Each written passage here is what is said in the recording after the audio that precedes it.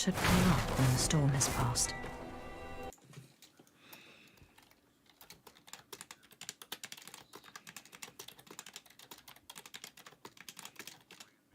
Hello, everybody. Hello. Today is the last day of the beta. Did you know? Of the early beta.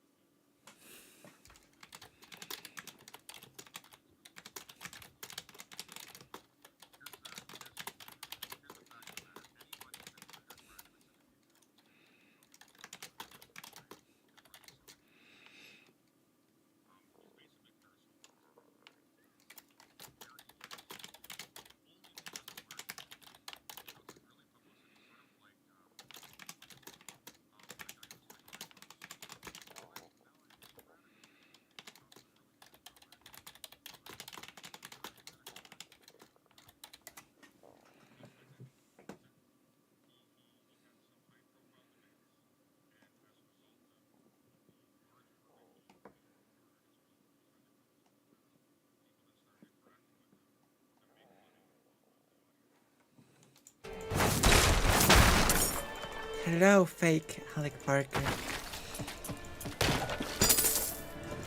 I was angry. I was angry yesterday, but then I remembered that I've actually prepared the current run. I hit some very good equipment in the box, so it's all good.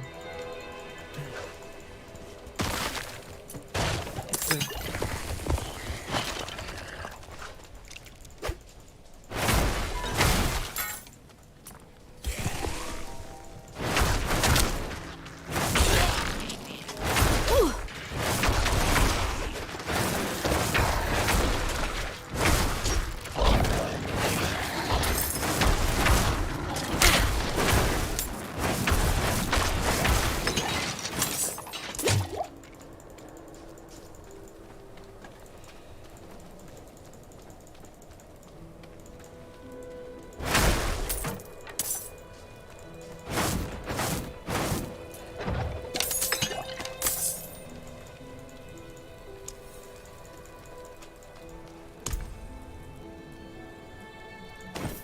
Go.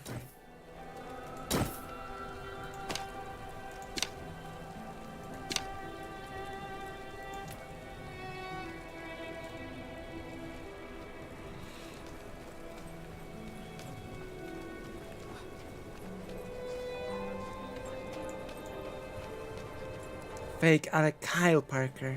Okay. Why did you add Kyle?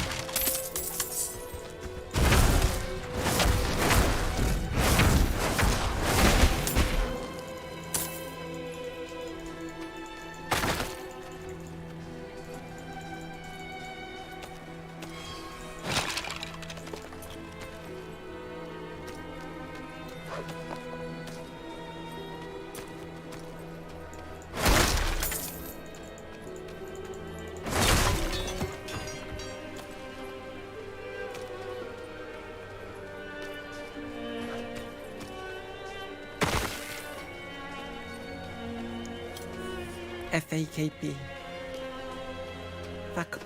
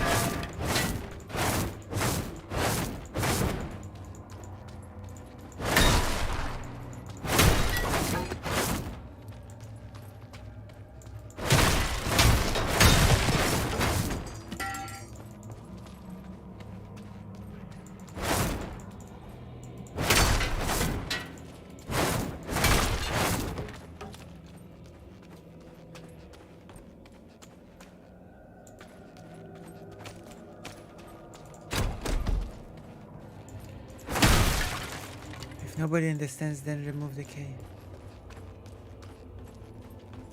Oh!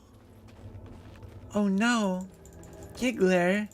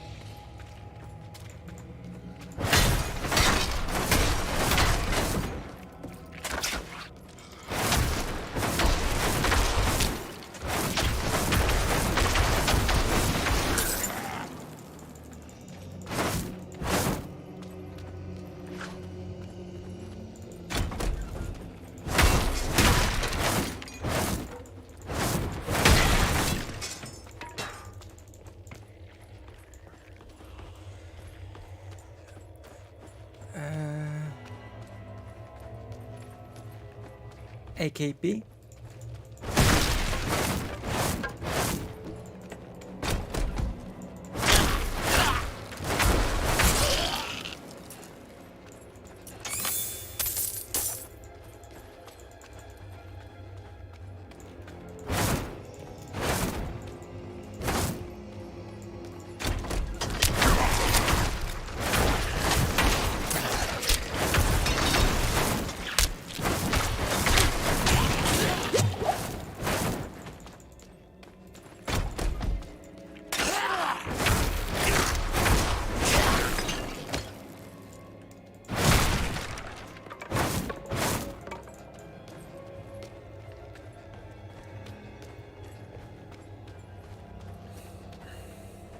Evans. Why Evans? Why not Parker, like Spider-Man? Oh, Faith.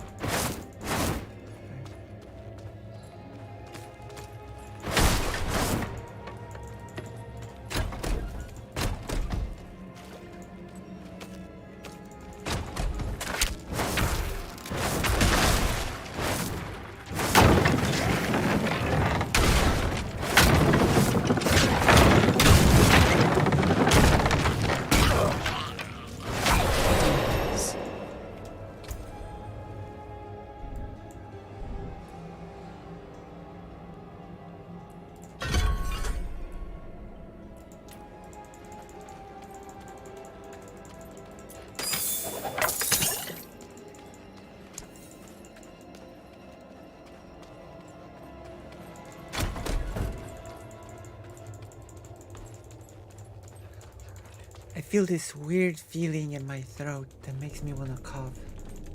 I'm trying to... Should get some water.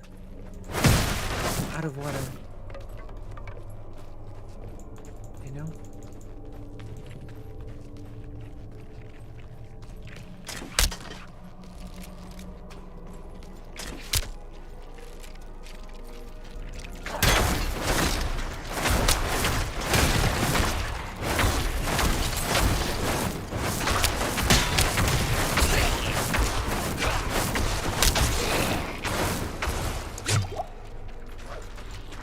I need time to prepare that.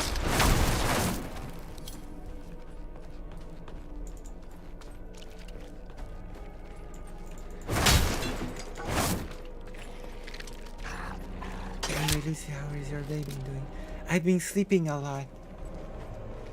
I only have soda right now.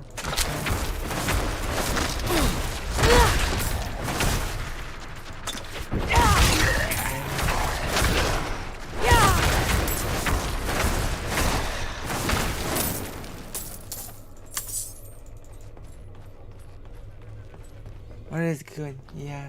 So I've been sleeping. And now I'm doing the bait of Diablo, right?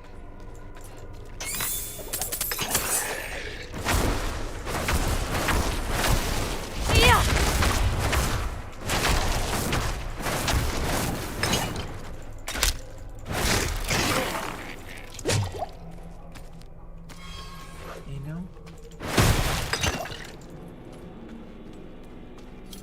we're gonna get as far as we can. But then we might actually focus on the story instead of like there's like on we'll see. It's the last day.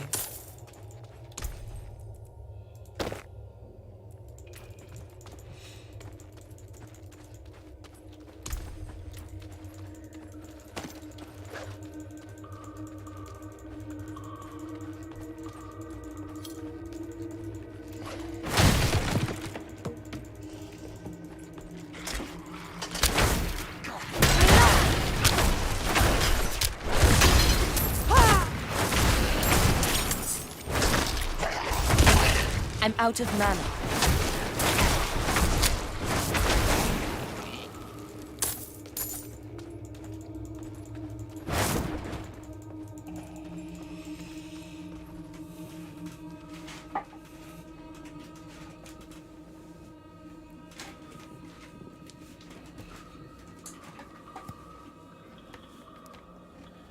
We are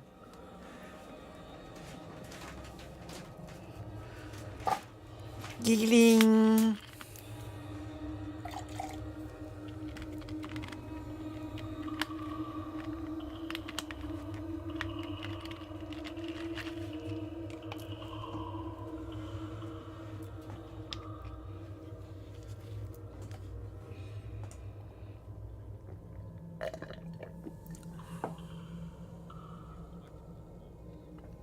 Yes, different classes do use different resources. A barbarian has to build up fury. Barbarian starts with 0 fury, uses skills to build up fury, and then you spend it. The rogue also uses different resources. So yeah, they do use different resources, yeah.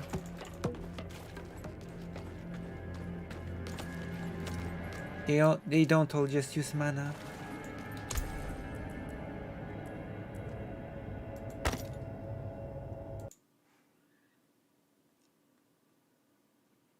You know?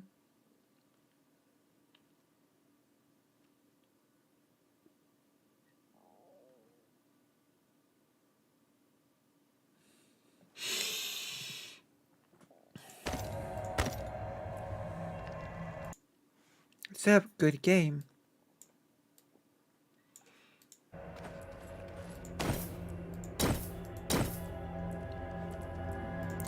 We probably would be a lot further along if I didn't play a hardcore character, but it would not be as exciting to watch for the stream.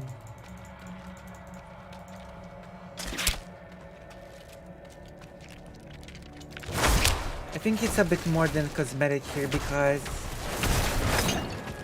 the barbarian actually does need to build up rage by using skills, right?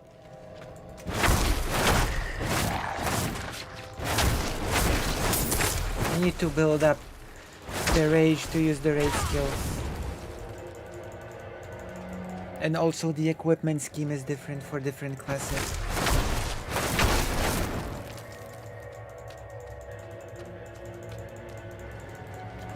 I like the sorcerers so far the most. I've actually got a feeling this class might get nerfed for the release. You know? I have this feeling that sorcerers is gonna be nerfed for the full release because it's very strong right now. Well, we'll see. Maybe I'm wrong and it won't, but I have a feeling that it will.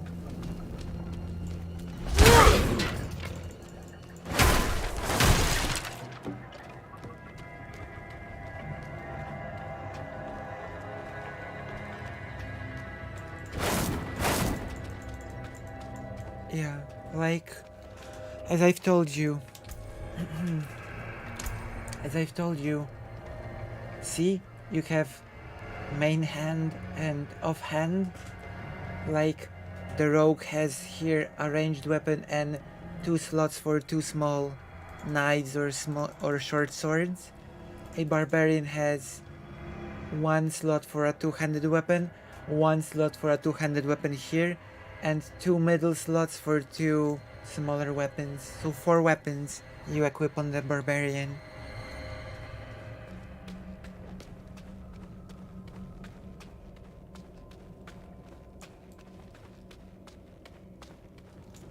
Oh, hello, boy, Miss Minnie. Yeah. It's gonna be out in April, right? April is gonna be Diablo 4. I'm just gonna tell you that on release I'm probably gonna go the easy way out and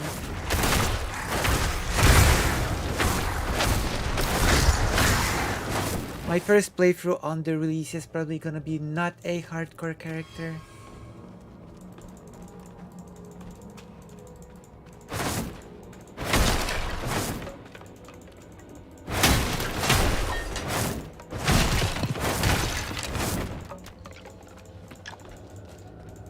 But we'll see.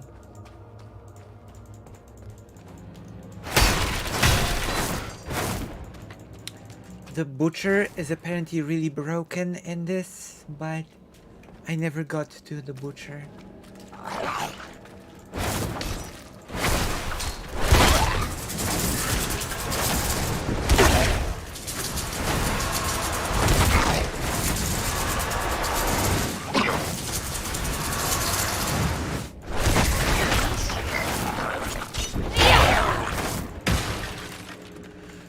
I mean, we keep making progress, right?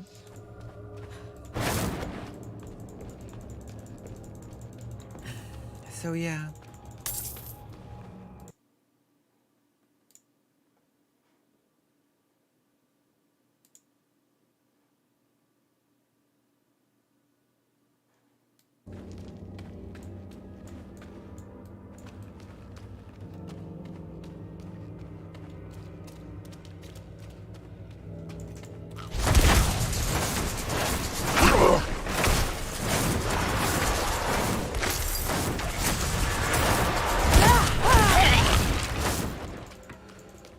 Was Diablo 2 resurrected on the PS4 as well?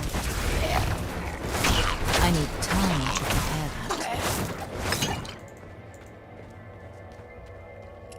that. Well, either the PS4 version is gonna be very cut or limited, or there are only 2 things that are coming out of the fact that the game is coming to the PS4, if it's coming to the PS4. Either the PS4 version will be severely cut as when compared to other things, or that means that Diablo 4 is just not as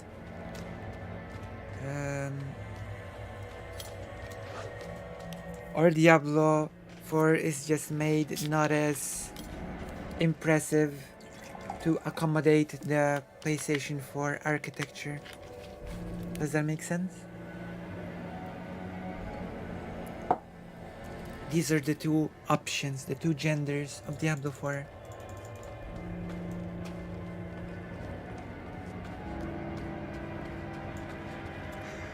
Hello, PFFTL Cakes.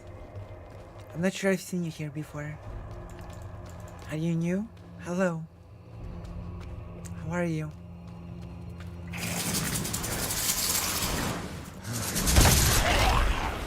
I've actually noticed you gain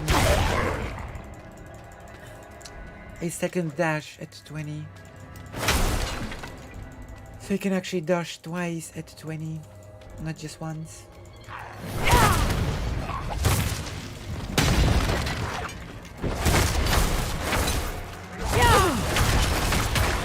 Oh, Impo Love.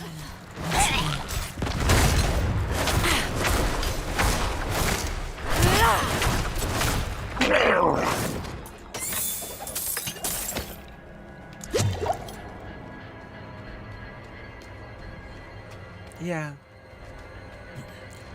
On the character that we lost yesterday, I had 2 dashes, not just 1.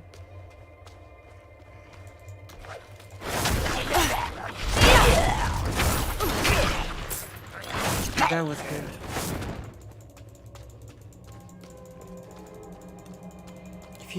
I still feel like in a Potter game.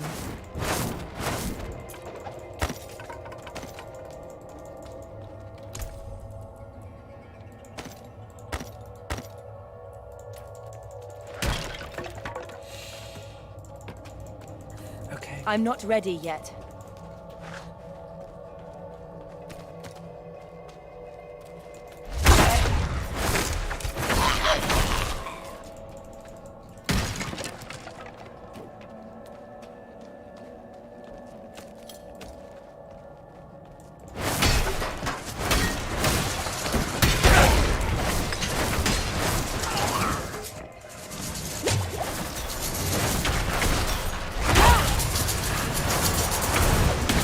I need time to prepare that. I wonder if you... I'm out of mana.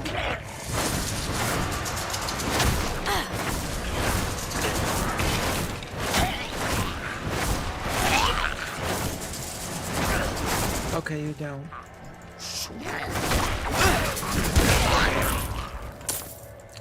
I was honestly wondering if you can use this like as a infinite EXP exploit, but I guess you can't. I mean, in it makes sense that you cannot use this as an infinite EXP exploit.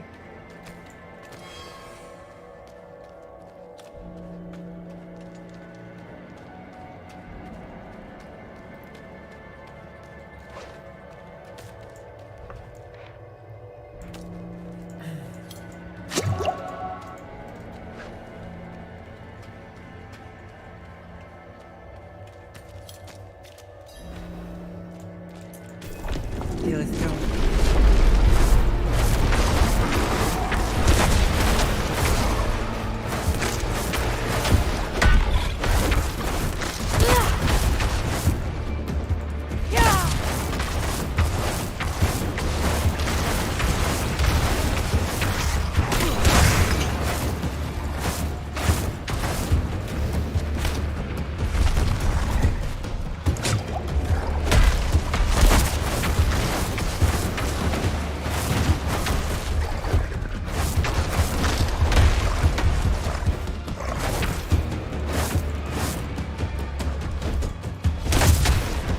I need time to prepare that.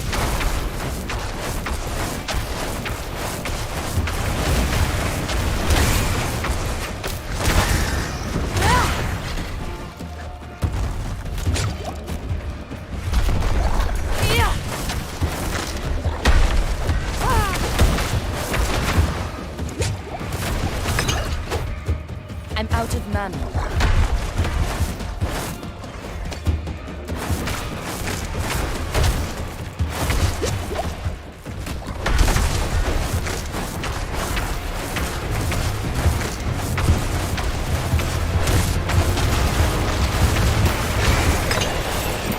It is a big failing to ever get hit by this boss. Okay, let's see.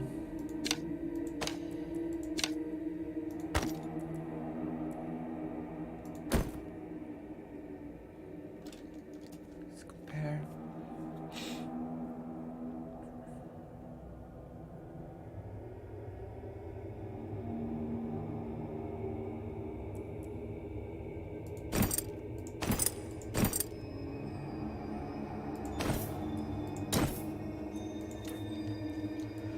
Okay.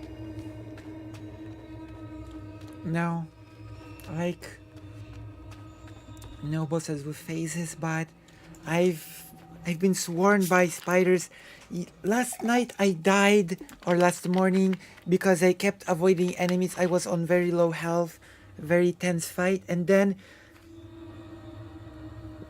I accidentally clicked something and the menu opened and I died, okay?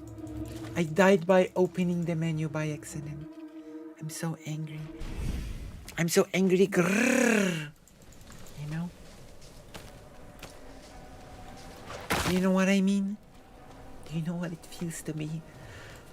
Do you know what it feels to be as angry as I am?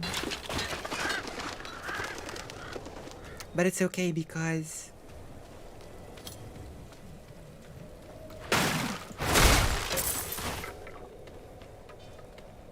we have actually made a segment yesterday about Abigail Thorne philosophy tube. You know this whole thing about Abigail Thorne about philosophy tube? True, yeah.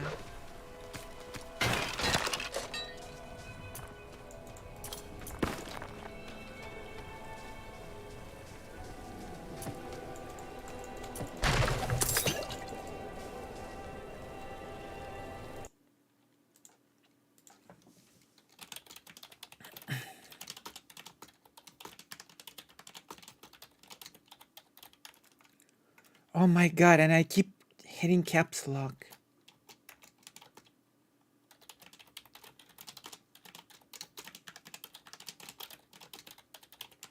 Caps lock. Ask your community.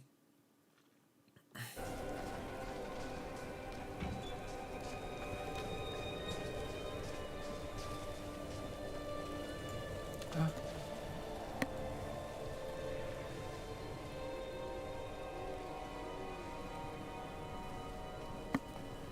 Well, I reacted to Steven's video on the subject, and I also reacted to Demon Mama's video on the subject.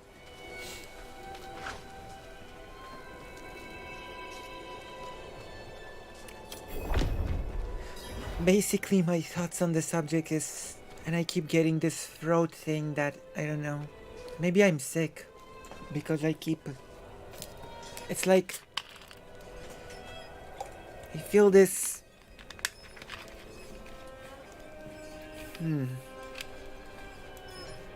sensation. But anyway, the basic gist of what I thought about it was that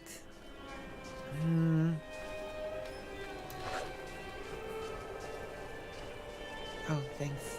I need time to prepare that. The basic gist of my feelings on it is that, should I say, being trans is overall seen as being a broken person, to be quite blunt, and many people see being trans as being broken fundamentally, right?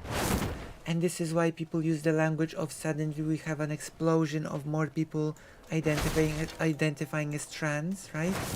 And being trans is seen as something to be fixed via procedures. And so, from a medical standpoint, many people see being trans as a thing that is fixing a broken person, and so you must sufficiently prove that you are broken enough that you need fixing, right? And this is where all of those strange hypotheticals come from, like if there was a pill that would just fix dysphoria, then we would need to make all transition illegal because the pill would be there, right? People often say transitioning is the most effective way of treating dysphoria, which means that the only reason they see that transitioning is even allowed is because there is something broken within a person that needs fixing. Does that make sense? And this is where philosophy tube's take on gender dysphoria comes in. You've returned. Right? The old ruins are clear. But she's basically saying that people are not broken and just wanting to do something should be enough. You know, you should not prove that you're broken to get the thing. I'm so sorry. Right? We haven't any coin to offer, Does that make sense? but we have hot stew, good company, and... Stay for a pint. Wash out the taste of the stew. We'd be honored if you'd join us. To It is an argument that people make. If the pill existed, then the transition should be banned.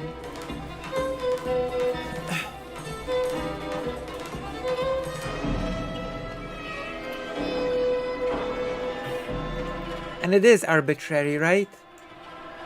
People say, after the fight I will tell you.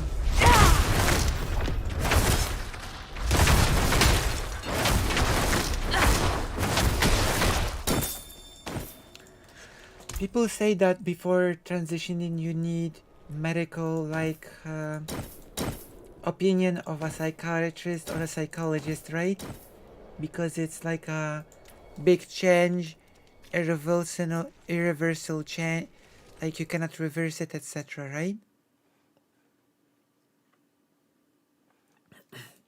It's an argument that people make. It needs to be gate kept because it leads to irreversible changes, right? But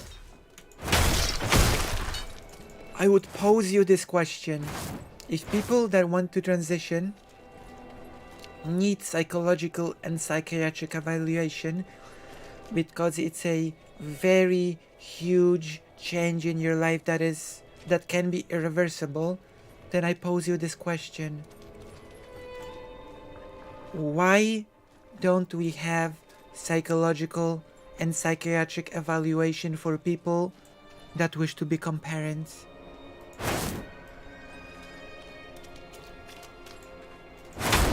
It's a big change. A lot of it is irreversible, right? Once you have a child, the child is here and you basically have to raise it. It's a huge change, right? So why isn't there a psychological and psychiatric evaluation for people that wish to be parents?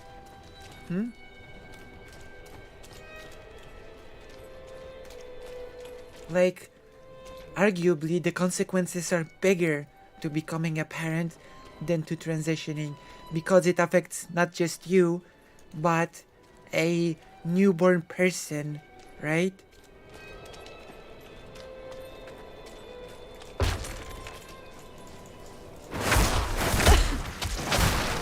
And people can just have sex and become parents. There's no gatekeeping to becoming a parent, right?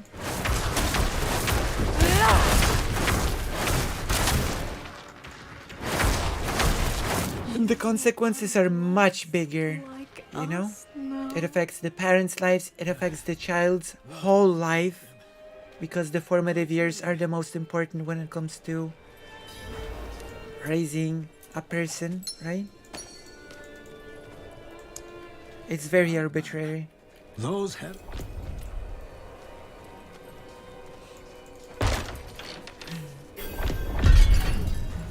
So you know.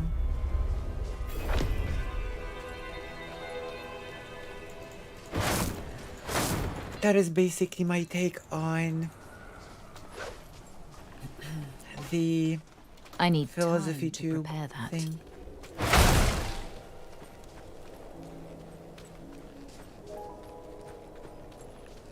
I think my take is full of giggling.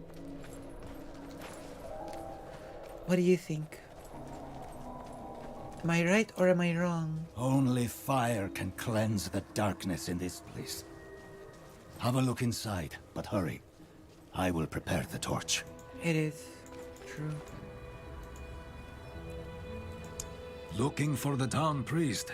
He stopped sending tithes, and I came to ruins. Foolishly,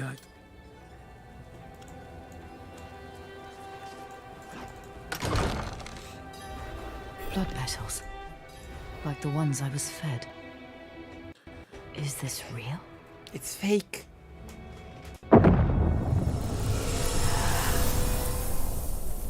Favorite cutscene.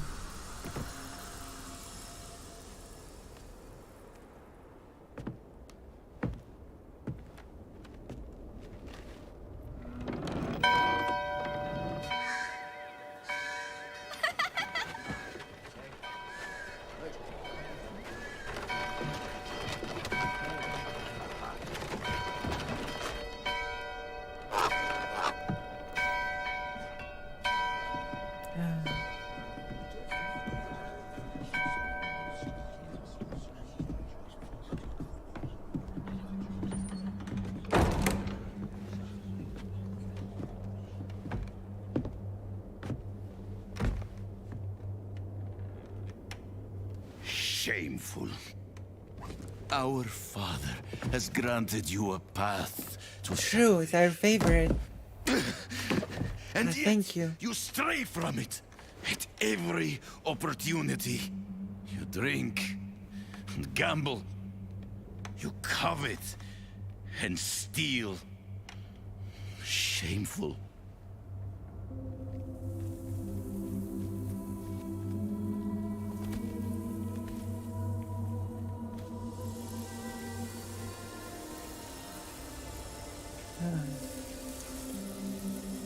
Sin is their birthright.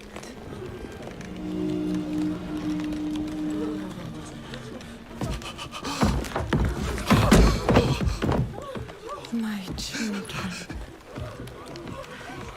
The lords of hell are coming to devour our world.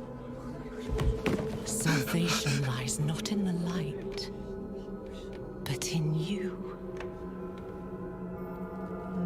The faith has taught you to deny your heart's desire and turned you into a prisoner within yourself.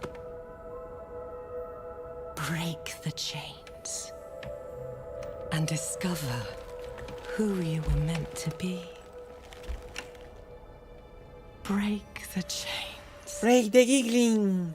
and be beautiful inside. Boob is your favorite word? You like the word boob? Resist! Resist her temptation!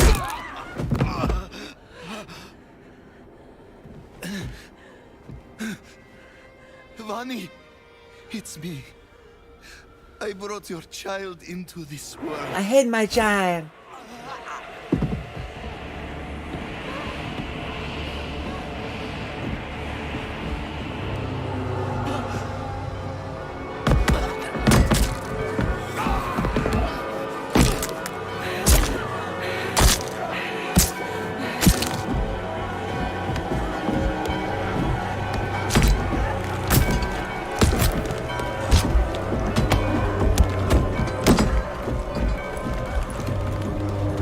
They have awakened, Mother.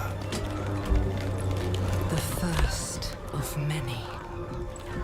Go to the dry steps and continue your preparations. Now, our true work begins.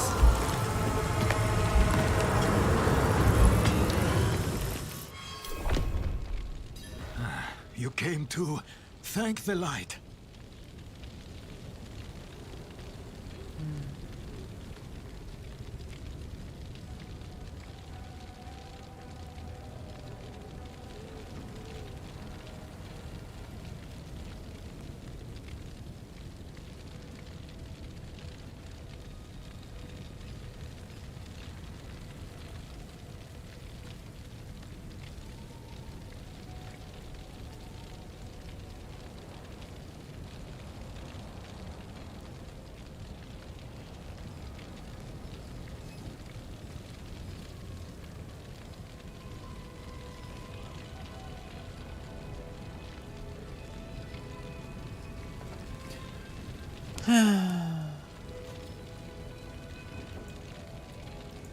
You collapsed. Giggling.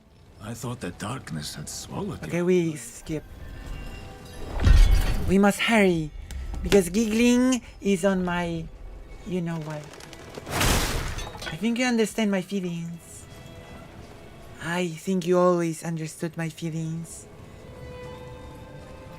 about this topic.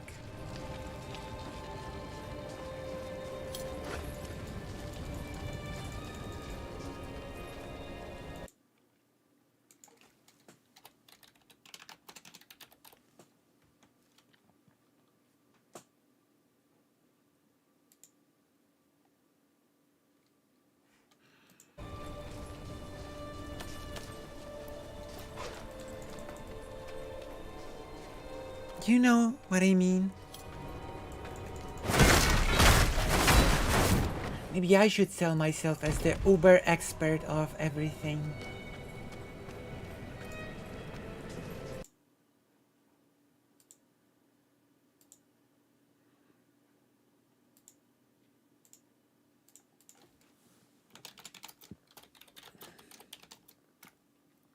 Caps lock again.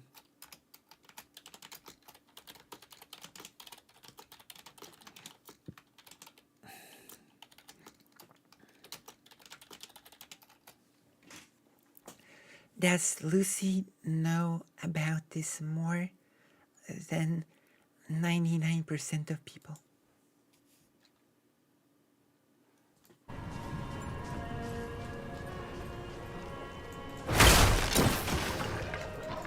Is my main question.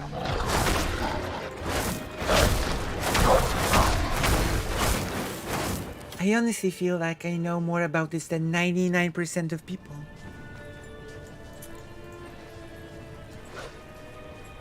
I'm not ready yet.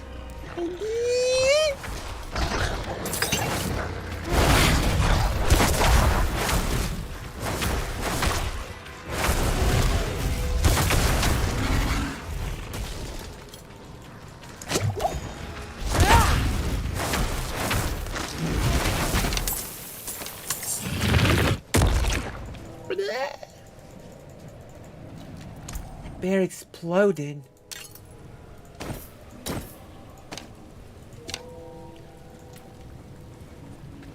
I do! I knew it. I knew more than anyone on this subject.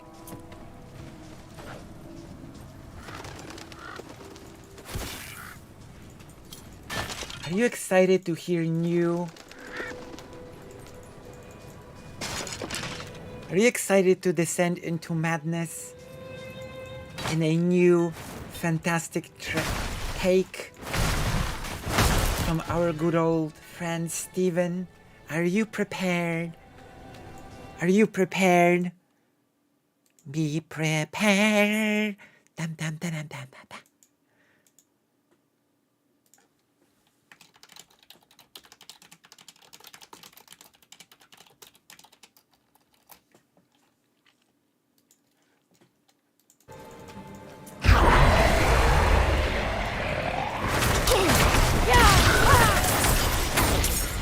Be prepared. I'm low on precious mana.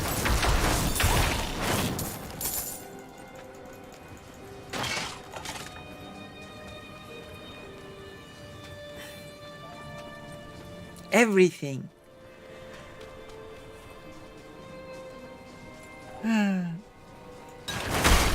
I hope you watch the classic Lion King, not the CGI mess.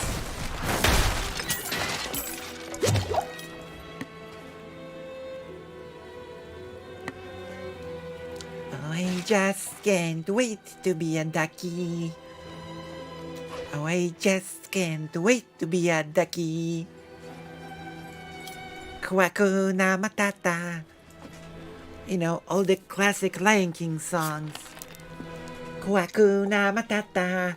And oh, I just can't wait to be a ducky. It's true. All the good songs.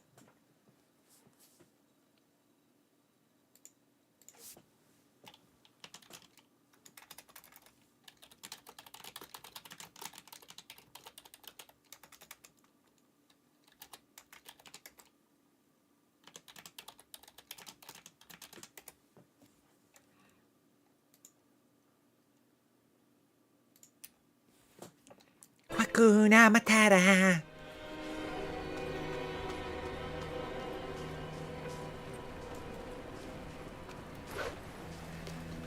No.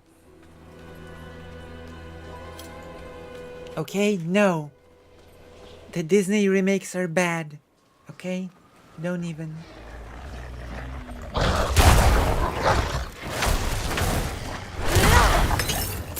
Giggling. Also, there was a very nice anime series about the Jungle Book.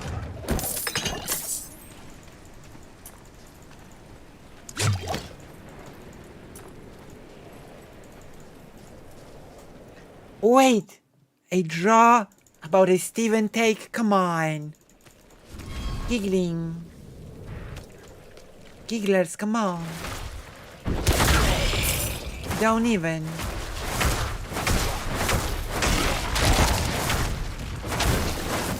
Don't even try this with me, okay? Break the cycle. And let's watch the incredible new take from Steven.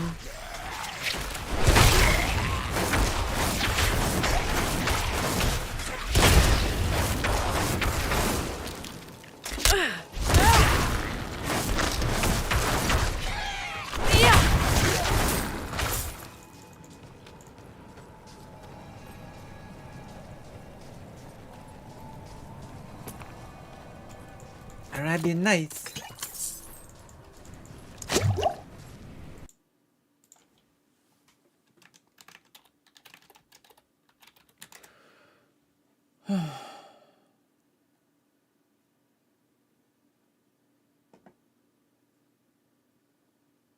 No.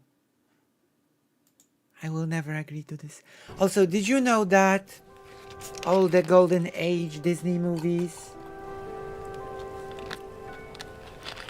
were sort of first filmed in live action as a reference for the animators? I'm gonna show you. I'm gonna show you. I bet you didn't know this.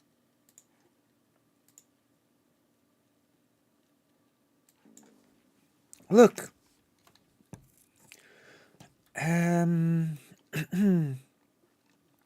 What's it called?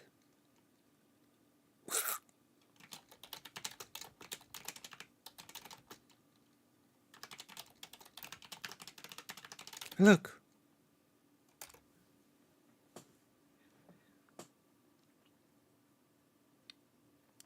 Alice in Wonderland live action reference. So the scenes for the animation were first sort of recorded in live action, and it was the reference for the animation. And animators, look.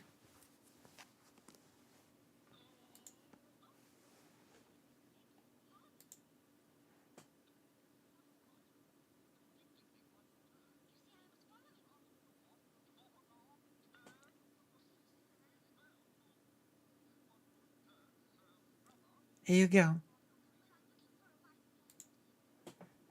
See? A real life.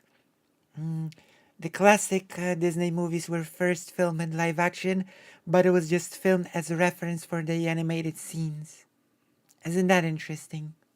They had the costumes, they had the set, the haircut, everything. They had everything, basically. You know? And then animators would look at those scenes and sketch out the animation while looking at the reference material.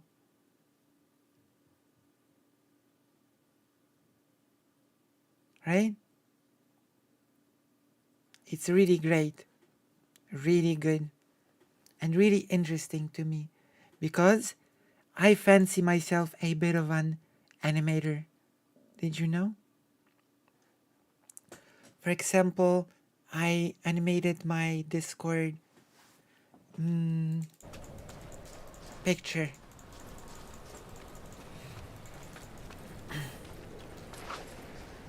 I need time to So prepare can you that. guess? Can you guess what Steven's brand new brave take is? You're not gonna guess, but I'm gonna allow you to try to guess I'm in not the ready chat yet. what Steven's new bold take is.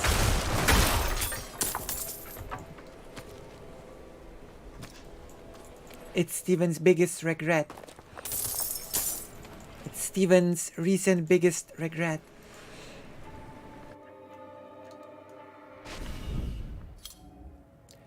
I did make it, but I make it in a program called Viroid Studio, which is basically like a character creation video game. No.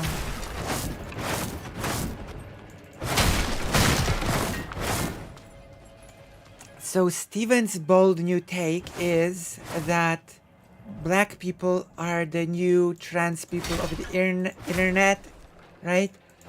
Black people are the new trans people of the internet. And Steven cannot even insult a black person's appearance without being called racist. Just like you can't even insult a trans person's appearance without being called transphobic.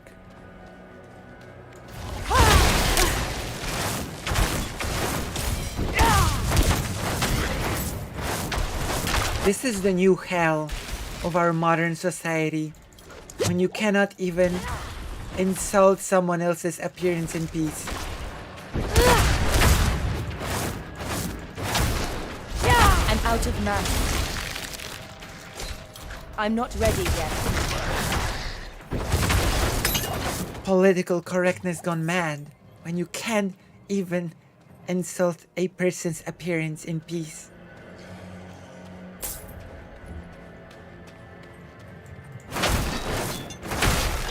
So don't worry, we're gonna watch a whole video about it. Because yes, there is a whole video about it. Are you excited?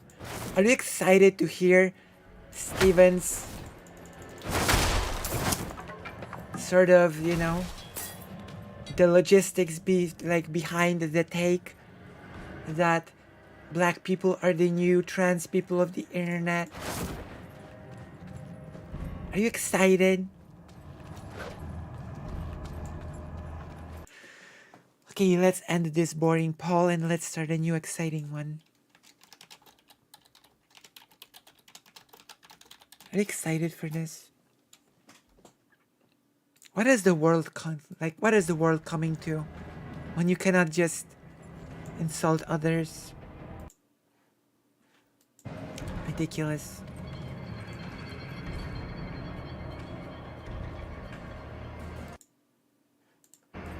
Right? Okay. I saw some TTG fan video on my feed about this. Can you DM it to me on Discord? We might look into it. Okay? Okay, I'm ready. Let me just...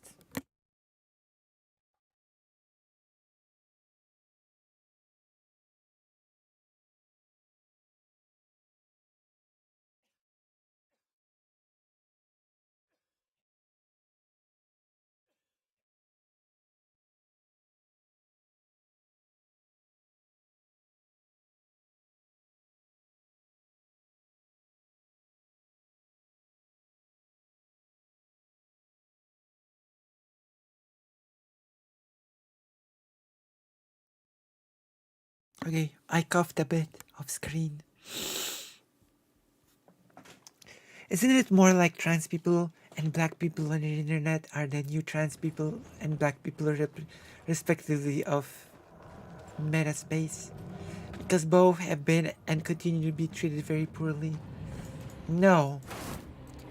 Black people are the new trans people of the internet because they're both entitled and you cannot insult them, okay? There you go. You cannot even insult them, their appearance, or how they talk, or their voice. You cannot, because you're a bigot if you do. Let's go. Preach, Steven. Preach. Steven tells him his frustration with the online black community.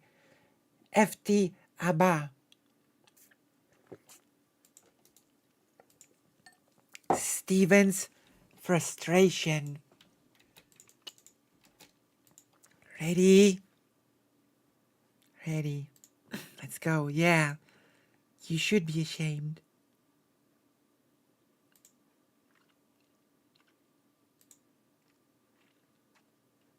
You should be ashamed. There we go.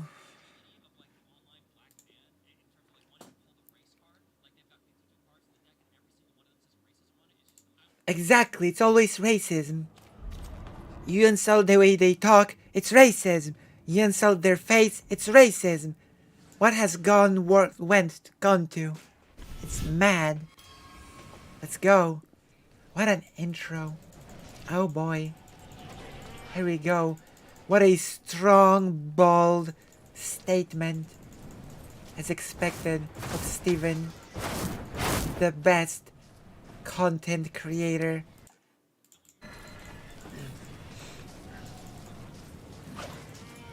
Destroyed.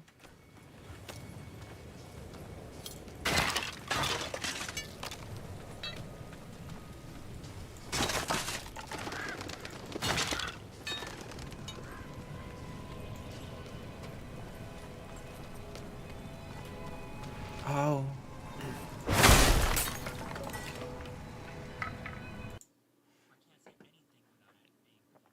True.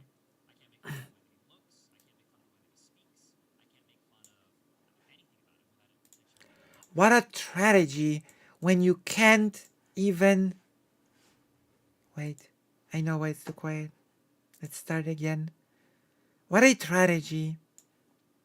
What a sad state of Fragility affairs. like the online black man in terms of like wanting to pull the race card. The like fragility. Cards in the deck and every single one of them says racism on it. It's just True. write me insults for the next, because I would get destroyed. So at the end, he was like, "You're a blue-haired sissy or something," and then you were like, "Ooh," you're like, "Damn, I wish I could say what I would. Damn, it sucks because I don't want to get canceled for saying what I wanted to say, and it sucks that they get to sit there and say whatever they want. But if I were to say what I wanted to say, I would get canceled."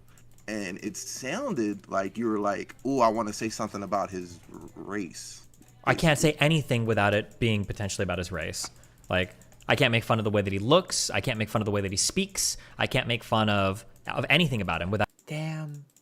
What a sad world we live in when we can't even attack a person's appearance.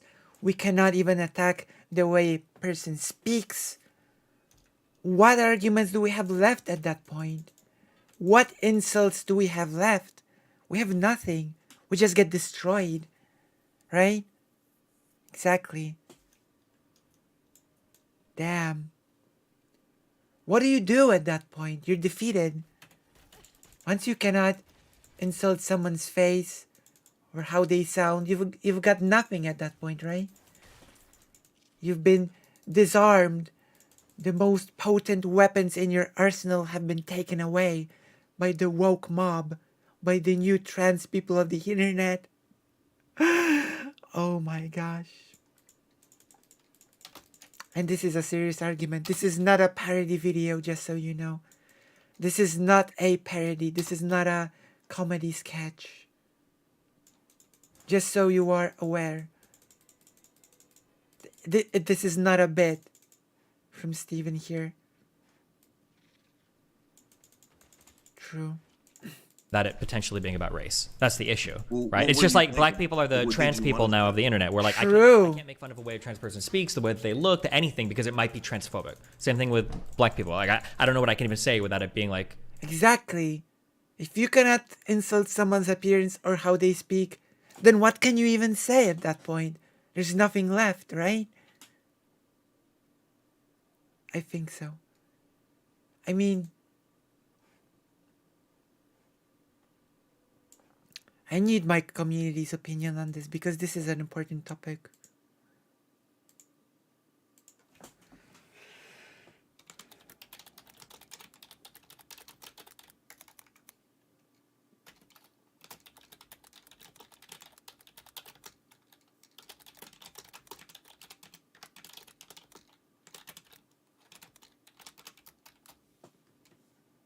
Only two choices. There are only two genders to this, okay?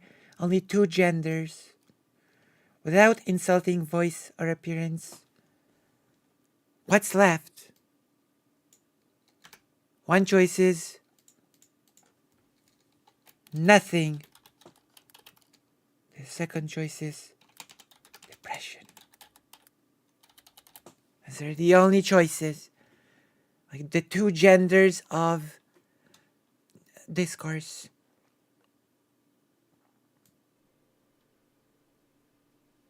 These are the only two genders of discourse, okay? Once you cannot even, like, insult someone on their appearance or voice, there's either nothing or depression. And don't make it up. Oh my god. Are you going? Okay, there you go. I was gonna be mad there for a second. You're gonna make even this a tie. Racist. So it's just annoying because like these guys will go in on Exactly, it's just annoying.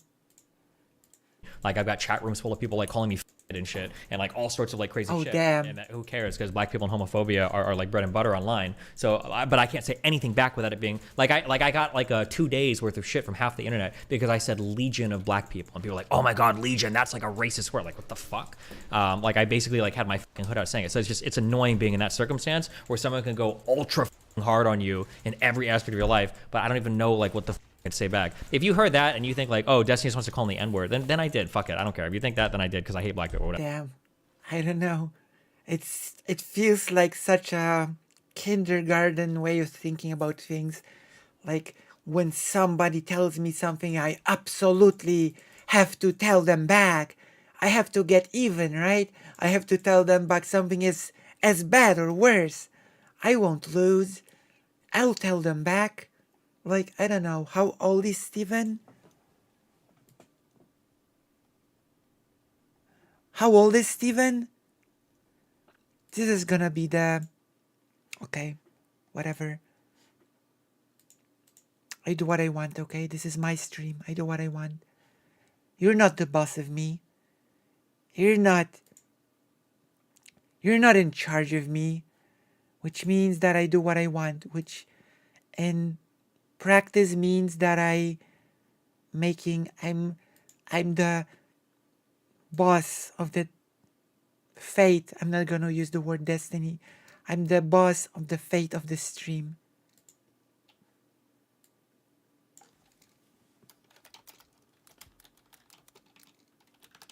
There we go. The Paul stream. This is the Paul stream, okay? This is now officially the Paul stream. I mean Destiny. Don't worry. I'm gonna make a poll about this.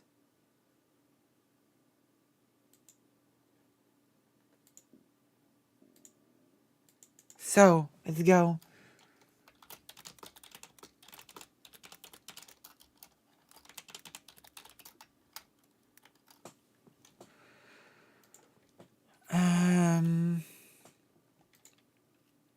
How old is Steven Destiny? 5, 15, 33, or whatever.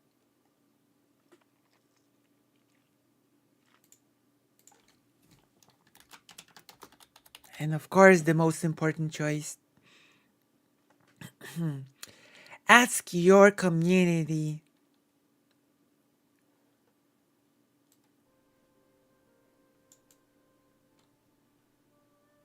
Oh, he's 34, whatever. I guess none of the choices here are correct. He's 34? Okay.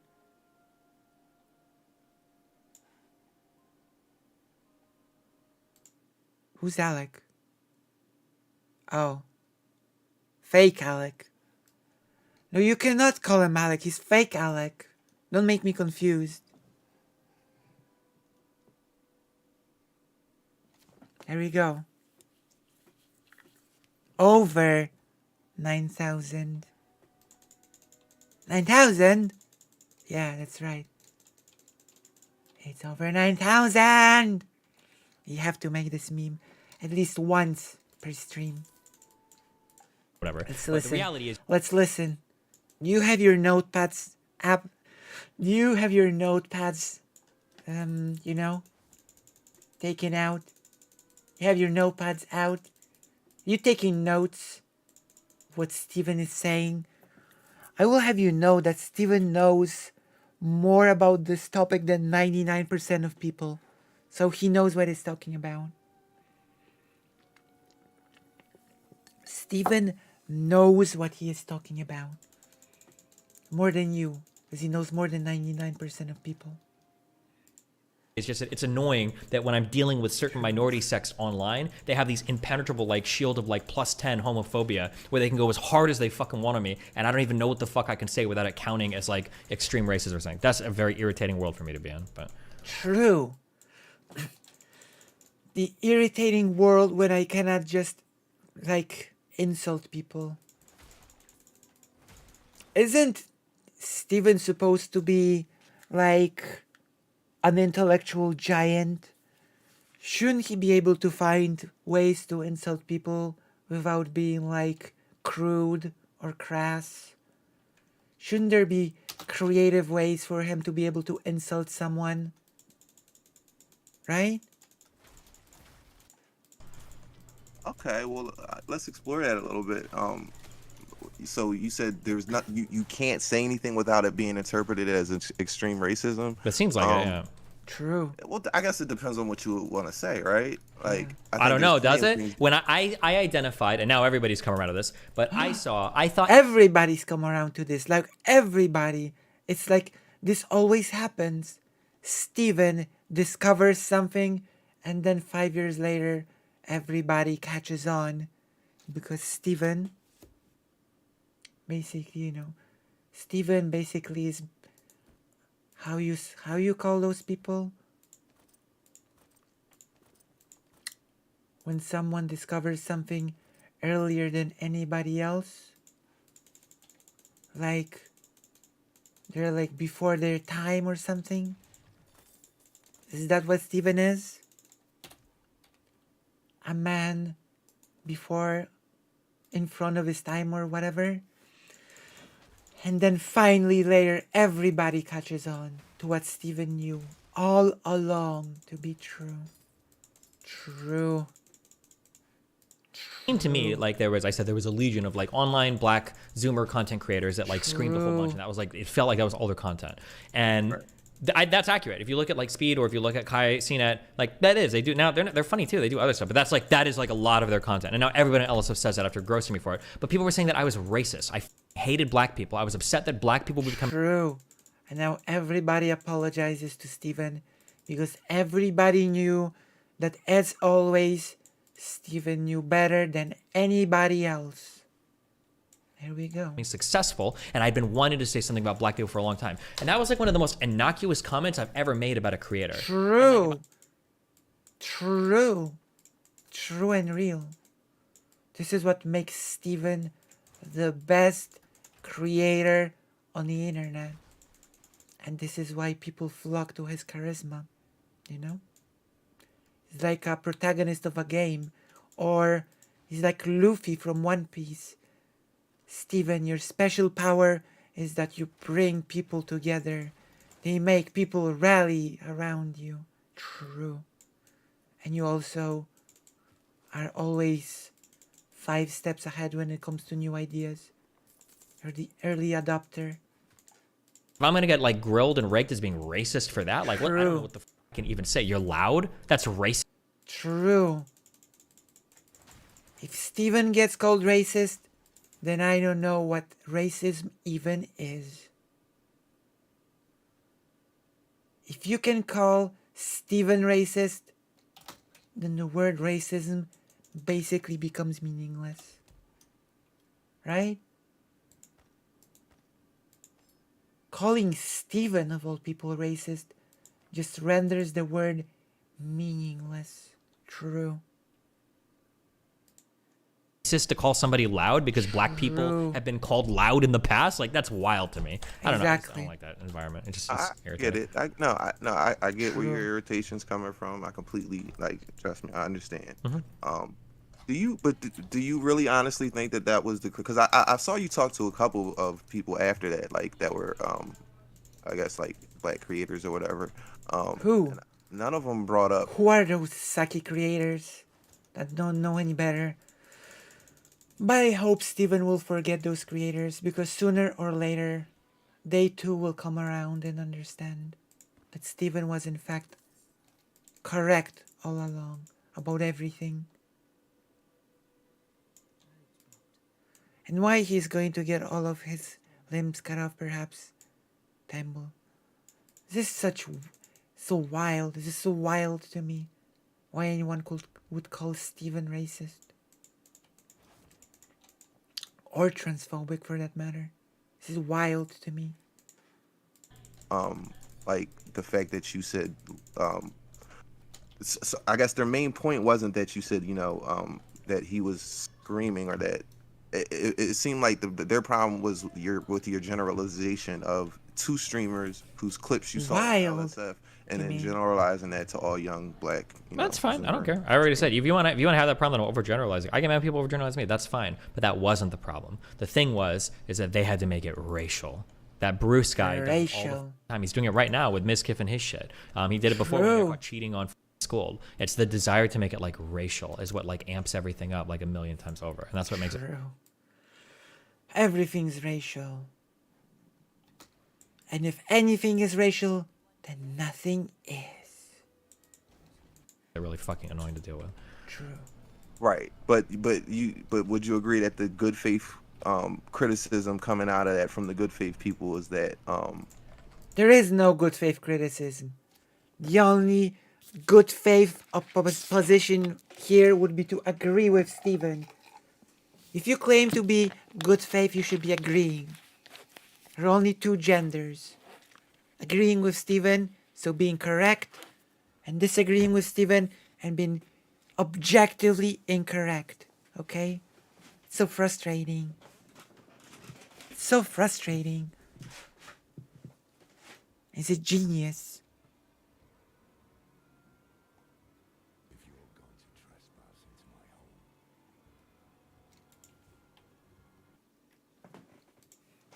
that you can't. It's the way you stated it made it sound like you were generalizing young black streamers. Like I think that was. I don't care if they think it. I don't give a fuck.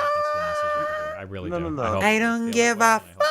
Like I can't. True. I can't dance around. Preach, Stephen. You will not be forced to dance around the truth any longer. Nobody will silence you. You are a self-made man. You don't need anyone. You build your own success. You don't need any of those losers. True. Preach. My gosh. What a good video. I'm learning. I'm taking notes. Okay? I'm taking notes on how to be a better human being. Lesson number 1. If you cannot even insult someone's appearance, then you've got nothing. Lesson number 2. I will never anymore dance around the truth. Take notes, because this is important. You will be tested on this. Like maybe this is where I fall off the edge, and that's when the society's moved past me, and I'm too old. I can't dance. True. Stephen is just too old for this shit. He's just too old. Society has moved past Stephen, which is crazy, because Stephen is more progressive than any of us. Okay, Stephen is more progressive than 99% of people. And still, society has moved past him. Let this sink in, okay? Think about it. Isn't that crazy? That Stephen is more progressive than 99% of society, and still society has found a way to move past him to the ridiculous race card BS.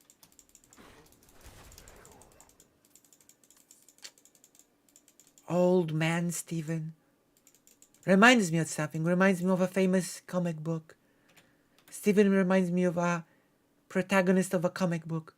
Old man Logan. You know, Wolverine. All battered up.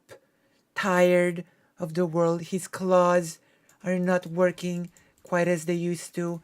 His healing factor is not quite as good as it used to be They even made a famous movie with Patrick Stewart. I think Steven should have been cast as Old Man Logan because he has this look of wisdom on his face. You can see it on the screenshot right here.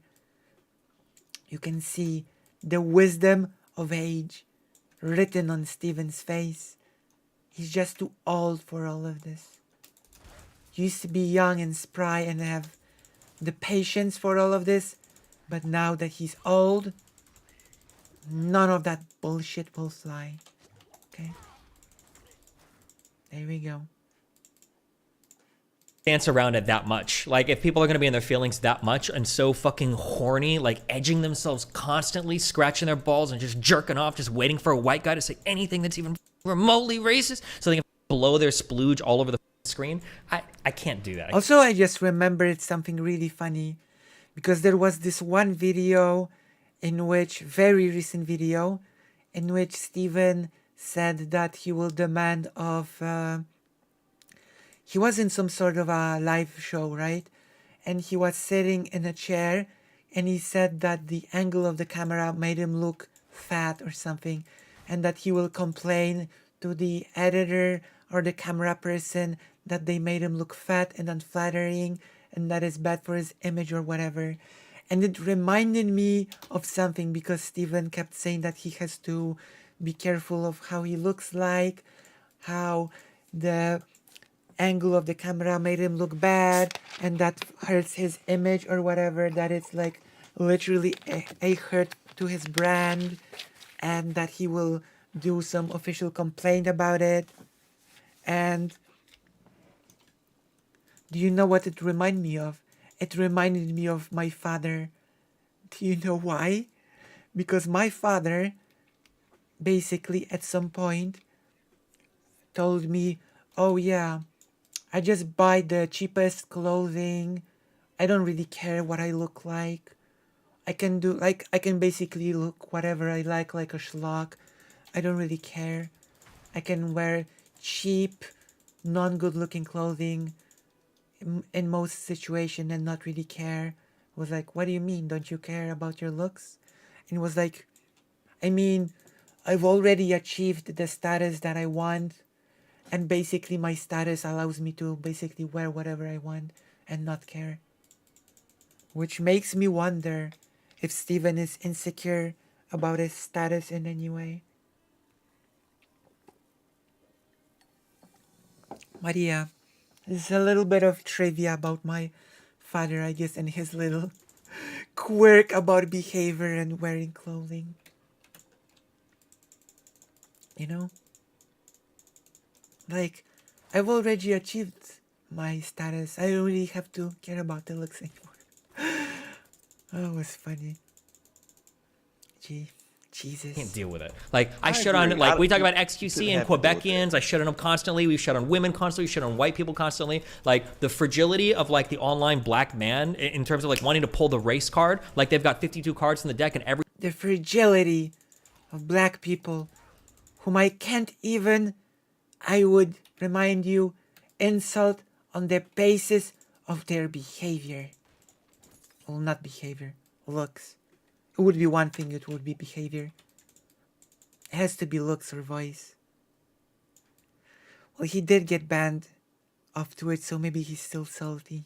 Maybe. Every single one of them says racism on it. It's just the most infuriating thing in the world. And if it's the thing that does me in, then fine. Then but no, I'm not gonna be like, don't you understand how that could be racist? No, I don't. No, I don't. I truly don't. I truly don't. And if it is to somebody, then think I'm racist. I am. I'm all the racist things they want me to be and more, if that's the case. It's just too much for me. And more. In my mind. I understand how some people can be socialized and think it's racist, but it's just it's way too much for me. I don't care. I mean, too much. This is too much, Steven. If that's the route you want to go, that's fine. But just know that you're always going to have an issue with this if that's your stance. With black people, to be clear. Yeah. Because Asians don't do this, Hispanics don't do this, Jews don't do this, and women barely are starting to do it, I guess. Jewish people don't do this.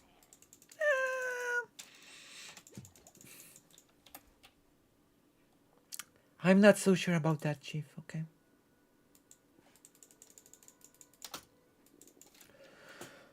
Like, just because... No, I don't think so. Like... Also, what is the this that is being done? Pointing out bigotry is not doing the this. Yes, but it's the black community is the Oh, one yeah. that's the really scary one online, Of where if they course. interpret you as being Oh, yeah. racist, like Jews don't do this, but women don't do this. for Jews, I have I'm to start lost talking about a like little bit. genociding them online for them to give a fuck, right? Like I can make all the Oh, or you can just post a f***ing link to a movie. Like, hey, what? What? or Post you a can link just to post a movie? to it. Yeah. Yeah, that I can know get you're you not fucking talking canceled about quick. Kyrie. Yeah. He posted a link to an anti-Semitic Holocaust-denying conspiracy That's film. that's what they say. That's what it is. Okay, I don't want to get into that whole thing, but he posted a link to a movie, like I said, and he got canceled for it. Like, Well,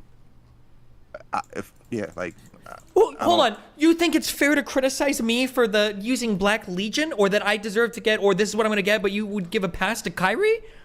I'm not saying I'm giving a pass to Kyrie. I'm just countering you. No, he's actually not saying that he's giving a pass to Kyrie. He's saying that Jewish people also criticize bad behavior. It's not the black community is not it's not somehow unique in criticizing bad behavior. Like what? Yeah, of course. What the hell? This is ridiculous. Like, he's just correctly pointing out that Jewish people will also comment on bad behavior, of course. You're countering your argument that people aren't sensitive. True.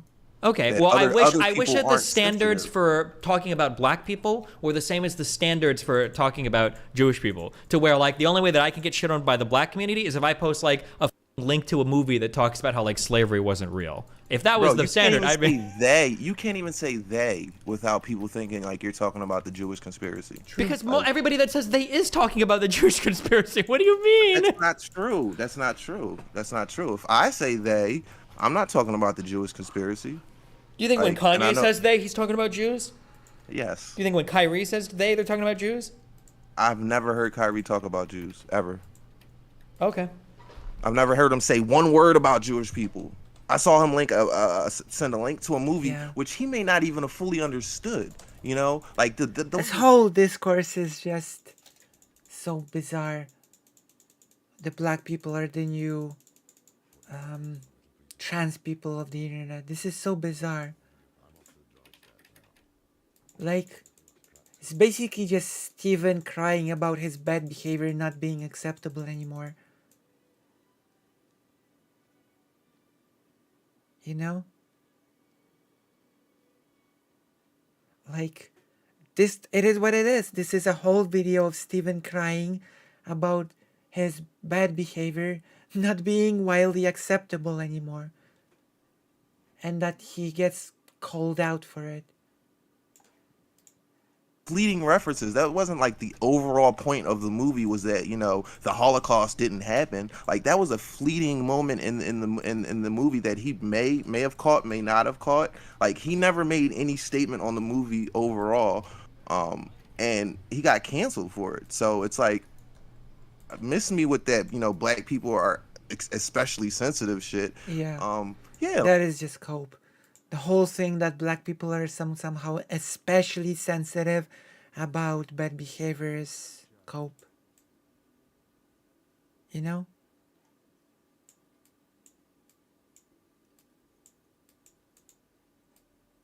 It's just cope. Sorry. Like when you live in a country where you Sorry, get not shit sorry. on for your entire existence in this country, you damn right people are going to be sensitive or wary about like, you know, people who say of course things that don't sit right. You know, it's just you can't intuit somebody. You can't like say somebody's racist, like or like you can't say for sure, like I don't know if you're racist. All I can go by are the comments you make, the way you frame things, like your relationship to you know, black people or black issues. That's all we have to go off of. And if you're saying things like, You know what? Fuck it. Call me a racist. If you guys can't understand what I'm saying, or if you guys are too sensitive to to take a comment, then just then I'm just racist. What are people left with on that? Like, what are people supposed to think? That I'm racist.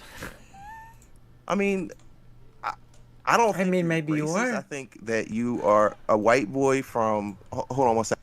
I mean, at some point, the meaning about being a racist just becomes racism, you know? You can only be ironically racist so much before it just becomes racism, right? I mean, fair play. If you want to be called racist, I will call you a racist. Right?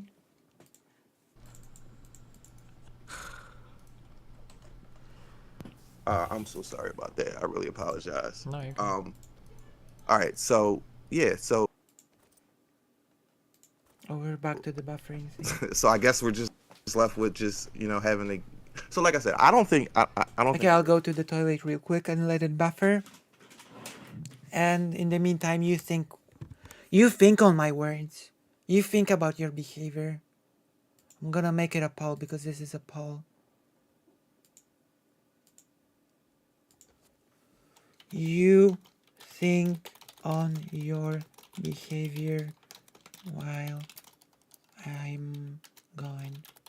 Here you go. There you go. I'll be right back from the vast deeps of the toilet.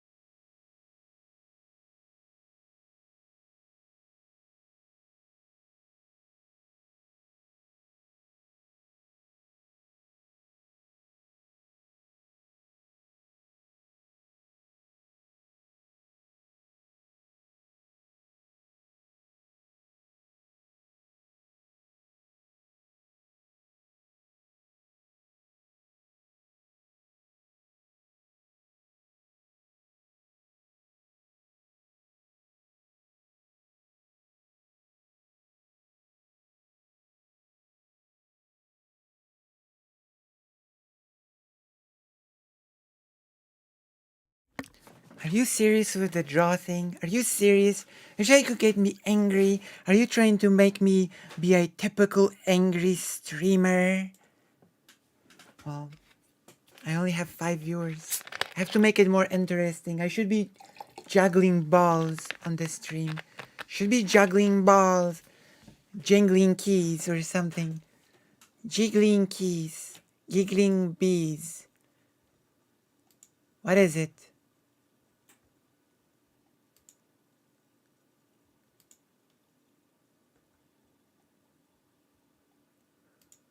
What's happening?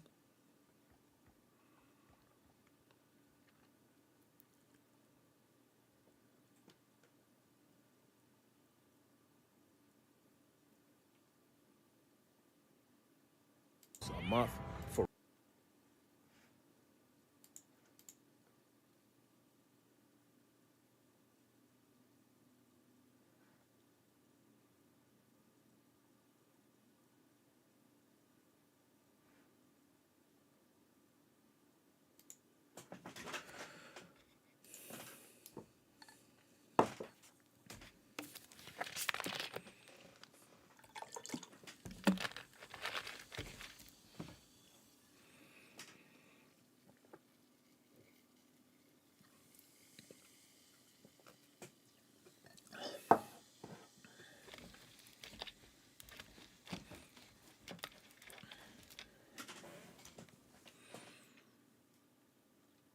Okay.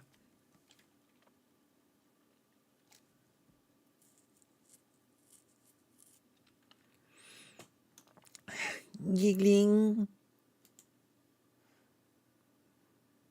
5 people. Juggling bodies is certainly an acquired skill I'm not opposed to enjoy seeing.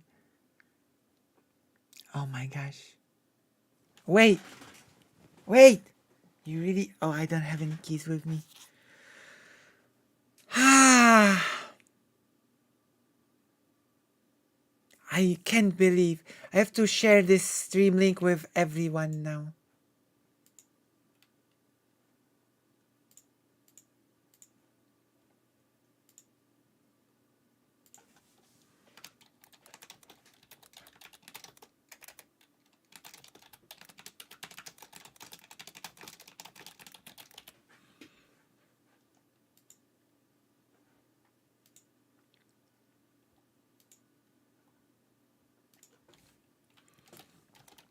Come watch.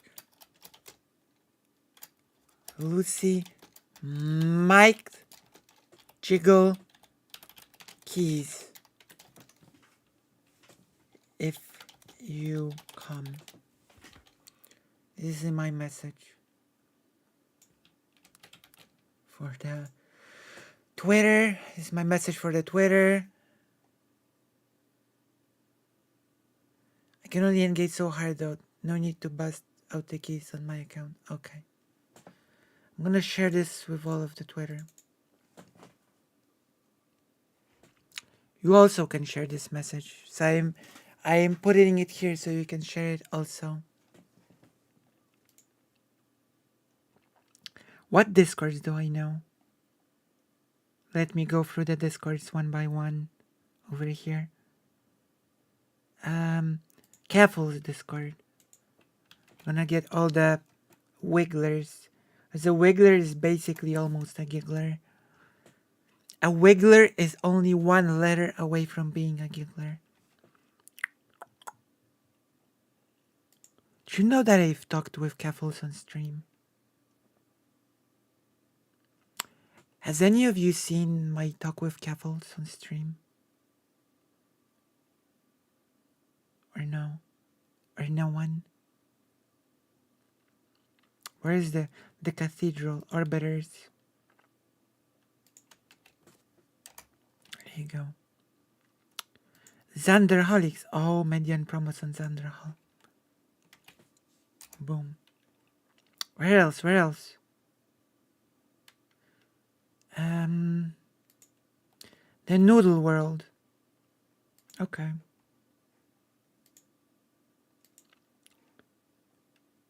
Like the...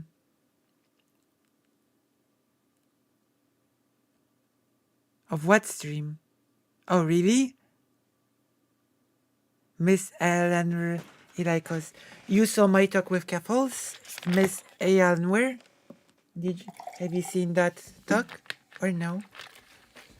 You've seen. What did you think of my talk with Caffles? Since you're... What did you think of it? Like, it started with a misunderstanding because I was just... Caffles said, anyone who wants to talk, just tell me. And I thought I want to have a nice convo. And Keffels thought that I wanted to come on to roast her or something because she thought that I had some, I don't know, that I was angry. And I wasn't, I just wanted to. So it sort of created a bit of an awkward atmosphere, but I think it was nice. It would be nice to talk. It would be nice to talk in sort of different circumstances, right?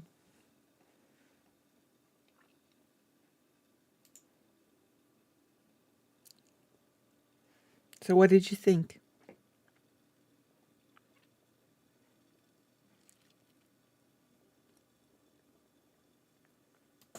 Dylan Burns. I think Dylan Burns people definitely like key jiggling.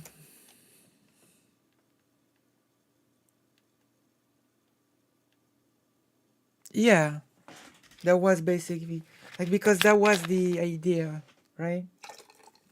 I still have to make that video essay on the AI because I still think it's pretty valuable to put it in a video essay form. Like the fact that an AI will produce a bunch of empty messaging and people can just take that and insert meaning of their own choice. Sort of like, I guess the best way to describe it is that an AI script is a bit like a horoscope, right? You can read basically whatever you want into it.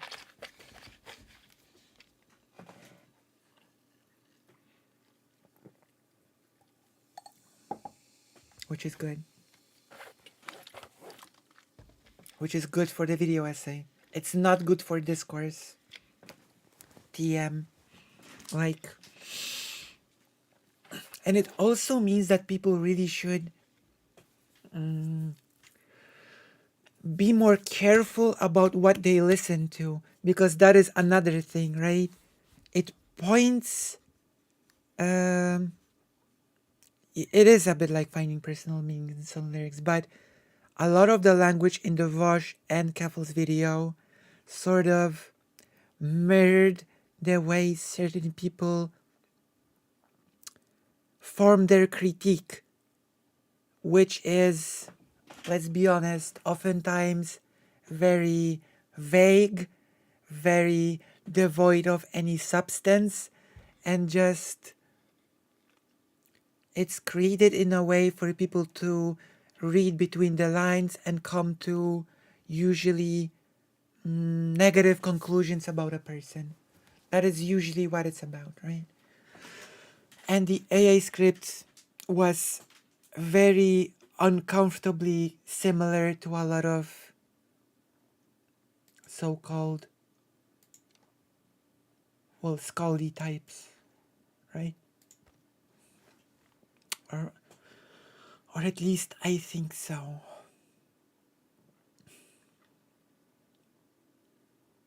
Yeah. So we still have to do the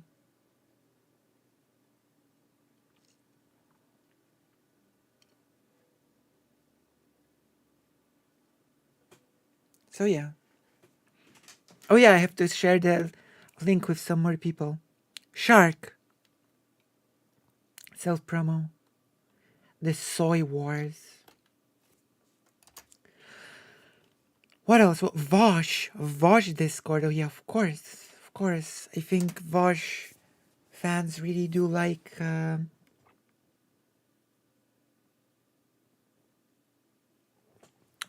jiggling of keys. Alright. 8 people now instead of 5. I think we've succeeded. We've got a lot of percentage of growth. Racist. I think you're a white boy from Nebraska who didn't have much contact with black people growing up. You've been on the internet basically your whole life, so that's going to even lessen your contact with black people. So Wait, Stephen could not have been on the internet his whole life, right? Because a lot of the internet sort of didn't exist when Stephen was a child. At least not in the way that it exists now.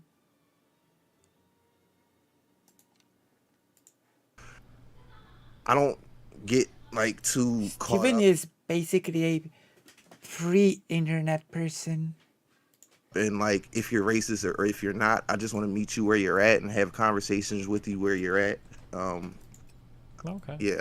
Well, So I'm not so interested in calling you racist, as in I'm interested in like You're racist, understanding Steven. like your mind, like your frame of mind going into this. So like I said, back to like Angry Man, like you were insinuating that the only thing that you could say to him would be about his race. Like that was the only comeback you could think of.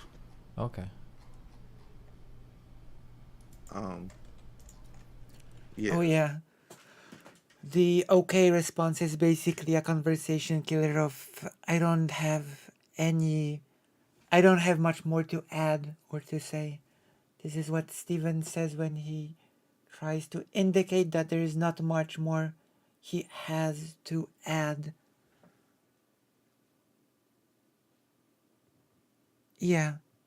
The modern internet wouldn't have existed and he was nearly an adult. Yeah. Like, when he was a small child, I don't think any internet was available to him, to be honest. So okay, so is that that's as far as is it you want to get into? Well, I mean, I don't know what else I can say. I already explained it. I said that basically anything I say can be interpreted as being racist. If your True. interpretation Well, no, is I but, just like- wanted to like be racist, I mean, No, I'm that's asking you. fine. I'm not. That's not my interpretation, Destiny. I'm really just asking you, like, what, like, so. In my mind, I could have thought of like 3 or 4 different things you could have said about him, Like you what? know, his appearance, His appearance? him wearing jewelry, him smoking a cigar, like he's trying to like. You be think I this could? fucking You think I mafia could? You tough think I could guy. make fun of a black guy wearing jewelry without somebody like making an That implication about nut-ass that? chain? That nut ass chain? Yeah, you could have said something about his stupid ass chain he had on his neck. What the? Don't have to be nothing to do with his race if he's wearing a stupid fucking chain. And sitting there smoking a cigar like he's some mafia. I'm listening can also mean I am done with saying anything, though. True. I'm listening. I'm giggling. Tough guy. Okay. Or, you know, yeah, I mean, you could have said something about him being bald. I'm just saying, like, Maybe. was race the only What a thing that came to bald, mind in that No. moment? what a bald thing to say. What a bald thing to say. Bald of you to assume that.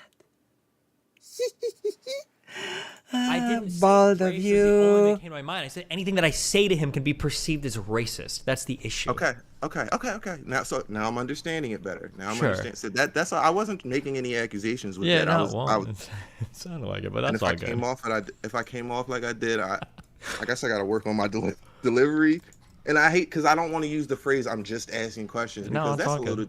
that's a loaded term. But I really, like I said, I'm a long But I'm time viewer and just listener asking. to of yours, and when there's things that I disagree with, these are the questions I'm asking myself in my head. So it's not like I'm coming on here like, boom, I'm gonna get Destiny with this. Sure. But You understand that I it's would feel good. like really weird, and maybe this is just my inner white boy, but I feel like I could probably get in a lot of trouble if I'm on a podcast with a bunch of black dudes and I start saying shit like, "This is why you wear that horrible jewelry or whatever." That's gonna sound like I'm some old, like I'm in Gran Torino, like talking about guys with baggy pants or something. That's what it's gonna come off as, right?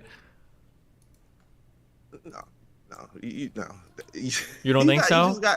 I don't think so. Not if you said like, look at that. I mean, you don't have to say nut ass, but look at that stupid ass chain you have on. That shit must be weighing down your neck. Or you know that what you could call it fake, or you can say it looks fake. There's plenty of ways you can come at him without it having like to. It looks even fake. What, appear like to he's be- broke? Like he can't afford that chain? Bro, I Yeah. want you to write me. Here's what I want you to do, okay? I want you to write me insults for the next, because I would get destroyed for saying shit like that. But I want you to. Why would these are? Oh my gosh! Aren't there any more creative ways of insulting people? Is creativity dead? Tell me. In a poll, because this is a poll stream. Let's go. Is creativity dead? Let's go.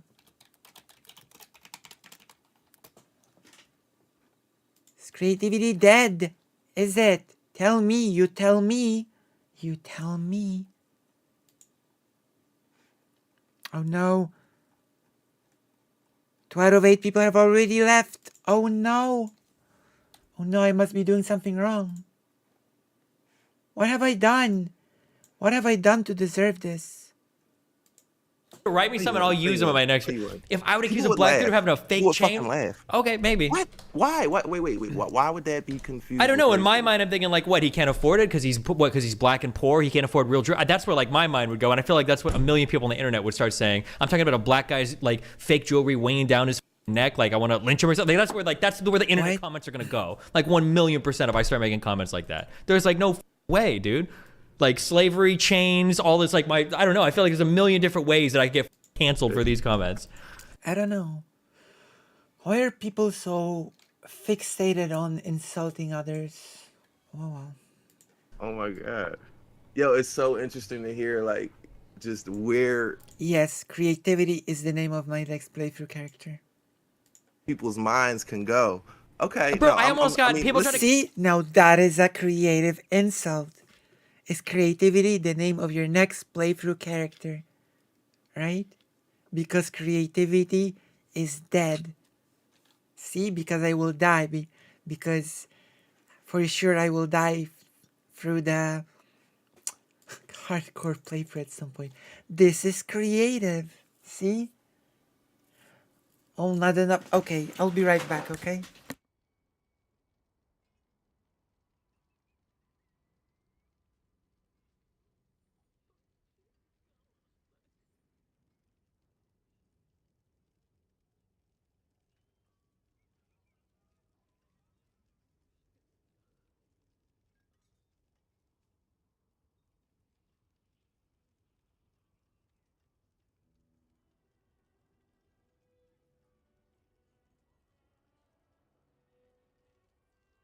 Here you go. I'm back. I'm back.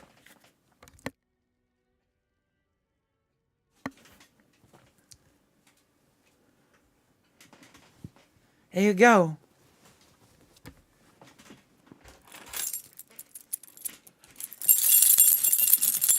Jiggling keys. There you go. Is my viewership gonna grow soon? I'm jiggling the keys. Where are the... A person is gone! It was 8 and now it's 7. I'm jiggling the keys. What's wrong? Oh my god, it's not working. It is not working.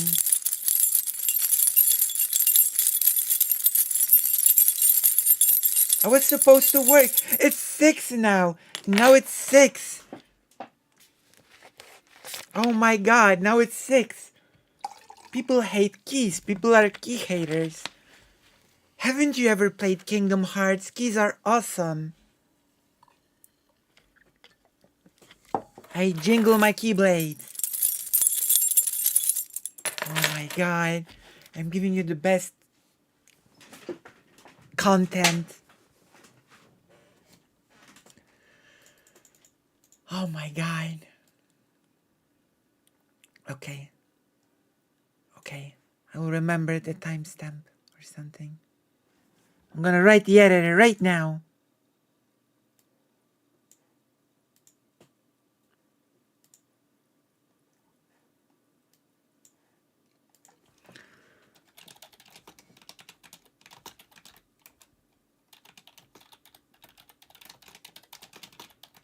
There you go. I think so, maybe. Antiki is essentially right wing. Our dictator knows. True. I know. 8 people, welcome to the stream. Welcome to the stream. Welcome, welcome. I hope you will stay. I jiggle the keys because it's the main attraction of today's stream. And Paul's. And Steven's racist takes. Canceled me for 2 days for saying legion of black people. Like legion was like a loaded word. A legion of doom. And I can't even through my like 50 million understandings of racism, even I can't connect that to like a Oh my god. Oh my god. Even here, no matter what the topic, it always ends up being about how smart Steven is. Steven, even with my 15 million understandings of what racism is. Okay. I guess Steven knows more about racism than 99% of people, as always, about everything. Steven and his 15 million understandings of what racism is. My gosh. racist comment. Me neither. Me neither. My best interpretation of that is that you said legion meaning like a whole bunch, and you were talking about two people. So they're like, "What do you mean legion when you're talking about two people?" Yeah. I don't think people were trying to equate the word legion with having something to do with like black people. Was that really a criticism? Like the actual meaning of the word. Wait, is that on my computer? It felt like people were Is that on my computer or Steven's? You were getting like the word. No, that was. Like black. Don't keep those noises in. Was that really a criticism you were getting? It freaked me out. I thought it was something on my computer, but no, it's Steven's. The word like black people equate the word. Literally. I don't think people were trying to equate the word legion with having something to do with like black people. Was that really a criticism you were getting? Like the word, like the actual meaning of the word legion? I don't know. It felt like people were bouncing back and forth between. They were trying to say it was over. Can't you leave the system sounds out of your stream? Generalization. Then they were trying to say it was a racist overgeneralization, and it sounded like they were trying to make it sound like it had to do with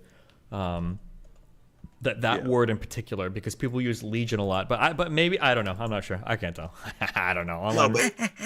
Online issues. No, it's interesting to hear your experience and your viewpoint, because what you just said. It's not that interesting, to be fair. It's not that interesting. About him, if you were to mention something about his chain, those thoughts never would have went through my head. But it's interesting to hear your perspective on it. This is you don't understand the oppression that white people have when it comes to being racist anymore, okay? Because we can be racist in ways we don't even know.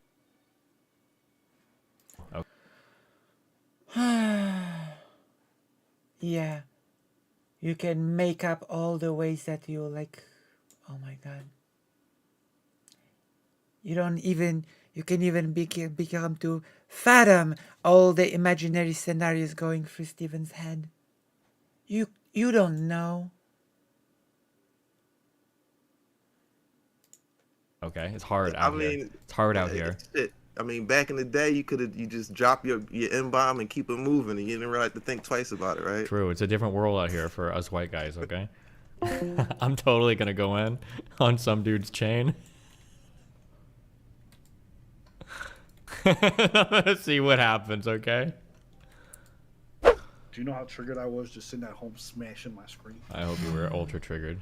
You really think that black folks are the ones you can't talk about, and then all of a sudden, people come down on you hard? You really think that?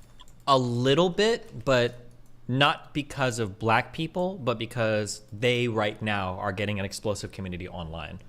Like, if I talk shit about, fucking Mexicans or Asian people, they don't really have the same online presence or communities as, What? Well, if you said something about Muslims or Arabs. No. Muslims, those motherfuckers are crazy too. They will. They come at you. Not even a comparison, bro. I made a mild criticism of some Arab states and the way that they treat their mates. Well documented. Bro, I got death threats. I got people telling they're gonna cut off my head.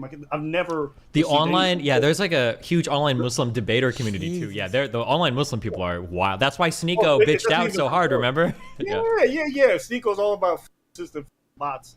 And the moment the Muslims came from, he said, "MashaAllah, it's haram to say anything about Allah." Oh yeah, true. I love the Bible, but the Quran is kind of cool. You know what I mean? He got cut so hard. I still have that image of the Muslim man his values. I'm never getting canceled by a conservative online. They have no power on the internet anymore. But my whole career. Most black women, if you ask. I see.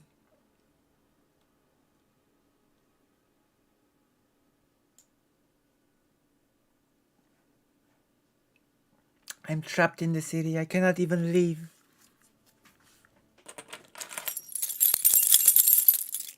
Let's go. Next video.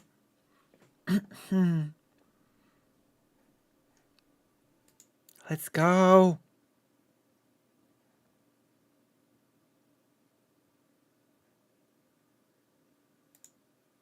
Okay, gentlemen, y'all ready? Here we go. I'm not ready yet.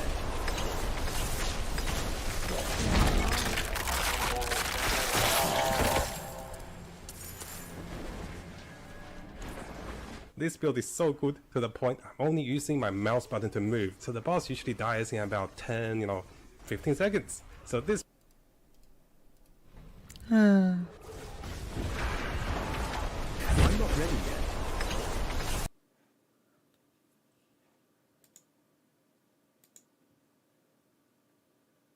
Champ is in trouble.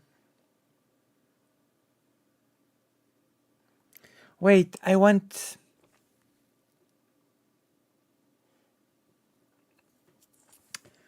to find a nice video. Let me see.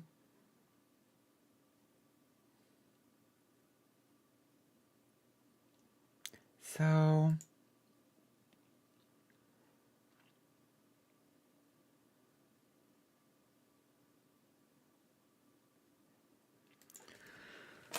oh my gosh, Destiny. This is always prime content. There you go. Destiny, Mr. Girl. But something new.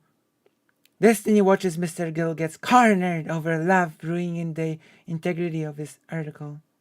There we go. Another brilliant Steven moment. Ruined by the buffering.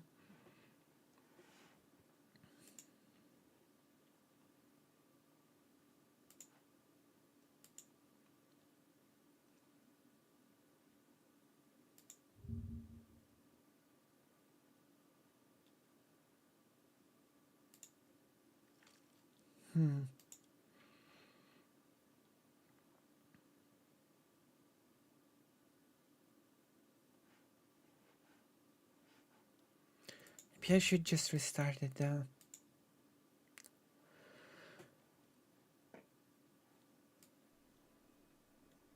Oh, I'm gonna be honest. I find Asmongold annoying. Write in the chat why. I wanna know. I wanna know everything. Asmongold has like hundreds of thousands of viewers and I've got 8. Like, maybe if you're not annoying, then you're boring or something. Wait. Maybe you're boring if you're not annoying. Have you considered that maybe in order not to be boring, you have to be annoying?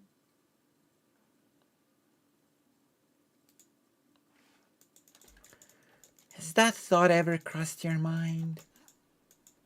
I need time to prepare that.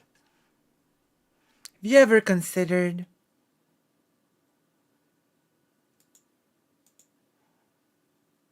the repercussions of your actions?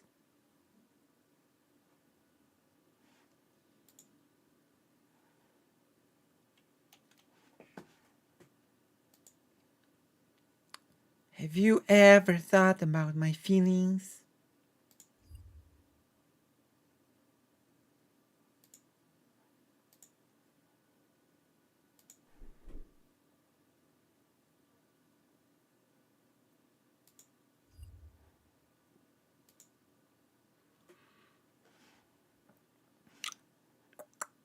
Lav is indefensible. She's a pretty...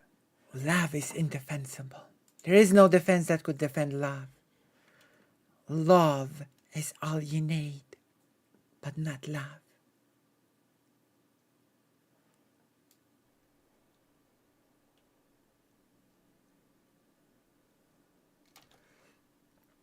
He's too aggro. Oh, but I'm aggro. I'm more aggro than any streamer. What do you mean he's too aggro? What about me? Am I not aggro? So you're saying that I would be much more popular and successful if I became more aggro. Thank you for the what do you say, tips and tricks. Gulp. Aggressively drinking cola. I'm aggressively drinking my drink. Disgusting fucking person.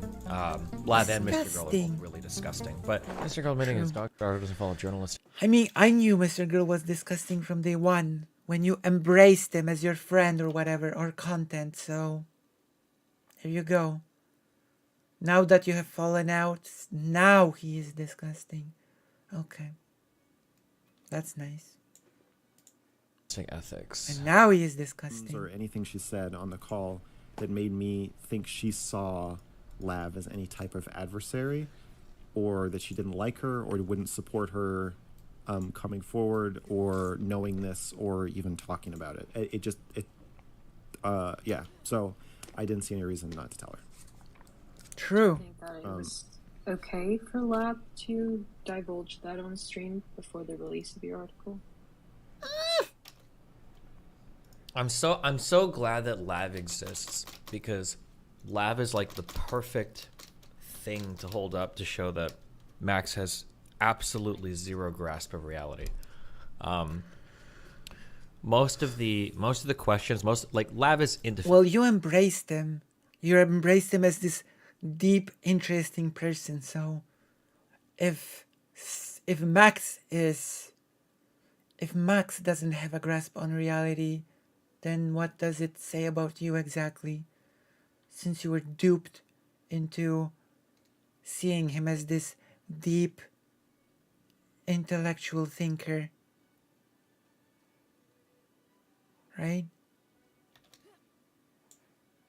Sensible. She's a pretty disgusting fucking person. Lav and Mr. Girl are both really disgusting, but Max is disgusting out of this sense of like saviordom and like save the world and like this narcissistic weird like personality disorder. Lav is disgusting and this like childlike, I need attention and I want everybody to like me. And damn, I bet Steven knows more about psychology than 99% of people. I bet Steven can diagnose people better than trained professionals. Right? If Steven wanted, he could just hang up being a streamer and he could just become a psychologist instead. I'm going to talk shit about everybody in a very selfish kind of sense. True. Right? It's two different types of disgusting. But an objective, like, can I say purveyor of situations? Purveyor. That's a word, right? Purveyor. A surveyor of they should go after Chud. The situation. Who the fuck browses with Opera? Would like very easily be able to say that like, yeah, Lav is doing fucking disgusting shit, or Lav shouldn't be doing this, or Lav is like obviously really fucked up. But every time he's asked any question about her, again, because I think so much of his article, because so much of his article probably is hinging on Lav's story, he has to defend every single thing she does. I mean, wouldn't that kick me out of the game just? Wait, did it end? Wait, is the beta already over? Does anybody know if the beta's... Isn't the beta still sort of going?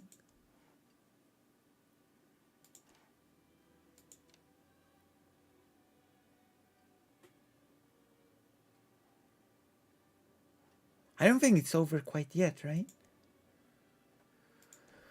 I know it ends today, but is it actually already over?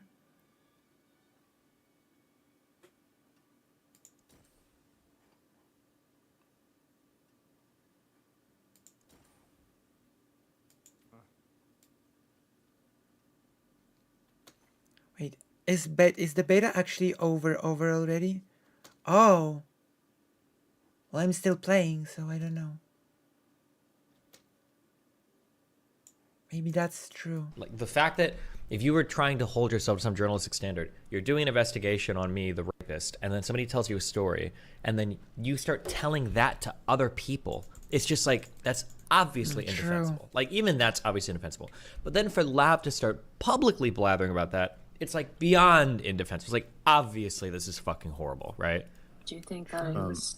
But the fact that he has to stop and think, like, well, how can I defend this person is like the most important. How can I defend the credibility of the person is like the most important? It's like so obviously bad faith. Okay for Lab to divulge that on stream before the release of your article?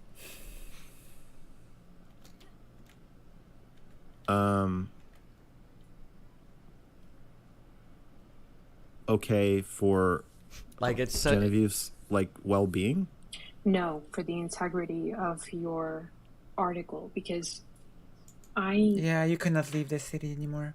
I think that I just cannot that leave the city may anymore. have, or that's one of the things that I think may have compromised the journalistic integrity of the article, is having a subject of the article release information that was supposed to be in the article about another person prior to the article even being out and released.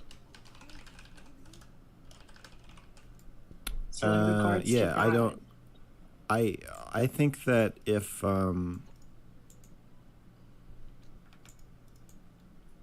don't know what integrity you're referring to. Like you're saying, true. What? Yeah, true. He has no integrity. True. Out and released. But then again, Steven's integrity matches Mr. Girl's, because once again, Steven embraced Mr. Girl when it was convenient, and now he doesn't anymore. So, like, whatever.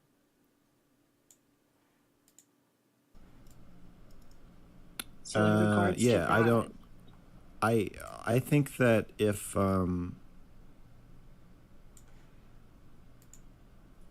I don't know what. Out of everything you've done online, is the lab stuff even close to the angle Mr. Girl should be taking if he wants to poke holes in your content? No, I know. That's the thing. Is that like, and again, I'm not perfect, but Lav is like one of the people that I probably would. I think I would use Lav as like a model. Oh, you're not perfect. You could have fooled us. Could have fooled us.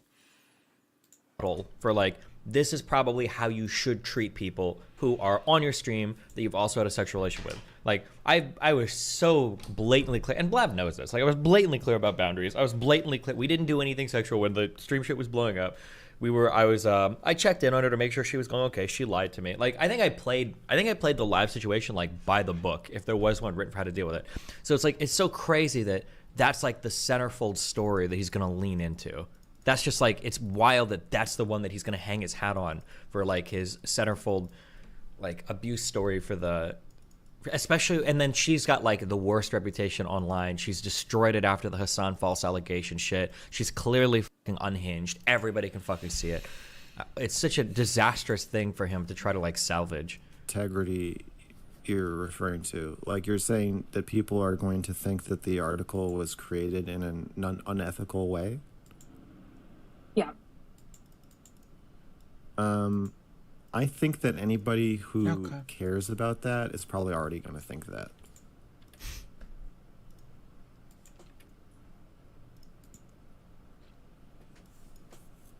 And I think that I don't know. I guess I feel like people have made up their minds at this point. I don't. This is not a very interesting interview thing. I guess I just don't think that was unethical. I guess that I don't even know what you're asking me. Yes, there are people who are going to say that they thought that was very unethical and they were on board with the article until they heard that. There are also endless concern trolls just making stuff up about how they feel and what they think. So I have no idea. We will never know what anybody thinks of that because everyone is lying all the time. True. Everybody but me. True. Everything, everywhere, all at once. I wonder if the game will even allow me to start the game again. Or is the beta like over and... That's uninteresting. If the game will actually allow me to enter again.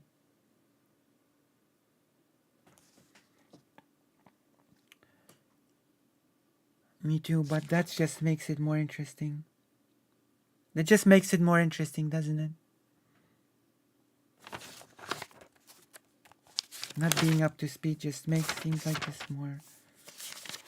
We are discovering like detectives. Okay, but just to be clear, you don't think that that's unethical?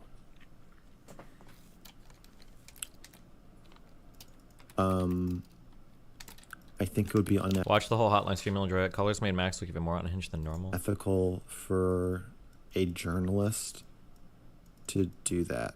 I think if I am an abuse victim writing an article about my own abuse, But it's not about your own abuse, right? It's about you being a creepy rapist, like fucking harasser, reaching out to every fucking person that's ever been on my stream and ever will be on my stream, saying that I'm an abuser, right? It's not just your article. I mean, you embrace that abuser, so like whatever.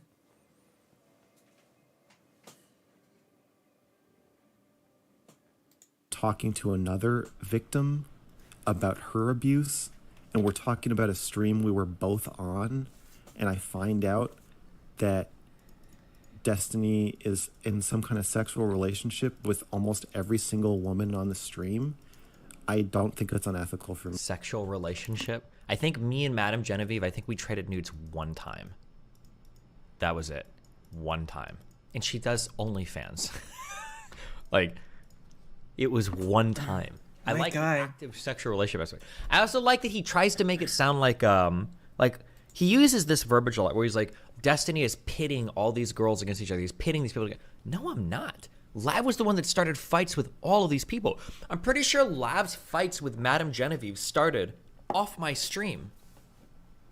I think somebody can correct me wrong. I'd have to go back and timeline it. I should know. But I'm pretty sure that Lav started shitting on Madame Genevieve on Chud Logic or something. It was some other stream where they started fighting. I'm not pitting these people. I'm not telling anybody to fight anybody ever. Lav was like fighting everybody on her own. She was like so fucking aggressive because of her positions on sex work. For me to tell her given the situation. I think if I were just a journalist and not one of the victims and or anything she said on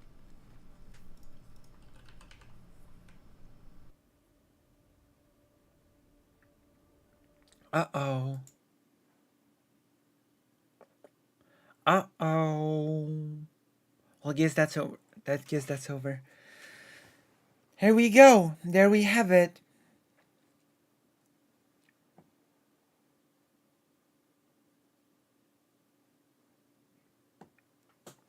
So is Mr. Last interviewing someone who's claiming the thing is a perv and Destiny's trying to shut the narrative down? Yeah, basically. Chud Logic. Every road leads to Chud Logic.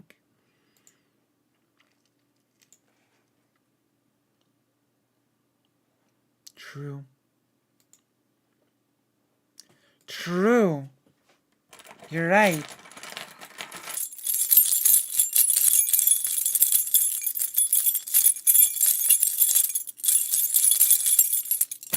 Next game.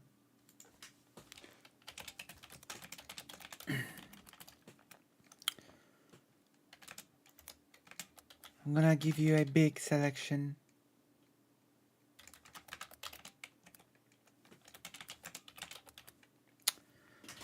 Let me see. Let me think. Let me think. Please. Let me think. What games do I have?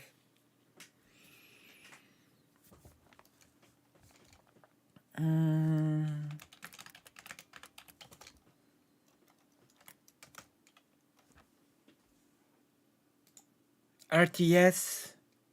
What else? What else? What else? Please let me think. What else have I got for you?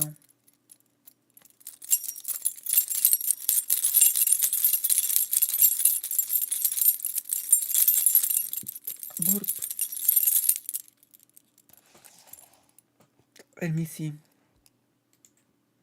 The library. Let me see my library.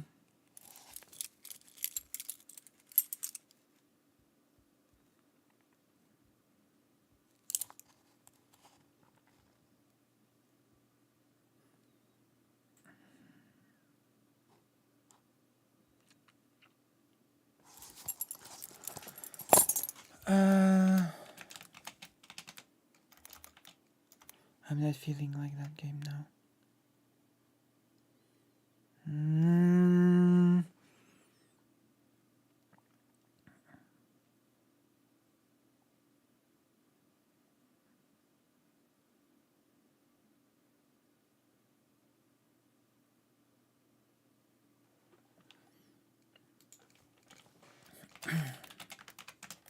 There you go.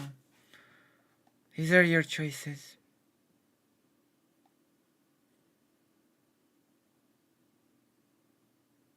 Why do you hate the keys? Why do you hate the key jiggling? How can you hate the sound of jiggling keys?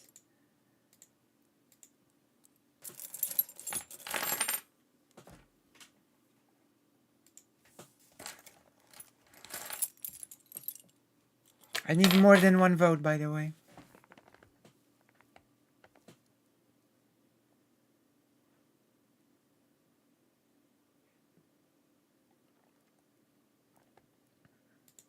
Here we go. Yes, Blizzard has been very busy today responding to the community about what's coming up next. Plus, oh, look how slow the damage is on Barbarian. Not as good as Sorcerer. Not even close. Some new updates just went live server side. What has changed? Well, we're going to talk about that in a moment. Also, some notable concerns from the community about repetitive dungeon design, area scaling seems to be a bit off, and much more. And remember, I'm doing a big PS5, Xbox Series X, and Nintendo Switch giveaway. That's boring.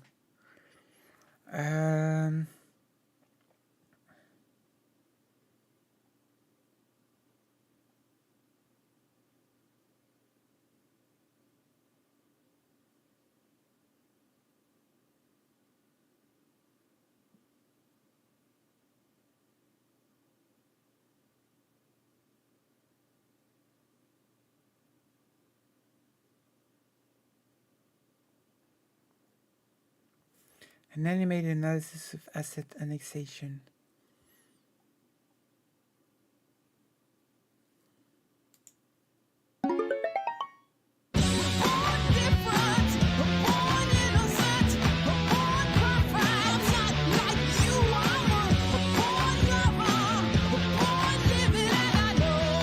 You all want Daggerfall, huh?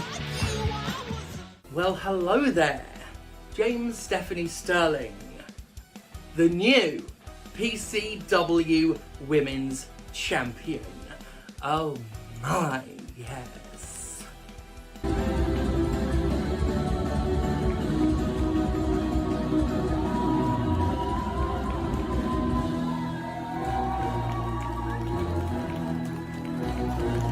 For those of you who give a shit, all 5 of you, about my wrestling career beyond these videos, I think it's safe to say that Saturday night was a very good night indeed. Now, I know some of you may be wondering, Stephanie, how can a non-binary wrestler be the women's champion? In fact, some big brain on Twitter called me a mentally ill hypocrite for it, as if a wrestling championship is a gender recognition certificate. Well, I am thrilled to be able to answer your question with one simple message, a lesson that you all should have learned by now. The NBiz can have whatever they want. But we're not here to talk about how great I am, so sit down and enjoy another fantastic... There you go. Yum, yum, yum, yum, yum. What's in the belligerent beak of the discourse duck this week? Wouldn't you like to know, you absolute fuck spanners? Let's reach inside and see. Duck! Why, look at what we've pulled up. It's a controversy involving Elden Ring, Epic Games, AI artwork, and accusations of intellectual property theft. Now that's a winning combination. Well, I mean, not for anyone involved. Recently, an independent game studio was accused of ripping off From Software's work, specifically a series of character animations from the smash hit Elden Ring. Don't know if you've heard of it. Given that game's immense popularity and the sheer obsession with which some of its fans dissect every facet to know it with the intimacy of a midnight lover, you'd almost have to respect the developers of Bleak Faith for the sheer audacity in trying to pass off Elden Ring assets as their own. Except that's not quite what happened, at least according to the accused. In fact, it would appear that Epic Games, through dereliction of its responsibility as a storefront owner, may be the negligent villain of the piece. Oh, the devs, Archangel Studio, have also been accused of being woke! And frankly, I'm not even gonna look into that fucking nonsense because I'm sick of the word and the imbecilic crybabies who apply it to anything that offends their regressive sensibilities. Fucking twerps. Let's start at the start. That sounds like a good starting point. Bleak Faith Forsaken is a fucking miserable Souls-like, because if there's one thing the games market needs, it's fucking miserable Souls-likes. There just ain't enough of them. Released on March 10th, Bleak Faith Forsaken was faithfully forsaking its bleakness until the grim spectre of controversy, the least desirable of all grim spectres, came a knocking at the door. Fucking hate when that grim spectre shows up. True. Why can't I ever get the grim spectre of, like, roast chicken? Bleak Faith Meme stolen. attention when side-by-side comparisons between it and Elden Ring seem to show identical character animations. The evidence is indeed pretty damn damning. This evidence was shared by the creator of DS Anim, an animation-based modding tool for Dark Souls, who condemned the use of said tool for commercial work. Bleak Faith Forspoken is 100% using animations ripped directly one-to-one from Elden Ring, they said. And I said Bleak Faith Forspoken instead of Forsaken. Fucking knew I'd end up doing that before the end of the recording. No, wait a minute, they did it! Oh my god, who did what? Wait.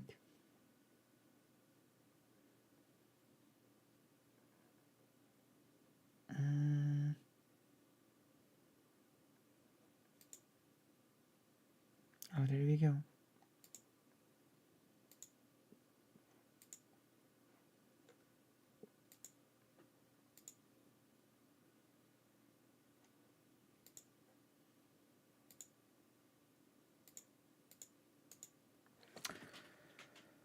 Oh my gosh.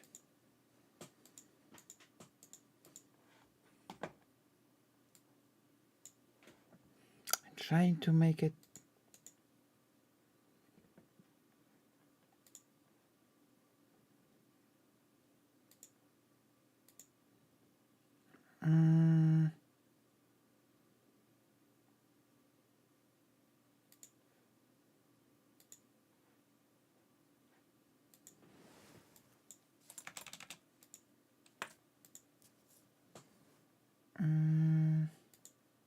There you go. We've done it.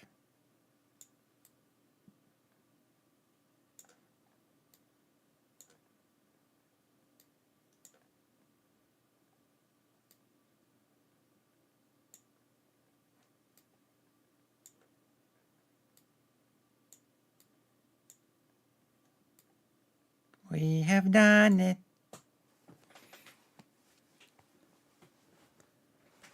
True. It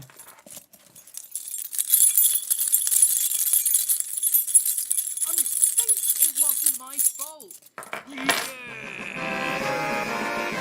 I do not condone people using my DS Anim Studio software to aid in exporting animations to include in commercial products or sell them on Epic Games Store. Things looked bleak, but the accused had faith they could argue their case before being forsaken.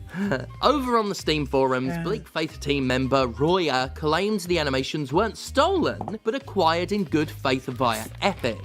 Any animations not made in-house are from the Epic Marketplace and have been up there for years, rigged to an Epic skeleton, Roya argued. We've heard this comment before, but you can buy the animations yourself if you want, as they are publicly available and have been for a long time. Any other question or concern should be taken up with Epic themselves. I just really like the term Epic Skeleton. I'll show you some Epic Skeletons.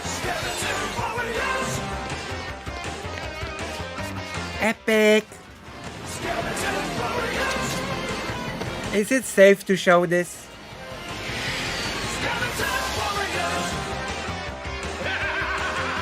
Despite the emphatic claim of innocence, Archangel Studios did pledge to rework any animations that shouldn't have been distributed for commercial use. Along the way, the 3-person dev team faced a backlash over its use of Skyrim, Morrowind, Hammerfall. images. They quickly addressed that issue with new artwork. To skip ahead a bit to the overall conclusion of this affair, the animations found to be identical to Elden Ring's are being pulled and replaced. All taken at face value, I really rather feel for Archangel here. I want to say that despite coining the now widespread and sometimes misused phrase asset flip, I have... Dark elves hail from the province of Morrowind. You are a part of a tall, dark-skinned people known to be extremely strong, intelligent, and quick. They're extremely versatile. Wait! This game has nudity. Can I even stream it?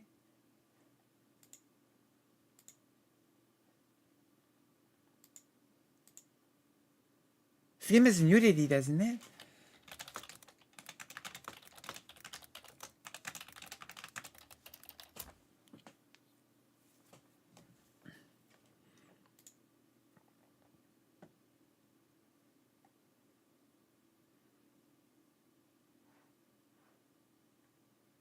Let's go, Paul. I have no problem with games using made assets provided the work is transformed not safe. in some way. I make liberal use of stock images on this very show. This has nudity in it.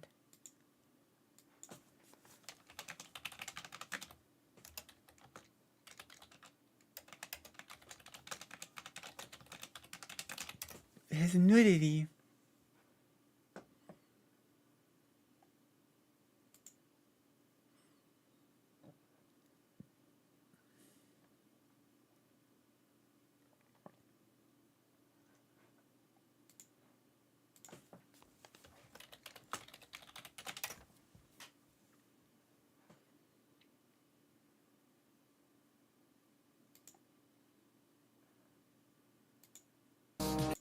Merchant drop frames.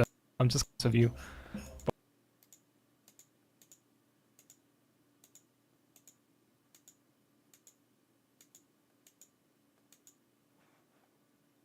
This game has nudity in it.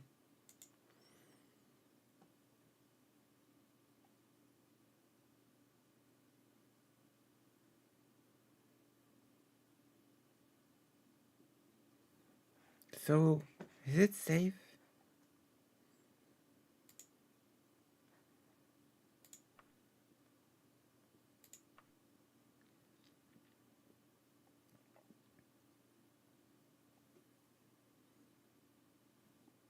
Oh well.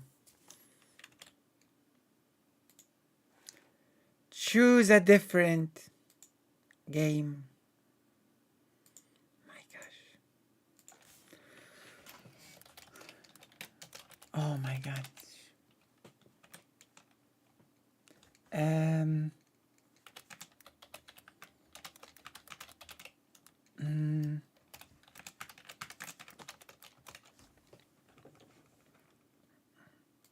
What else do I have on Steam?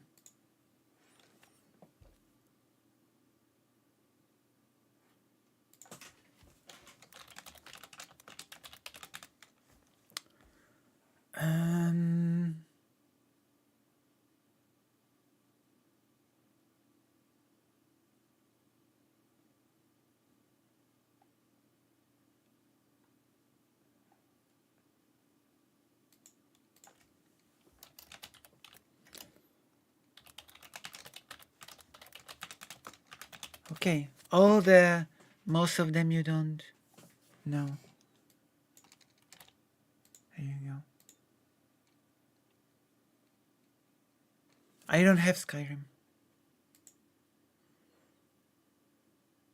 For example, but the application of that imagery is utilized to illustrate and visually enhance the original work I've done. A true asset flip is a game so devoid of originality it can't even be credited for the gameplay, let alone the art. These are games ripped wholesale from an asset store, renamed, and sold with zero effort but a fuck ton of audacity. See the sheer volume of con merchants, for example, who've tried to resell Unit Z. It makes I have sense played for a Darkstalkers. 3-person dev team to fill gaps in their creative ability, budget, or whatever, and purchasing assets for that purpose is the right thing to do. However, I'm gonna rage and scream if you just do another, you know, tiebreaker, tie thing.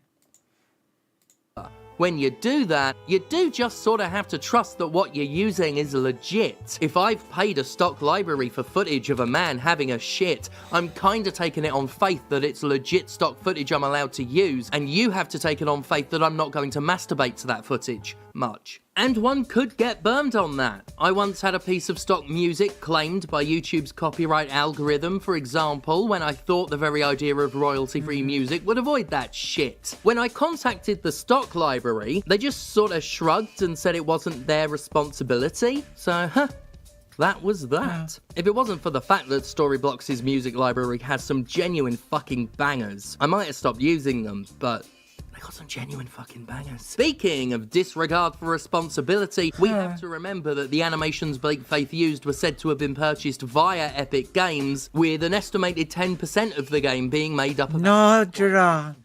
Valkyrie. Certainly had a role to play in all this. We're gonna make wait a bit, and then we're gonna play again. As a 3-person studio, it was a vital resource to utilize throughout. I'm just gonna tell you the trivia that there are characters in Valkyrie Profile that are voiced by a trans woman.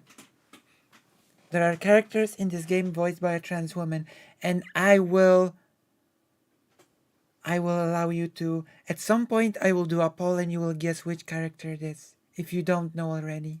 A 4-year development, explained Archangel when it pledged to replace the animations. The assets in question were purchased from the Epic Marketplace in good faith, and with the understanding that Epic went through the proper vetting and review process before listing them for sale. Whatever that vetting process might be, Epic Games has denied doing anything other than its due diligence, with the implication that any diligence on its part isn't actually due. Pursuant to the Marketplace distribution agreement, each Marketplace seller represents and warrants to Epic that they have appropriate rights to upload their content. Epic shrugged. As with any store that hosts third-party content, however, Epic is not in a position to independently verify such rights, and Epic makes no such guarantee to purchasers of the content. Epic has basically passed the buck with a cry of caveat emptor, and that's, well, kinda shitty, really. You can blame third parties all you want, but if you're taking a cut of a sale made off the back of your store's apparent reputation, I think it's quite reasonable for any customer to trust that your wares aren't stolen goods. There should be vetting.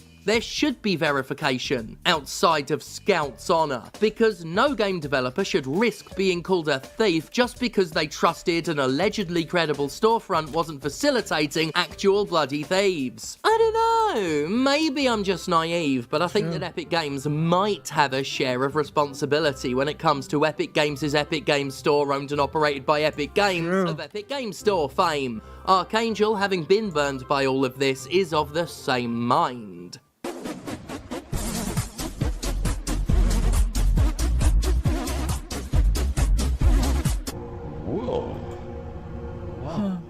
Asset theft has a long and inglorious history. One day I want to do a deep dive on the first such situation I ever covered in my career, the incredible case of Limbo of the Lost. That bird up there is really annoying. Raven, he never stopped.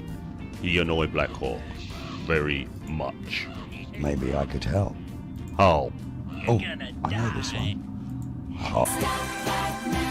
A point-and-click adventure game of exceptionally poor quality. This bizarrely written and confusingly acted collection of disjointed scenarios was released in the heady days of 2007. Back then, I lived in Eltham with a man whose hobbies included eating cat food and filing spurious lawsuits. He collected hats, his favourite being a World War II Luftwaffe cap with an SS logo affixed to it. I discovered this hat when I had my friend visiting from America for the weekend. My gay, black, Jewish friend. He was afraid. Yeah, this landlord of mine was the same guy who once turned off all the lights in the house and started calling my name while walking up the stairs toward me with a flashlight. He then bade me turn the landing lights on to reveal him stood there wearing a straw hat and a skin-tight wetsuit. He looked at me, shrugged, and said, "I'm kinky," and then turned and walked away. What the? I was afraid. God, and he used to wipe his toothpaste-covered mouth on my towels. Oh yeah, and he'd fucking fill my computer full of viruses when I went away for the weekend because he'd use it to look at porn. I've legitimately only just remembered that one. I know all landlords are bastards, but some of them take it to a whole new Luftwaffe cap-wearing level. What were we talking about? Oh yeah, Limbo of the Lost. Limbo of the Lost is amazing for all the wrong reasons. The vocal performances are so committed to matching the grotesquerie of the character designs that they are quite genuinely disgusting and frequently border on indecipherable. Oh, hello. I didn't see you up there. How much you do got me stuck up here like this? Get any idea how long I've been hanging around in this old digital cage? Well, of course you haven't jumped in here, but I really, it's like day after day, night after night. What the? Well, of course, I do try to. The visuals are equally sickening, with some of the most unappealing, least well-animated, repellent fucking freaks in game history. You can't interact with anything without having to hear a loud, awful fucking electrical sound effect. Nice room, though. Shame you're immortal, Briggsy, me lad. Oh my god. I love it. I hate it. And the protagonist's twisted journey through Limbo ends with a complete fucking surrender of narrative sense when the game's entire cast throws him a surprise party and sings a song that has to be heard to be believed. And you bet your grundle I'm gonna make a believer of you now. What's going on? Oh my god. I can't see a thing.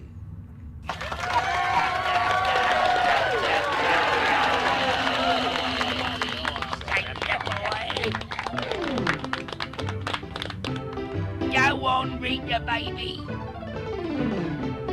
What the? Sounds really groovy. I tell you what, let's sing. Oh my god. See Briggs safe and sound. After all he's been around, and in my view, Oh my god. the king of Limbo. Well, he's had his ups and he's had his downs. He's had his smiles and he's had his frowns. But I still say he should be crowned the king of Limbo. Limbo. We should be playing this on stream. What more can a poor boy say? But I could use your help in any way. Anyway, Limbo of the Lost shot to infamy when it was discovered the game was littered with plagiarized content. It all started with a Game Plasma article revealing backgrounds that had been liberally ripped from Oblivion. This drew scrutiny that led to the discovery of further pilfering, Black and White 2, Sea Dogs, Thief, and even World of Warcraft. Remember how I mentioned the audacity of ripping off Elden Ring is almost worth admiring? Limbo of the Lost is the audacity. The 4 years. They present you here. You must be of big importance for them to not pull up. But Eric will lose you. You just wait and see. The punishment was swift and brutal. Publisher Trisynergy denied all knowledge of the plagiarism and the game was pulled. The developer, Majestic Studios, would continue its audacious streak by also denying knowledge of plagiarism in the very game it made, blaming sources external to the development team. To the best of our knowledge, Majestic claimed, no one at Majestic, G2 Games or Trisynergy Inc. knew about this infringement and knowingly played any part in it. Uh-oh. Fucking incredible, really. The front on that is beautiful. Not as beautiful God. as the front on that, but what is? That front was also apparently a blatant lie, considering that Majestic's Tim Croucher and Lawrence Francis quit shortly after, citing the behaviour of certain members of the Majestic Studios team. The rest of their statement consisted of pure, carefully written protests of innocence. If it were me, I would turn to drink. What the? I think he should be the King of Limbo. Yeah. Limbo of the Lost has been a personal fascination since the controversy first broke. I've tried here and there to dig for modern day info on it over the years, but tracking down people involved with it is difficult as fuck. I recall speaking to a composer about it once, but sadly have no record of the conversation. I've chatted with game resellers who had tons of copies, followed a lead to THQ Nordic that turned out to be a dead end. In 2018, I thought I had something. I got a comment from someone at Tri-Synergy. Well, I'll let the comment speak for itself. Unfortunately, as I'm sure you know, this game was a disaster, they said. Yes, we signed on to be a publisher, however, we never shipped the product. I think it's best to let sleeping dogs lie. I mean, I would, but lying was part of the problem. Yeah, it's cool. I'm sure one day someone with better connections or investigative acumen will be able to produce the documentary I wish I'd been able to. Limbo of the Lost is a truly compelling story, and I feel there's so much of it that remains untold. Of course, one can hardly blame Tri-Synergy or anybody else who was involved for not exactly wanting that muck raked up. Perhaps the dog should indeed lie. But for the rest of my life, I don't think I'm ever going to forget about it. I've got so many burning questions, chief among them being why? How? Why? Limbo of the Lost situation is, obviously, not bleak fates. And in all honesty, I had nothing major to demonstrate by contrasting the two, outside of thinking this was a pretty damn good excuse to bring up a classic bit of video game bollocks. Well, I suppose the two stories do show a universal truth when it comes to asset reproduction. What? Any and all instances will be found out. It's only a matter of time, and it takes very little time at all. Like so many corporations who want to take their cut of the money without any cut of the accountability, Epic is relying on others to do that finding out, and to do so at the very literal expense of game developers. Arcane Shop is the dev that got fucked over this time, but it could have been anyone, really. Could have been me. The response is not satisfactory for us, and so we have taken the decision to replace the assets purchased from the store over the next several days. True. Some changes we included in the recent patches, and more are coming in the next few days. Certainly, this has been a huge lesson for us, and hopefully other indie creators out there too, that assets on these storefronts seemingly cannot be purchased in good faith. By all accounts, the devs in this situation did the best they could. They did the right thing, they went through the proper channels, and they still got fucked. Having your reputation dirted for doing the right thing is pretty bloody horrible, and people make up their minds right quick online. Epic may think it has no responsibility to its customers, but when you're providing assets for use in commercial work, and that provision could lead to a developer's entire career getting battered to all fuck, I really don't think it's satisfactory to put the onus on the victim. Plagiarism, especially plagiarism of well-known work, is stupid. To copy something word for word or reuse without alteration a piece of art is beyond foolish, because you're literally publishing evidence of your theft that can be verified at a literal glance. That's what plagiarized work is. It becomes incrimination the moment you slap your name on it, and it's an incrimination made all the more moronic by the very fact you slapped your fucking name on it. I've had people try to accuse me of plagiarism before. It's always been spurious as fuck and quite pathetic to boot. Like what? It was infuriating nonetheless.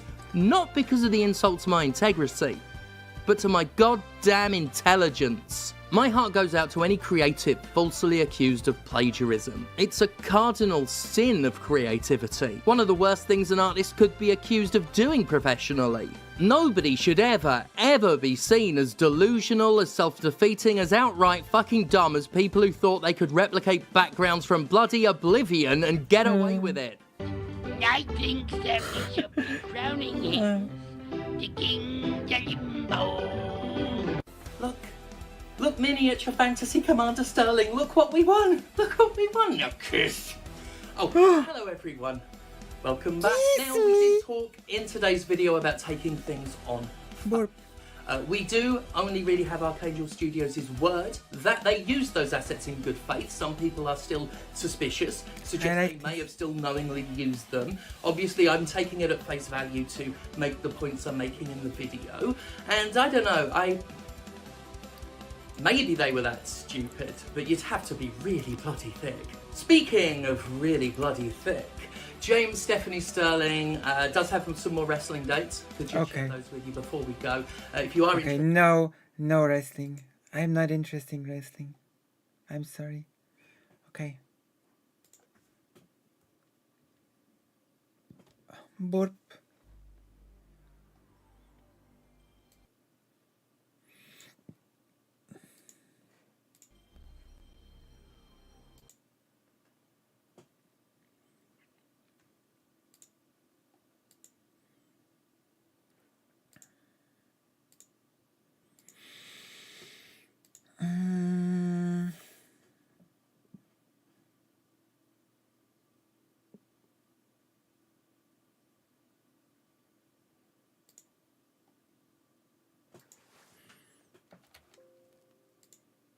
We are adding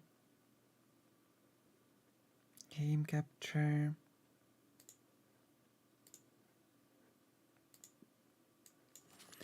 Valkyrie.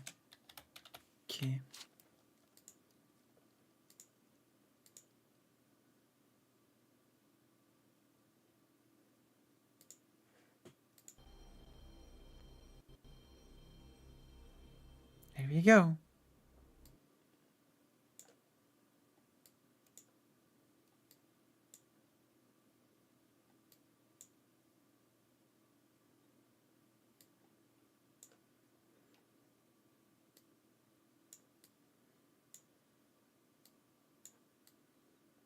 Also, we might as well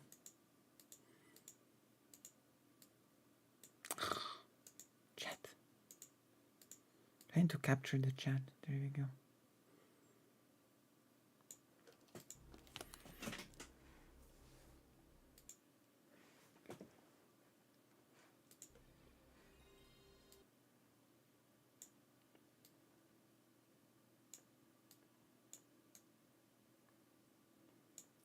First going to see the prologue, right?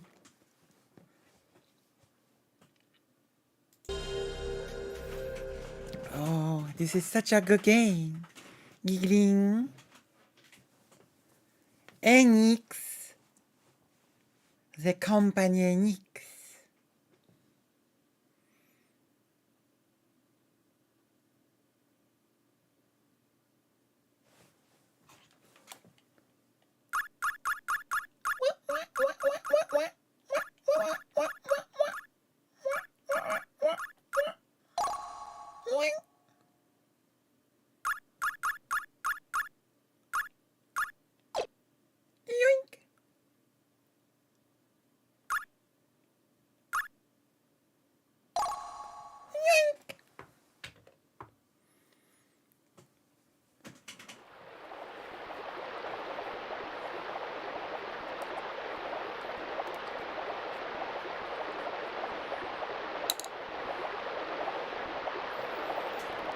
A 3-ace creation. I must hurry. I don't want to get scolded by Mother again.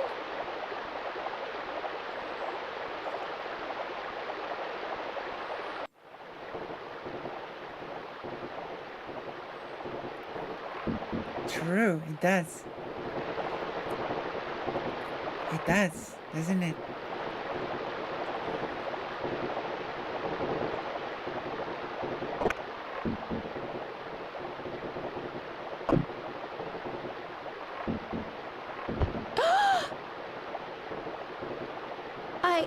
I'm so sorry. Your clothes, are they?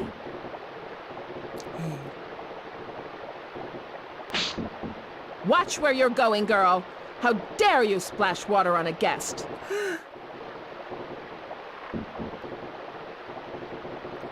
forgive me.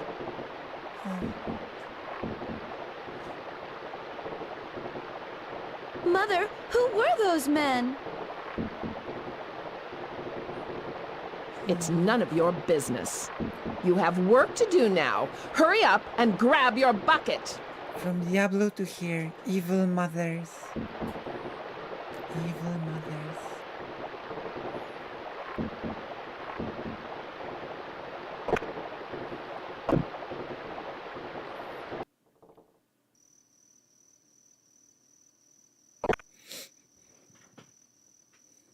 Lucian? What's going on? Do you know what time it is? True. More bad mothers. Be quiet.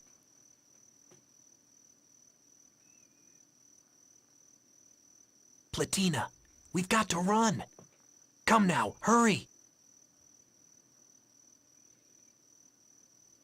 What are you talking about, Lucian? Listen to me. Your mother and father, they've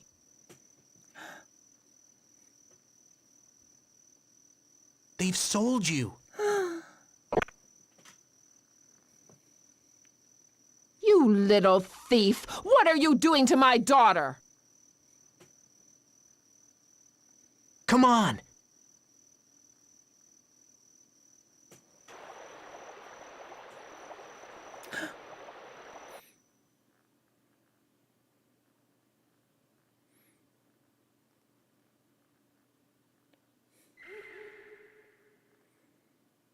Lucian, I want to go home. How can you say that?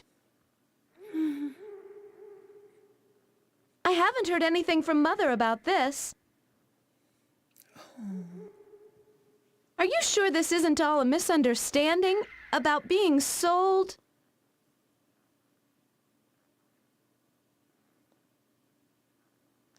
She must be so worried about me right now.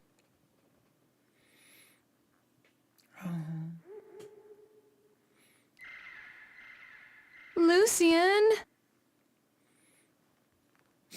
So sad. Such a sad You've seen the story. Men in Black, haven't you?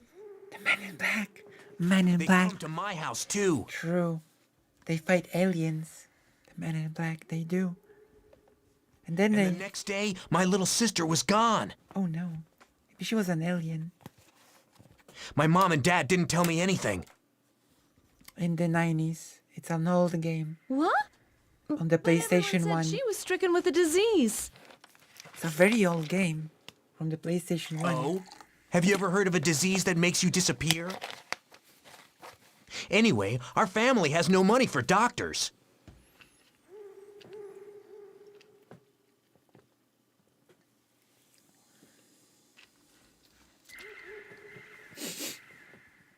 This is an old game. I just don't want to lose you. Lucian. Hello. Then let's run away. Far away. I'll go anywhere with you, Lucian.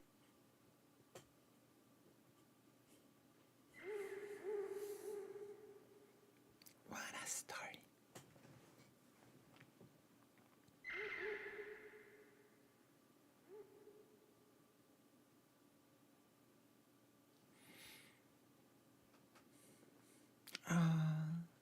What a story.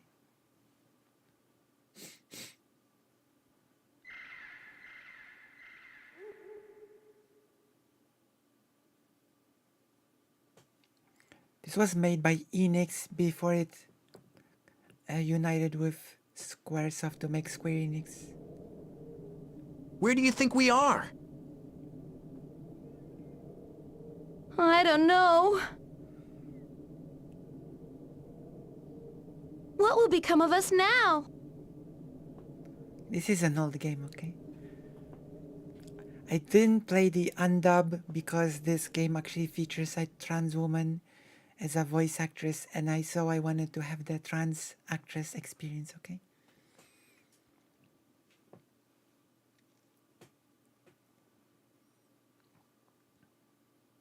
We could have played the undubbed, but the trans actress made me change my mind about playing the undubbed.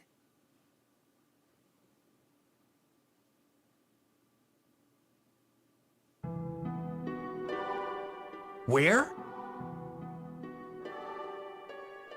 It's so beautiful. Do you think this might be heaven?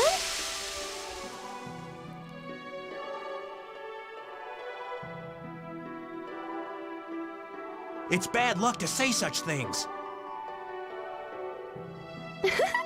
I'm sorry.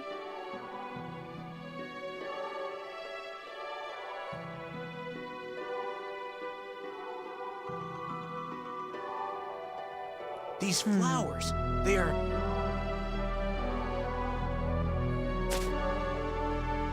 Platina, we've got to get out of here. These flowers, all of them, they're...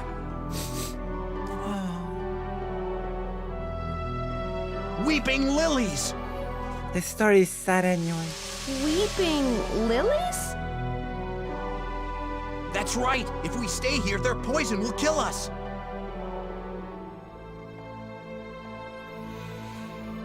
Platina!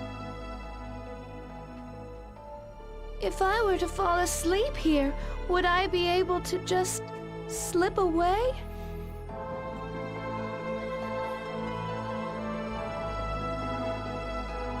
What? I can't stand it any longer, no matter how hard I've tried. Mother and Father have never treated me with kindness.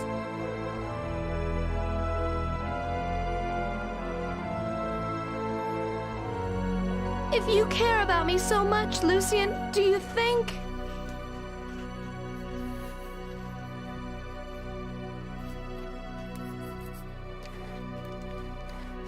Do you think we might be reborn?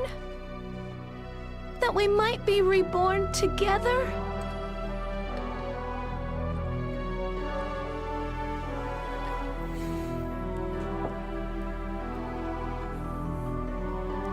I'm so glad to have known you, Lucian, but I have too many awful memories.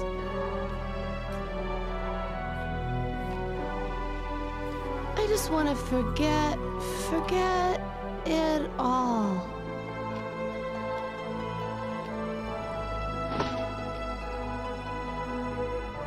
No! Wake up! I won't have it! You want to forget? Would you forget me too, Platina?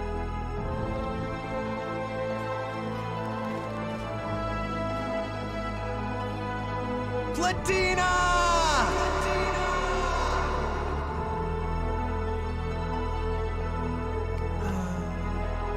Thank you, Jacob.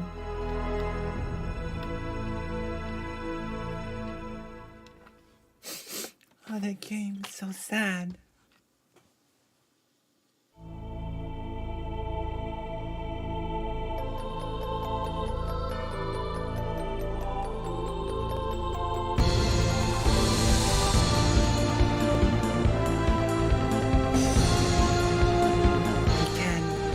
It's a ball stream, so we can.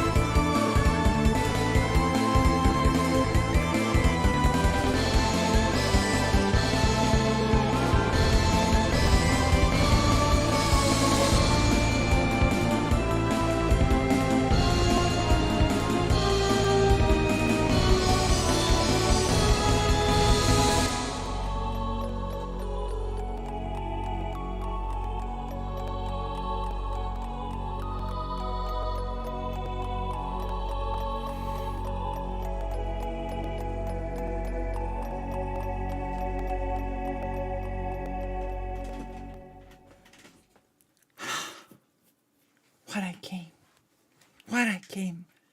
Are we ready? Oh, wait. Before we begin, the most important part of this stream's giggling. Forget about this, Paul. Now this is the Paul of your life. Okay?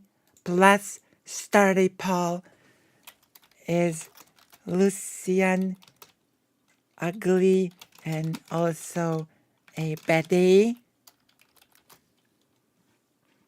Ask your community. Yay. Come on. And as you answer, I will start the new game. Okay? Lucian. New game. This is a very good game that was made by Enix before it merged with Squaresoft to form Square Enix.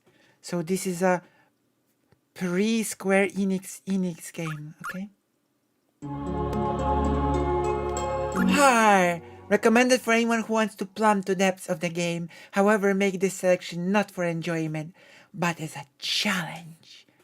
That's what we like. We hate enjoying ourselves. We hate enjoying ourselves. Enjoyment is for the weak. Enjoyment is for perverts. We want the challenge. This is a very good game. It's very pretty. As you can see, it's a good game. Giggling.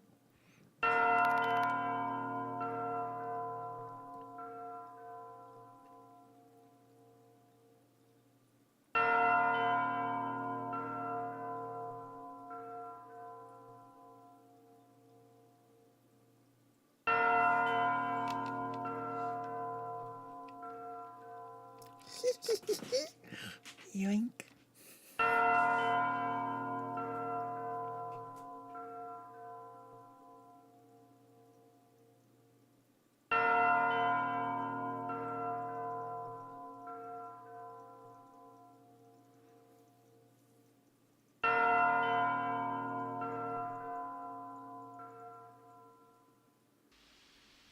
True.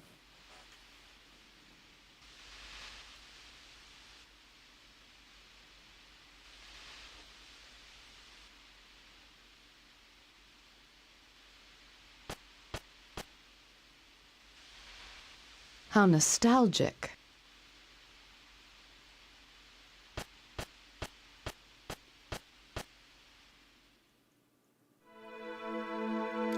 I really like this game.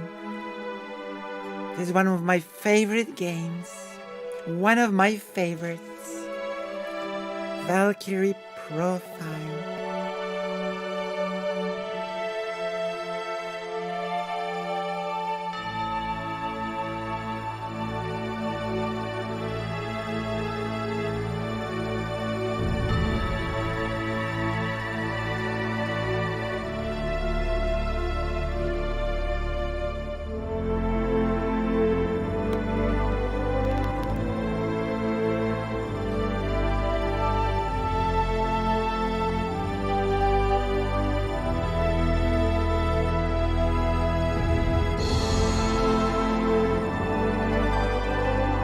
Motoi Sakuraba, a very famous composer for video games.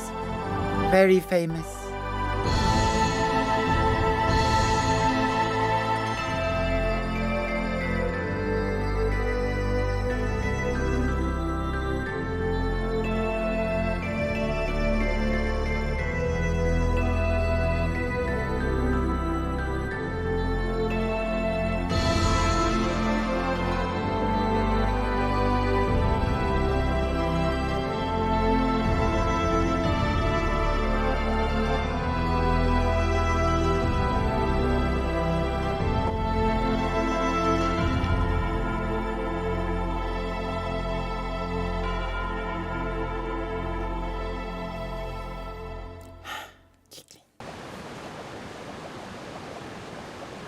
We can play now.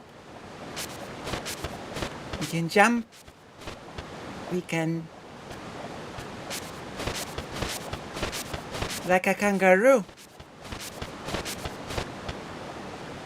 Welcome to Valhalla. You seem as if you're waiting for someone.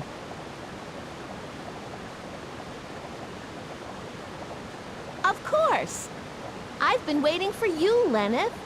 I've been waiting since my sister Freya told me you were coming back.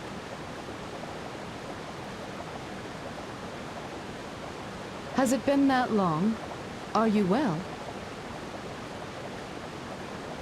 Yes! Awkward silence. Oh, Lord Odin is waiting for you within.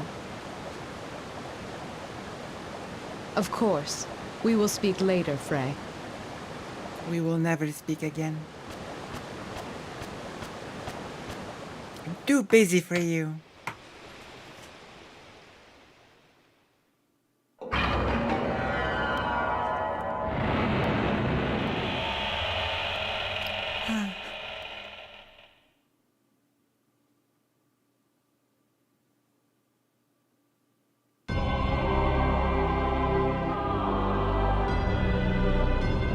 There's more to it than that.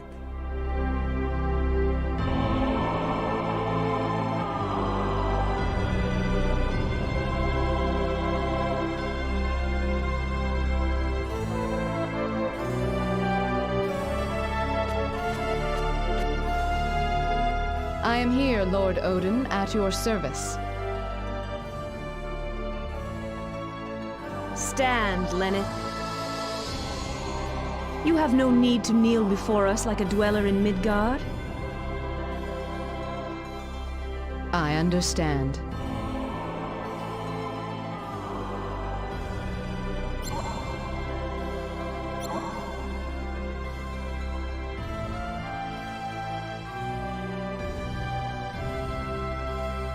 I rejoice to see you again.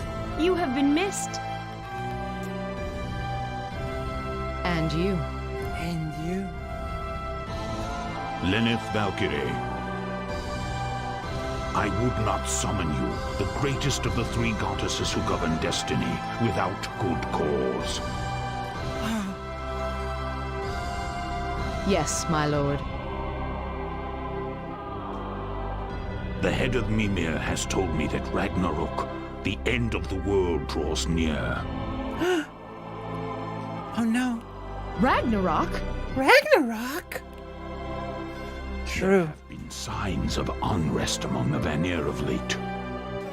Ragnarok? It seems that we, the Aesir, will not be able to avoid war with them. Turf wars. We require warriors.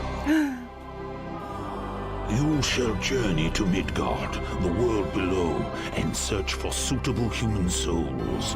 I see. It is my honor, Lord, to serve you. I True. expect great Turf wars. things from you. True. Very Butterwagon. Freya? Freya. Give her a new outfit.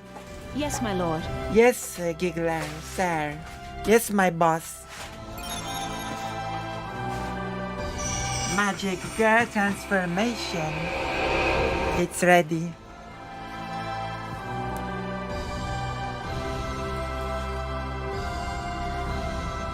I will join you on your journey down, but I must return before long. You have but recently awakened, and it would be unkind of me to send you alone. Alone? Be unkind of me to send you alone. True.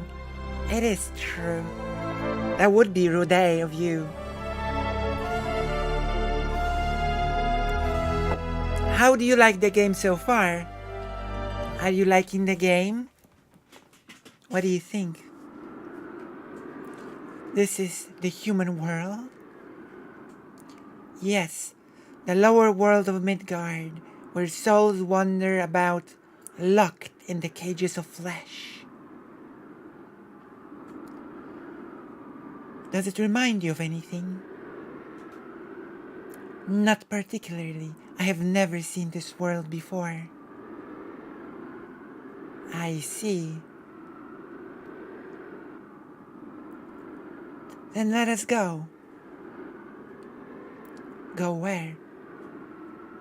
It is time for me to teach you about who you are and what your role is.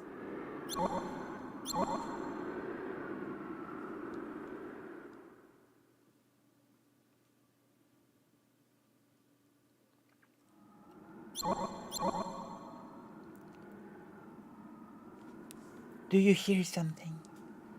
What do you mean? You have a power that is yours alone. Close your eyes and open your heart. Concentrate and listen. You will understand. Press start button to begin spiritual concentration.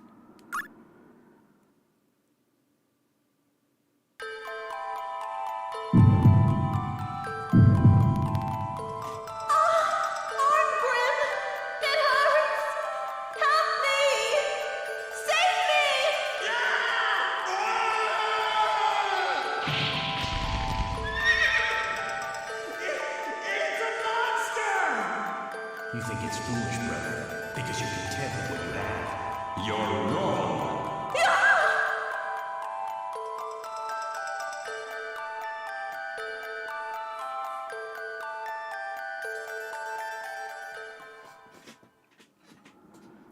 Yes. Do you hear it? What is this? That is your power. The power to hear the sorrow, anger, and hopes of humans near death. The power to hear their souls cry out. It is your task to take the souls of those chosen departed within yourself. I am to search among the souls of the departed for those worthy to become heroes. Yes, that is why. That is why what? Let us go. If we go even closer, you'll be able to synchronize your soul with theirs. Then you will understand more.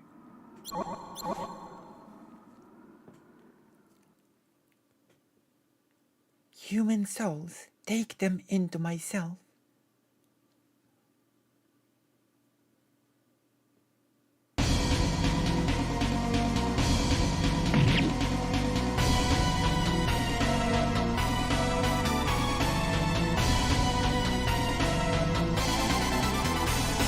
Arngrim, help them out, won't you?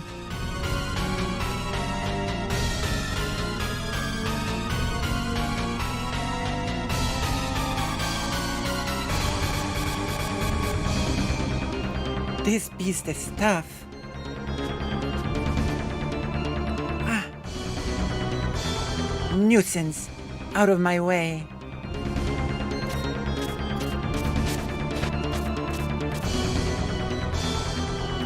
Let me assist you.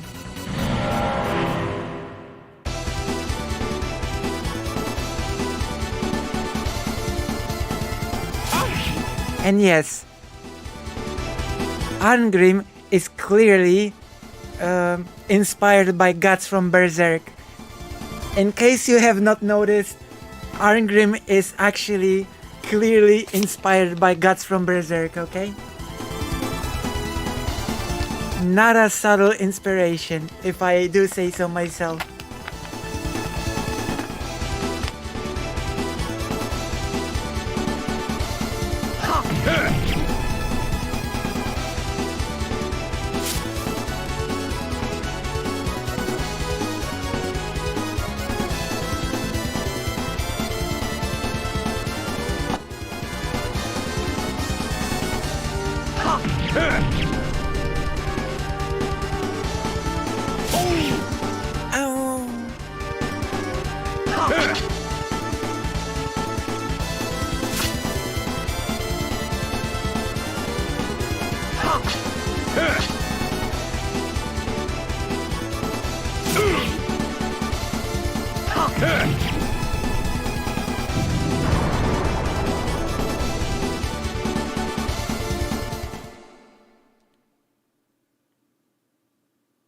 Yoink.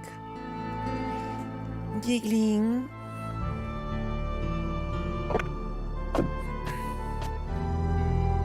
Welcome home, brother. Wow. Are you okay? Yeah, just sit down.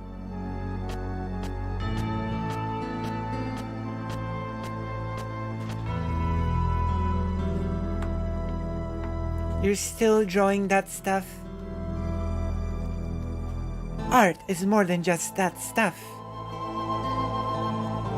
If you can't sell it, what's the point? I don't do it for money.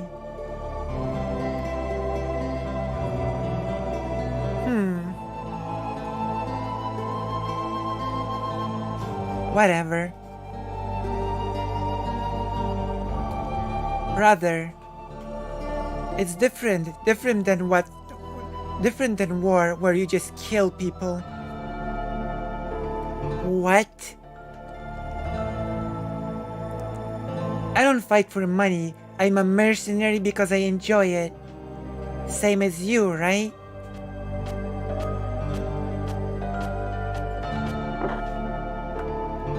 I don't give a damn about expressing myself or whatever.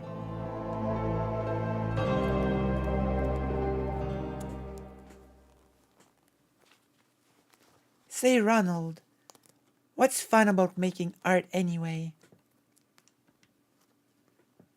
You think it's foolish, brother, because you're content with what you have.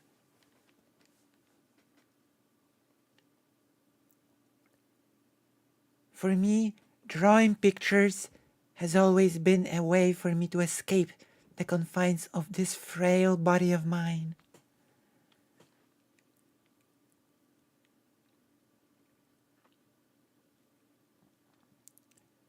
I'm sorry, brother. I know that part of the reason you fight is to support me. I'll leave the money here. That statue. It's a present from His Highness. They give it to the guy who kills the most people in battle.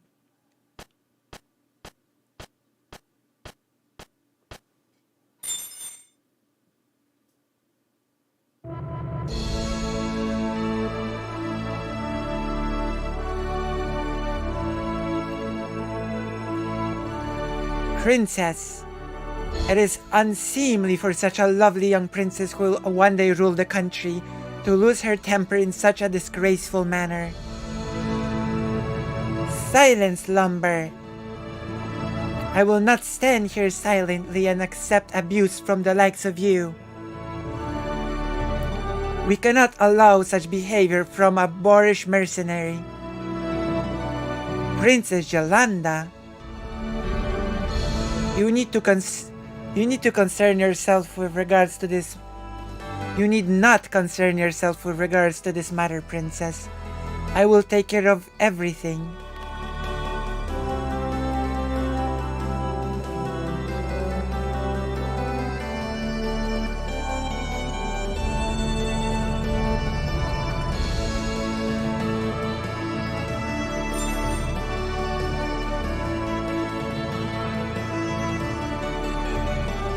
Thanks to your malicious efforts, the barbarians have been driven back. I salute you all. And among you, I believe, is the greatest warrior of all, Sir Arngrim.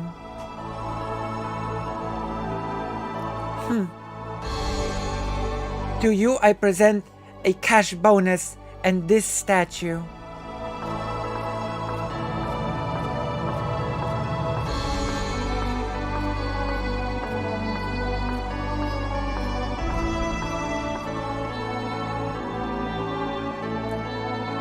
Although I'm sure mercenary taste is no different than that of a barbarian.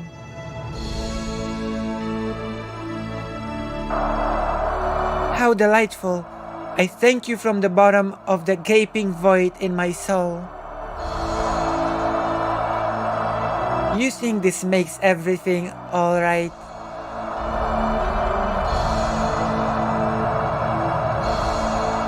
This cheap little statue is nothing but a lie.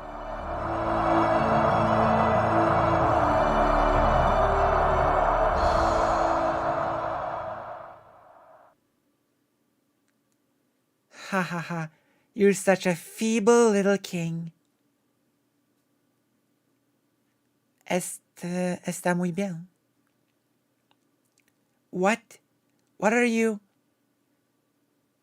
I don't have time for this farce. This statue looks a lot like you, don't you think? Father! Don't waste my time with this crap. You ungrateful brute. To subject my father to such barbarism.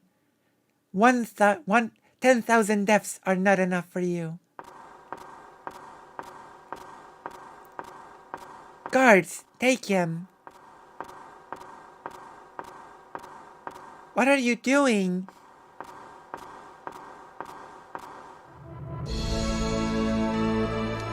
That arrogant lout, there must be some way I can get him. Let me think. I've got it.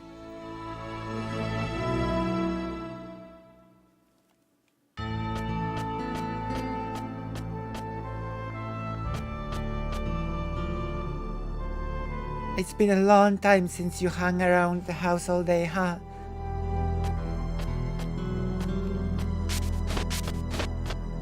Giggling, giggling bad, giggling.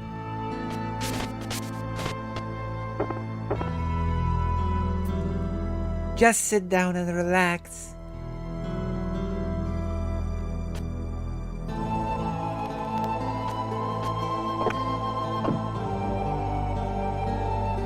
Do you want something?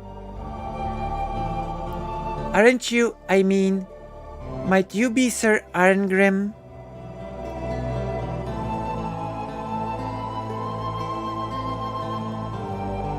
Yeah, that's right. My name is, Jella. Jella? Yeah. No, Jella, my name is Angela.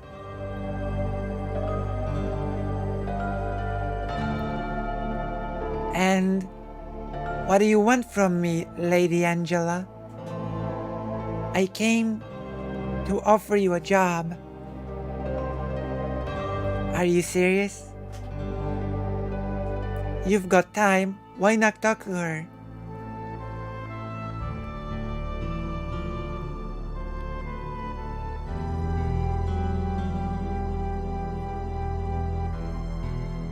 So where are we going?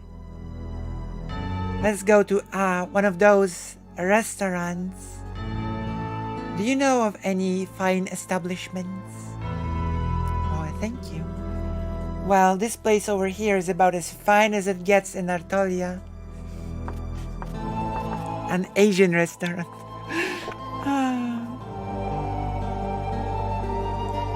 Nanlo Garden, the only gourmet Yamato-style restaurant in Artolia.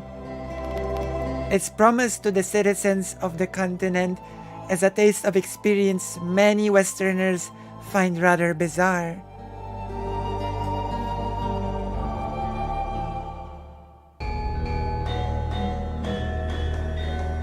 May I take your order? I have no idea. Let's see. I'll take this and this and this. And what would you like to drink? This and this and one of these. Hey, are you really gonna eat all that? Why would I? I'll just have what I want and leave the rest.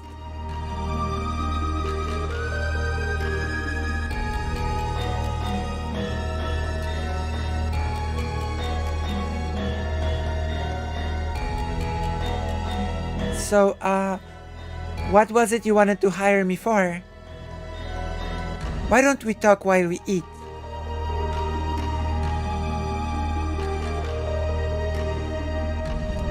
"30 minutes later. A current moment, by the way. Call your manager. Huh? I said, call your manager. Don't act like such a spoiled little princess.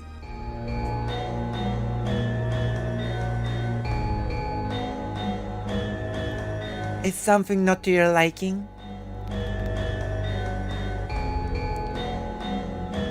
Not to my liking, you say? What is this meat? It's raw. But miss, that is called sashimi. It's classic Yamato cuisine. And what's this cloudy soup? It smells awful. It must be rotten. Miss, that's an absolute staple of Yamato cuisine, miso soup. And what about this? It's a monster. You're trying to make me eat baby krakens? But miss, that's just plain octopus. You serve monsters here? I assure you, miss. I have never been so insulted in my entire life. Ah, now my throat is parched.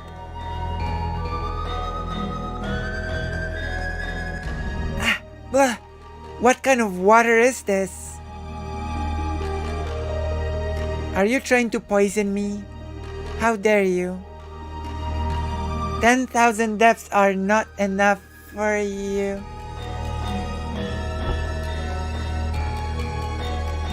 Zzz.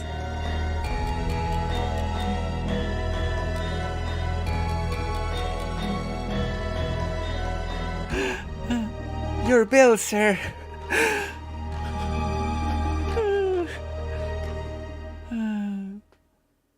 Save game? Yes, but first I'll go to the toilet and then we continue, okay? And then we continue. I'll be right back.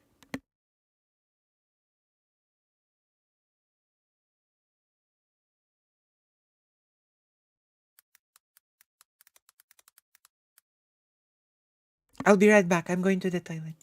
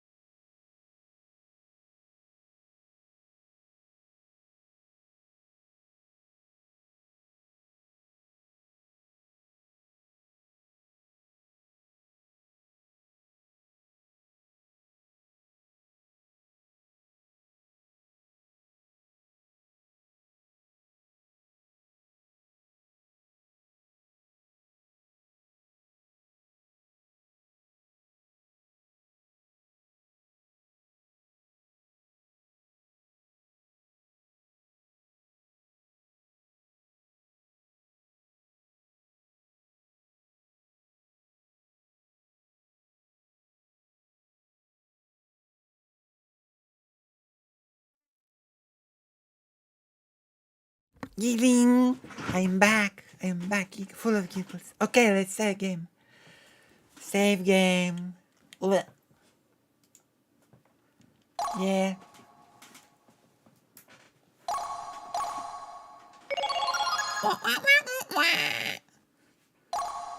We return. Yoink. Yeah.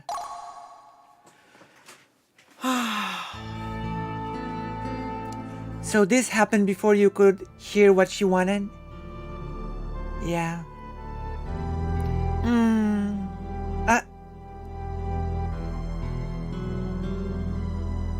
Princess Jalanda.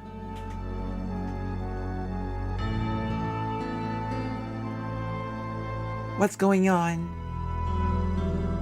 Well, I know she came here in disguise to hire me for a job.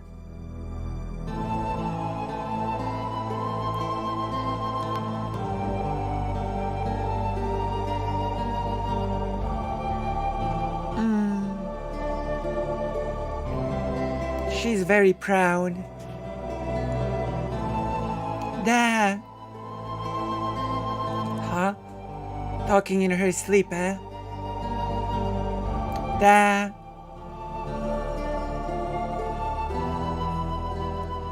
Foul oath breaker. 10,000 deaths are not enough for you.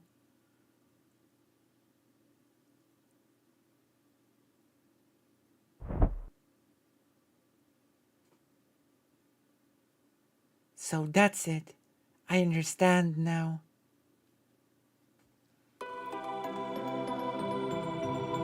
I insulted that girl's father right in front of her.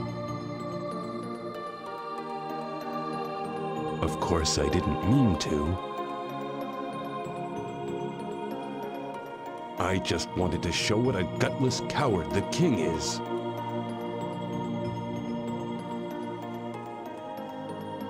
What I did wasn't wrong. But a daughter can't help but love and honor her own father. Is there any child that would not feel anger at seeing their sire made a fool of?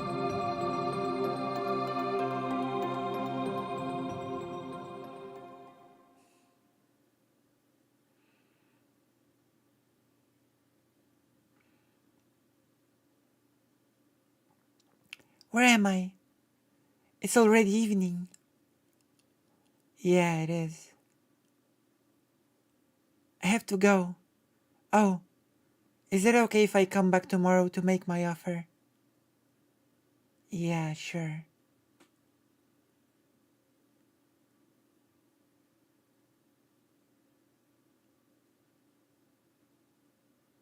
A job offer? Huh? Probably some sort of revenge for what I did to her father. When she comes tomorrow, I'll apologize to her.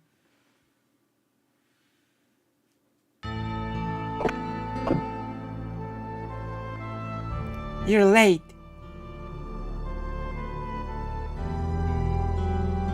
So, what's your offer this time?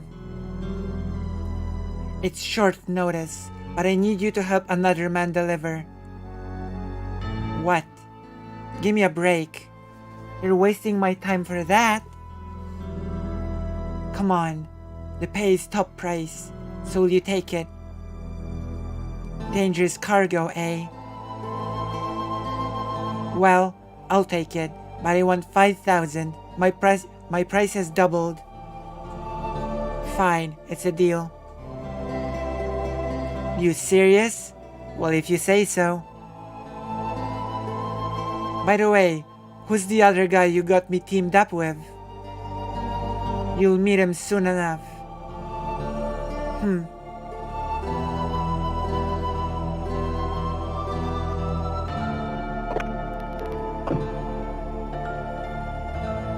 I don't know what that guy's up to. As long as I get my money, I can care less. I couldn't care less.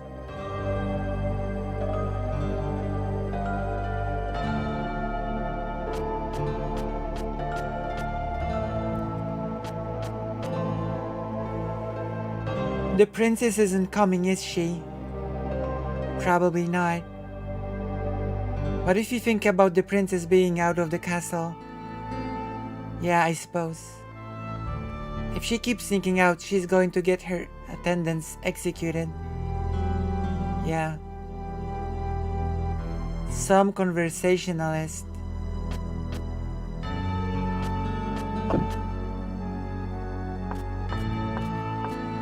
Yank.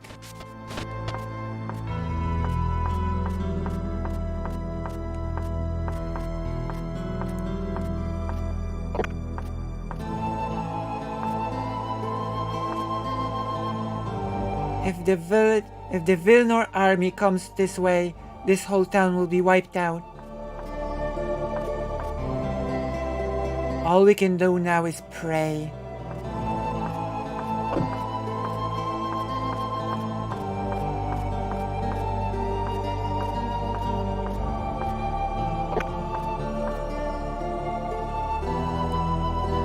How kind of you to visit an old man. Why don't you stay for tea and I'll tell you all about my grandkids.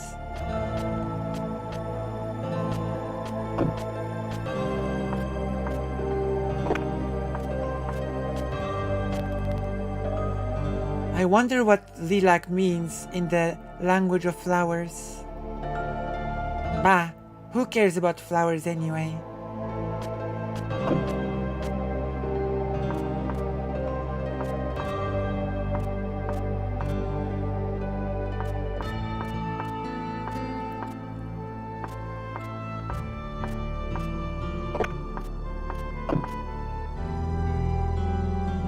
Brother, you have a visitor.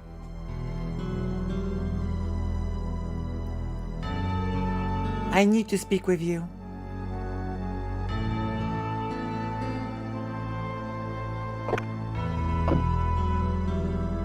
Is this about a job? Yeah. Did you take it? I leave tomorrow morning. You'll be alone again for a few days. And what about the princess? Cancelled, probably.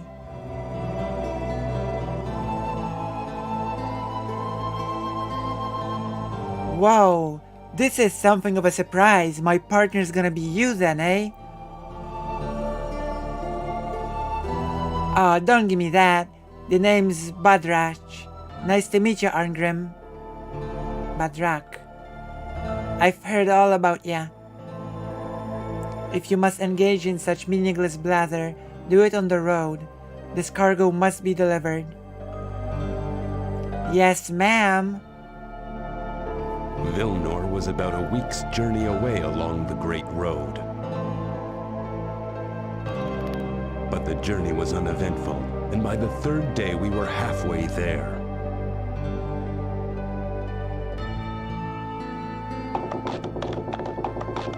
I'm getting plenty of money for this job, so who really cares what's in the thing? Hey, Mr. Bodyguard.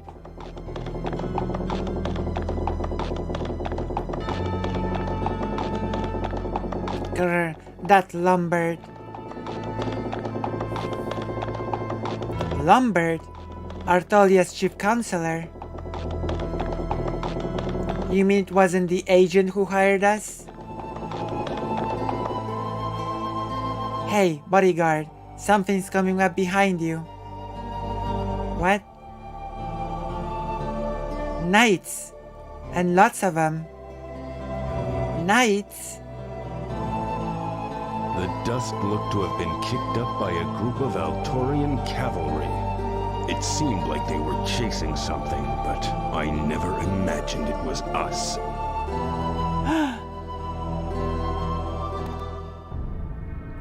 Halt! Surrender your cargo for inspection. Hey, hold up.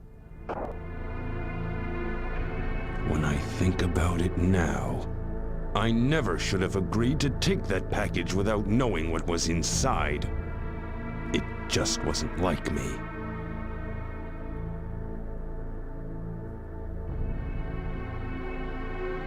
These are the ones. Let's get out of here. Hey, hold on a sec.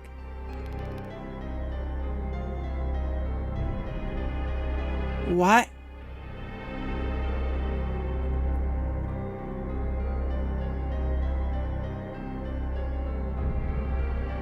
our parcel? It was that little tomboy princess, Jalanda.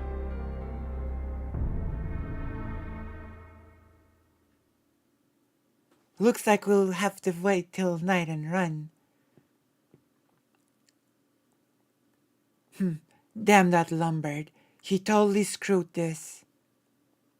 You filthy, you knew? No, I didn't know what was in the damn thing. It's just that my client was Lombard like always, and... Did those soldiers know that Lombard... No way, can't be. The guy's a Vilnor spy, you know. What?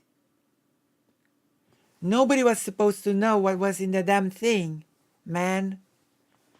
If Vilnor got their hands on the princess, they'd have Altolia in the palm of their hand.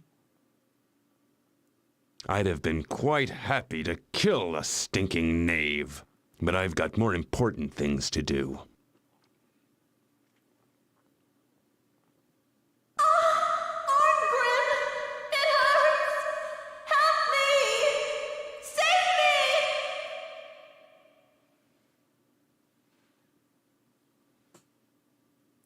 Yeah. Yeah. What?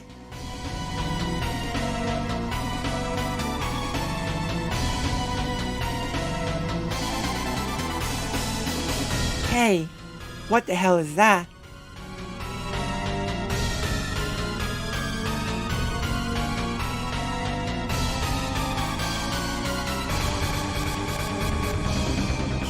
Help us! Hey, what's going on? Jalanda? Because the princess was unconscious, the captain told us to give her this medicine that he got from Lombard. Isn't that the princess? Lombard was playing two hands. He knew the abduction would be discovered, so he sent some medicine along with the search party. If we made it all the way to Vilnor, no problem. But if we were discovered, the cavalry would use the medicine. He knew the princess would be unconscious if she was found. Hello. The medicine's effect was as you see. The princess became a monster, and afterwards all were dead. Perhaps even the princess. Even the princess.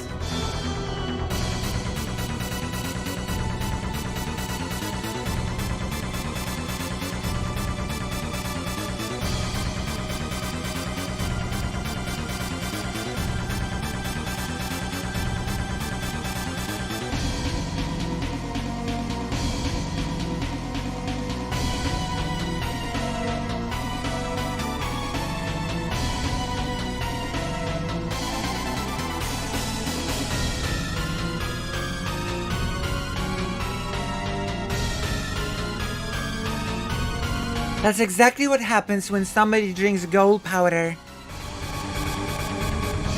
Gold powder? Yeah. It turns people into howling demon. Necromancers use that stuff all the time. Lombard is a necromancer.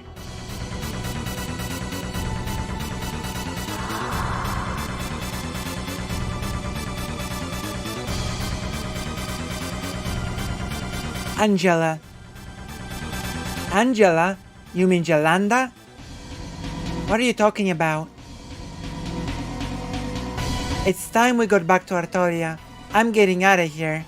See ya! Maybe he made the right choice. I don't know. But I wasn't going to run. Even on the field of battle, I'd never felt like this. Yeah. Lumbert! I'm going to kill you.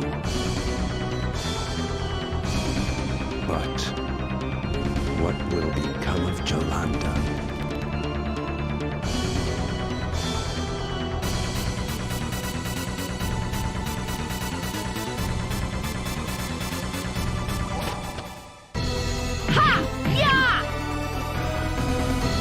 Stop!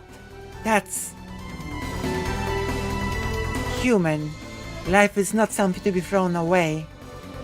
If you are a true warrior, you will find your path in the maelstrom of battle. Yeah. The battle maiden Valkyrie.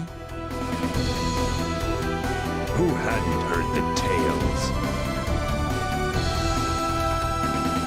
of the endless war the gods wage with the creatures of darkness? Darkness.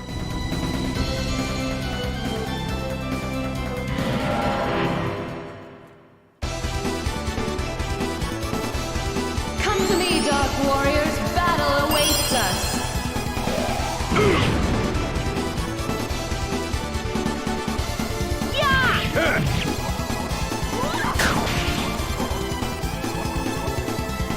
Wow.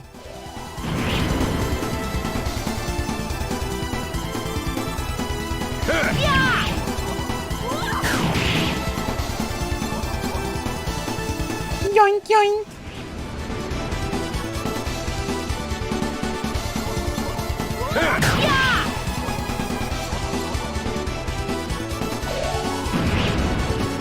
Yoink yoink.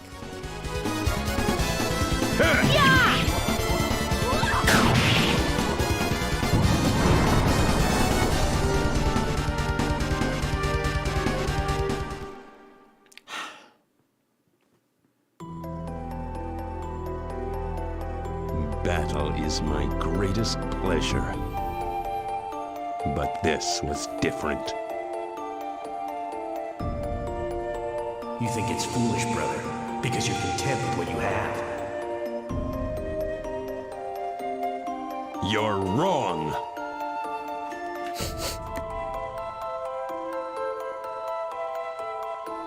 It was through others' misfortune that I felt myself to be strong.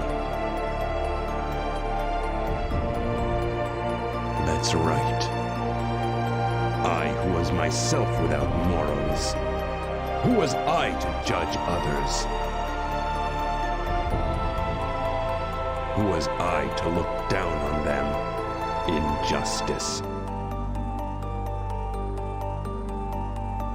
I began to realize that the king and I were very much the same. Character growth. Woke game.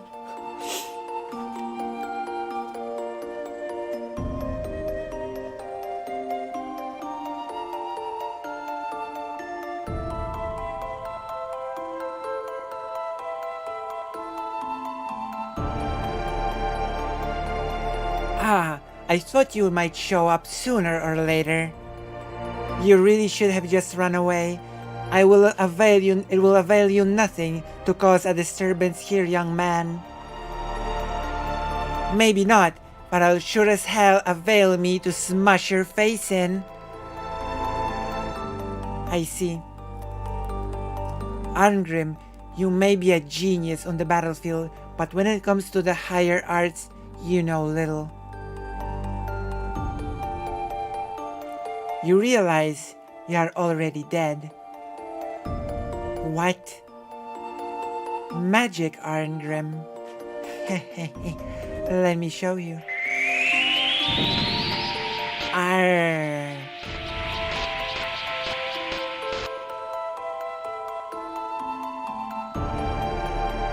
I beg of you! You must save Arngrim, please! Save? How do you think he might be saved?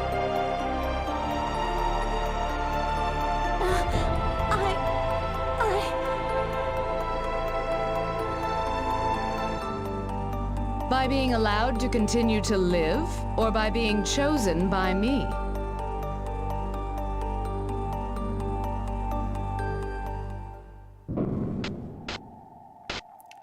Yet one thing does strike me as odd. I'd have believed if you ran away, but could a human really have defeated a ghoul? I can't imagine. That's him! That's the man who betrayed me!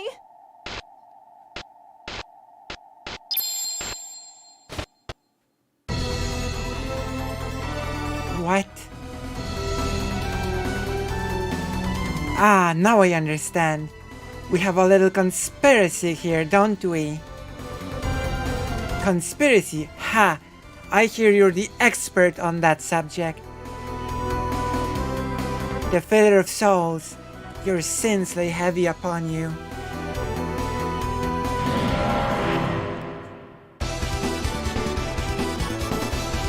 Come to me, Dark Warriors. Battle awaits us.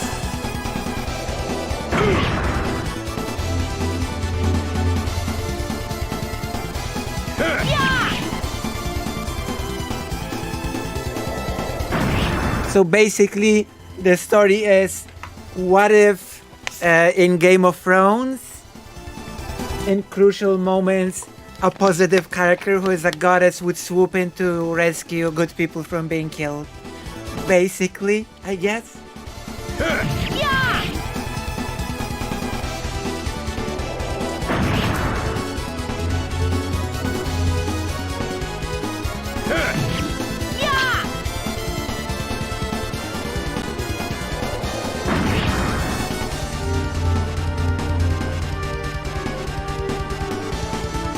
Alright.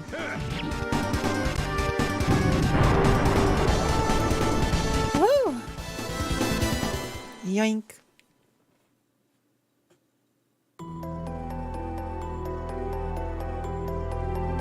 Prepare yourself, rebel scum.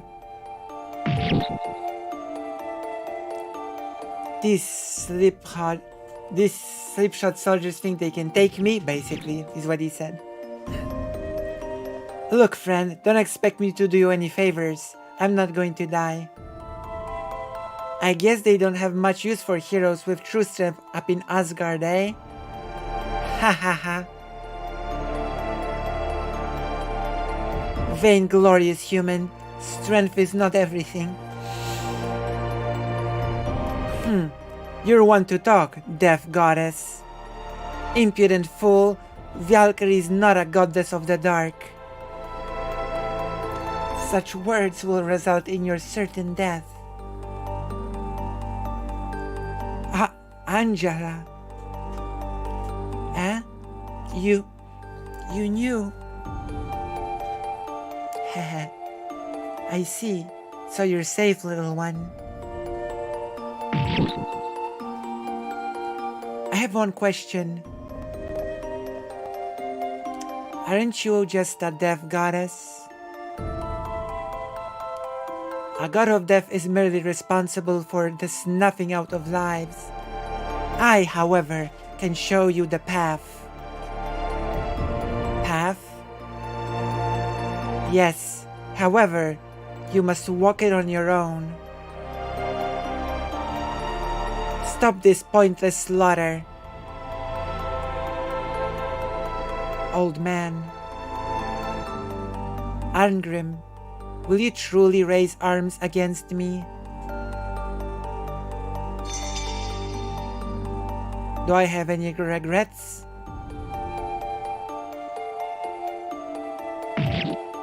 No.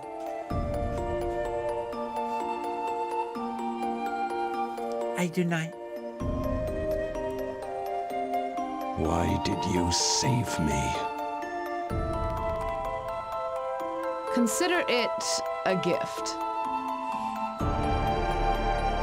It seems we'll be spending quite a bit of time together. That it does, little one. Quite a bit indeed.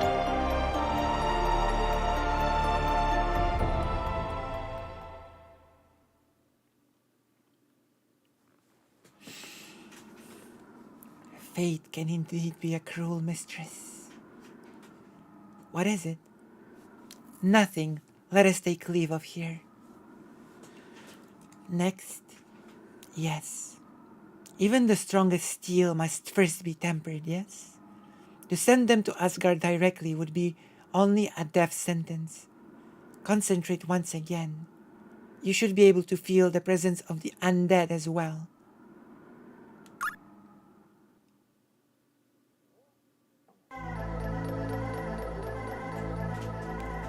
Giggling! Come on! So this game is divided into 2 phases. Recruitment with story and dungeon with gameplay.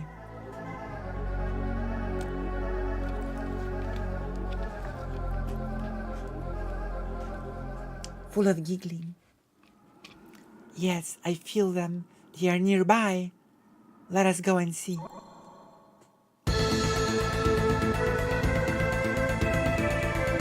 This is the overworld.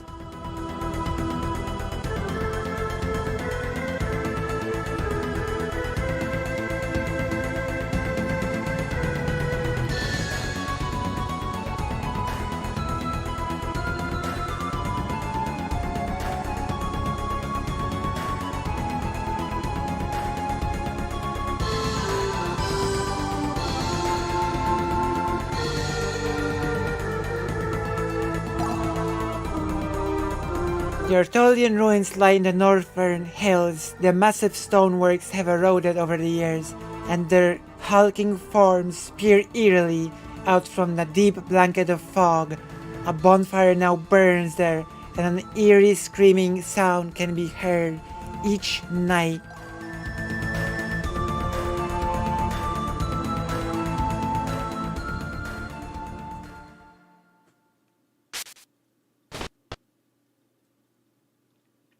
I sense an enemy. Yes, there is one. An undead. Lenneth, are you ready?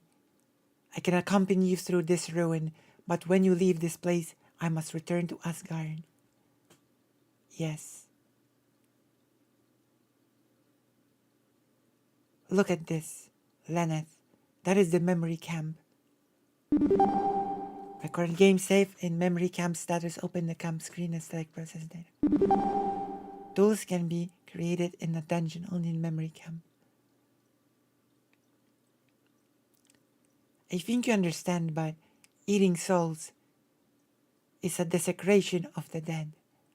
Having mercy on the undead is useless. Enough, let's go.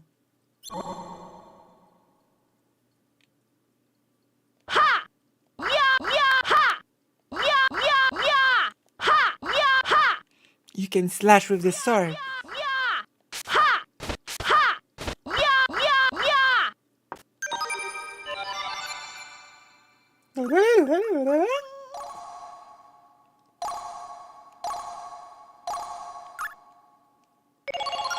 Yoink.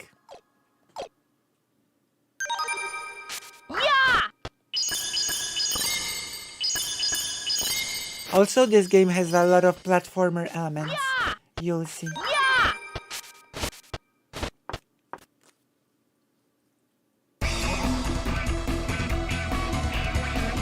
To fight the enemy, face your enemy and brandish a sword.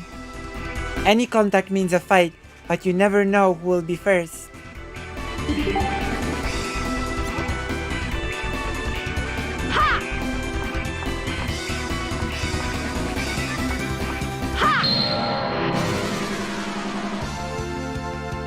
To my side, my noble Einherjar. No mercy.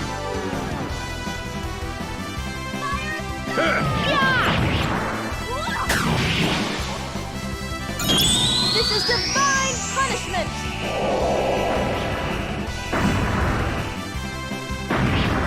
This is divine... I grow tired of you. Finishing strike. Final blast.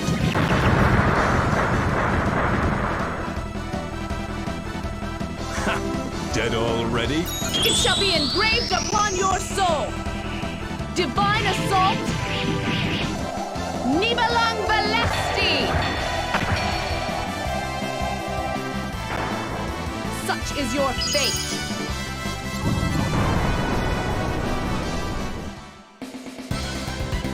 Ha! Did you think you could defeat me?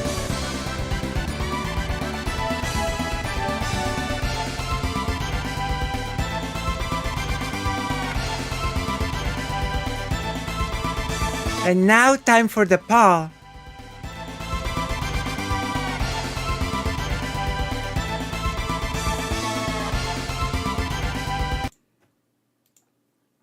And now the big question, okay? Who is the actress? Because we already have the actress.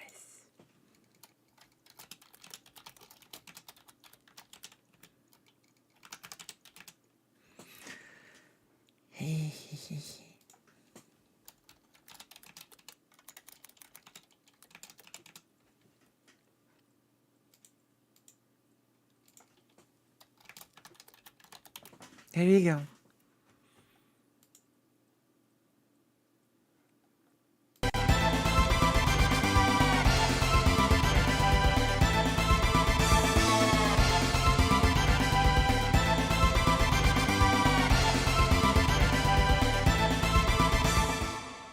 Da-da-da-da.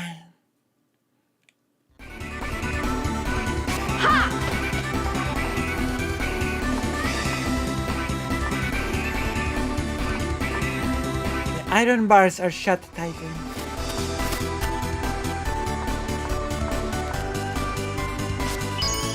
Yeah!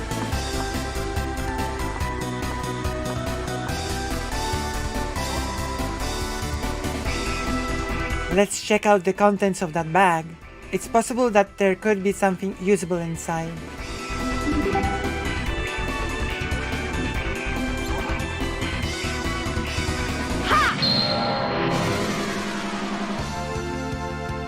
To my side, my noble Einherjar. These beasts will be a good test.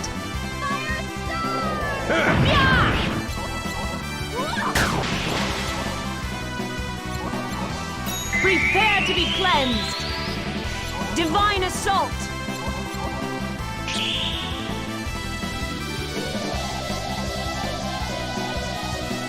Ether strike.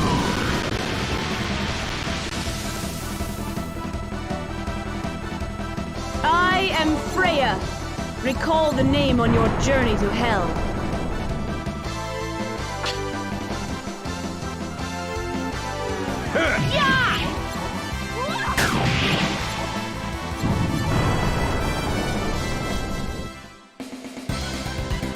That was too easy. What's next?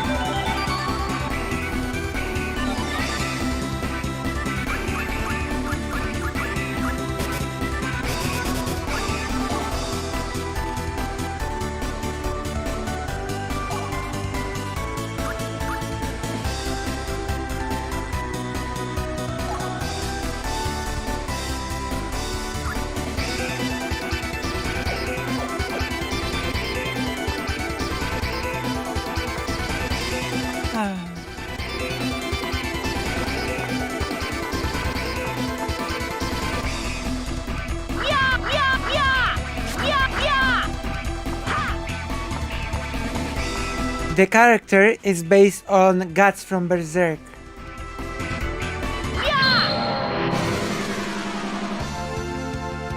To my side, my noble Einherjar. Uh-oh, we may be in trouble.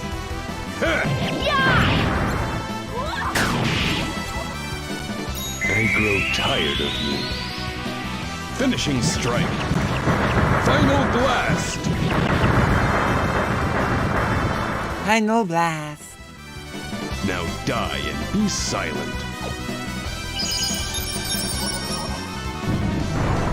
I'm really wondering about the votes. As expected, we are the victors. Oh, if you've made it into a tie, I will be mad, by the way. Are you kidding me? You don't really think like that. You don't... Oh my god, you always do it into a tie. I can't believe you.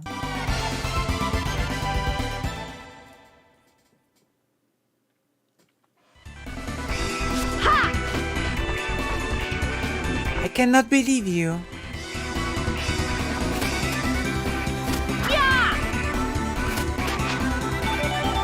Iron bar key. Come on. Look at this. Yank.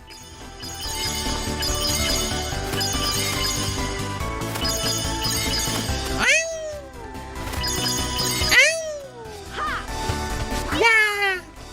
Yeah. Ha. Yeah. All right. Yeah. Open the key. Uh-oh.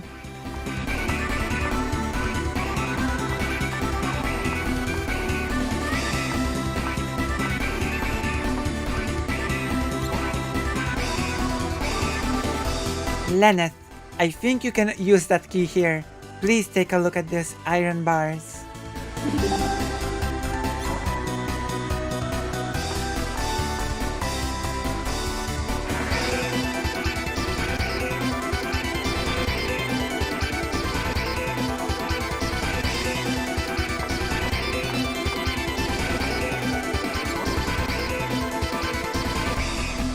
When there are different levels such as ladders and stairs, you can climb down or leap down. Leaping is handy way to move quickly. Going up or down ladders, directional button, up down, leap down, directional button, down plus circle. Going up or down stairs, direction step slide.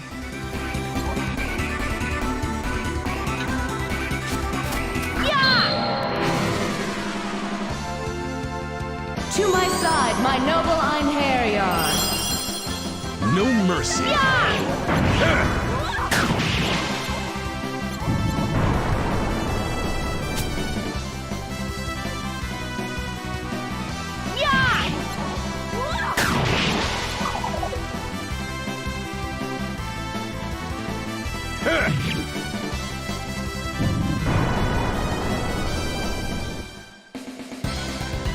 You have served me well, my Einherjar. You have served me well, my Einherjar.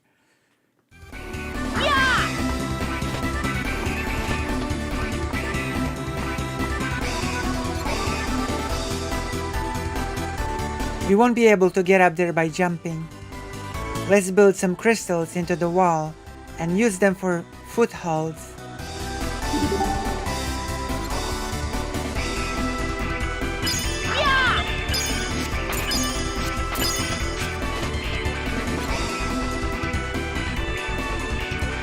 If you shoot crystals at the enemy, you can contain their movements for a certain period of time. There are many other characteristics of crystal. You should experiment with them. So as you can see, Valkyrie profile is this hybrid of a platformer with an RPG.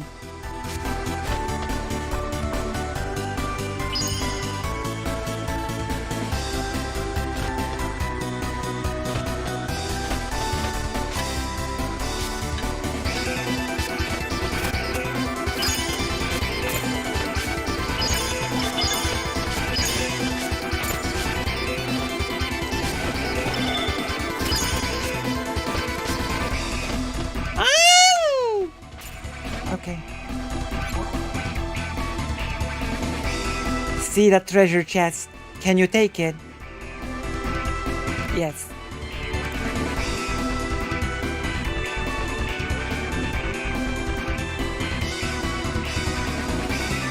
A trap has been set on the treasure chest. There are 3 main types of traps.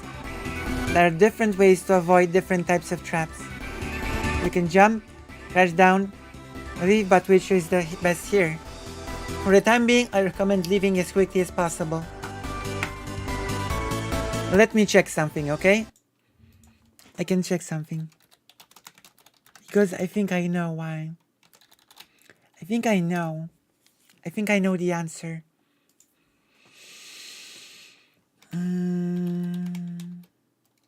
That's right.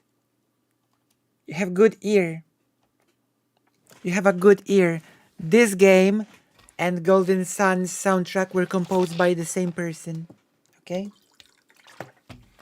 The soundtrack of this game was composed by the same person that composed Golden Sun, as I expected. Motoi Sakuraba. I told you.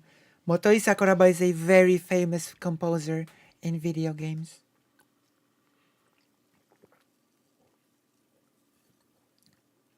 So, Arkael, the answer to your question is it's the same composer.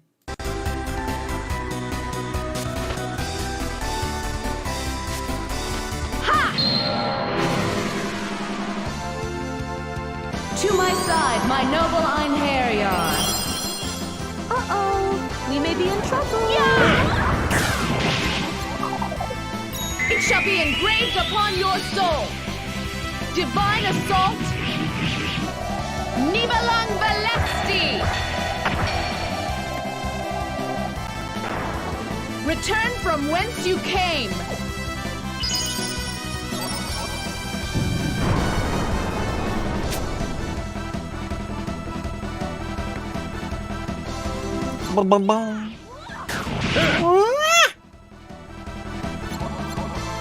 I love the teleportation animation, by the way. Look at it.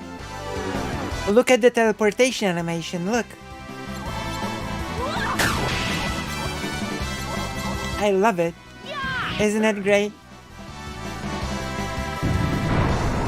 Teleport. That was too easy. What's next?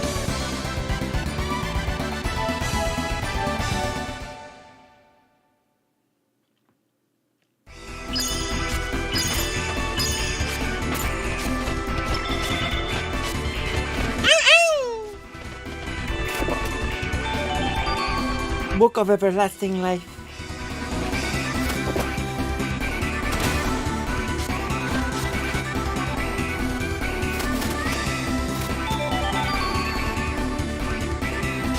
Vegetable seed.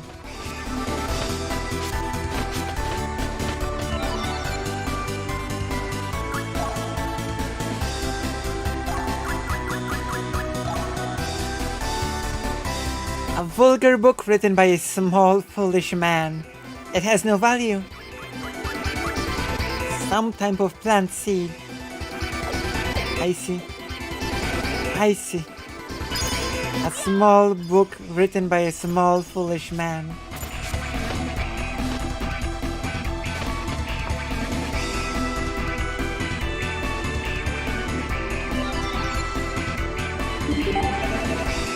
This is the map.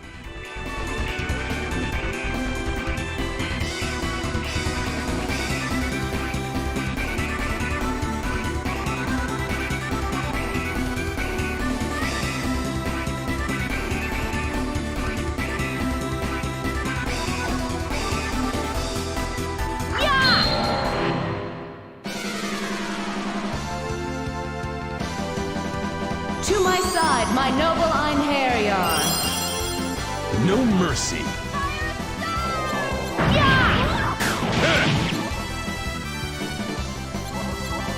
Prepare to be cleansed. Divine Assault. Divine assault.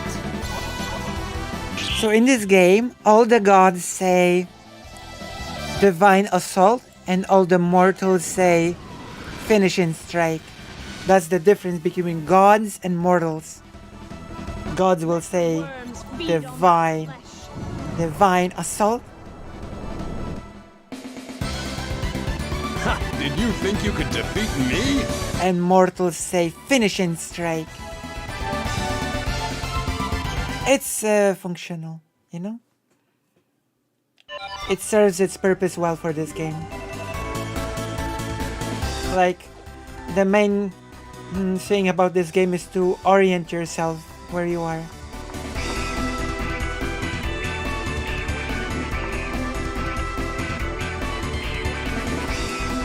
Let me check.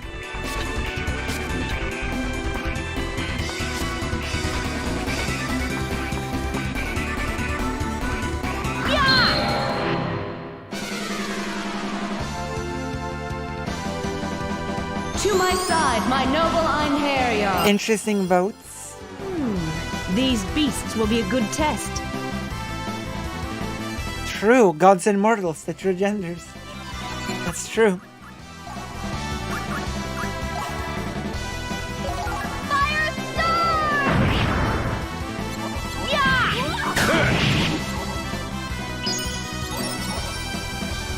Well, there are also demons, but... and the undead. And vampires.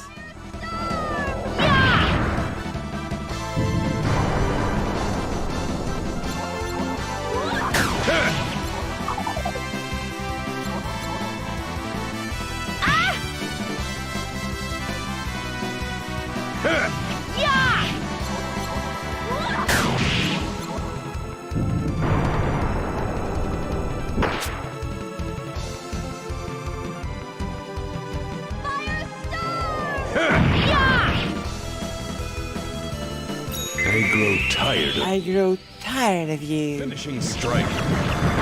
Final blast. Final blast.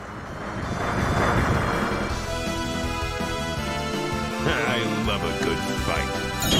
This is divine! Oh yeah, and by who is the actress, I mean the trans actress, right? I mean who is the...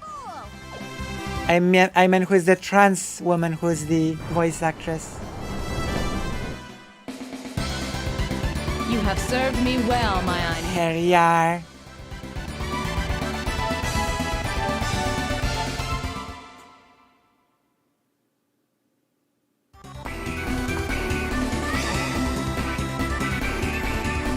I think we can topple this pillar.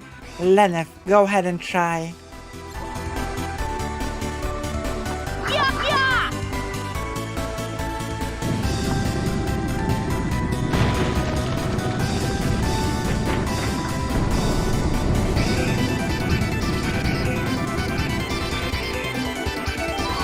You earned 500 event experience.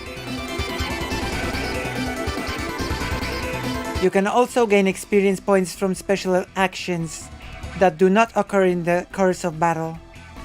Those experience points can be saved up in Experience Orb and can be freely given out to any of the heroes. Open camp screen button, Experience Orb, Select Party and camp screen. You can power level characters, in other words.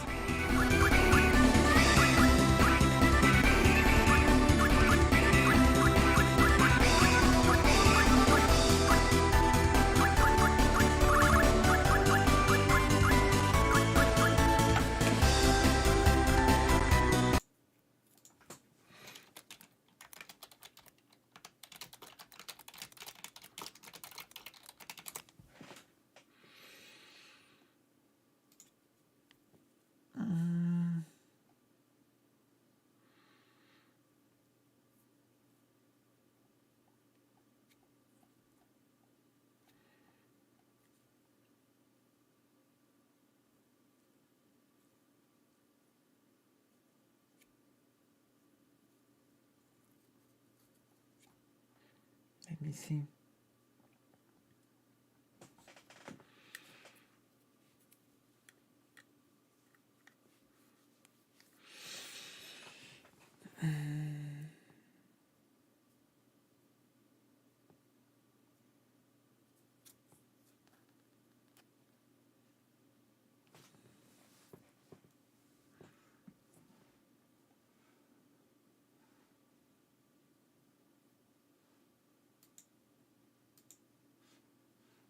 Okay.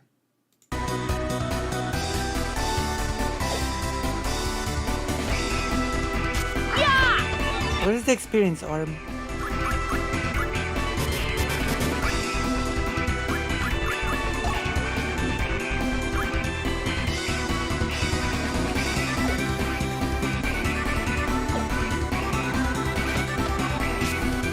I'm still level 1.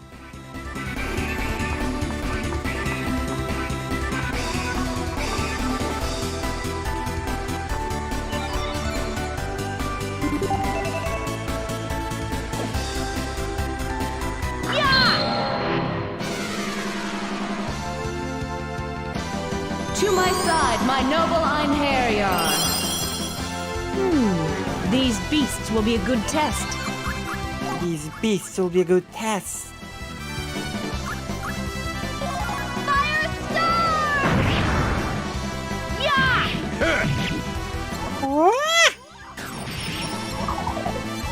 Paint.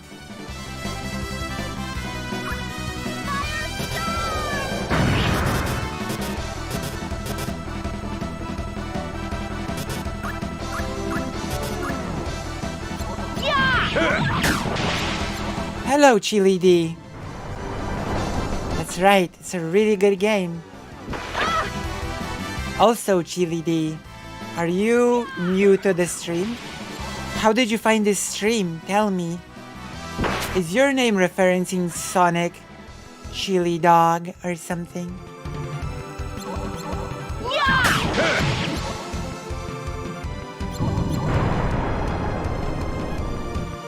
Is your name a Sonic reference?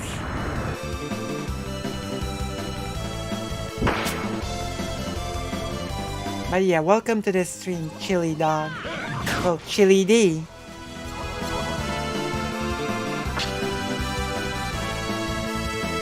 I hope you make yourself at home and, you know, if you're not subscribed, then you should subscribe. And if you're like a regular viewer, then I apologize. Their souls have been released. We have no reason to remain here. True. Their souls have been released. We have no reason to remain here. Yeah.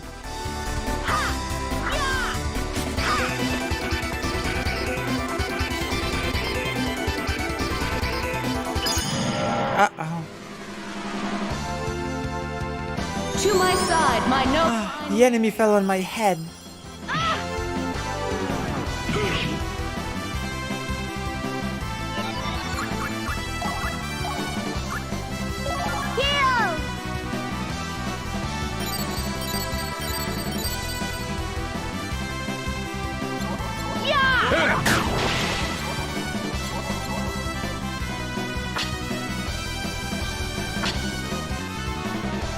Oh. Does that mean you've seen my talk with Keffels on stream?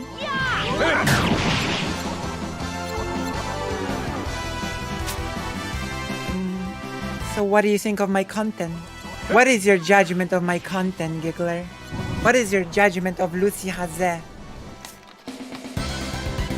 Well done, everyone!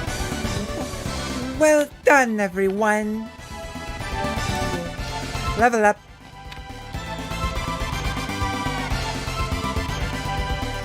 Level up. Oh yeah, I forgot. Today I do a very important thing. I jingle the keys as a treat for everyone. I jingle the keys. My noble Einherjar. It is? Thank you. This won't be easy. Wow. I don't remember which stream it was, but if you want to see the Keffels talk... thank you. We are the victors. We are the victors. If you want to see the Keffels talk, then you should become a member of Keffels YouTube to have full access to her stream VODs, because I think the stream VODs are behind the payment. I have played them, yeah.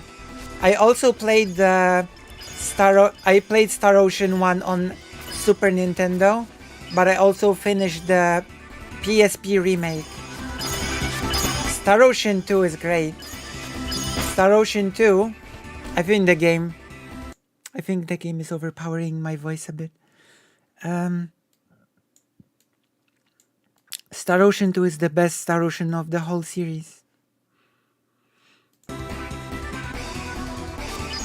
We will play Star Ocean on stream, you can bet on that.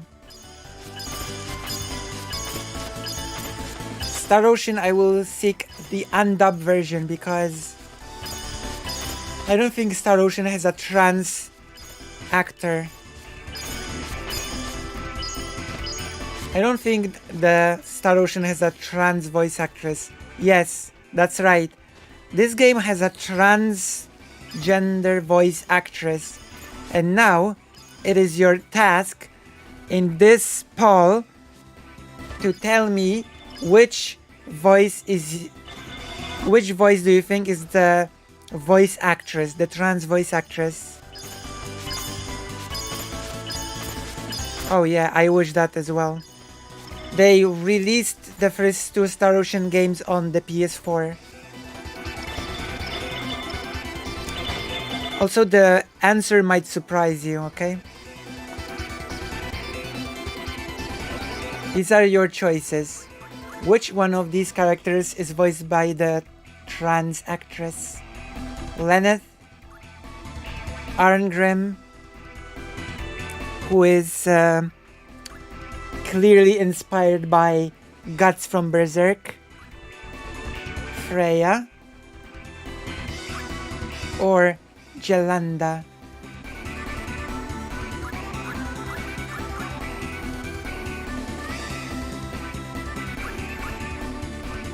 Wow, this is Valkyrie on level 2 and this is Freya on level 2. The stats difference is huge.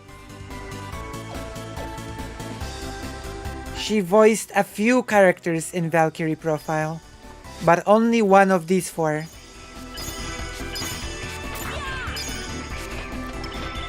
The voice actress has voiced more than one character in the game, but she has only voiced one of these 4 characters.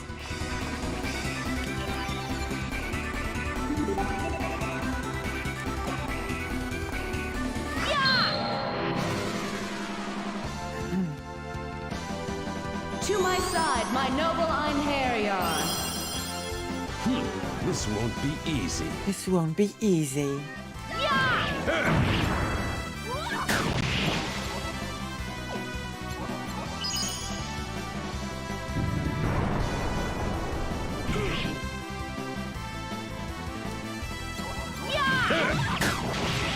Want to know the answer?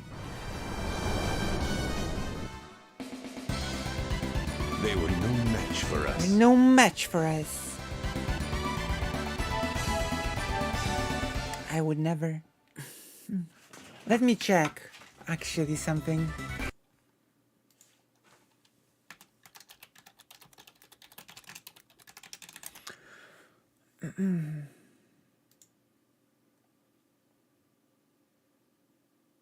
Right.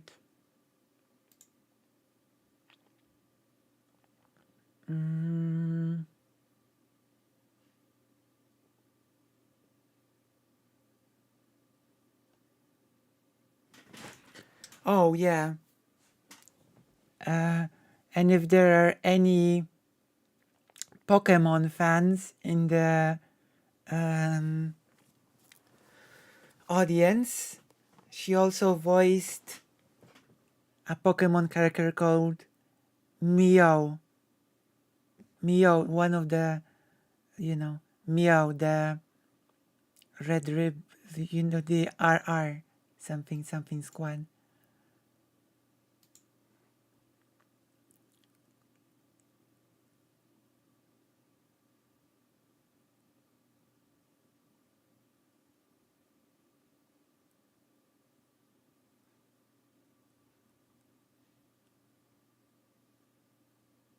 Yeah. 3 characters from this game she has voiced.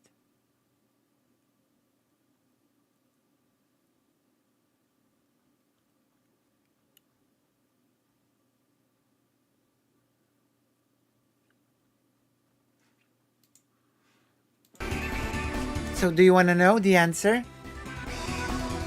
Ready for the answer?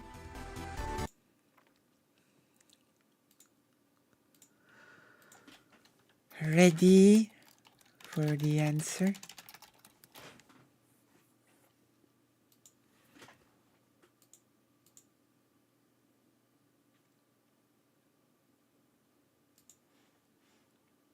Oh,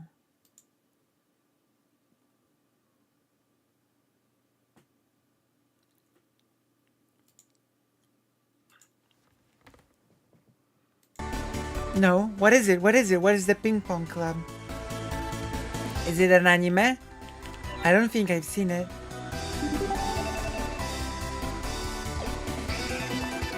The winner is... Wait, how many people voted?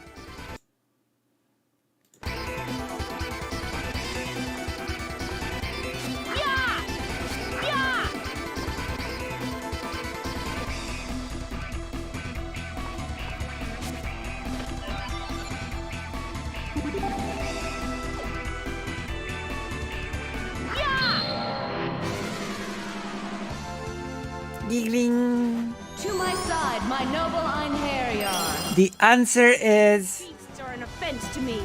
These beasts are an offense to me. The answer is... the... I will now pick the character who is the voice.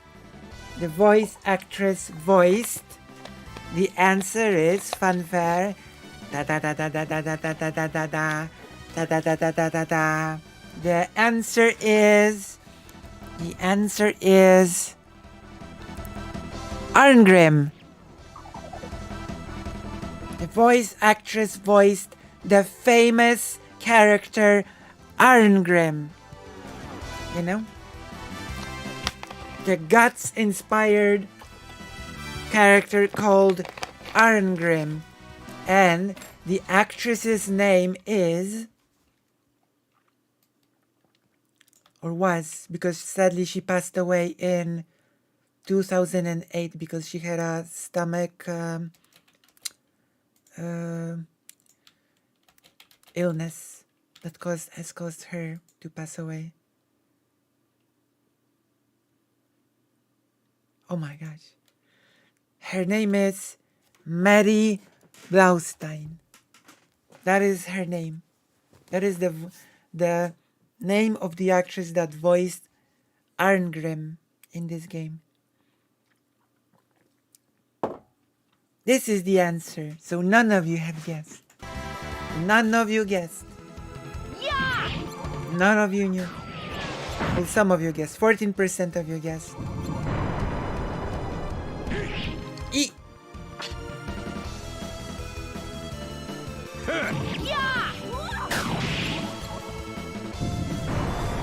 Maybe this is why when Arngrim gets hit, he lets out an girly E.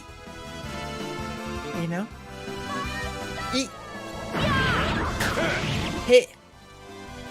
I grow tired of you. Finishing strike. She had range. Okay? She had real range in her voice. No problem. No problem. No problem. Easy work for a god. True. Easy work for a god. Chili, have you heard of an anime? Have you heard of the anime Wandering Sun?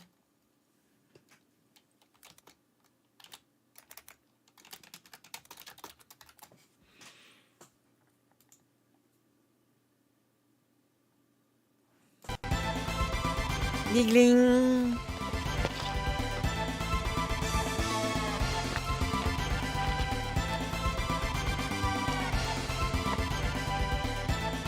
Oh, people know. Or either people know or people just are trying to create a tie again on purpose.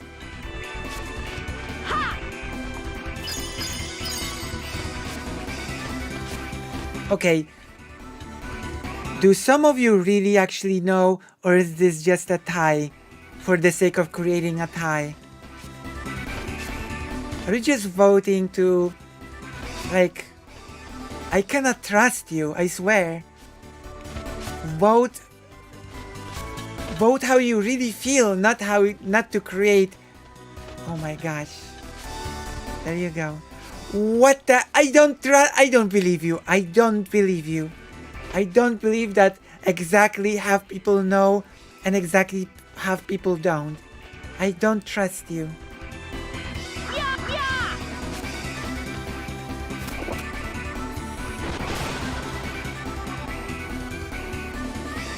I don't believe you.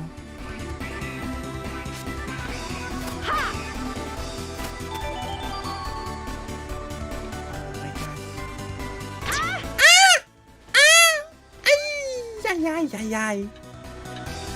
Giggling. Listen. No. It's on, believe it or not, it's actually an anime about trans rights. Okay? You should watch it. It's an anime about trans rights. I'll show you. It's an anime about a trans girl and a trans boy. Okay? I'll show you. Yoink. I will show you and pray. I will show you and I will pray that that it won't be considered copyright and that I won't be punished. Okay?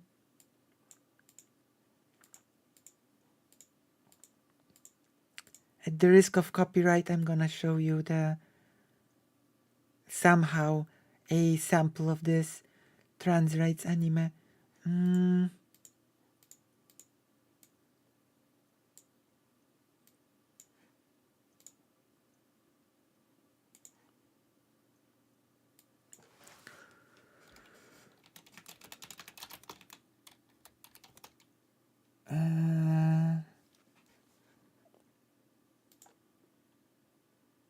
There you go.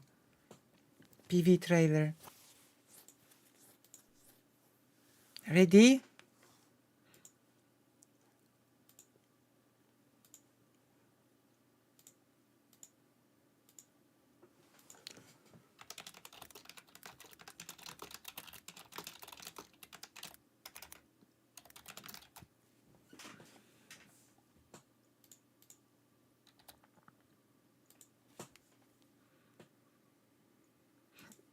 Are you ready?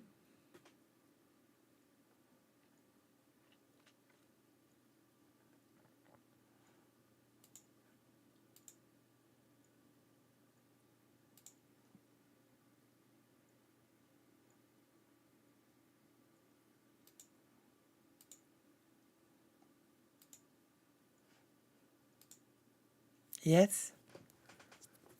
Okay, one vote is enough.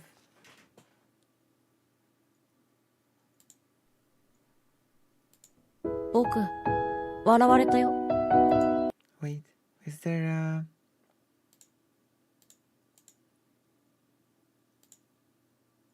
Oh, there is no. Oh, well, there is no. Interesting. 僕、笑われたよ。女みたいだって。大人になったら手術でもするの？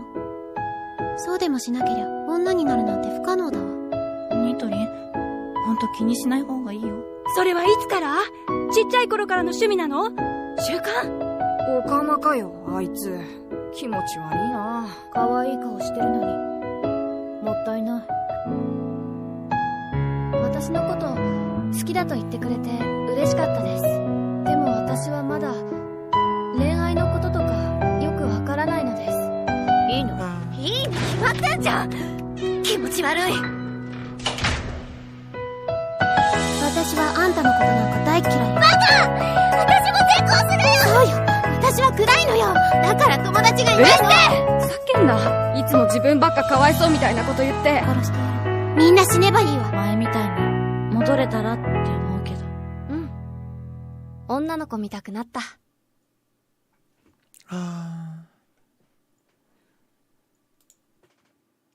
ホロムスコ。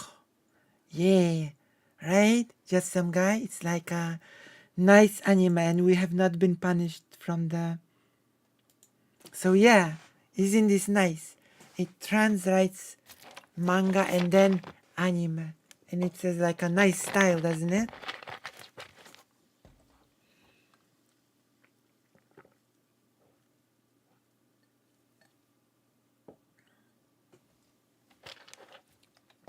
That's right. No! Bigler. It's okay, the The stream has not been stopped, so it's okay. But I don't have 1,000 subscribers, so there's nothing to be demonetized. Up yours. There's nothing to be demonetized. Giggling. To my side, my noble Einherjar. Noble. Ah, it's been so long since I fought in Midgard. True. It's been so long since you fought in Midgard.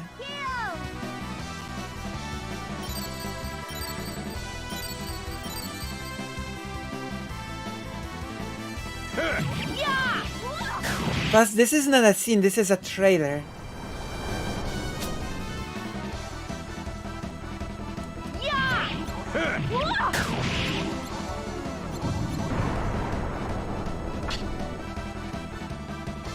Oh my god.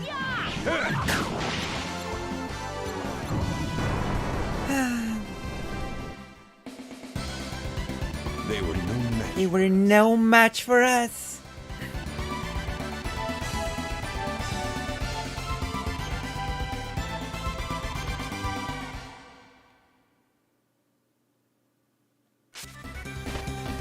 It's okay.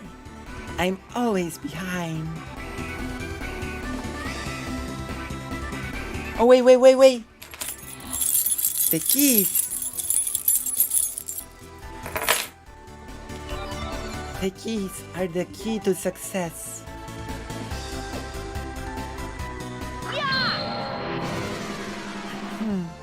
We should get more gigglers in here. To my side, my noble Einherjar. No. Now face the princess's true wrath. I am the queen of the weeds. What is that? I even speak Japanese.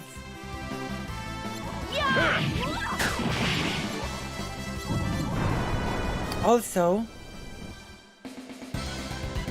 That was too easy. what's next? As the biggest weeb credential, my grandfather has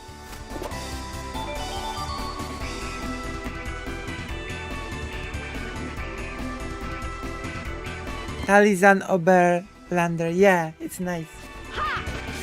My grandfather has actually lectured at the famous Tokyo University. So it adds to my weeb cred, okay?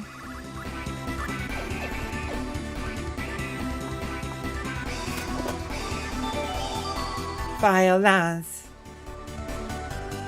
This is the Book of Spells. Book of Spells? Yes, it's a book written about research done in certain magic spells. You can learn new spells by reading this book.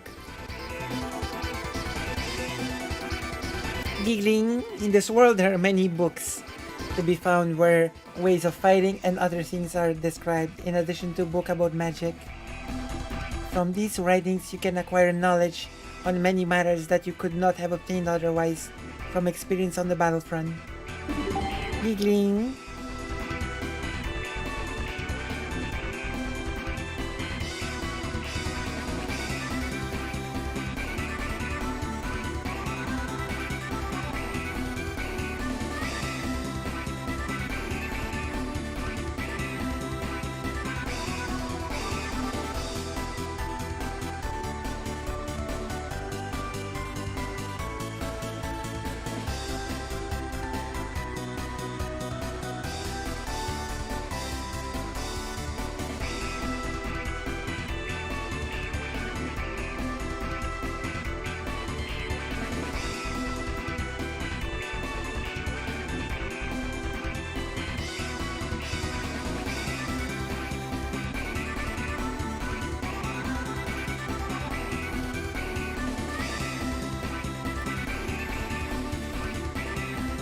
Yeah. Giggling. Oh yeah. Oh no. Read the book. Read the book. Come on. Oh my gosh. Giggling. Oh, wait. Ow. Oh my gosh. You should get more gigglers in here and then I will jingle the keys.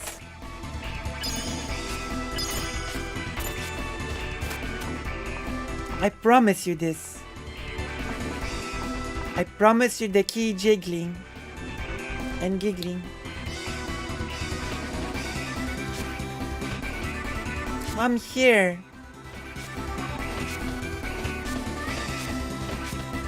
Naked leg. Squatting.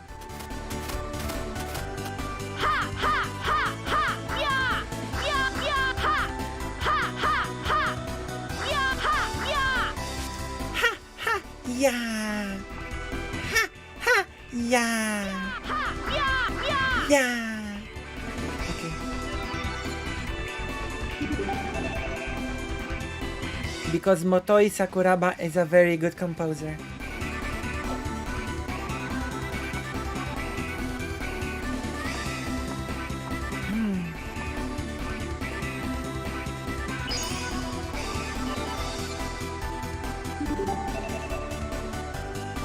Giggling.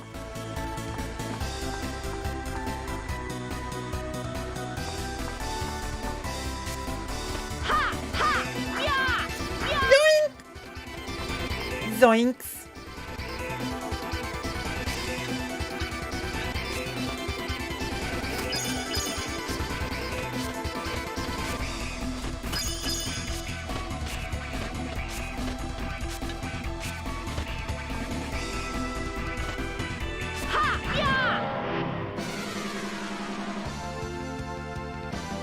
To my side, my noble Audiobooks.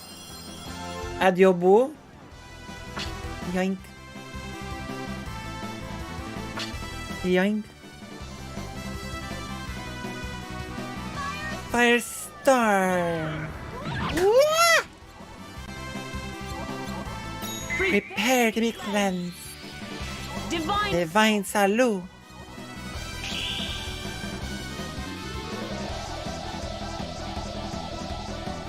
Ether strike. In the worst possible ending of this game, you get Freya angry at you and she just murders you. And it's not a joke. Such is your reward. Okay? If you screw the pooch in this game, Freya gets angry at you and you just get killed.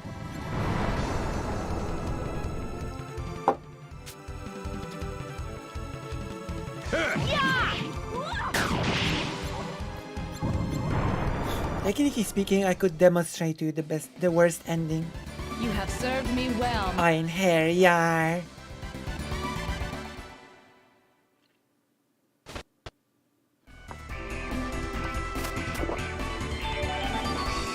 Vegetable. Vegetable C.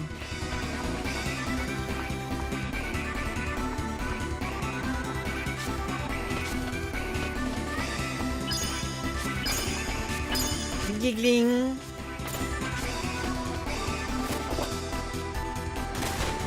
There was a trap.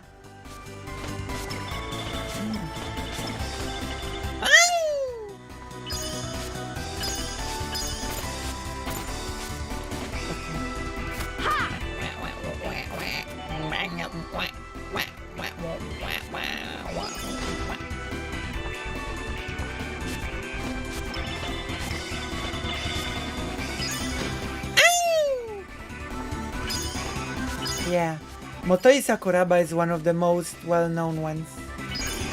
Ah, I'm doing a mistake.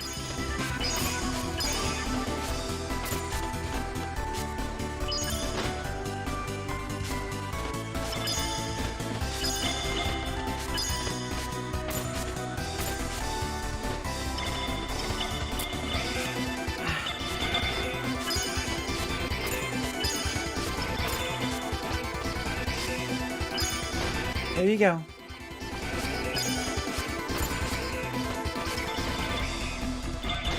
Ah!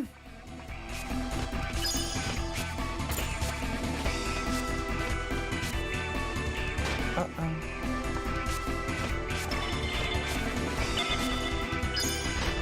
to be bigger.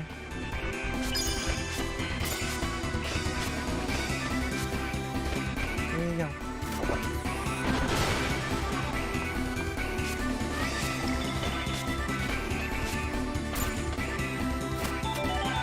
Treasure search.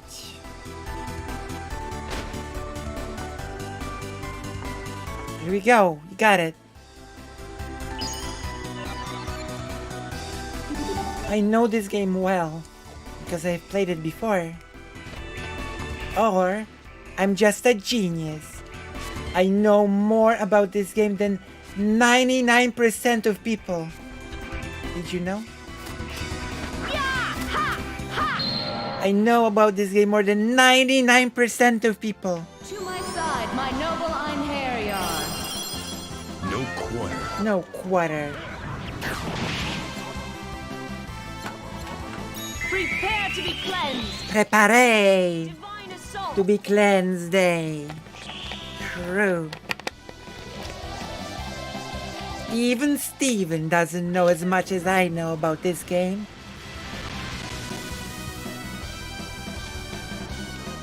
To stand against a god, such is your reward.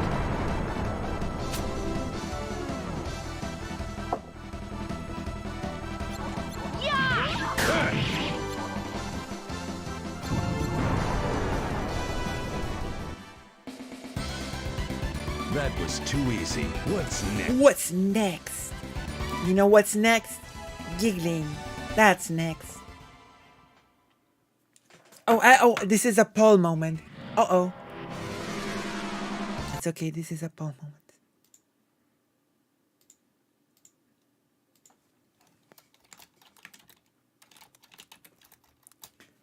This is the next Paul.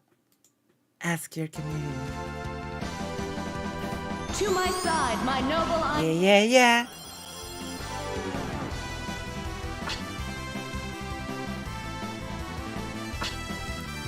The console is PlayStation 1.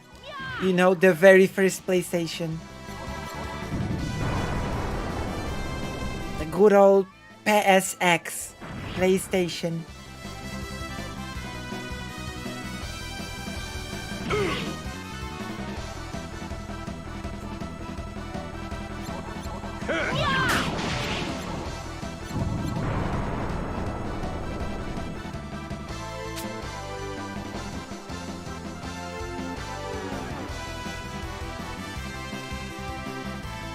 Giggling.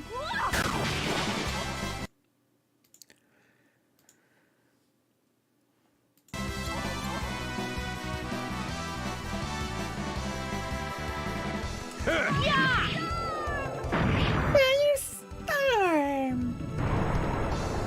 Yoink. Well, they were rather annoying. They were rather annoying. True. True and real. Duck Station, true. Wah. Yeah. Duck Station. I actually used the Duck Station, that's right. Emulator. My noble Einherjar. No quarter. Hey! Hey! Hey! You know? Bang, bang, bang, bang. Bam.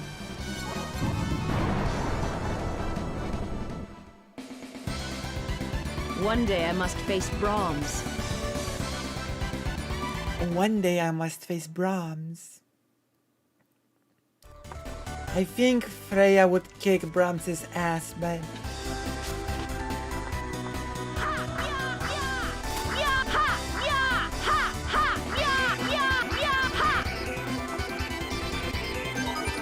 Save point! Data! Memory! Wah, wah, wah, wah, wah. Giggling.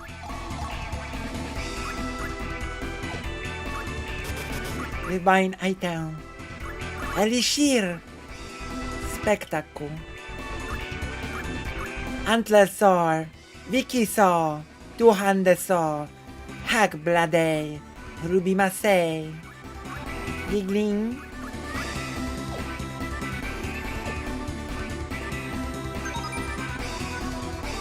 Did we save the game? Let's save once again, in case we will lose.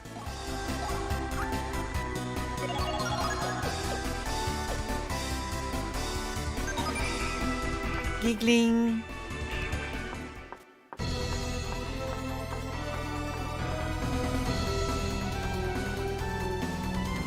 Here they come.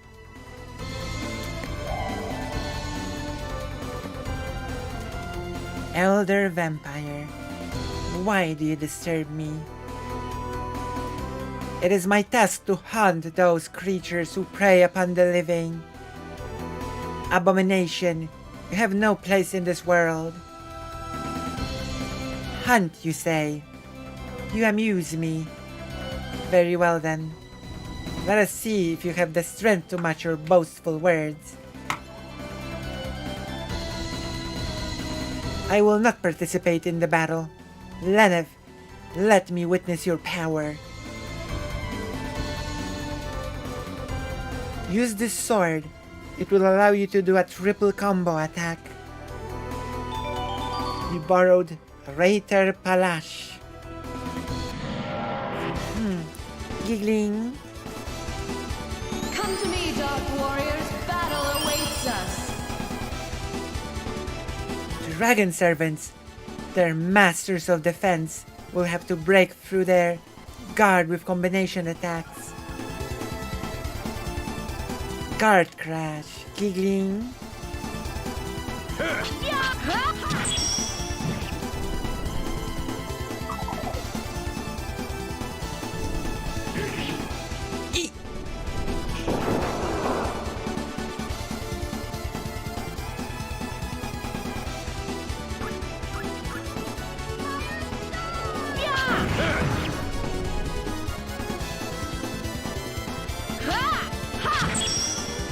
Giggling. Boom, boom, boom.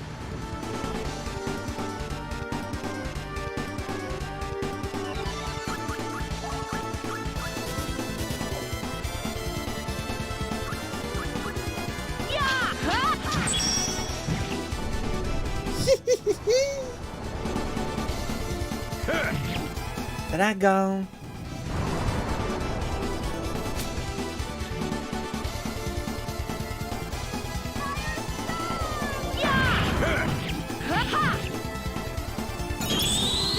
Divine punishment.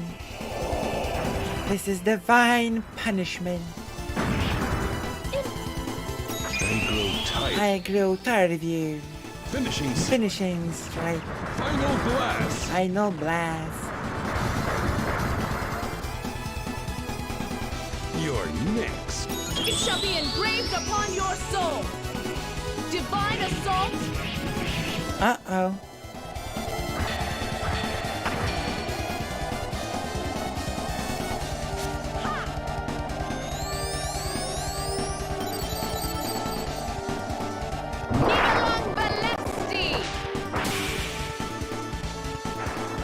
Return from whence you came. Defeated. That was too easy. What's next? That was a giggling moment.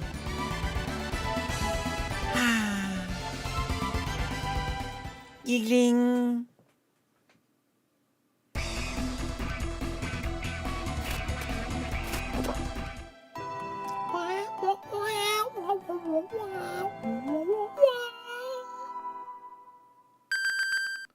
Caution! This item is an artifact. All artifacts are the rightful property of Lord Odin. Return it, or evaluation level will drop. No. We don't care.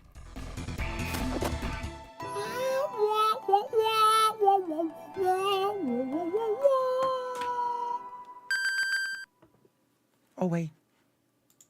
I have to check.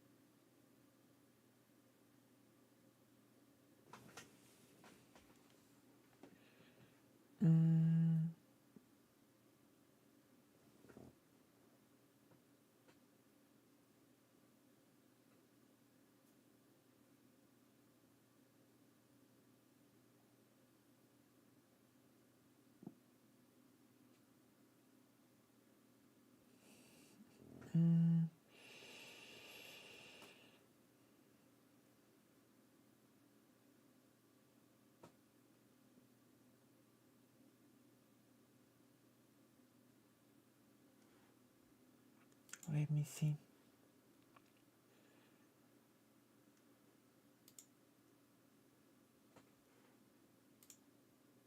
Giggling. Don't care. No. Will you offer up the artifact to Lord Odin? No. Odin smells. Giggling. Yeah. You smell, Lord Odin. Giggling.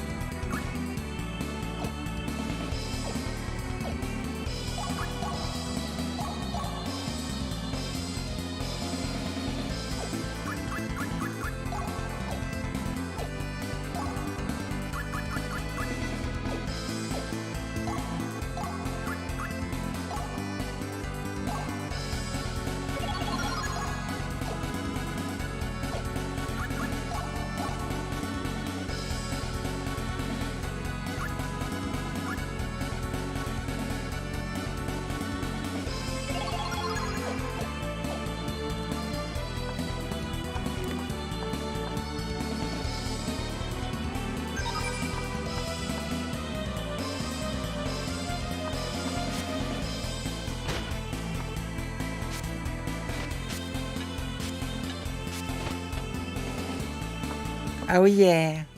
Oh yeah.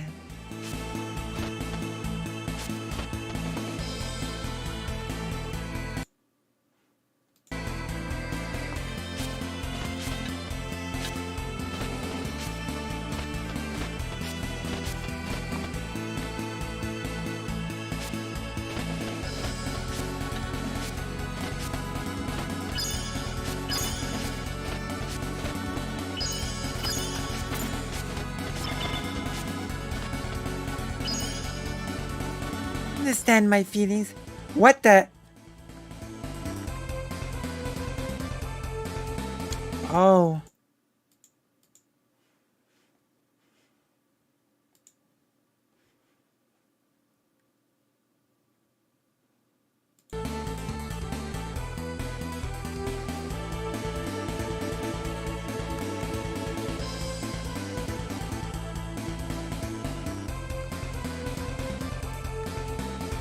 Giggling.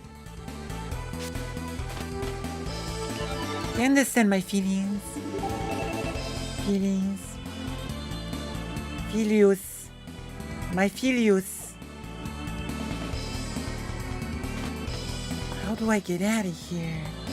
How the hell do I get out of here? Oh no. I'm lost. Again. How do I get out of here? Exit is like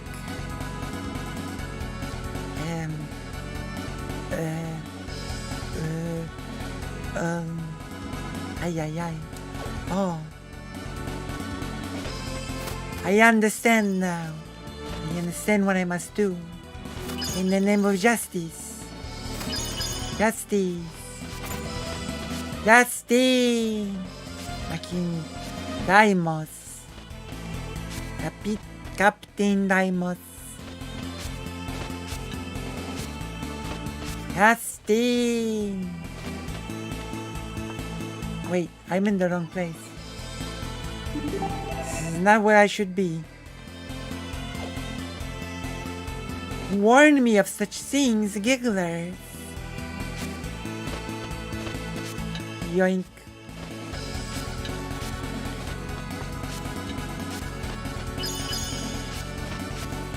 Only you would have warned me of the things that were waiting for me and the outstretchers of duckling. Go. Like a kangaroo.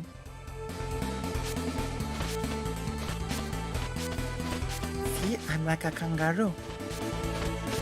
Booby bounce. Okay.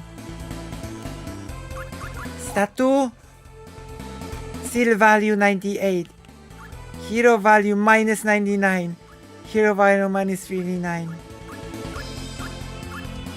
What a low hero value.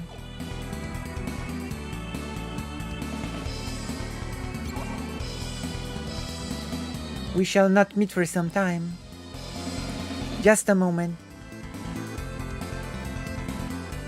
When the Einherjar have been trained, they are sent to Asgard. At that point, you will have finished the first cycle of your appointed tasks. I understand. The time you are allotted is not limitless, Lenneth. Just as time passes on the earth below, time in Asgard also grinds steadily onward. At set intervals, I will undertake to inform you of events taking place in Asgard. Thank you. I understand. Game time is stored as chapters and periods. Periods are the time spent in towns or dungeons. The chapter is over after the passage of the set number of periods, after which there will be a report from Freya. The game is comprised of 8 chapters. The final battle Ragnarok will commence when there are no more periods remaining until the end of the world, so be forewarned. I have one more word for you. That warrior. I don't think he's suited to become a hero. You mean Arngrim? Yes. Of course he has brawn enough. But does he have what it takes inside? The stuff that makes up an Einherjar is much more than strength alone.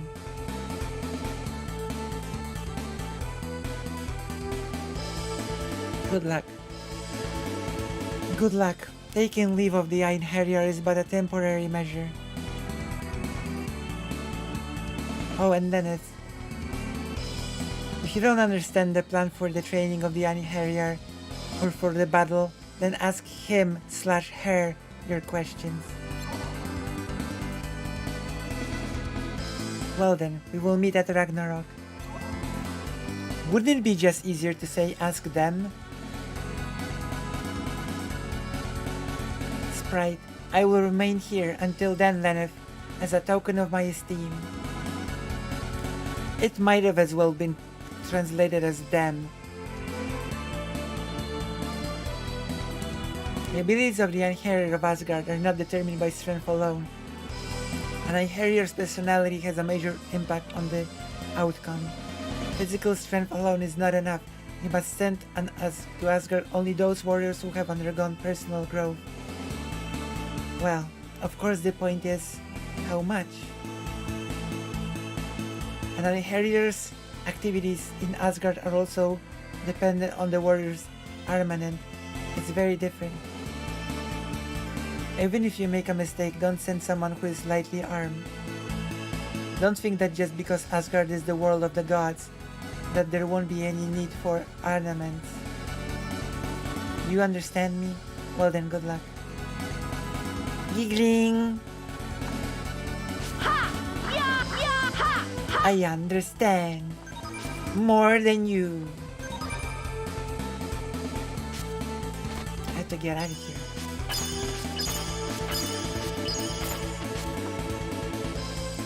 Exit to world map? Yeah. Yeah. Yoink.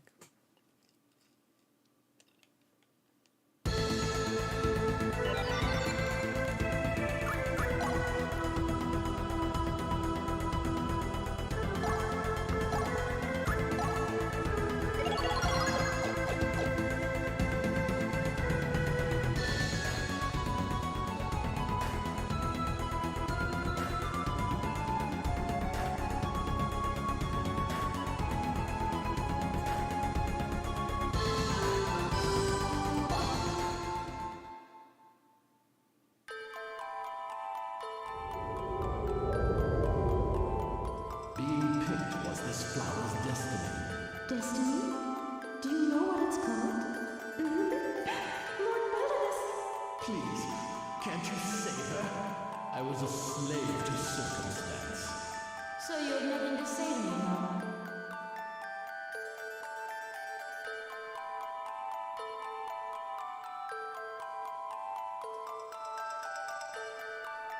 Giggling. That sound.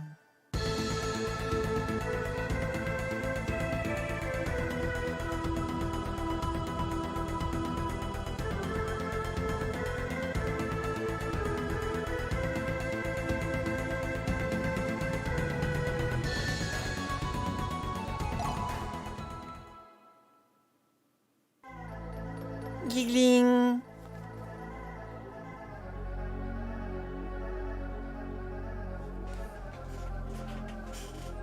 Have to go to the toilet.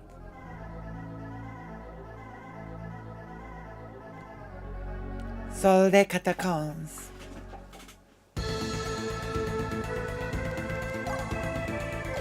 Ron City.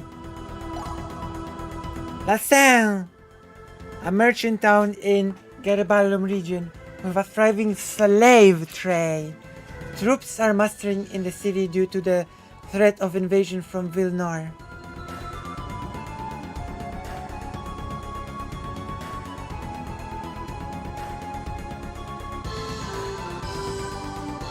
Hello, Mistress Briley. Thank you. And thank you for appreciating the overlay. Okay, we will look into the slavery, but first I will go to the toilet. Okay, the toilet. I'll be right back. The toilet adventures have only just begun for me. Okay, it is time. I'll be right back. Don't go anywhere. Don't abandon this stream.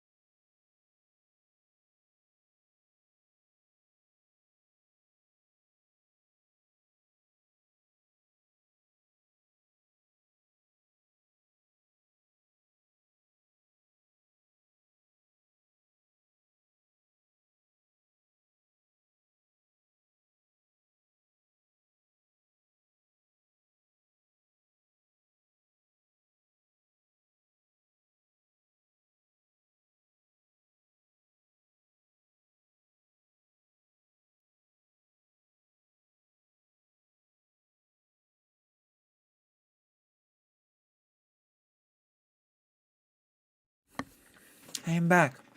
Right, with otro? You're right. You're right. But forget about that. We have slavery to deal with.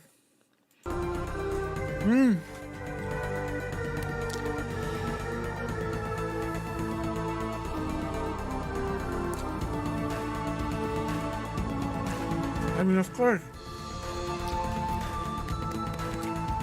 mean, of course. Of course her voice is femme. She was well, sadly, she passed away in 2008, but of course her voice was femme, you know, since she was a woman, but she was a great voice actress. Sadly, she passed away from a stomach illness thing.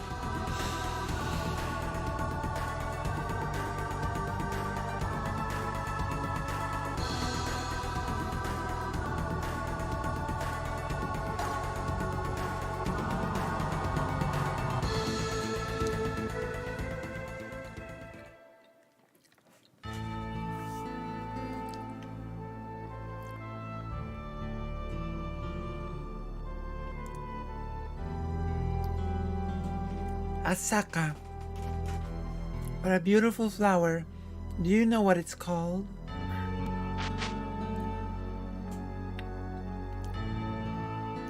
Asaka, do you want that badly not to go?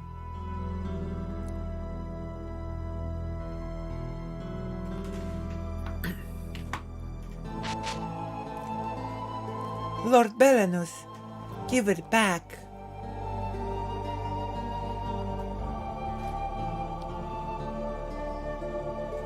I do not like slave auctions. Don't make me watch.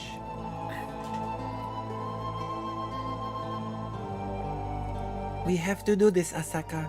My wife and Maria are gone now. You cannot take care of the mansion by yourself.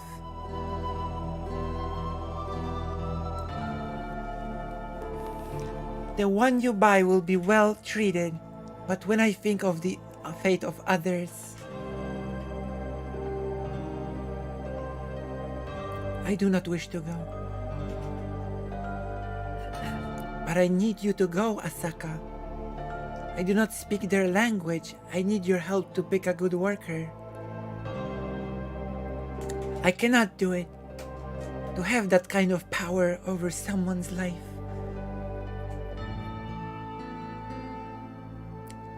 But it is well enough to pick a flower.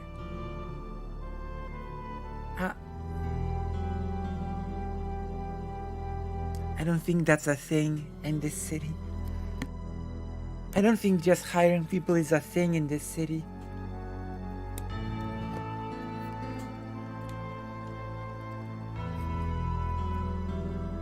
How is choosing a servant any different from picking a flower? Well, for one, people are not flowers.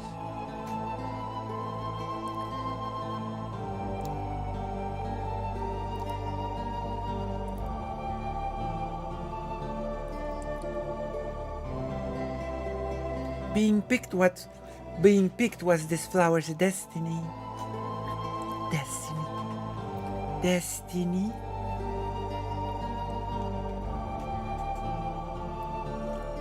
Destiny is the path chosen for us by the gods.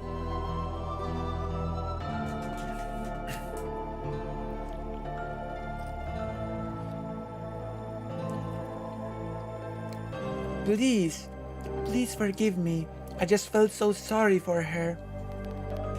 I will pay her upkeep with my own salary, so please allow her to stay.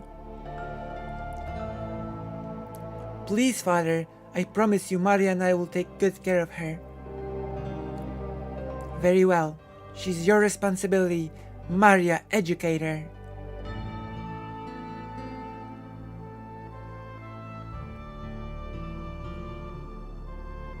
Are you sure that was a good idea, Maria?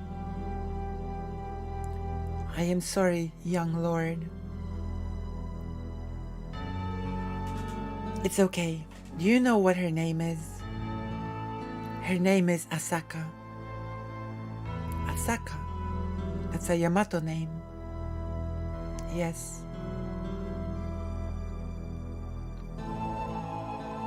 Ah.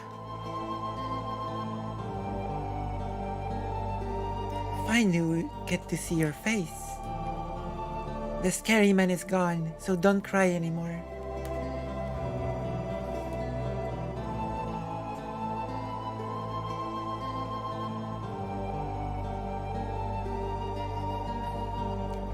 There aren't any today.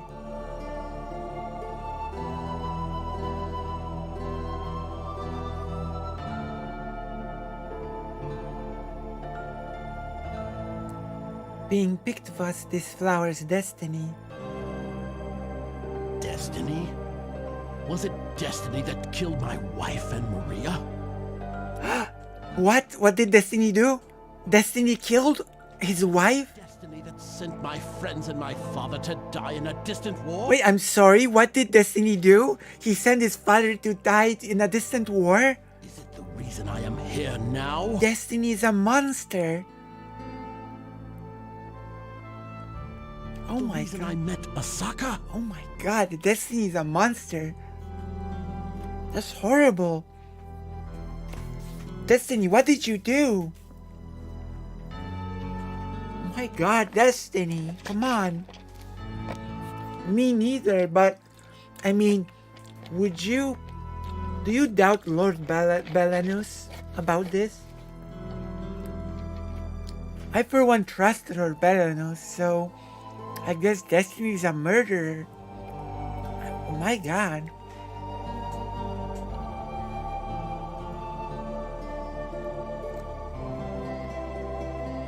I am fine. Well, we should head home. That's horrible. Yes, Lord Belanus.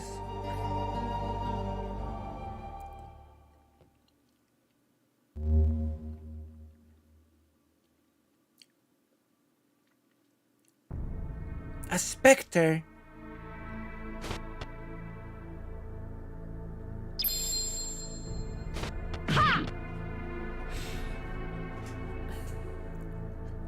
What manner of being are you?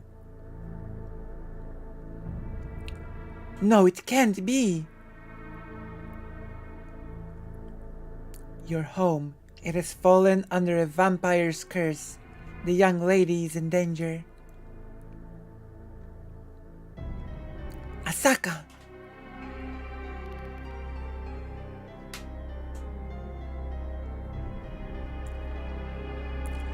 She is yours, Lady Beliza. This is the final sacrifice. Our agreement is now complete.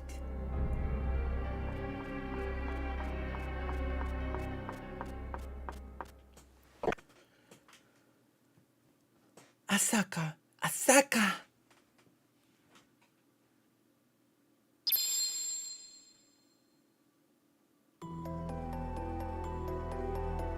Please, can't you save her?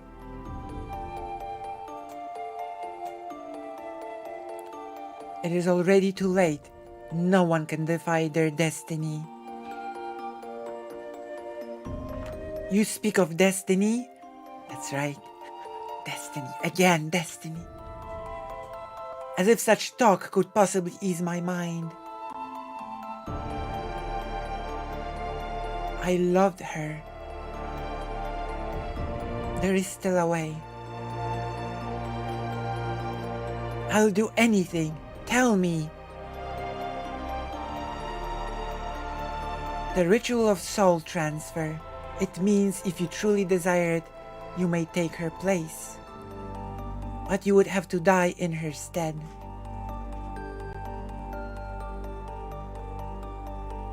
I was a slave to circumstance. There was nothing I could say.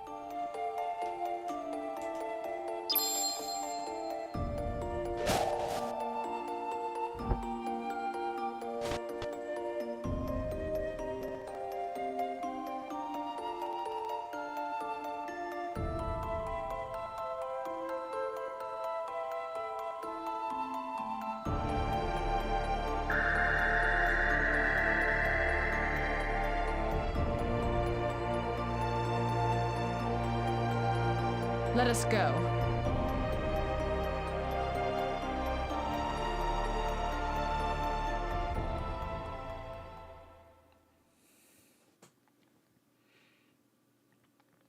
The master's dress. The master's dresser. This? This is nothing to me.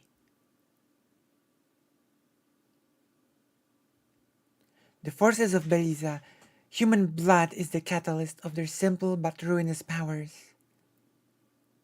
Lust, passion, and jealousy are all that the demons of this dark lady, Beliza.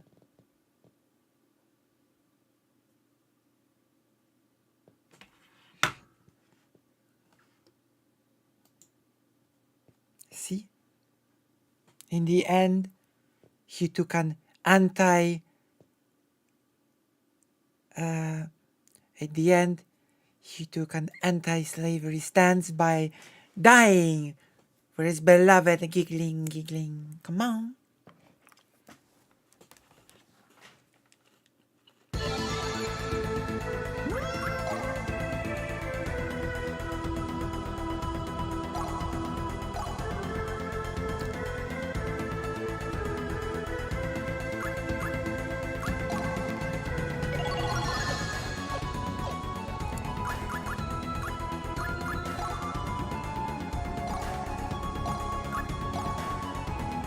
Belenu. Belenu. This is his face. The face of Belenu.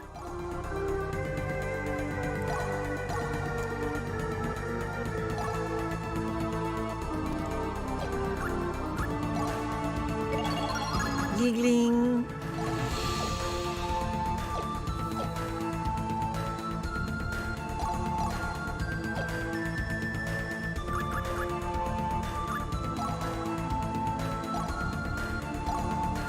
Yeah, you recruit characters through those stories.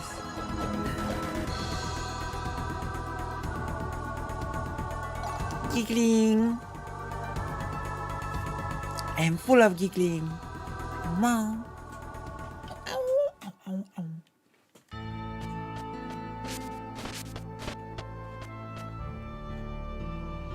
Kangaroo jumping.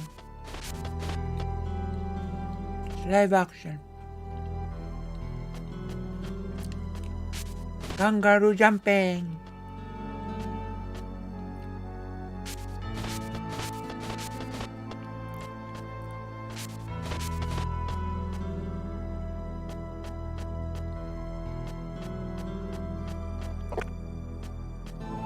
Kangaroo.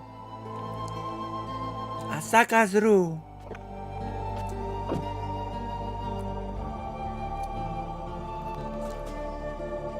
Asaka.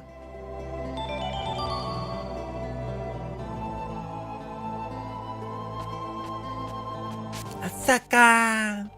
Giggling.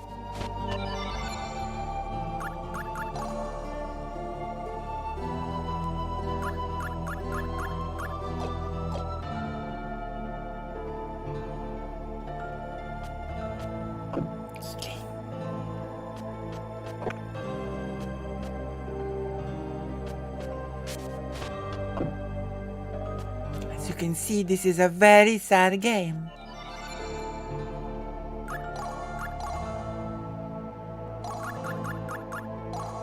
Pressed flour. Pressed flour made by Asaka. Poison damage minus 90%. 90%.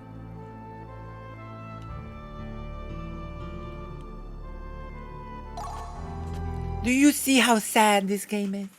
You understand my feelings? You understand how I feel?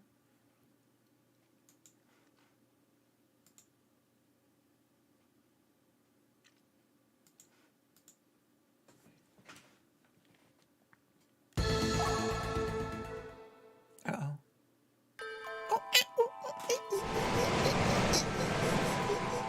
Anything I say is only going to make her feel worse. Oh no. No,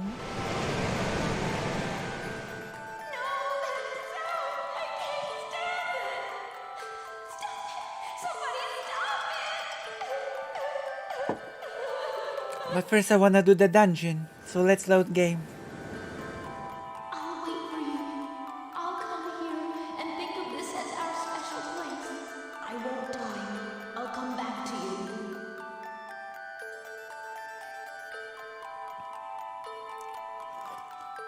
This is Valkyrie profile, so nobody's coming back.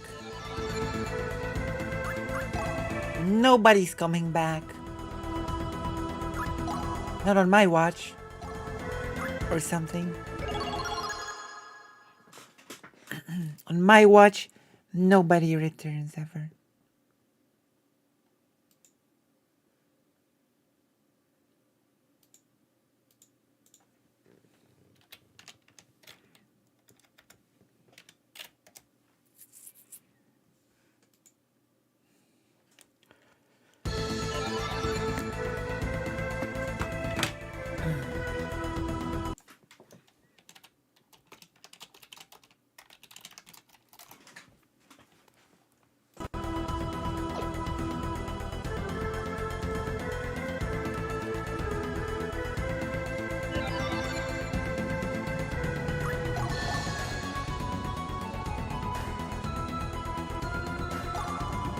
Oh yeah!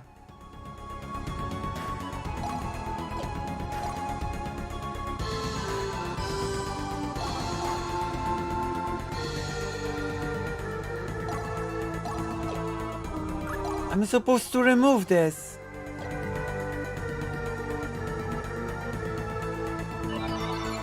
Oh my gosh, I forgot to remove this.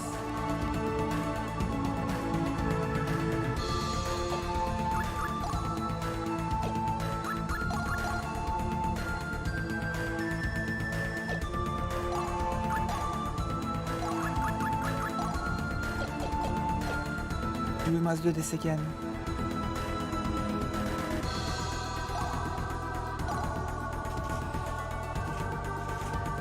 Poor Valkyrie. Giggling.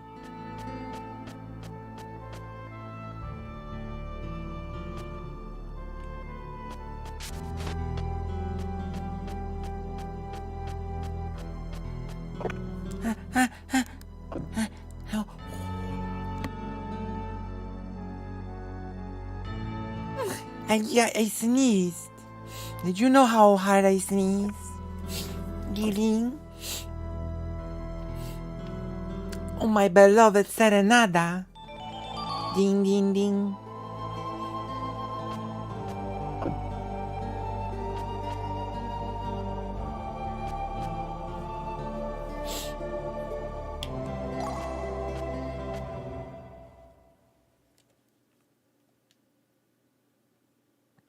Oh.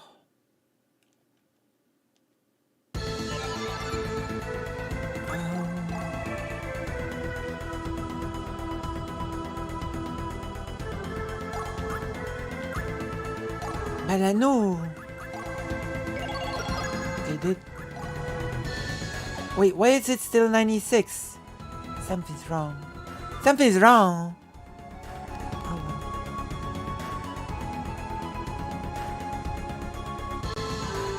Something's very wrong.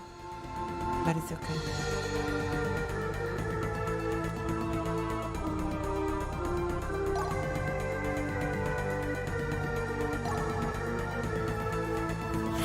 I'm on my second period.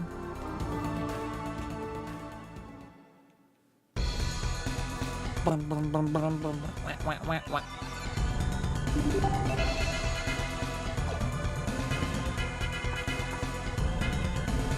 Evil kicklers. Oh.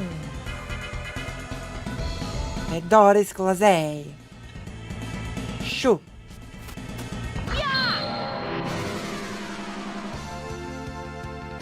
To my side, my noble Einherjar. No mercy.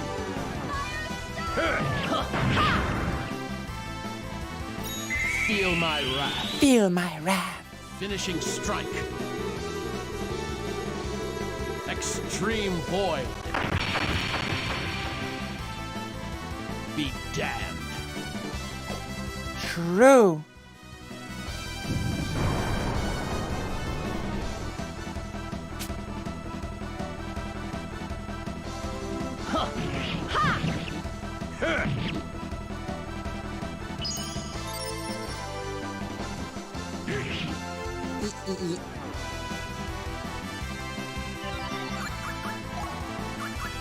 Heal.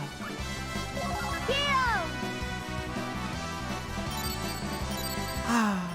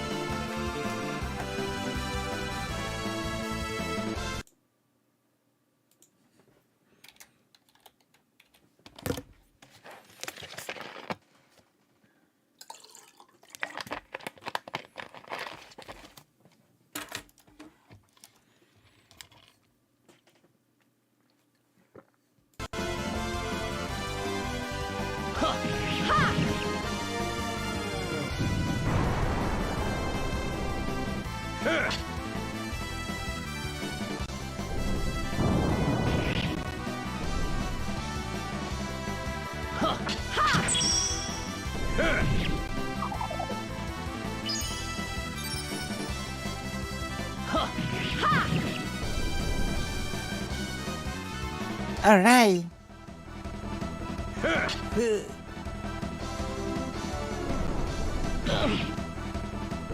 Yoink.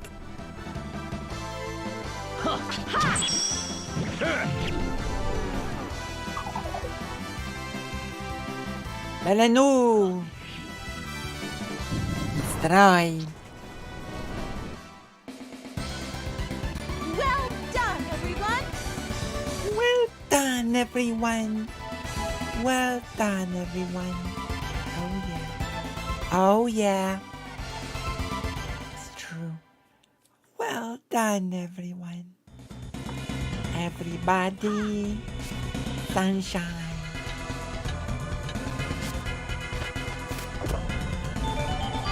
Short ball. Oh, look at this. Short ball. Valkyrie can, in fact, equip both as a weak bow.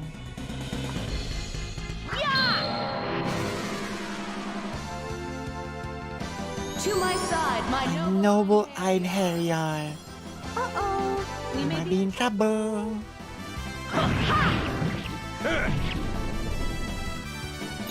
Feel my wrath. Feel my wrath. Finishing strike. Finishing strike. Extreme void. Extreme void. Be damned. Be damned to the damning hells of hell.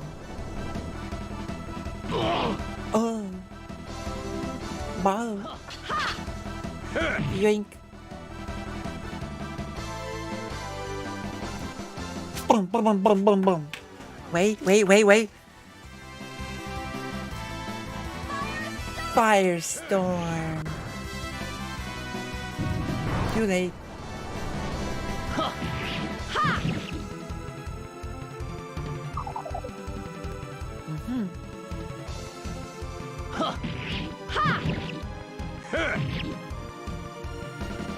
Yeah, we done it.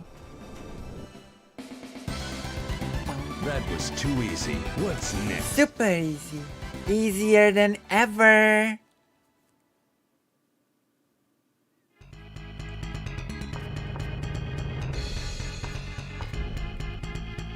Writing is carved on the slab. Destroy all the guardians. The time for guardians is over. Transform their resting places. Let us offer burial tools for the dead.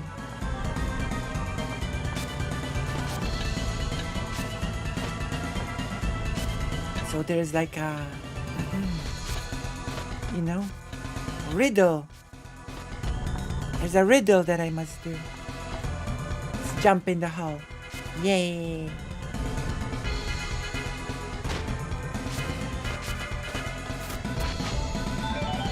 Attack, pow!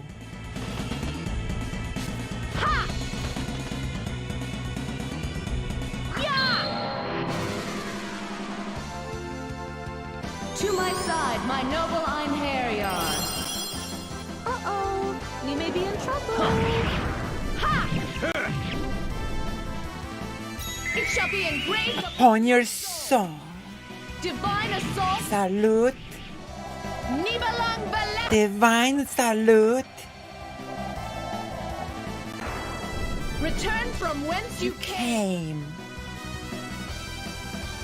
Oh.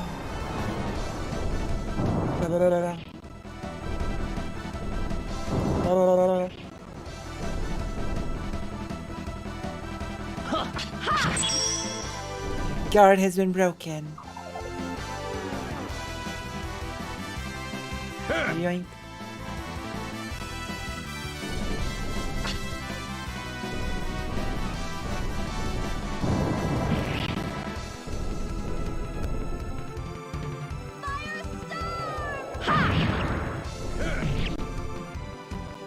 I grow tired of you. Finishing strike. Final blast. Finishing strike. I love a good fight. I love a good fight.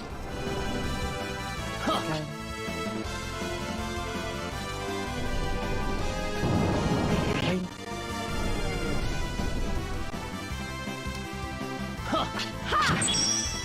Your armor has been broken.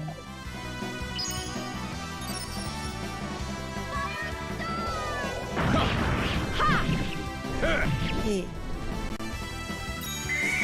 Feel my wrath. Finishing strike. Finishing strike. Extreme void. Extreme void. Be damned. Be damned. Or be square.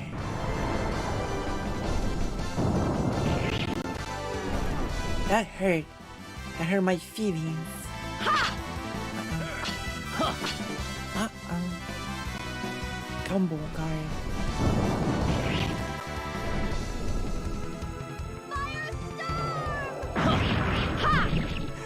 Got him.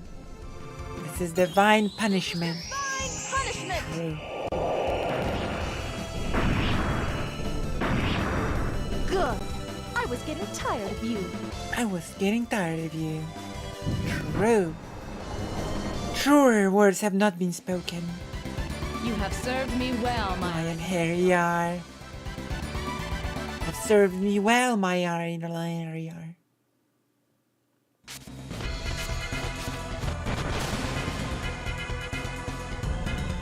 The door is locked.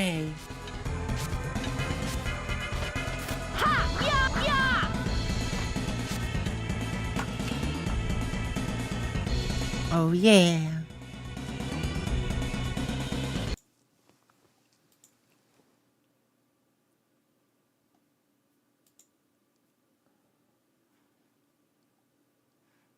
Oh wait, it's public.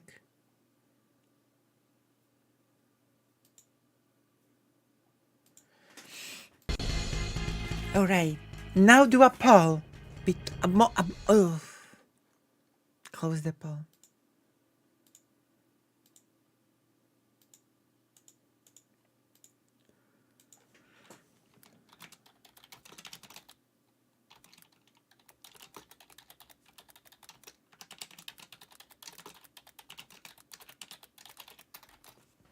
Politique. Ask your community. You are my community.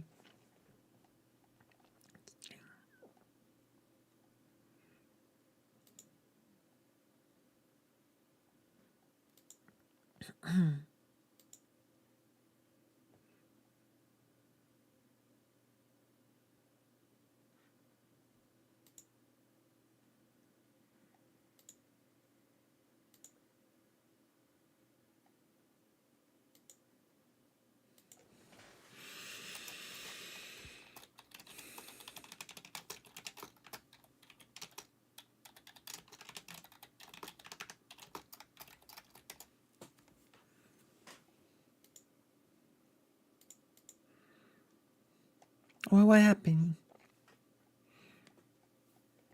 Politique.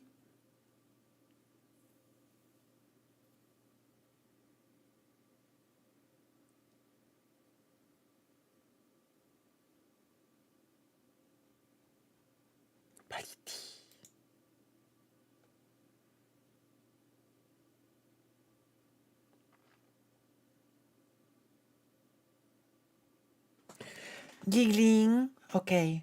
Extreme boy. No, extreme void, not boy. Extreme void. Oh my gosh. Extreme boy. I cannot believe you. Extreme boy. Oh my gosh. Extreme.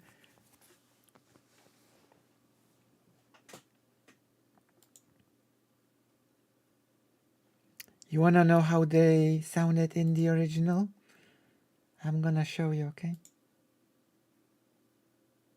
I'm gonna show you how they sounded in the original. In the Japanese dub, how they sound.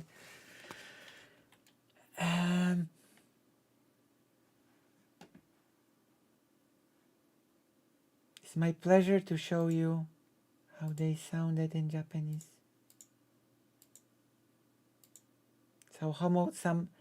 So some of the characters that you already know sound.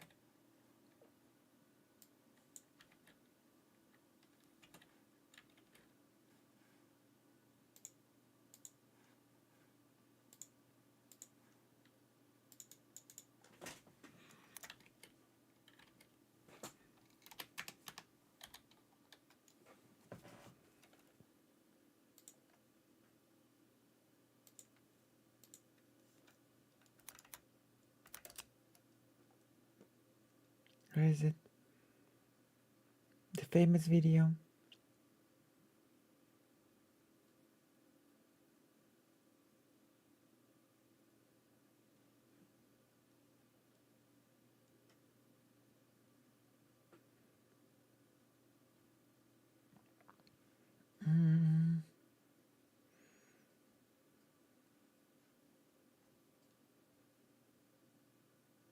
Oh my gosh, I cannot find it.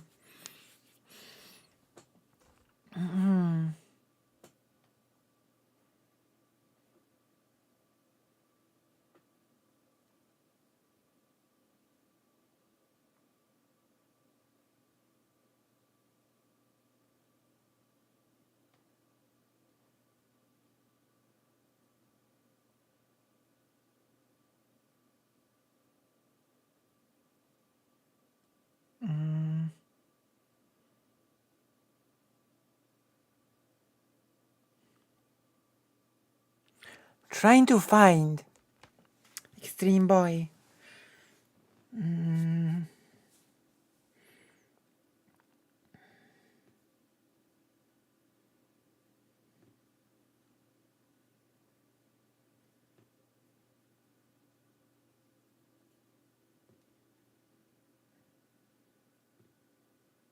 Where is it?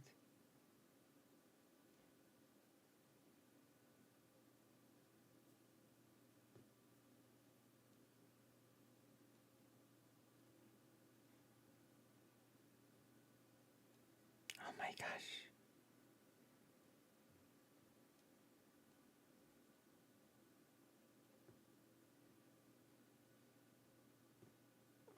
This is taking me longer than it should.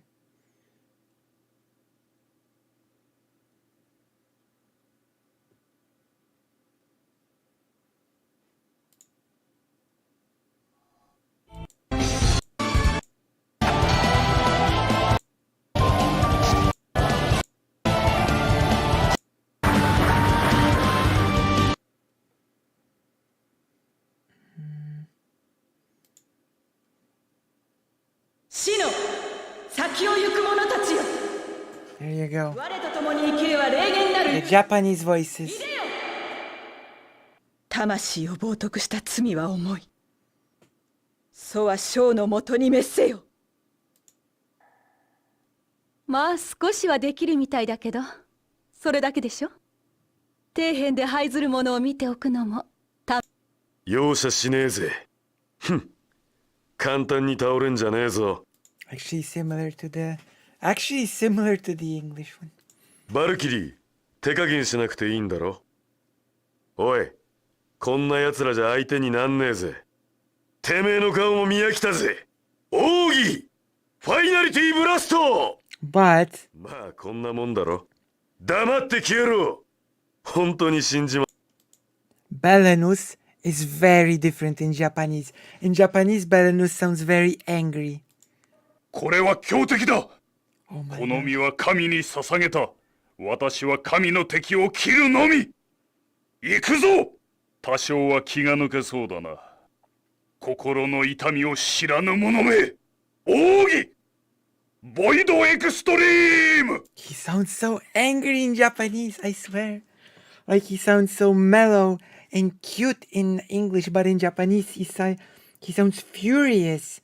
He sounds angry and mad. You know what I mean? So angry. Such an extreme. In Japanese, he's really an extreme boy. But okay. The title of extreme boy really fits him in Japanese. Who must go?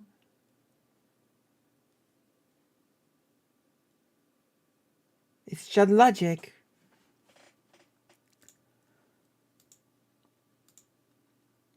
Shall we check up on Chad Logic? Shall we check up on Chad Logic?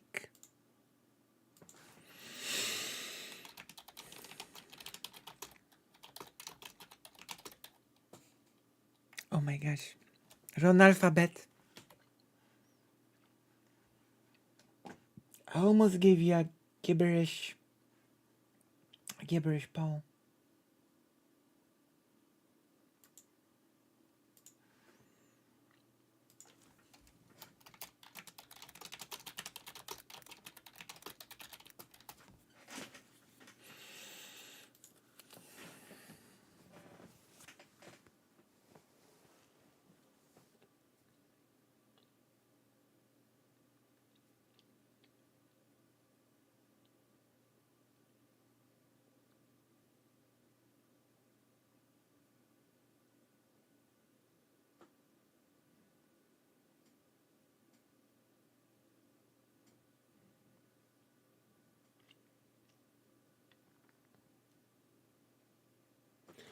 Oh, even Vosh gave his part thing about the Abigail Foreign.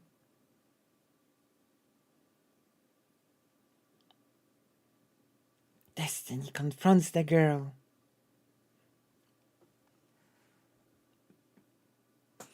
It doesn't matter what I want to. What matters is what is content or something, right? My wishes don't matter in the slightest. What matters is like that I jingle the key. We also have Vosh and Steven. Okay, I'll leave you with this choice. You have a choice. You have a choice to make. Make your choice. Because we have 3 choices to choose from the choices. If you understand what I mean. Okay, Logic. Wait, only 2 votes. Oh, well, thank you. Thank you for your pity. I accept your pity. I accept your nice pity say, and I accept your nice pity view. It's true. PT is good. Okay, let's check the channel. Who must go?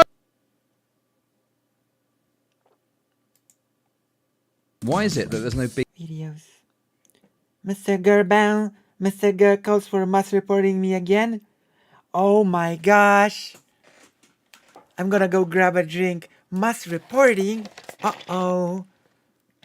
I've been accused once of mass reporting Chad Logic, so, well, let's see. We're gonna see if it holds any water. Be right back. Be right back, because I need a drink. I need a drink for this. Okay?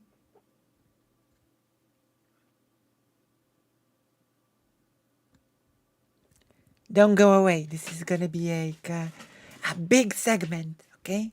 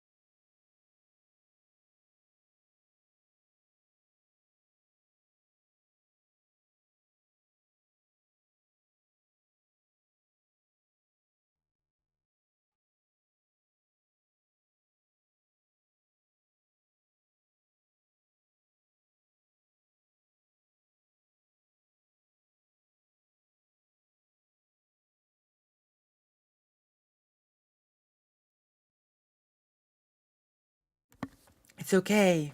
It's okay. I'm here to save you. I'm back. Also, I'm not even gonna risk making jokes, okay? I'm gonna be cold, objective. I'm gonna be professional. Especially since I know more about this subject than 99% of people, okay? So, I'm not gonna even, I'm on shaky ground as is. I'm on thin ice. So I'm not even gonna make jokes about mass reporting anyone, okay? Because I might end up in a new video with a thumbnail saying that I called for mass reporting of someone. So let's see. Mr. Girl calls for mass reporting me again. Let's go. It's a very it's very savage. It's a very savage act. Savage. I believe DK's mixed. Savage. Savage act. What's the term? I challenge you. I challenge you to a video game match or something. Mixed race. Oh, DK, can you just pop into What? the Discord and I'm say sorry, that you who? wish death? What? It's very savage. It's a very savage act. I believe DK's mixed race. Oh, DK, can you just pop into the Discord and say that you wish death upon people, please? Master Geo, you're banned from the Discord. Wait. Okay. Is it just me, or is it unironically really weird that for someone that wants to distance himself from anything that DK does, he makes his videos directly about DK for no reason? Why? Like, how many people talk about their editor as much as Chad Logic does? Isn't this video supposed to be about Mr. Girl? True, it's the best game. Discord because you're a Mr. Girl simp. You're now banned from chat and you're never getting unbanned. You will not succeed. You are wasting your time. Who, me? You're wasting your energy. Me? You're wasting your breath. You can just go and do your own thing, okay? You can go and wither away and die in your pathetic... Oh my god. Content creation space. What do you mean bullying with thumbnails? What does that even mean? What the fuck? Wait, but Destiny wouldn't even do that. He's become a big piss baby, crybaby, and it's all he's got left. Maybe you should be listening to me when it comes to YouTube. Because last time I checked, you're banned, you retard. He has a large Discord server and a decently sized platform. And I think as a result of his actions here, it should be taken away. I think Chud Logic should be banned from Discord, and I think his server should be deleted. Wait. Who gets... What do you have to do to get banned from Discord? Like, unironically, I'm asking. Like, what do you have to do to get banned from Discord? Does anyone ever get banned from Discord? Is this a thing that happens?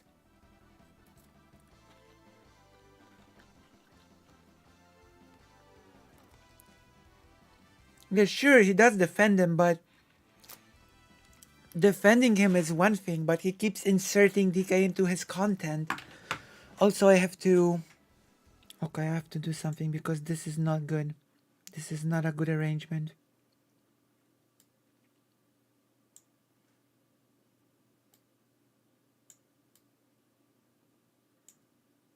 This is not a good arrangement at all.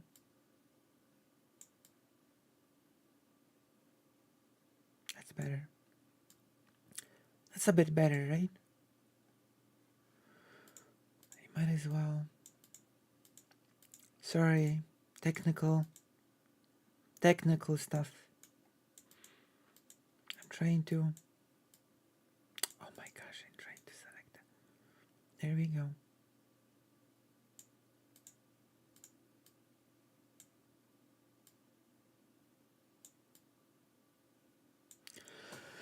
Okay, technical difficulties have been done. But yeah, he keeps inserting DK into his content. And also...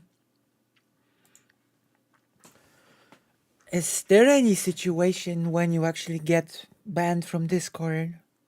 Because it sounds like calling for someone to be banned of Discord sounds like a wild thing.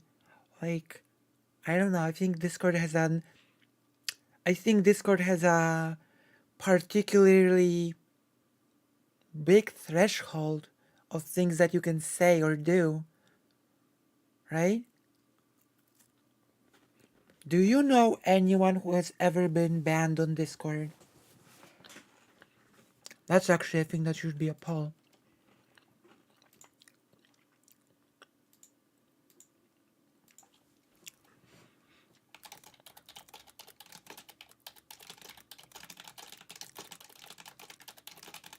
And I don't mean from a Discord channel. I mean from Discord period, by Discord. Do you know anyone? And what was the context of that?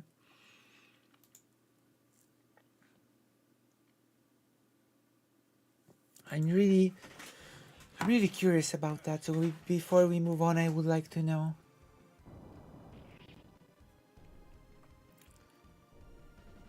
Because I don't know, calling for a person to be banned from Discord feels like almost silly. I don't know.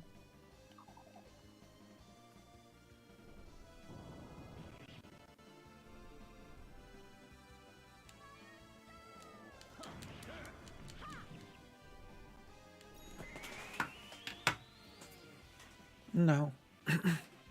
It's just one vote.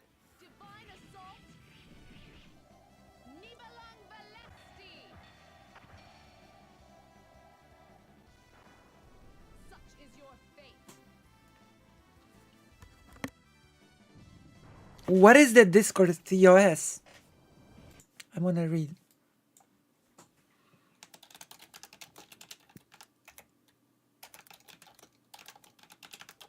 I wanna see. Terms of service Discord.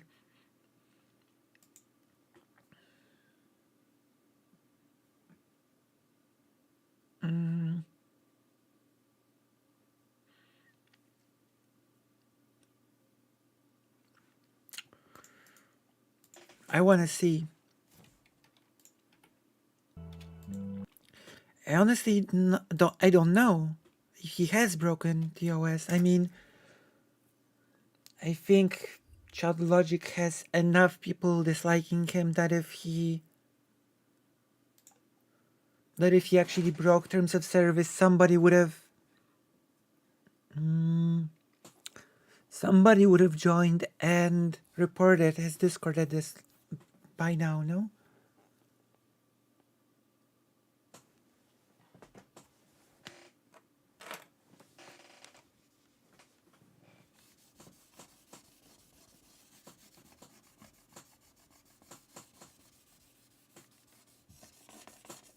Yeah, but if he broke TOS, then why hasn't?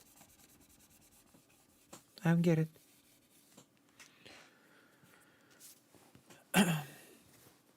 Right. Termination 10. You're right to terminate. You're free to stop you. No, that's.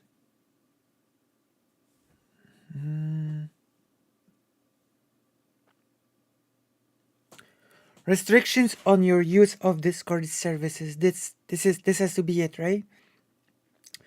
When using our services, you must comply with these terms and applicate laws, rules, and regulations, and you must use the services for authorized and acceptable purposes. You must also adhere to our community guidelines and other policies. I'm gonna look at this next. Which contain more detailed rules about your content or behavior when using Discord. Fundamentally, do not try to do or encourage or help others to do any of the following. There we go. So we have 3 main things that you cannot do.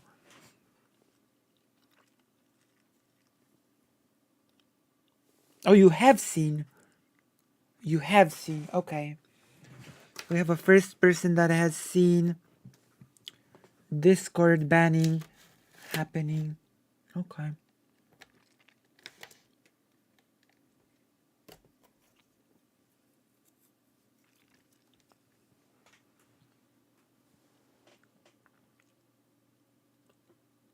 It's why mods in Voshcord and Zankor have to be so careful. Even the appearance that someone is organizing raids or doxing can get a whole server nuked. Wait, but Interesting.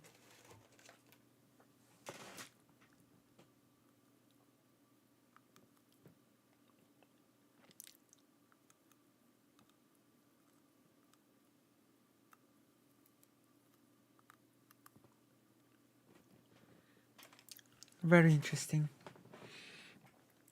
Don't use the services to do harm to yourself or others.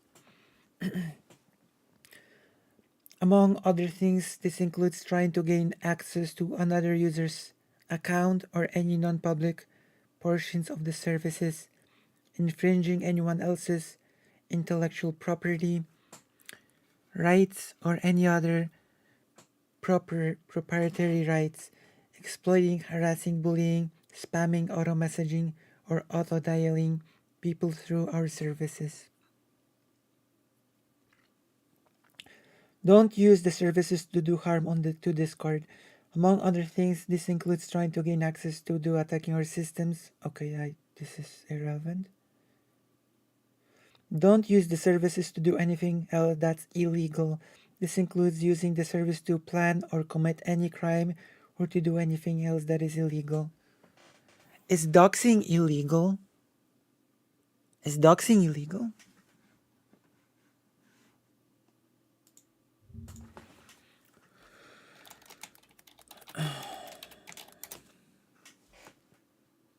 Although doxing itself is not illegal, it could contribute to another criminal offense like harassment, stalking, intimidation, identity theft, or incitement of violence. For those sentenced to jail time, doxing is usually part of a larger scheme involving multiple criminal offenses.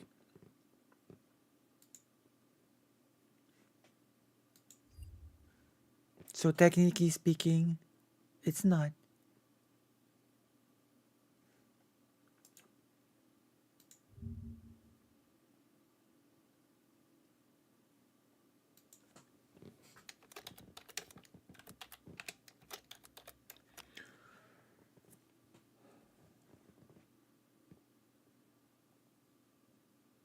Doxing is not illegal. Right, intimidation and stalking, although that will be I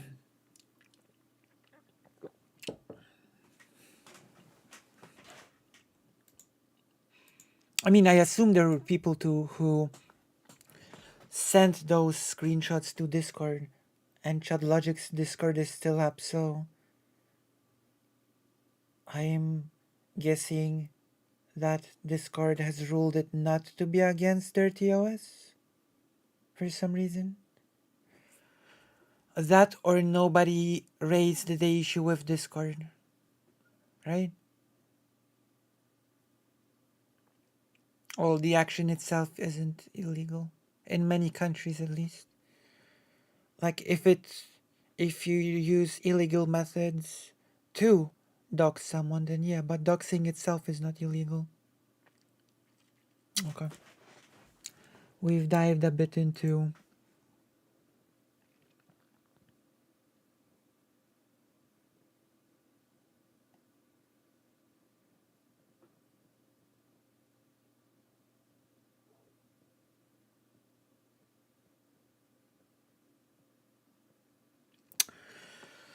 do not threaten to harm another individual or group of people. This includes direct, indirect, and suggestive threats. I guess this one has been sort of broken on the Discord due to the whole DK thing.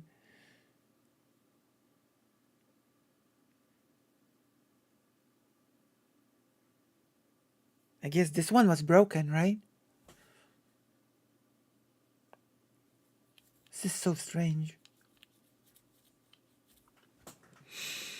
Okay, let's return to the video.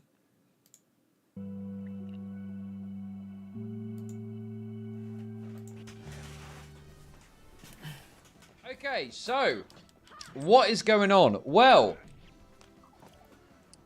I feel like it feels really funny to me that all those people that have sort of accepted Mr. Girl with open arms, that it sort of bites them in the ass now.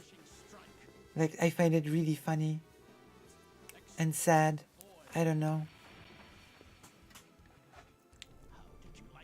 Was it cynicism? Or did they really think that Mr. Girl was some deep intellectual who had some really profound things to say?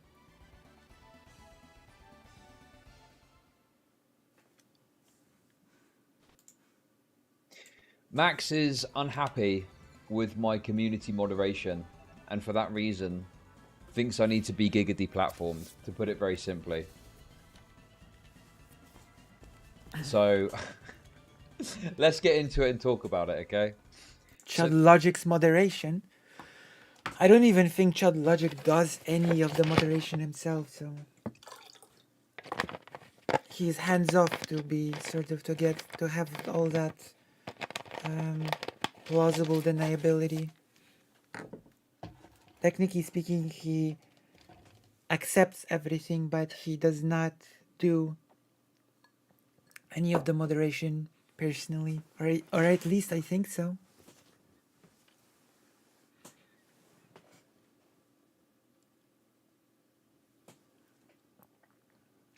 Chud should be banned because he's British. I'm not gonna comment because I'm gonna be featured on a whole new thumbnail that will say that I'm encouraging people to be banned or something. So this is the hotline from yesterday, I think. Hotline. He starts talking about it about 1 hour 5. Handle dealing with other content creators who might do something that you disagree with, or have somebody underneath them in their community that you disagree with. And the other is people in my community who do shit that I disagree with. Like, and for her to try to tangle the two together. What are the odds that DK goes through the threats? I don't think he's made any threats, has he? He's wished great harm upon someone, but I don't think he's threatened them. There is a difference. I mean, so I just want to give you some context going into. DK has threatened people directly before in that whole debacle, right? On the Discord, when he said that he'll just dig up information on mods and users on the Discord or something. That's a threat. To this, in terms of what this conversation is about, okay? In terms of what this conversation is about. So, basically, not so erudite. Yeah, but technically speaking, Chud Logic is talking about something else here. Chud Logic is not talking about that situation, but yeah, DK has in fact threatened people in the past.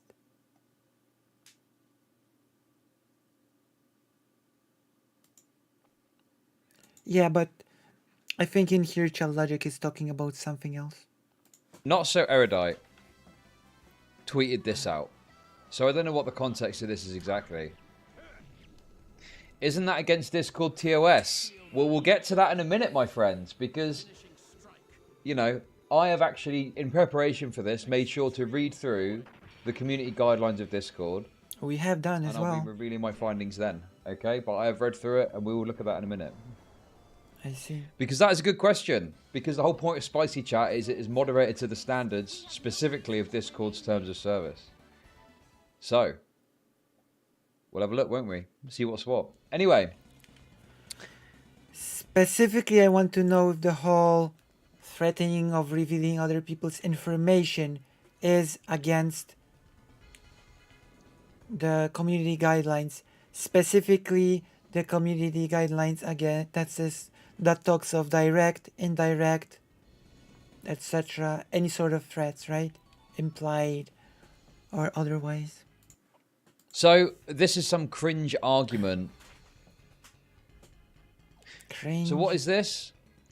Joshua needs to be arrested. This is what we're talking about when we say men disproportionately respond with violence if they feel disrespected or rejected.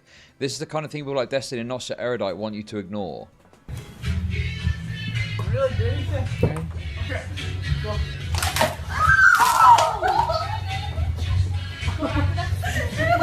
What? Well, hang on a minute. Whoa, Jesus. Okay, that's a bit... Anyway. Some say this is staged, some say it's fake. In any case, I think this is a bit disingenuous to say that. I mean, listen, I disavow the guy's actions. Obviously, he's going way too far with it. Oh. But, like, this isn't just a rejection. Okay. Go. She knocks a drink over him. Yeah. Because he tried to grab her. Right? He tried to grab her. Are we going to just... Are we just going to glance over the fact that he just tried to grab her?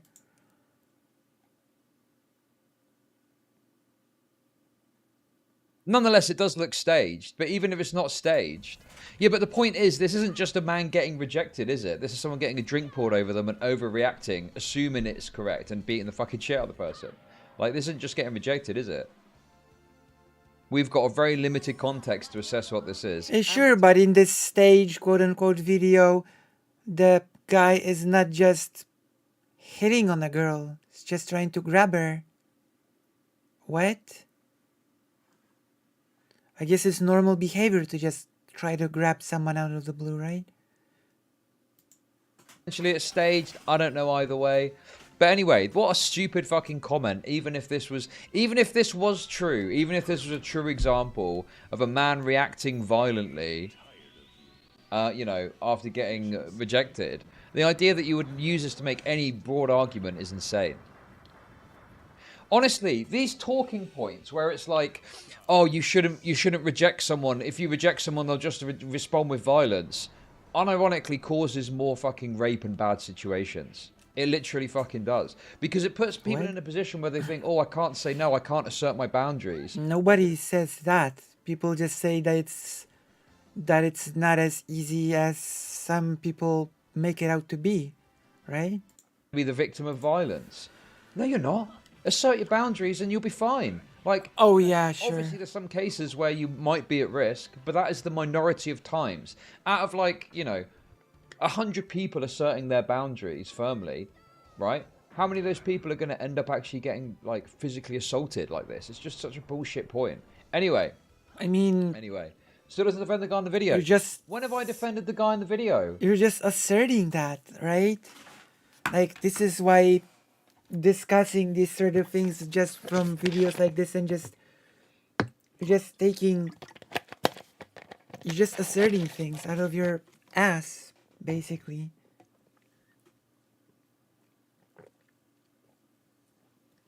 Actual nonsense. Prove that Chud doesn't talk to women. True. I'm not saying I agree with him beating her up. I'm saying that even if we accept this as true, right?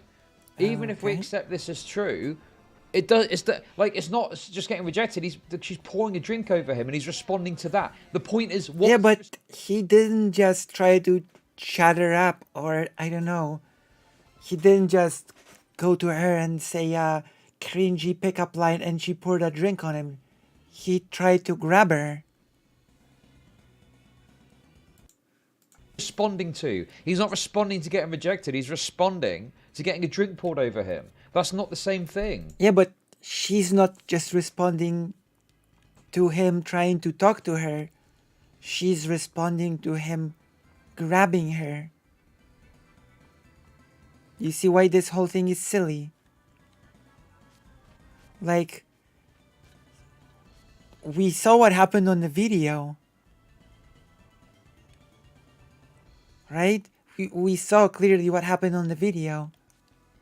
Like, once someone gets physical with you, it's fair game to respond physically as well, right? I think so. Anyway, it could be fake, maybe it's real. Even if it's real, doesn't matter. Let's continue on. So, try tagging us next time. The video has been circulating for over 3 years on Reddit and appears fake. If it is real, what's your evidence that I want to ignore it? So, this person wants to fucking mention Erudite, right? And then, like, with how toxic your followers are, no thanks. What a fucking loser, man. These people are so fucking pathetic, right? They want to go on Twitter and fucking say all this shit about someone, and the moment they respond, it's, oh, your followers, that's so toxic. Oh, no, thank you. Well, don't fucking say shit then. It's Twitter, okay? Suck it up, you fucking loser. Anyway. Jesus. Anyway. So Nossa Erudite responds further, okay, and says the following. I've stated this publicly before, but if anyone ever gets DMs that are threatening, that feel in conjunction with us Twitter beefing, do not hesitate to send me names. They'll be banned on all platforms. What's Erudite saying here? Let's just break it down, okay? Let's just break it down. There's not much to break down. There's honestly not much to break down. It's the standard thing that creators say. Give me the names and I will ban them. That's it. There's nothing to break down. This is just fluff.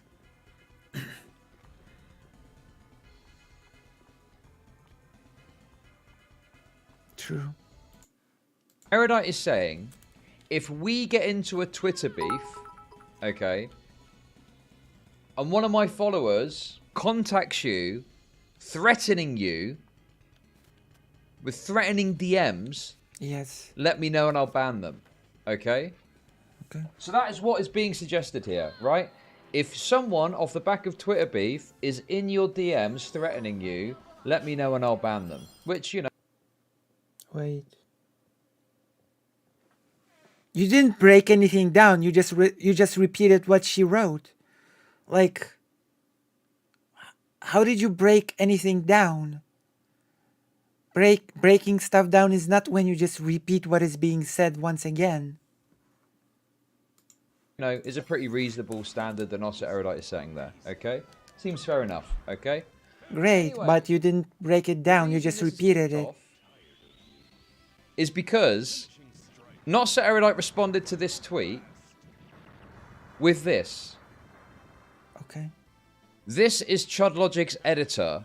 You both gonna keep interacting with Chud? Who? And what has Lav shared here? A very low quality screenshot, but nonetheless we can make it out. Just so you know. Just so you know. My opinion of Lav, of this person, deeply unpopular woman, is lower than of Chud Logic. I'm just gonna put it out there, okay? My opinion of Lav is lower than of Chud Logic, okay?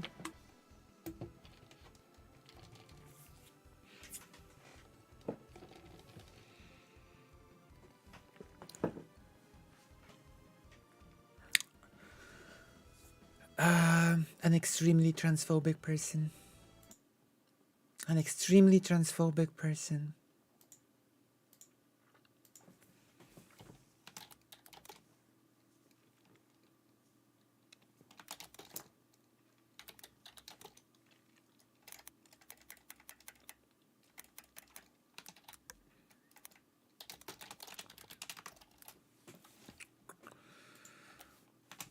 Because it's like the because it's the Paul stream,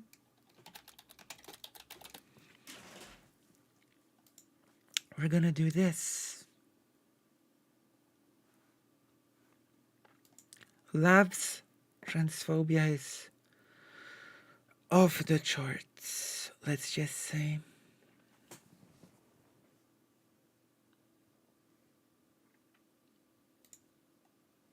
It is quite something else.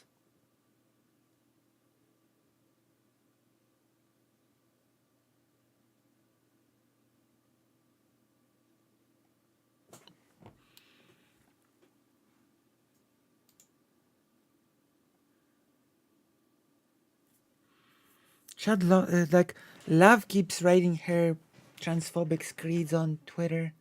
She's like a TERF / full-blown transphobe.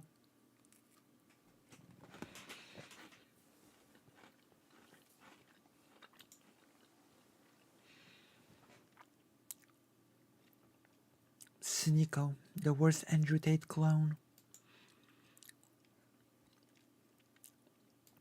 Yeah, she's the person that writes the article with Mr. Girl about Chud Logic. Well, not about Chud Logic, about Destiny. But I don't know. From this video, it seems that maybe Chud Logic will receive a chapter in this growing article, at this point, book that Mr. Girl is writing. He said that it will have like 50 pages or something. Mr. Girl like announced that this article will have like 50 pages in it, so you know. Damn, someone just doxed Mr. Go and told me to tell him that people are coming to his house. Wild shit. And this is DK, my editor, in my Discord, saying good. This person, Jack, responds. They DM me randomly. We'll wait for it to play out. And DK responds, hopefully they take the crazy bitch he lives without. Jesus. Whew. That is spicy. Okay. And then there's these messages here. And then there's these messages here. Stop giga chatting, okay? Listen. Come on now. Come on now, leave it out, okay? Leave it out. Leave it out, okay? Okay, get on with it. So what's this? Of course he's going to cover it. I don't know. I just have the nagging feeling it's going to be a total shit show. Waste of time. Tons of relevant bullshit. Just drama, nothing serious. Wait. Shit people already know or won't care about. Isn't drama all that Chad Logic does? What do you mean, just drama, nothing serious? What serious topics does Chad Logic cover? When was the last time Chad Logic covered anything that was not just drama or irrelevant BS? When has that happened? Does anyone know?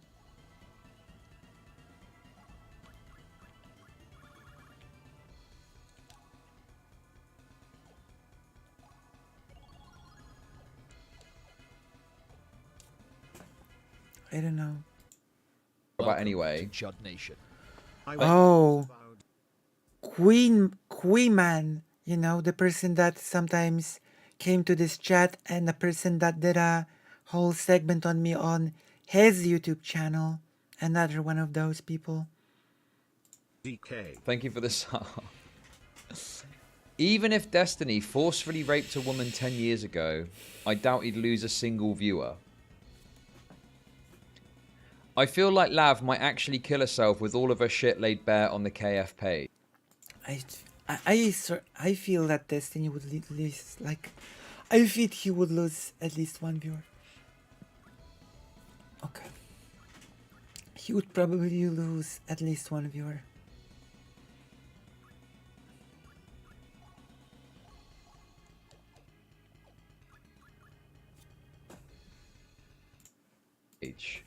And DK responds, we can only wish to be so lucky.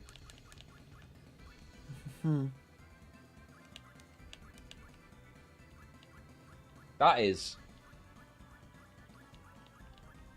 Just to be clear, the position of me, Chud Logic. Okay? Just to be clear on my positions on this. Okay? Do not commit suicide. Jeez. Do not kill. Okay? Do not kill and do not suicide. Just to be explicitly clear on my positions. Now, anyway.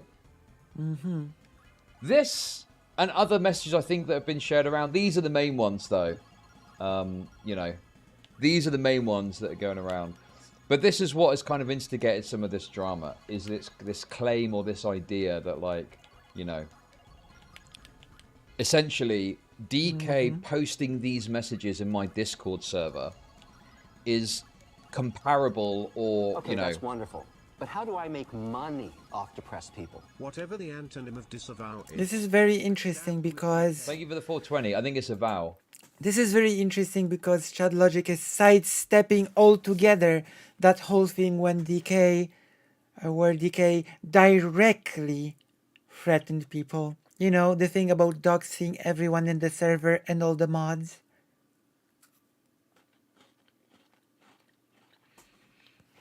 Like, sure, this thing, technically speaking, is not breaking the community guidelines, but what about the thing that President Sunday called out? Does that one still not breach the community guidelines?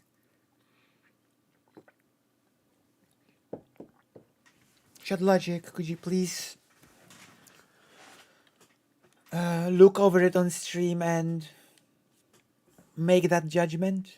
You know, bring out the quotes, look over it, and check if everything is above board. That would be pretty cool, right? I think it's a vow. So, you know, DK is putting these messages into my Discord server, and these are now obviously being used to say to Erudite at a time when she is saying, if you get threatening DMs, let me know and I'll ban them from the platform, from any platform. And Lav is obviously saying, well, hang on a minute. Look at these messages here. By those terms, shouldn't you, like, I guess what? Stop interacting with Chud on this basis? But the problem you've got is, well, first of all, these are not DMs. These are not DMs that DK has sent to someone, okay? Clearly the stand... I mean... let me see. So wait. It has to be DMs? If it's open threads, then it will be okay? That's a little bit of a silly thing to say. So if it's not DMs, it doesn't count anymore? If someone threatens openly and not in a DM, then it becomes fine? That's so weird. Standard that Erudite is setting is, if someone is contacting you directly with threatening messages, right? At that point, let me know and I'll ban them. That's the standard that she's got. So right? outside of DMs, so threatening messages are okay? DMs, right? These are messages posted in a Discord server, you know, that are, what? Shitty, harsh, you know, needlessly cruel. I don't know what word you want to use for it to condemn it enough. But yeah, obviously, like, wishing harm to someone, wishing some form of harm or death on someone, or wishing someone is doxxed, is a shitty thing to do, okay? I don't think there's any denying that. I don't think you're going to be able to get around the fact that doing that is a shitty thing to do. And everyone's going to start fucking soy nodding. Okay, listen, you fuckers are unbelievable. It's very savage. It's a very savage act. I believe DK is mixed race, which is not relevant, but... Savage? I don't know. I would call it juvenile, but I don't know. To each their own. You call it savage, I call it juvenile, but whatever. Right? Whatever you want to call it. I'm just throwing that out there. Anyway, to get back to the point at hand, okay? Okay. To get back to... I need to be careful. People are actually trying to fucking cancel me right at the moment. Anyway. Okay, please. So, here's the situation, right? Not So Erudite is saying, if I'm in a beef with you and you get DMs that are threatening, let me know and I'll ban them. And Lav is obviously seeing this as an opportunity to insert herself into the conversation, as she always fucking does, with something she's upset about that isn't actually relevant to the topic or the matter at hand. Because, answer me this, if someone is saying, if someone sends you harassing DMs, I'll ban them, what is someone posting messages, shitty, harsh messages in a Discord server, you know, wishing that someone dies, what the fuck has that got to do with receiving harassing or threatening DMs? Nothing. It's got nothing to do with it. Lav has just got a fucking axe to grind, okay? Lav knows that she's barking up the wrong tree, taking this stuff to me for reasons I'll get into, okay? So she's now going to Not So Erudite to get her to what? What is that? To get her to stop associating with me because my editor posted some shitty things in my Discord. Is that it? Have I got the right series of events lined up in my head? I don't know. It feels like Chad Logic keeps getting into weird dramas because of the editor. If you are unhappy with any element of my moderation, or any element of my server or community or anything, you are more than welcome to leave. You're more than welcome to fuck off. You don't have to. You're not obligated to be a part of Chud Nation. Okay. You're more than welcome to go your separate ways. And people have in the past for this. Because bear in mind, this isn't the first time this has happened, okay? This is not the first time that people have come knocking on my door or the door of others to say, Oh, DK is saying some edgy shit in a Discord. What are you going to do about this, Chud Logic? Oh, we're getting to it. We're getting to it. And bear in mind, the thing President Sunday was talking about wasn't just saying edgy things on the Discord. This is a bit disingenuous. This was directly threatening the whole of the mod team and directly threatening all of the Discord users.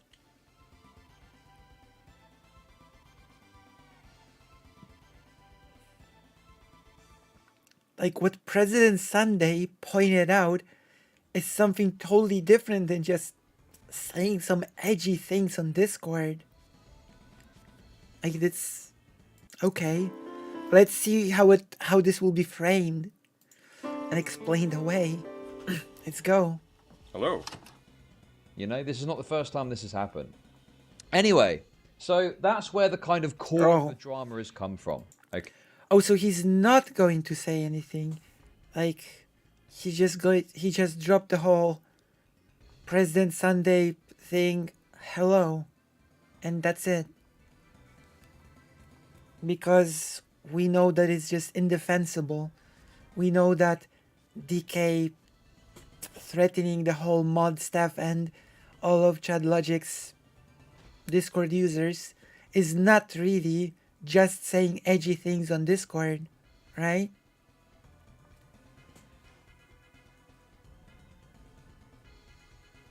Which Chad Logic acknowledged but downplayed by saying that he dealt with it. Right, yeah, exactly. So either it's just edgy talking on Discord and it's okay, or it's bad and he has dealt with it. It can't be both of these things at the same time, right? Just can't. Okay. That's where the core of the drama is coming from, is the fact that Lav is going to Not So Erudite to, you know, say, hey, this is something that DK is doing. Answer to this, please. Okay. So, Not So Erudite responds, I'm sorry. What exactly do you want me to do about Chud's editor? If a fan of mine starts threatening people on my behest, what I can do is cut them off from to disincentivize his action. DK isn't my community member. Are you going to keep interacting with Chud, knowing he signs off on this? Well, it can be both of these things, but he only pointed to one because he's really smart. Well, in the case of what President Sunday has pointed out, it actually literally cannot be both of these things. Like, it's either just saying some silly, edgy things on Discord, which is like whatever, or it's actually threatening somebody and Chud Logic has dealt with it. In this sense, I will repeat, it cannot be both of these things. It cannot be both just saying an edgy thing and both serious threat at the same time, right? It's either serious or not serious. And what President Sunday has called out was in fact serious. And as we have agreed, apparently Chad Logic himself has acknowledged that it's serious, and he said that he has dealt with it, right?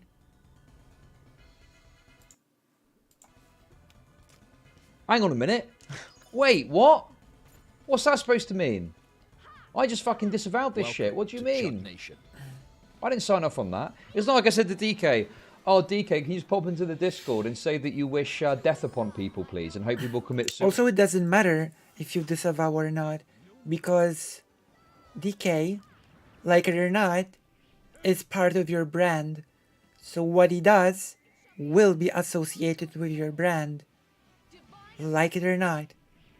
You can deny it, you can cry about it, you can say that it has nothing to do with you. As your editor that does your videos, your thumbnails, that from what I know, manages your YouTube comments. He is part of your brand. So when he does something that is perceived to be bad, your brand will be associated with it. That's all there is to it. And it happens everywhere. It just happens everywhere in all industries. If someone behaves badly in a brand or company setting, the whole of the brand gets tarnished, right?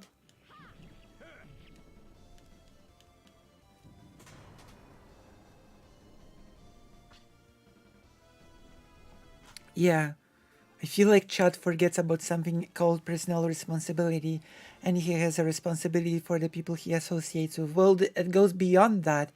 It goes as far as the branding, right? Because he associates with DK in a professional capacity, right?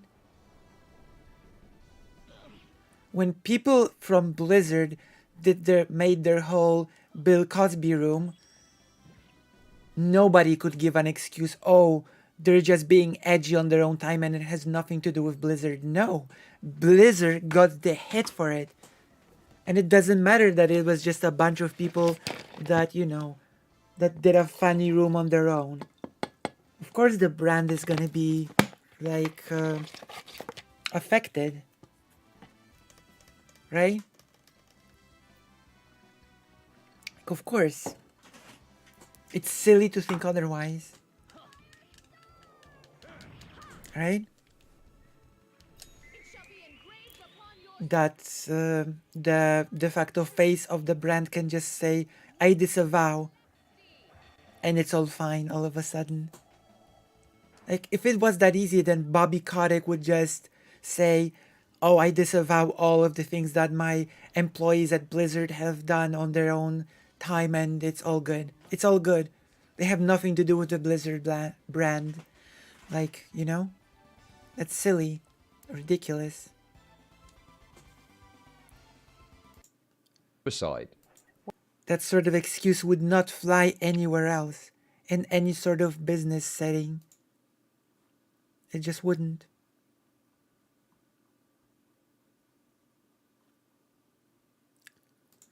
And I think Chat Logic knows this. Hopefully. Right? Yeah.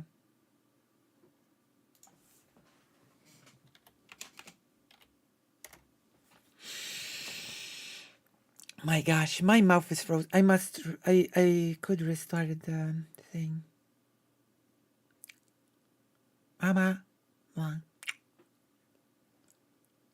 Oh, okay. I think it's the camera not catching. Wait.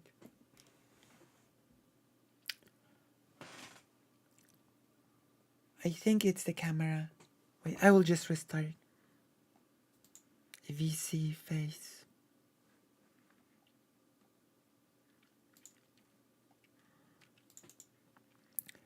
Does that make sense what I'm saying? Do you know what I mean? Does any of this make sense? I'm gonna change my thing.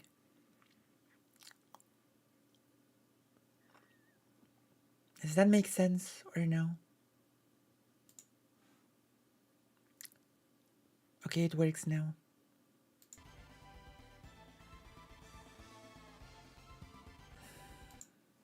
Wait, what? Jesus. Anyway, then Nossa Erudite responds, yes, I believe in interacting with people whose actions I disagree with and worldview I oppose. Chud Nation. Thank you for the sub. No 1 year. There must be degrees of separation or almost no collaborations are possible. That is of course nonsense. Like, this sort of level of separation, quote unquote, does not work in any professional setting. Right? It just doesn't work. Not when it's out in the open like that. Like, it sort of works when the bad things can be hushed, but it doesn't work in a when it's in the open like that in a professional setting. Chad is completely spineless anyway. He'll dump supposed friends when it's convenient. Why would he take responsibility for anything? Well, you know. Like, it's not even about responsibility. It's about being professional, quite frankly, right? It's about being a professional in your field. This sort of thing will not fly in any industry. Also, welcome to the stream, Flippant. So pretty reasonable kind of like points here, I think.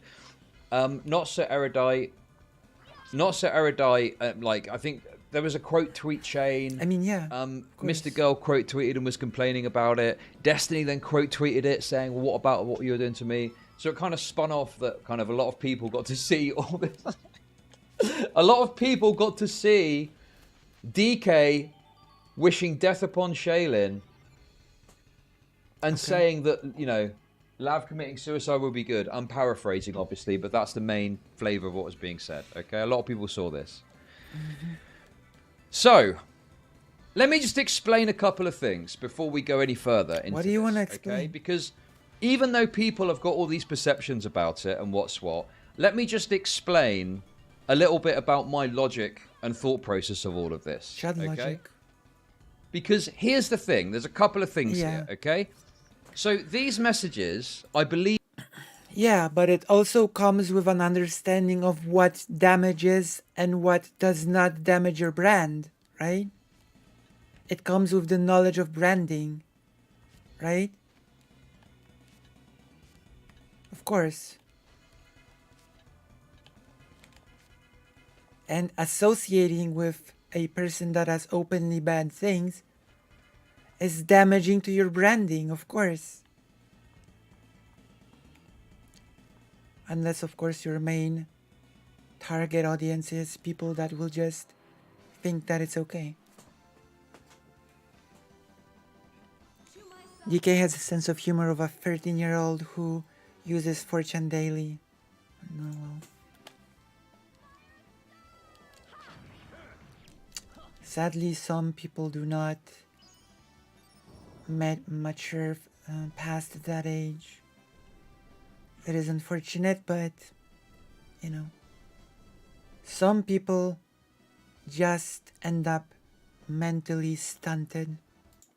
Both screenshots are from Spicy Chat, okay? Now, what is Spicy Chat supposed to be? Well, Spicy Chat is supposed to be a place where we just stick to the Discord terms of service, okay? We just stick as close as we can to Discord terms of service. There might be times when we go outside of that if there's certain things which are like, you know, like for example, if people are arguing hardcore about someone getting banned and it's taken up the entire conversation, we might tell people to stop talking about it and move on just for the sake of keeping the conversation flowing or something like that, right? I don't know. The whole idea of a spicy chat, quote unquote, feels very juvenile and childish to me, but I don't know. Maybe some people like the idea of something like that. Maybe it's appealing to some. So there are little bits and bobs outside of the Discord terms of service that we might moderate against, okay? But primarily, when it comes to Spicy Chat, okay, we moderate as close as we can to what the Discord terms of service are and our interpretation of it, okay? So that does raise a question, doesn't it?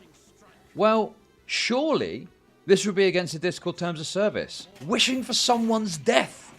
Hoping someone commits suicide. Oh my goodness. Surely this would be against the Discord terms of service. Well, like there does seem to be a certain level of childish, juvenile energy behind all this. I'm not gonna lie. I have consulted the Discord community guidelines and I found the following. Okay?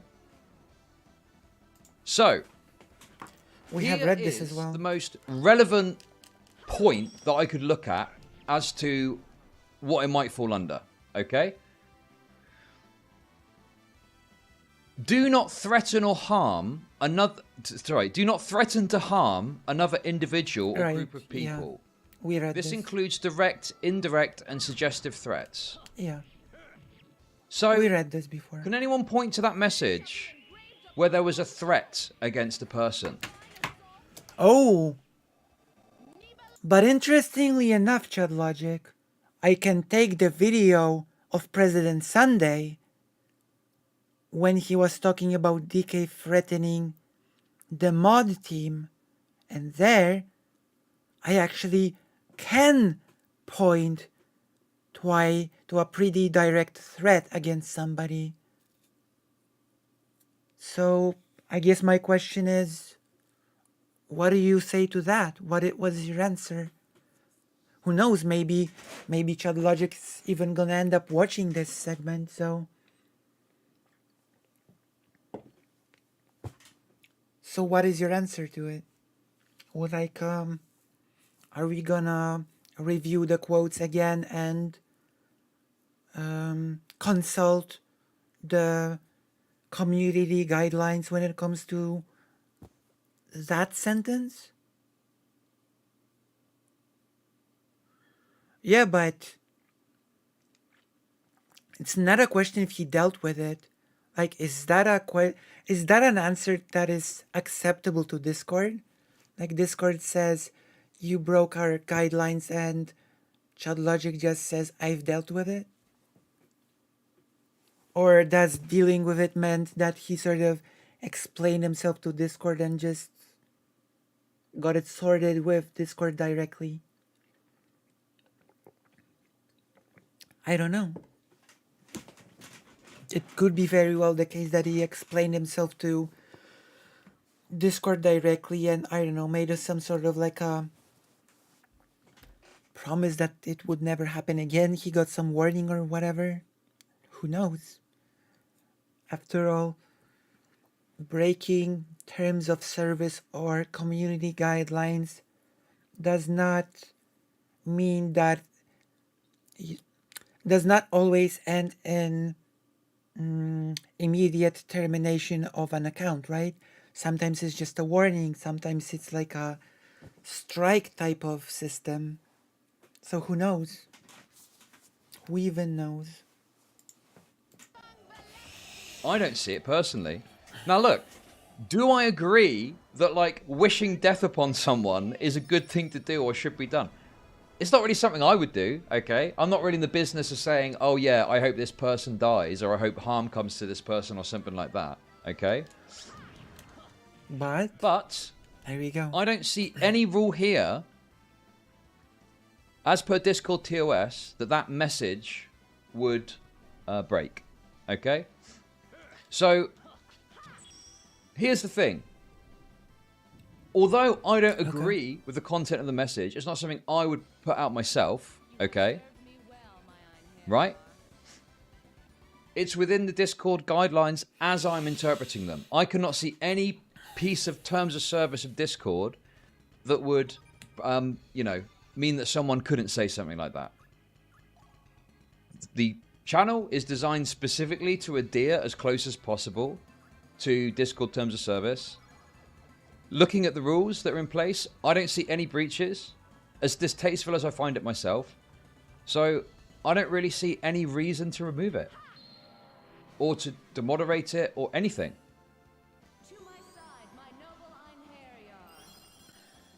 If you think I've misinterpreted something, or if you think I've misread something, or if you think I'm not seeing a certain part of the terms of service, by all means, let me know. Okay? But the problem is that, well, not the problem, the kind of logic I have with it is that's what that part of the Discord is for. I might not like something that gets posted. I might disagree with something that gets posted. Okay? But in order to adhere to the principle of what that Discord is about, there's not much to add here, to be honest. But guidelines.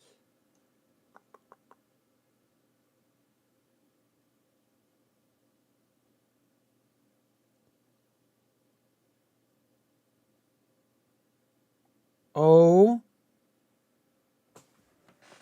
Chad Logic has. Wait a minute, Chad Logic. wishing someone death, right? Chad Logic read us this community guideline. Do not threaten to harm another individual or group of people, right?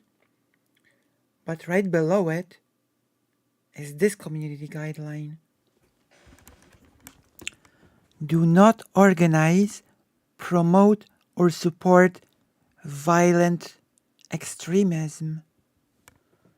This also includes glorifying violent events or the perpetration of violent acts, as well as promoting conspiracy theories that could encourage or incite violence against others. This is interesting. So, if you wish someone got killed, does that mean that you are glorifying violent events? And that's a good question, isn't it?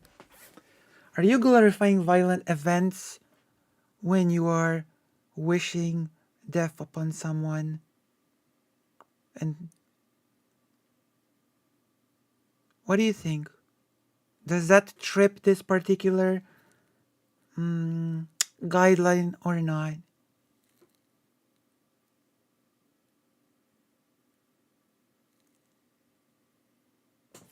Oh, we have a poll. We have 11 people here.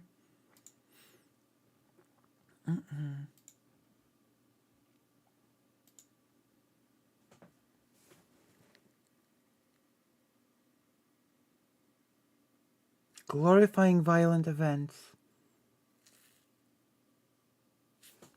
Let's see.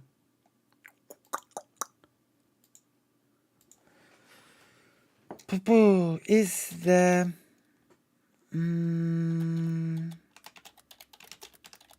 guideline tripped? Ask your community.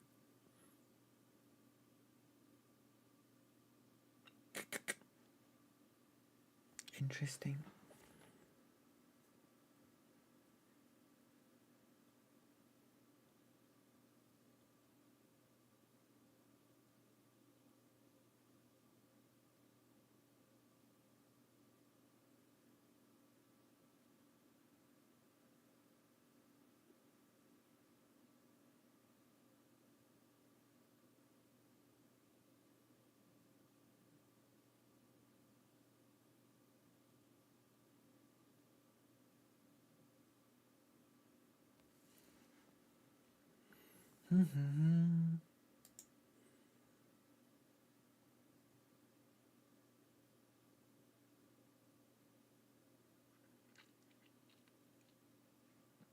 One vote, come on, more people should vote.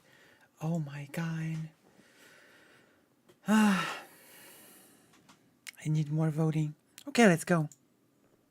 I'm not going to moderate content that is within Discord TOS that doesn't fit within the kind of outside guidelines of, like, you know, what is and isn't allowed.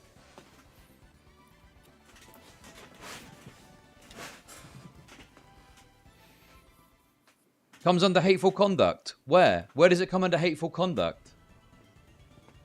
This includes this is like hate speech stuff. This includes the use of hate symbols and claims that deny the history of mass atrocities. That's not what this part of the Terms of Service is about. Okay. So, next up, we've got the suicide thing, which was, what was it? It was like, someone said, I think when Lav sees the Kiwi Farms thread, she might kill herself. And DK responded with something like, we can only be so lucky. It should trip mods server TOS. Now does that fall under the Terms of Service? It's an edgy chat or whatever. Well, spicy chat. Not really. Unfortunately not, no. It's a spicy Do not chat. share content that glorifies, promotes, or normalizes suicide or acts of physical harm. This is the only... There we go. This is the only part of the Terms of Service that I could see. I mean, there we have it. Chad Logic himself acknowledges it, right? That it could potentially trip this one, right? Like, it's not really outside of the bounds of reasonability that this could be interpreted as tripping this one, right?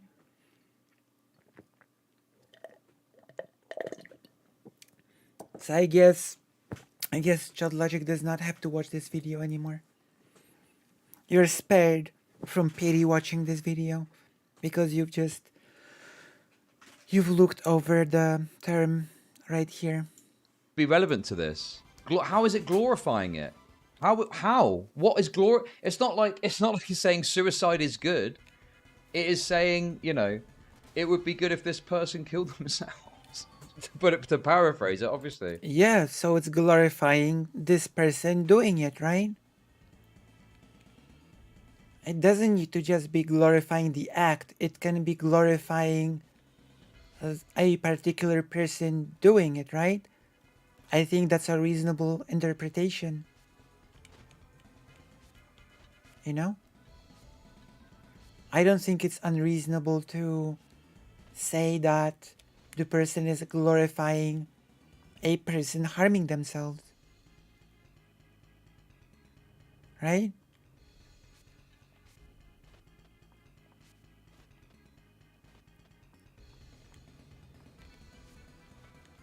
Like, keep in mind that usually it all depends on how the thing will be interpreted at the end of the day. If it's interpreted favorably, then that's all good, but what if someone doesn't? What if someone does not interpret the term of service in your favor? Which is totally possible.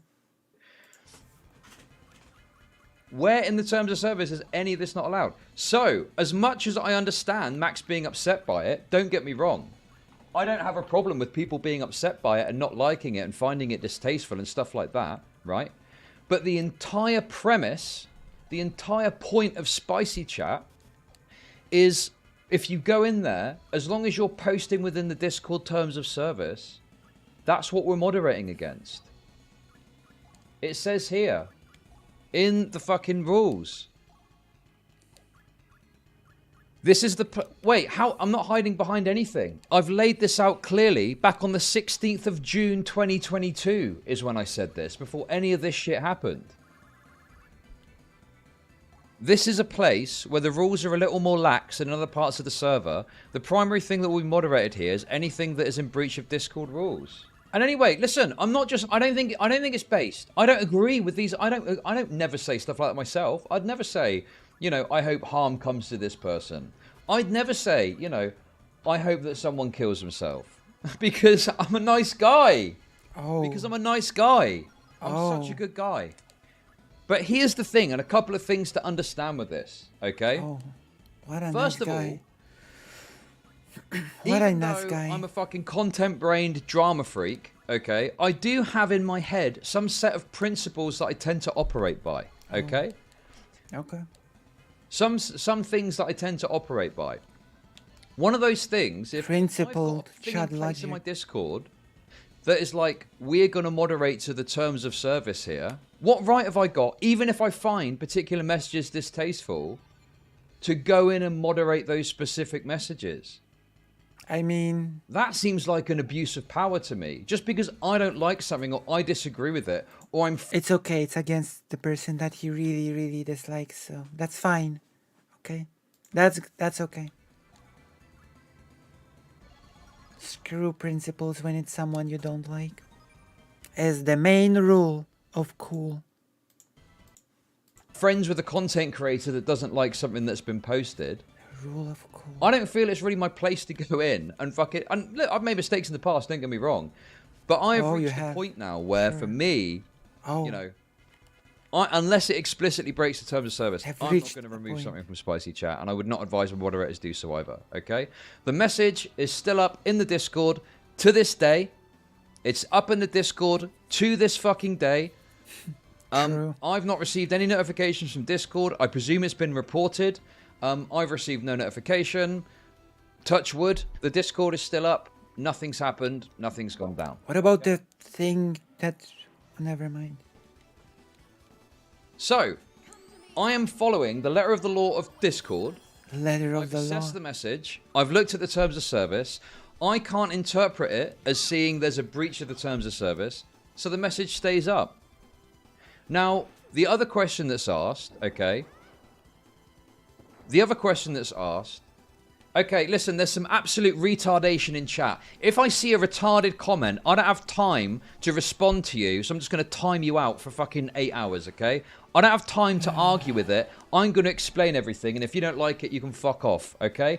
I'm not here to acquiesce to the mob. If you don't like the way I manage things, if you don't like the fact that I've got fucking DK as an editor, right? Master Geo, you're banned from the Discord because you're a Mr. Girl Simp. You're now banned from chat, and you're never getting unbanned. You're gone. Get the fuck out. Sling your rook.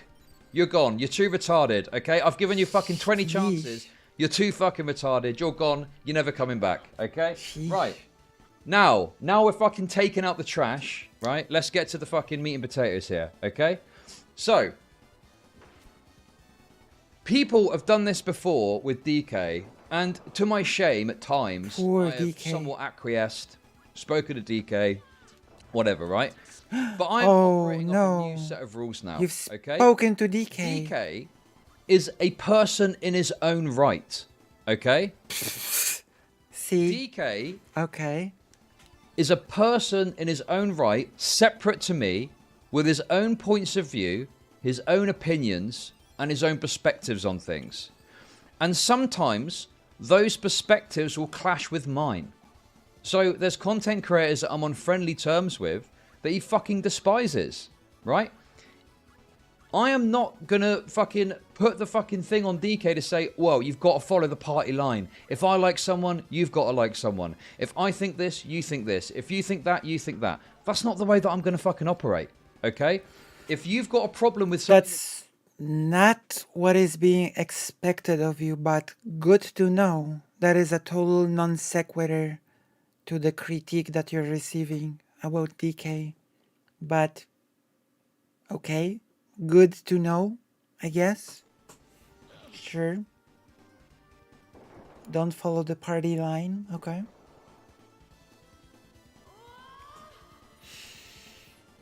Sure, why not? That DK does, take it up with fucking DK, alright? It really is as simple as that. If you don't like my policy, then fuck off, okay? I am not cucked to anyone. I am not cucked to some fucking company or shareholders or something like that. I am beholden to the terms of service that the platform... I mean, you do seem to be a little bit cocked to your editor. If I'm to be completely honest, you do seem to be a little bit cocked to your own editor. Yeah. Platforms that I'm on, and I'll follow those terms of service because I have to. Okay? But I'm not cucked that I'm going to get a fucking mob at my door going, oh, DK's done something controversial, and I'm going to go, yeah, okay, no problem. Time to get rid of DK. That's not how it's going to work. Ever. Then never is that how it's going to work. Okay? You are a little bit cocked. I feel like my relationship with DK has come to an end for a certain reason. That'll be my decision that I make off my own back for the benefit of my own business. Okay? Not because a bunch of retards online. Your business is online, right?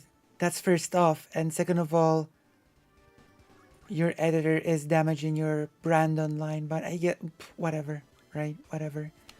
We've said it a bunch of times now. That's fine. You don't need to care about it. I don't care. Whatever, right? It is what it is. Mad that DK's put something fucking edgy in a Discord server, alright? Fuck off with that shit. Not interested. It's never gonna work, okay? About 3 or 4 people have tried now, and all of them have failed. Every single one has failed, okay? You will not succeed. You are wasting your time. You are wasting your energy. You're wasting your breath, okay? I would sooner fucking die than cuck to some fucking sensitive retard that can't handle me having a professional relationship with someone that posts edgy memes sometimes, okay? Not happening. Not happening. Absolutely not happening, okay? And this is why you see this pathetic, desperate attempt from people to go to Not So Erudite and trying to get her to stop associating with me because they know they're barking up the wrong tree, okay? Because they know they're barking up the wrong fucking tree. He's alluding to things like what President Sunday did. Not gonna happen, right? Now here's the thing. Here's the thing, okay? Where's the thing? Here's the thing. Here's the thing. Where is it? I think I've just said it, actually. Oh my gosh. But in any case, here's the thing. If you don't like DK, that's fine. If you've got a problem with something that DK has said, go to DK, okay? Speak to DK about it. Or don't. Fuck off. Leave my community, alright? It's fucking insane. There are plenty of content creators that are able to exist in my server, that are able to have a relationship with me, even people that DK doesn't like, because they're not total fucking cucked pussies, okay? I mean, if you can't handle the heat, it feels get out like the fucking projection. kitchen, as far as I'm concerned, okay? And here's the thing, True. we'll get to it in a minute. You can do that without advocating for my deplatforming. Jessica Johnson says, Chad is sensitive. Chad is the sensitive freak. He gets triggered every time someone criticizes DK. I mean, it does make me feel that he is a little bit cocked to DK. Ouch. Well, it's a little bit sad to be a cuck for someone that, technically speaking, works for you, but, you know, we all choose our lifestyles, we all choose what we do, right? If Chad Logic wants to be a cuck, then it is not my responsibility to stop him, right? Forming, right? You can just go and do your own thing, okay? You can go and wither away and die in your pathetic little nothing fucking content creation space if you're not willing to engage with me, okay? There's no obligation to do so. I'm not obligated by any terms of service anywhere. What happened to your principles? What happened? What happened to the principles? To manage DK's behavior to a granular level where I'm telling him what he can and can't say. Would you approve if Edis was a Nazi? Yes, I would. I don't give a shit if they're a fucking Nazi. I would take on a Nazi in a heartbeat if it would increase my fucking revenue by 50%. What a stupid question to ask me. There we have it. Absolutely I would. What is their political view? What happened to principles? I guess principles are out the window. There we have it. There we have it. There we go. There we have it. Easy.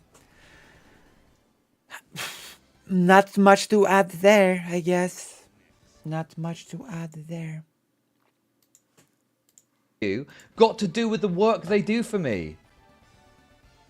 You're not going to catch me out with little fucking gotchas like that, I'll tell you that much, okay? It's irrelevant. This sort of thing would not work in any sort of professional environment. You understand that, right? This sort of logic would not fly anywhere. Imagine a brand owner saying, I don't care if I hire a Nazi as long as he just brings in more revenue. In an official capacity. Because what Chad Logic says here, he basically says in an official capacity. Right? This is wild. Like, I don't know. Either Chad Logic has zero knowledge on branding and how to take care of his brand, or he just caters to Nazi sympathizers, I guess.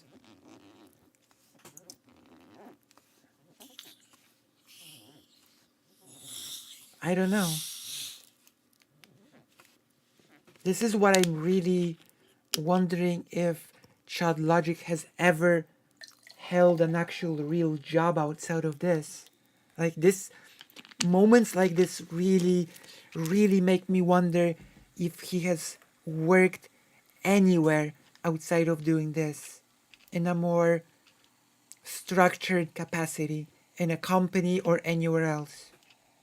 Like, moments like this make me really doubtful that he ever did.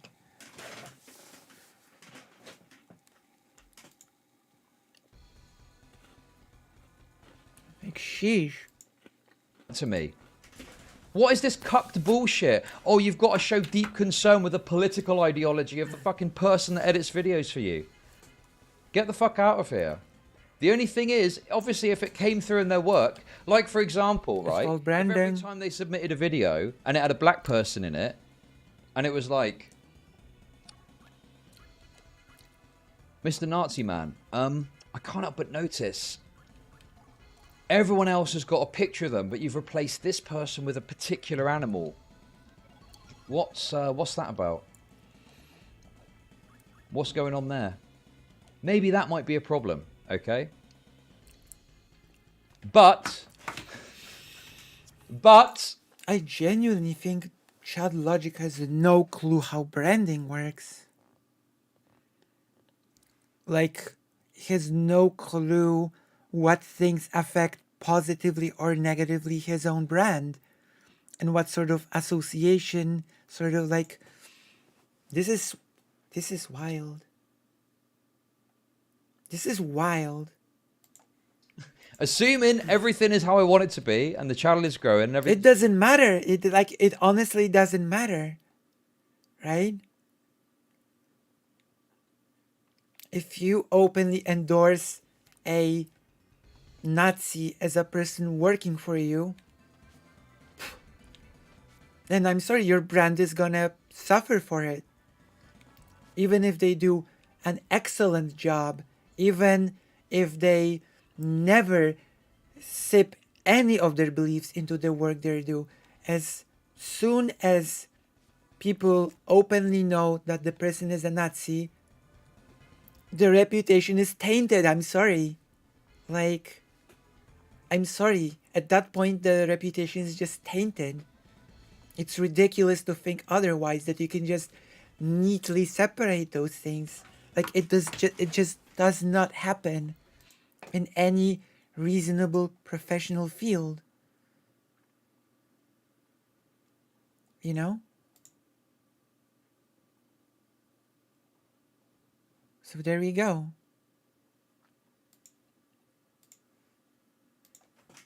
There we have it.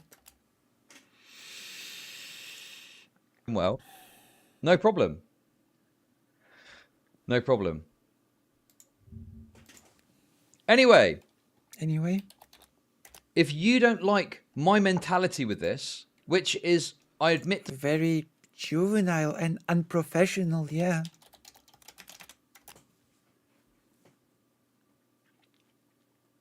Maybe the reason why I have so many more Patreons than you is maybe I'm just a bit more professional than you. That could be the case, Chad Logic, you know? I don't know. Maybe it's because I just don't associate with Nazis. Oh. Or maybe it's just pity. Who knows? Who knows? It might be. It could be anything, really. To some people, very radical. Okay. It could be anything. Right?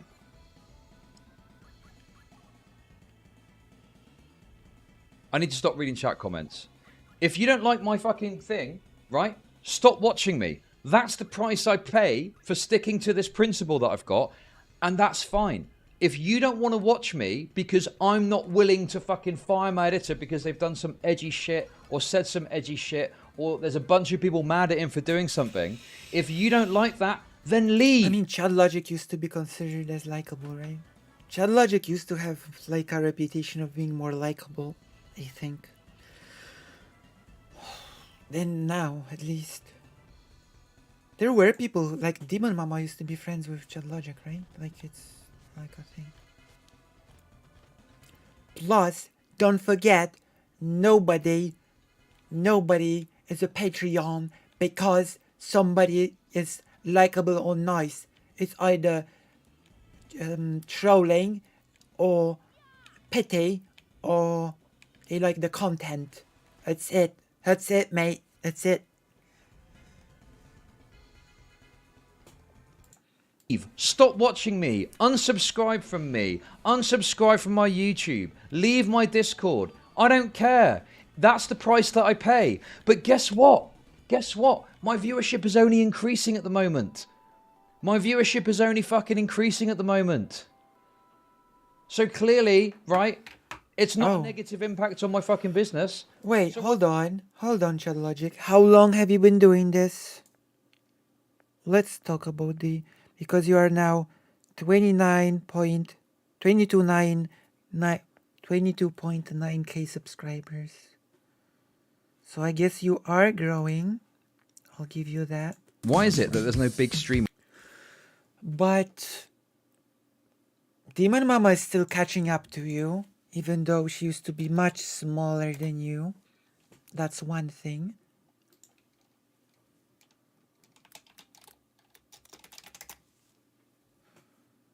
To 21.7. She's not far behind you. Right? And let's see, how long have you been in this business? How long have you been in this business? I want to know. How old is your oldest video? Let me make a little bit of a deep dive into your business model and how it's shaping up into amazing growth and results. We're going deep down into the oldest of your videos. You've done a lot of videos. There's gonna be some scrolling.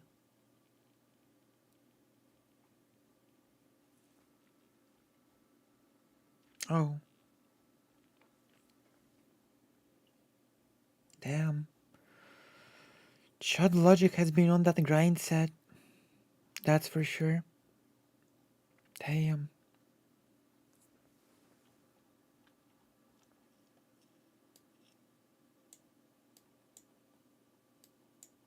Okay.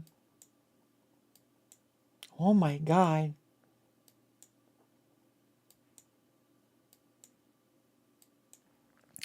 Three years. 3 years.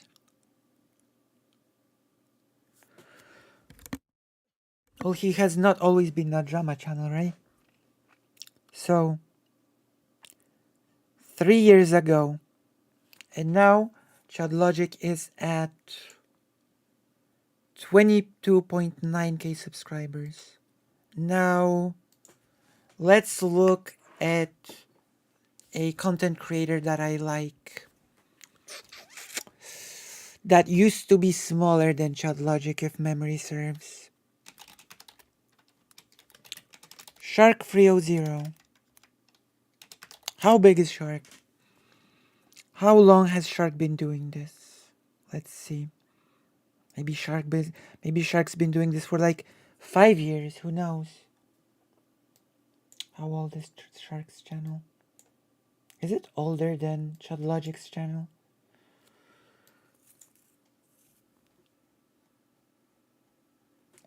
It used to be a left wing channel, yeah. Not anymore. He has left the left. How old is Shark 300's channel? Let's see if it's older than Chud Logic's or not.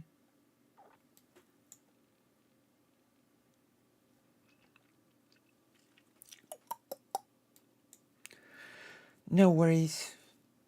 Homeostatic will cut off all the fluff. It'll be okay. We'll just be left with relevant stuff.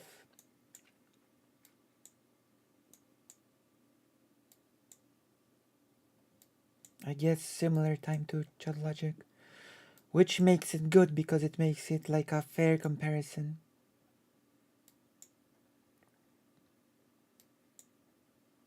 Six years ago. Oh my gosh.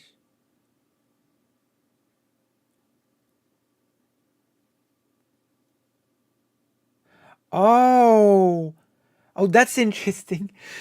Shark300 used to make videos 6 years ago. And then he came back to and then he returned to YouTube 2 years ago. I want to see some of the videos from 6 years ago. Oh my gosh.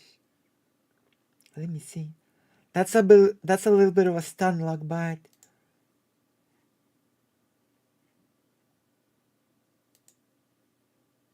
Oh yeah, yeah. I see that. that's a nice character. I know this game.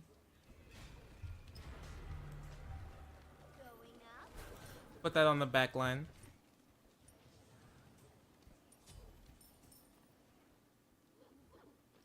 This was pretty young 6 years ago, That's right? pedo. Thanks. Your shark was pretty young 6 years ago. I don't know what he's doing. Whatever it is, I don't like it. Yeah. I got.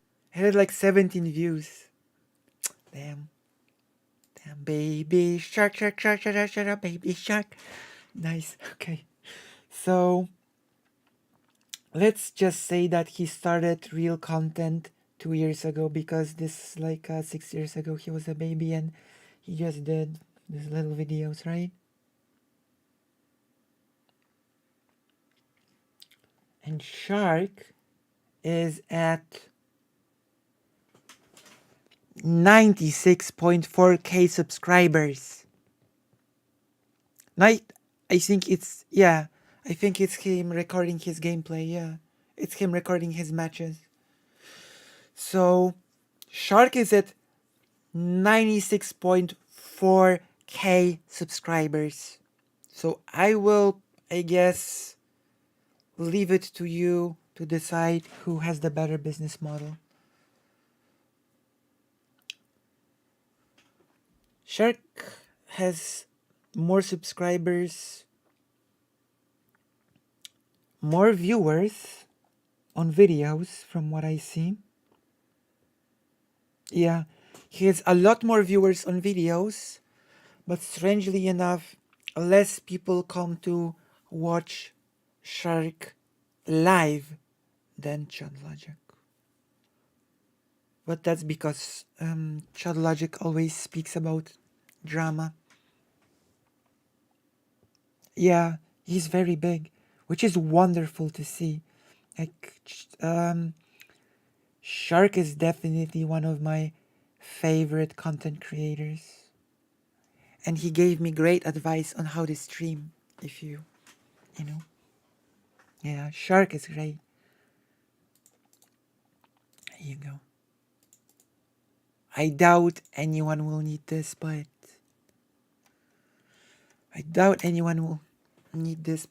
if anyone is not yet subscribed, then do so, because every single subscription is one step closer to a 100k subs. So please help in the race to 100k. Okay, let's do this. It's teamwork. Let's do it together. All right, let's continue. So I guess that's that when it comes to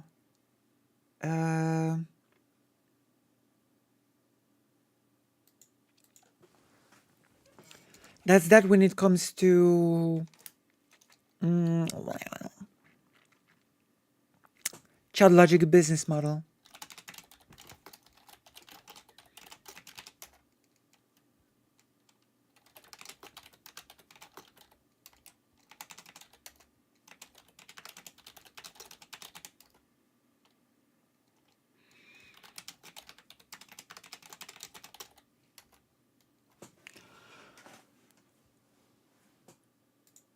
Why the fuck am I going to change it? I've got a principle that is not negatively impacting my business. So why the fuck would I consider changing it? This is a radical leftist position, okay? Because normally what happens in these situations, if it is not a radically leftist position that a person being a Nazi hurts a business owner's brand. If you think that this is a far left position, then you're out of touch with any sort of reality. I'm sorry. Like, if you, like, ask any business owner, any real life business owner, go and ask them, would you be okay with openly employing a Nazi? And see what, and, you know, see how they react. And then ask them if not wanting to hire a Nazi openly is a far left position. And see how he reacts to that. Like, I don't know. It's some sort of a weird fantasy land in which a boss can cleanly separate his workers' ideology from the brand. This is ridiculous. This is ridiculous, like, in any sort of reality. This is silly. I'm not even sure how to respond to this.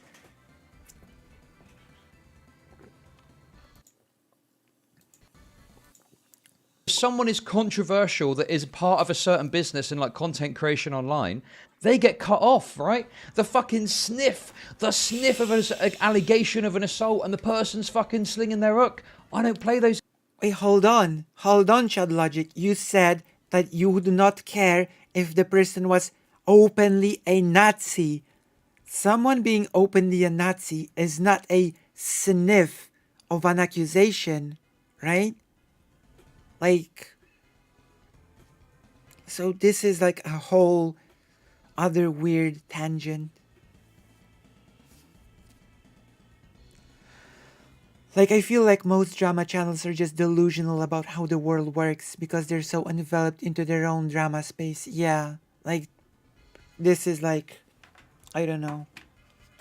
This is once again some sort of, I don't know, people reaching the ripe age of 14 and then just being mentally stunted at that age, I guess. Like, isn't Chad Logic like 36 or 37 or something? He sure does not act like he's 36 or 37. I'll tell you that much. Acting that way at 37? Yikes. Oof. Damn. I don't know. How old is Chad Logic?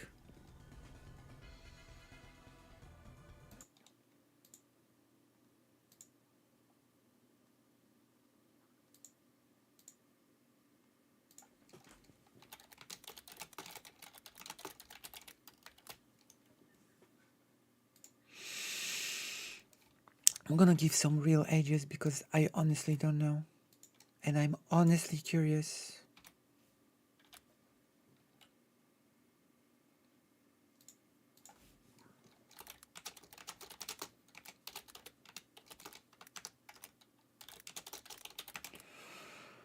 I'm honestly curious.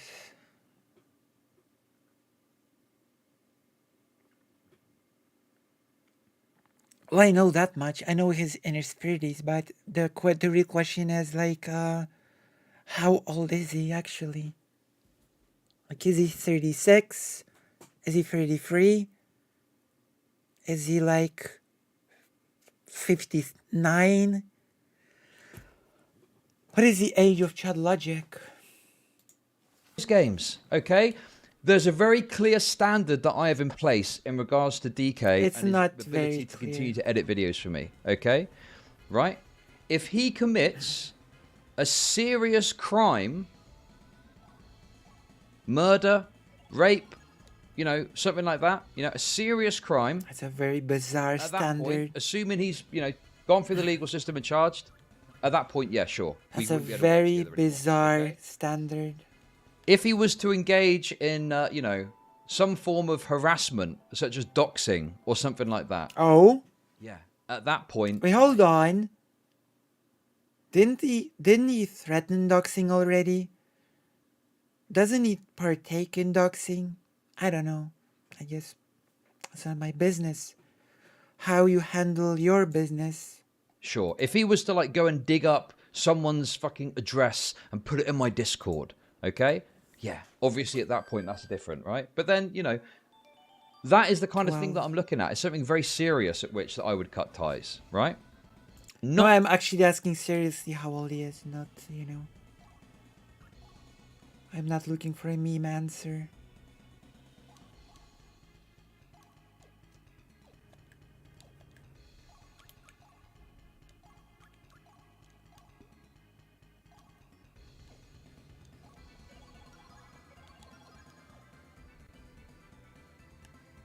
Oh, there you go. He didn't just threaten doxing. He claimed to already have doxed info. So I guess Chud Logic should cut ties with DK, right? He mentioned doxing. And apparently DK is ready to go with the doxing information about people, so... Not. He said some edgy shit in the Discord that I don't like.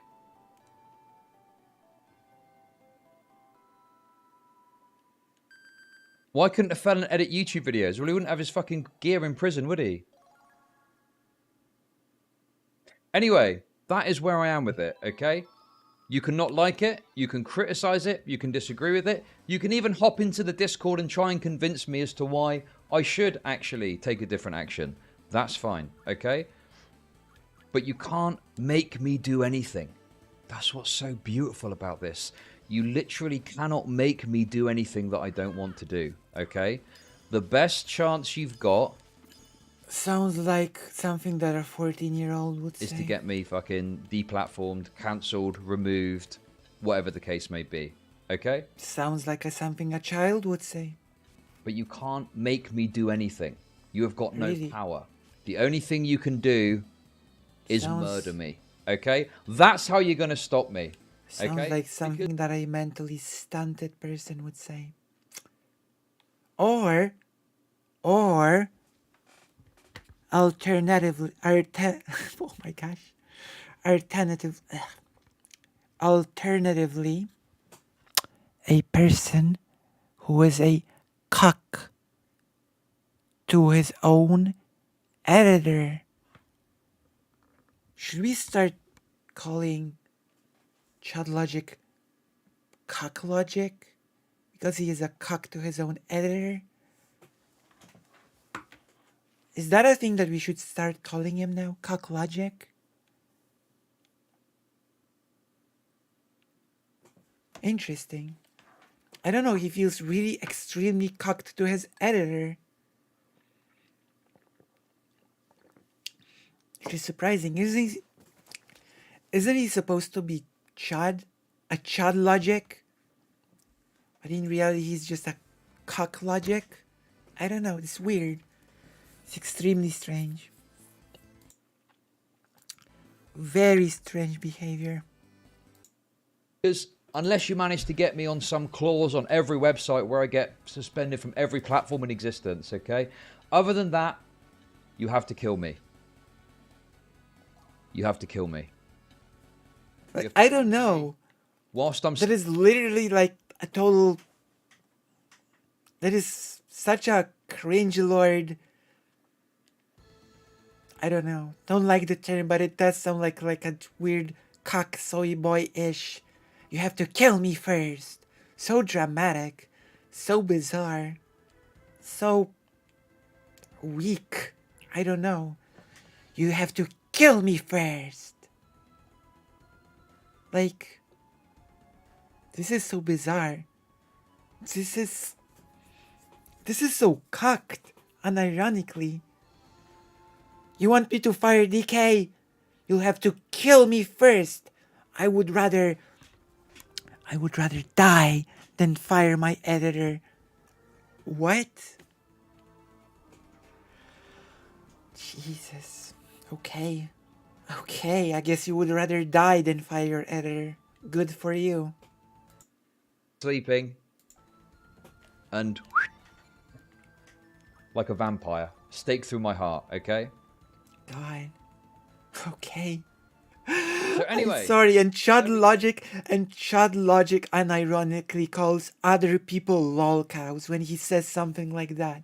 Like, this is literal lol cow material. Saying stuff like, I would rather die than fire my editor. You can't make me do anything. You have to kill me first. Like, I'm sorry. The milker has become the milky, I guess. Sheesh. Oh my gosh. The student has become the master. The circle is now complete, or something. This is so bizarre. Guess we go here. Phew.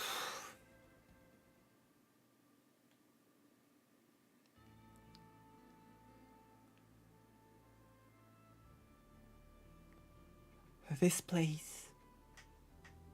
I'm sure I felt the resonance of human thought.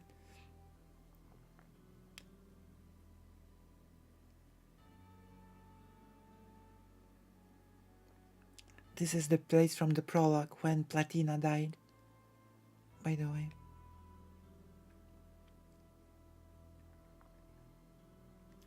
Your kind should not be here.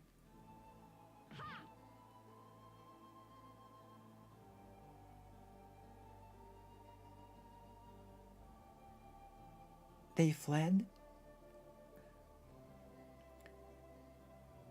Why would specters gather around this stone? Is this a grave marker? Who would put a grave in a place like this?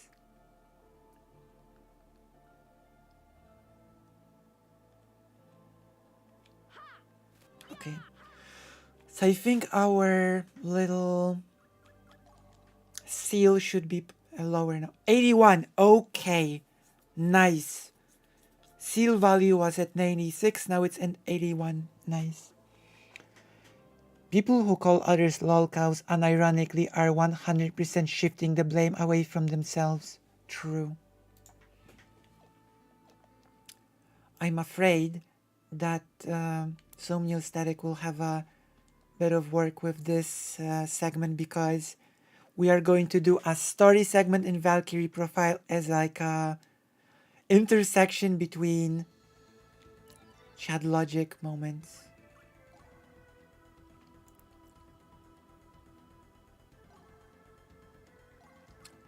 How are you liking Valkyrie Profile so far, by the way?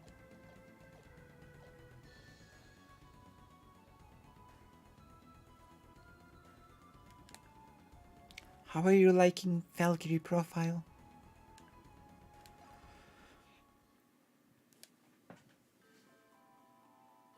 Let's make it louder for the story.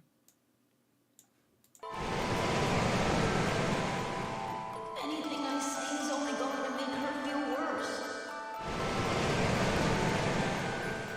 No! I can't stand it! Stop it! Somebody stop it!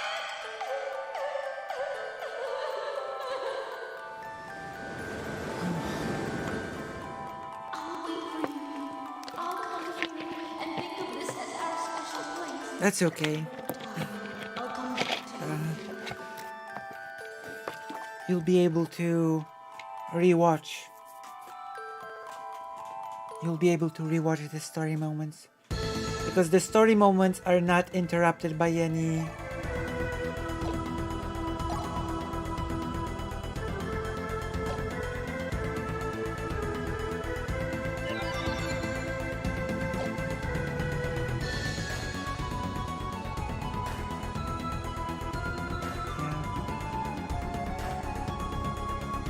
I don't remember where to go.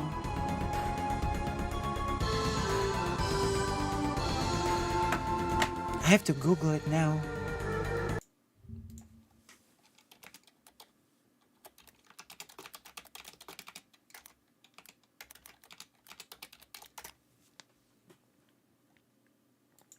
I remember the name of the character, but I don't remember what his home.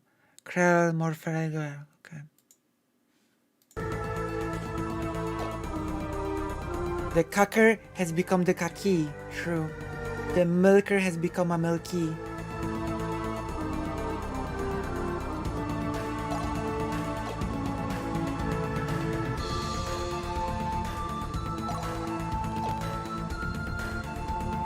Krell something something. Where's the city? Highland. I didn't pay attention to the city where the quest takes place. Oh, there we go. This is the thing. This is the way. This is a sad story. This is a sad game.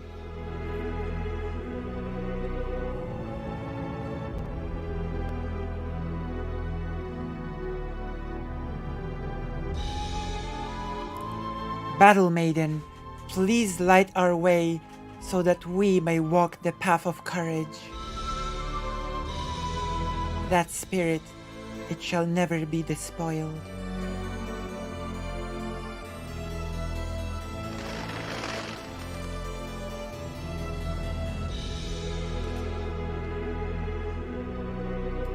And we're gonna take shadow off the screen for this.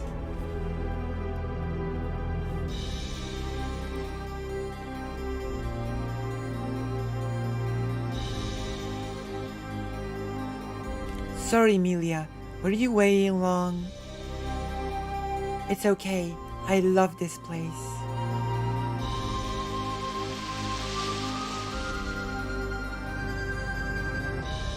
I love to just stand here and listen to the rustling leaves. When the wind blows just right, it sounds just like the waves lapping on a shore.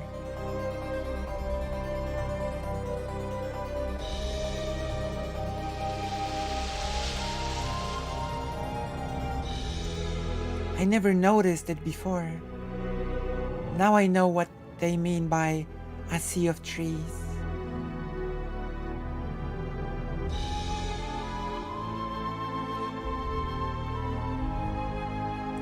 Yes, that's why I wanted you to come here. Why? You're going to sea, aren't you? As a soldier to war.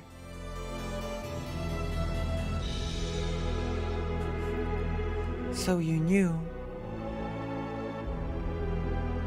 Yes, that's why my mother told me to forget you. Maybe you should listen to her, Emilia.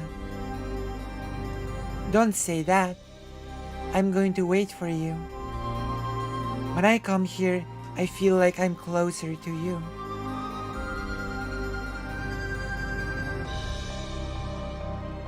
But not just that, it's more than that.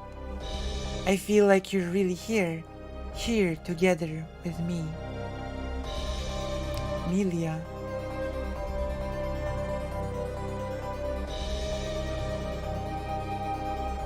I promise I won't die. Wait for me. I will. When I come back, we'll get married.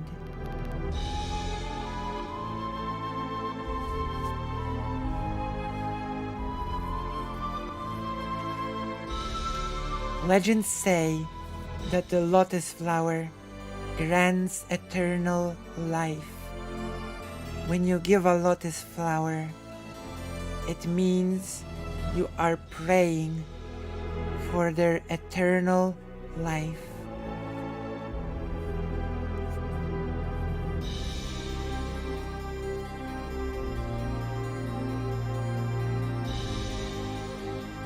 How horrible.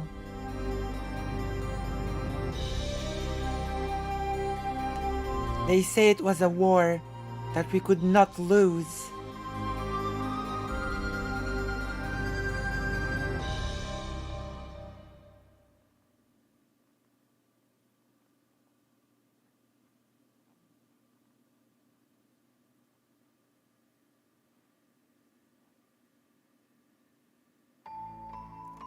Lalewin, I have to talk to you.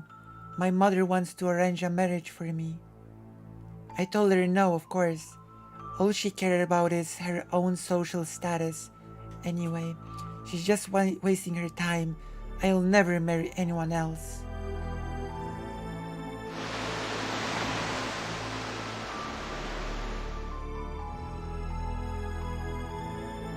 No. This noise, it's all wrong.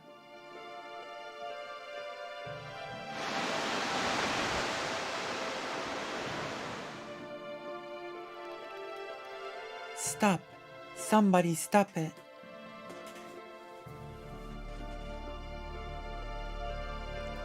An empty coffin. I can't believe you're really dead.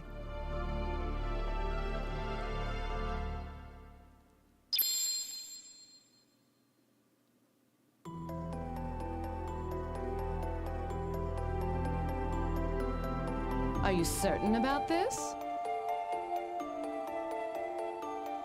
What could I possibly say?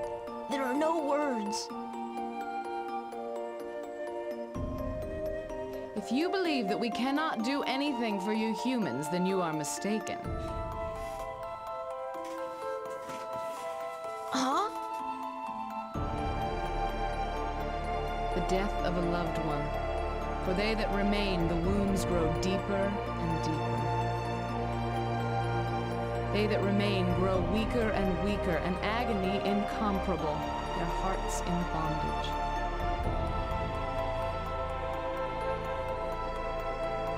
Can you not see it? She has ceased to live, frozen in time. It is the same as if you had slain her with one of your arrows. So what should I...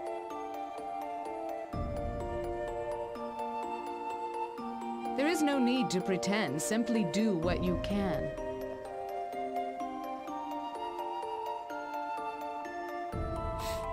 This game.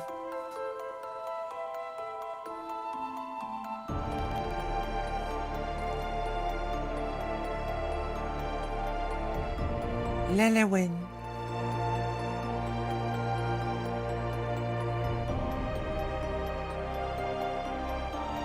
Forgive me. I'll always be watching over you.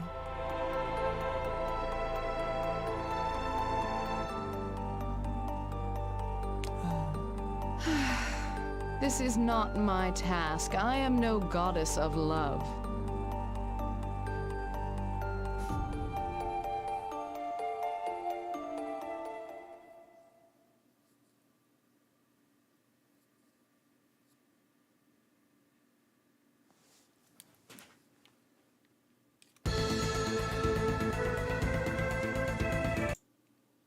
It's a good game. Really good game.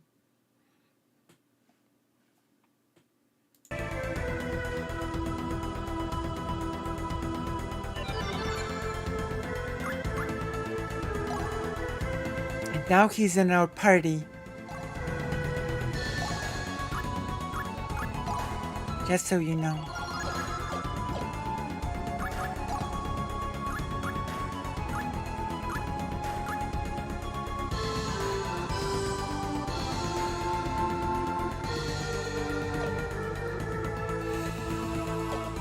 So yeah, he's in the, like, you know. Now we can make the game quieter again. I believe, like, let's see. They have, yeah. But it's not quite the same as the first two. It's not quite the same. I think the first one is the best one, by the way. The first Valkyrie is the saddest one because it tells several stories of people before they pass away. It's a series of isolated stories of people and their lives before they become Einherjar.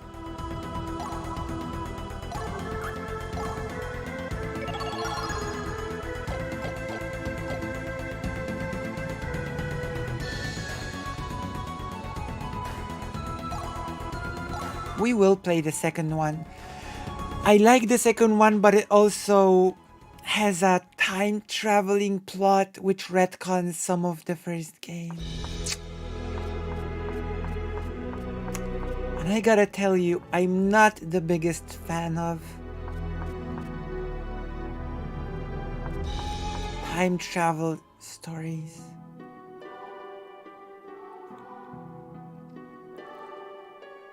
What's this? It is a necklace. It is worn by women who pray for the safe return of their lovers.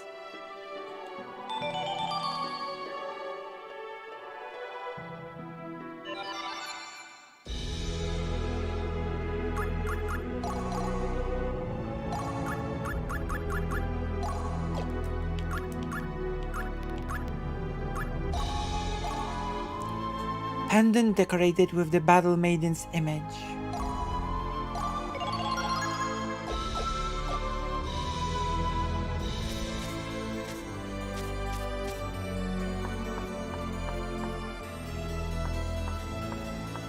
He wears a jacket that is similar to the one from the prologue.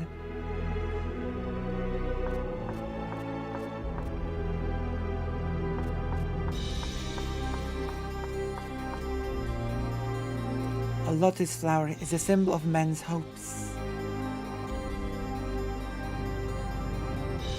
Yes, flowers and hope both wither with the passing of time.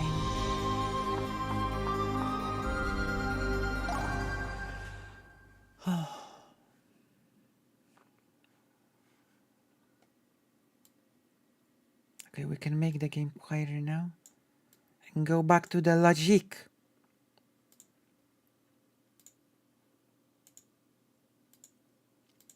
That's my take on this, okay? Oh, if you don't like that, amazing. that's fine. You can sling your hook, okay? You what? Any questions before we move on to the actual video, the segment of Mr. Girl talking about this? Nope. No questions. Any questions, any disagreements? I did cut off some retardation, but I'm sure there's still plenty more to go around. I won't ban you at this point or anything, you know, for saying something about it. Evil Fossil, right? I only gave a fuck about you when you were giving me money, okay? It seems like that's dried up, so you can fucking sling your hook as far as I'm concerned, okay? If you want to come back and give me some subs, fine. Sheesh. My God. I'm not going to ban him. I'm not going to ban him because he might come by and drop 20 subs in a schizo rage one time. My God. Okay, before we move on, I guess there's a couple more memes to look I guess he's consistent with his philosophy about people. If anything, he's consistent. Okay. What is this? Okay. Are you going to keep interacting with Chud, knowing he signs off on this?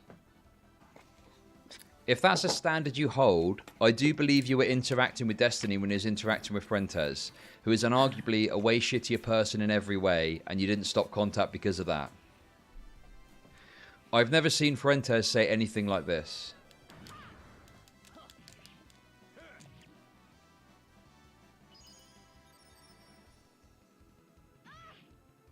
Uh-oh. Okay.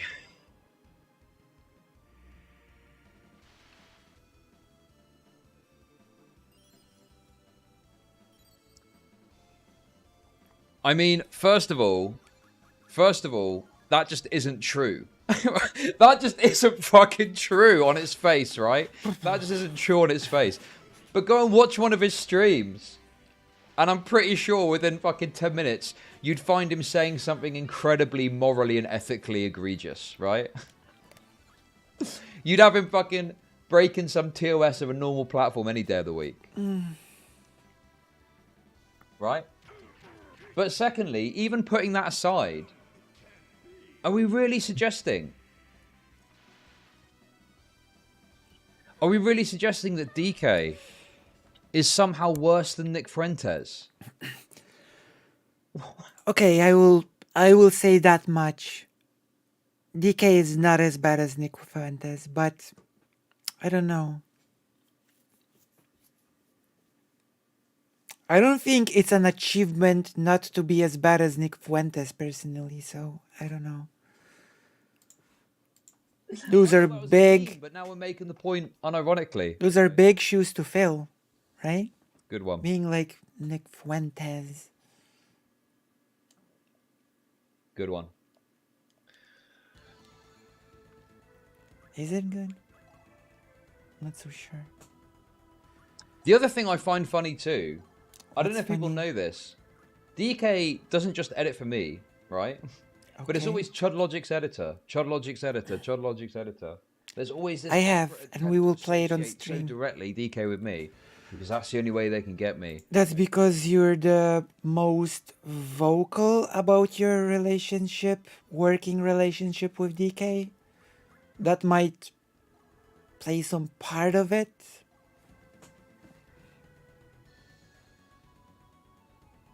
But yeah, I have played Odin Sphere and Princess Knight as well. I do plan to play those games on stream.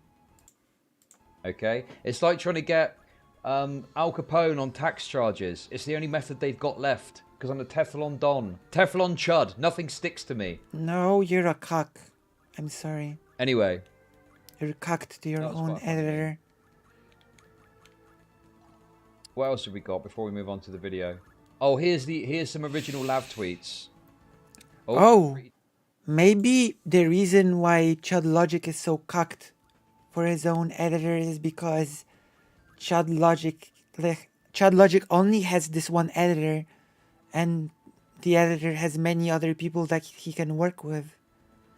So maybe Chud Logic is just that much more committed or something. What do you think? Pretty Tony. What do you think? Pretty Tony, known DGG terrorist.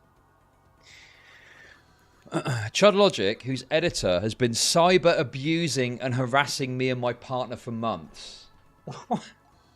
Oh yeah, sorry, I forgot. She tweeted this out before as well. This is before the not so erudite thing. She tweeted this out and she deleted it. But anyway, sorry, I completely forgot about that. Oh. Who said they wanted Max's girlfriend dead? Chud Logic was known for being a misogynist and racist. A drama channel. I mean, yours is a drama channel, right? It's factually correct, no? This was... Okay, this is a bit... oh, sorry. This is the wrong way round. My bad. So this was the first message, and then it goes on to the one I just read.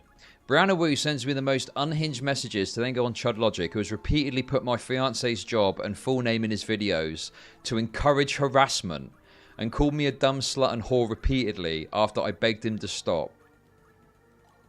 To accuse me of being a sex criminal. And it goes on to the Chud Logic thing.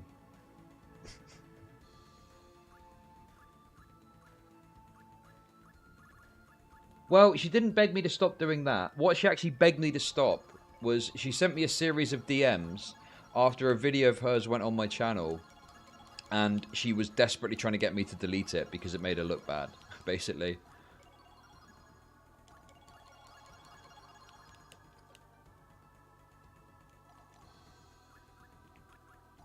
The other thing that I find funny as well, is like, people's lines are so weird to me. Of like, there's these arbitrary lines that get drawn with this, right? Now, just to be clear, I don't really care about shit talking, okay? There's certain types of shit talking and stuff that I'm not going to engage in, but I don't really care if it's used against me. Like, if someone were to say, I hope Chud dies, or I hope Chud kills himself, I wouldn't, like, cause a fuss. I'd be like, whatever, you know, maybe talk some shit back, whatever the case may be, okay? But people have got these weird... He always reads people calling him a drama channel like it's an insult. If that's embarrassing, then why do the content? For money. But yeah, he's a drama channel. That's it. Weird arbitrary lines where it's like, it's completely out of bounds to shitpost about hoping someone dies or someone is murdered, right? That's out of bounds. But Lav coming to my chat and like talking about my kids and my relationship with my kids isn't something that's condemnable. Now, to be explicitly clear... It is. It is super condemnable. And I think Lav is worse than Chud Logic. Far worse. In my opinion. There we go. Especially with the whole going after someone's children. Yeah, sure. That's true. It's true and easy for me to say. I don't really care about, like, you talk as much shit about my kids as you want, okay? Go nuts. But it's just like, why is it that that is kind of like not worthy of condemnation? No, but is Max condemning it? Damn. It's really... I don't know if I would feel very good if I went on the internet and saw my parents say, talk as much shit about my kids as you want, I don't care. I'm not sure I would be very happy with my parents saying something like that, but whatever. Right? Like, I don't know. I would not be very pleased. Let's just say. Her for that. But is Max condemning her for that? That's the point I'm making. If there's a clip of Max saying, I think it was wrong of Lav to go after Chud's kids, right? I'll take my fucking words back, no problem. It was super wrong. But I don't think there is. Every time Lavs opens her mouth, I wake up happy. I get it was super wrong. New video of my favorite streamer calling her a dumb bitch. Thank you very much for the 420. I do not believe that Max has criticised her for that. And I don't, just to be clear, I don't care, right? But it just seems insane to me that we're going to get on a high horse about this, which is, you know, DK shitposting in my Discord, admittedly some stuff that I think is distasteful. I'm gonna get on the highest of horses. Highest horse. Come to my chat. Ultra horse. And fucking have a go at my kids, Mega my horse. relationship with my kids. And that isn't condemnable. Like, they don't make any sense. These lines that people put down don't make any fucking sense whatsoever. You know? What? And if we want to get into the, really get into the memes, we can talk about Lav's past. But we don't need to do that in order to make the point, right? So yeah, I just don't understand these kind of arbitrary lines and standards that people put in place over this stuff. It's just crazy to me. But, you know, it is what it is. Anyway. Well, thankfully, I don't have them and I can easily condemn both of these things. So what now? What now, Chad Logic? Those are the kind of main memes from the Twitter stuff. But yeah, anyway. So, obviously, Max weighed in on this. Max, just to be... He did send me, like, screenshots of the offending messages in my Discord. And I didn't respond. I completely ignored him because I just don't care. He had some takes on it. I think I've got it queued up here. So, we'll see what he says. And then make Erudite have a hard stance, and then you join hands, you grab onto the shit-covered hand in order to support her. It's like, bro, you look crazy. Bro. You look crazy. And I feel like you do this all the time with Lav, because Lav just loves sticking her hand in shit. Okay. How hard is it not to I just join don't, a panel with 10 I different people I think and have them, like, it's shocking. I can't believe you're still doing it. I think it was a totally appropriate time to bring up that request. You think that Erudite's saying, if someone's in my community and they're harassing you, I'll do something about it, to say, well, Shed Logic talks to you sometimes, really not even that often, but you have a working relationship with him, and his editor was in a Discord saying crazy shit about me, so what are you going to do about that? I know what happened. You don't have to explain it to me. You think that that's a perfect time to... Well, maybe the audience doesn't know what happened. Okay. Chud Logic is a streamer, and Not So Erudite is a streamer. And Erudite told Lav, who is also a streamer, she doesn't stream that often, but that if someone in Erudite... Okay, I'm gonna... I'm playing nice, okay? I'm above it all. I'm above it all. Erudite's community is harassing anybody. She tweeted this out. Let her know, and she'll ban them. And Lav took the opportunity to say that Chud Logic's editor, who has been, I think, bullying her for months at this point, with thumbnails calling her a whore, calling her... Bullying her with thumbnails. I mean, there's also the sensitive crappy. bullshit, What do you mean bullying with thumbnails? What does that even fucking mean? What the fuck? Or a bitch. Chud Logic's Logic. editor is like forethought. He's just like a bastard. Yeah, he's really mean. Mean. Chud Logic himself calling Lav a whore and a bitch multiple times in his streams. He has to double down because of his editor, unfortunately. No. I stand by every single word I've said about Lav. I stand by, okay? If he is a coward, he does. He doesn't have to do that. True. That's wait. Like, I wouldn't. That's like the Rasputin meme, isn't it? If anyone on any team that I have control over in my community did any of these things, they would be gone instantly. Wow. So I don't agree.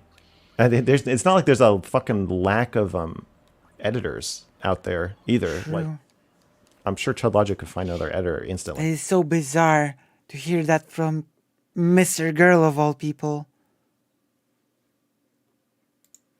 This is so funny. Like, how people view some of these relationships are so disposable. You know, it's like, oh, someone's done something controversial that's causing me problems. I'll just cut them off and find another editor. Easy as that. I just don't see it in the same way. Oh, so it's like a deeper kind of relationship. Isn't that even worse for your brand? Oh my gosh.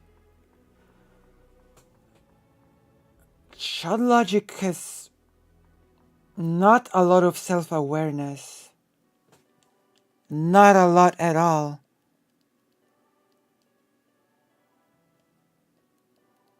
Like, damn. I just don't have the same perspective on it. And bear in mind, you know, it's not as if DK, as everything he's ever done, there's never been any friction. I just don't see it like that. Firing Nazis. It's a bit much, innit? Firing Nazis is a bit much, innit? Like, this is so ridiculous. I think we've talked at length at Kak Logic's like weird philosophy that would not fly at any sort of work environment. There's never been any issues. I've never spoken to him about anything. Very nice He's just detail. had free reign to do what he wants. There have been like, we've had very fractious, like backwards and forwards and stuff like that, you know? But like, that's touching. I'm not the kind of person that is looking to rule with an iron fist, for one thing, okay? I'm very open to feedback and talking and figuring out what the best course forward is a sort of... Being professional and not hiring Nazis is not ruling with an iron fist. Team situation.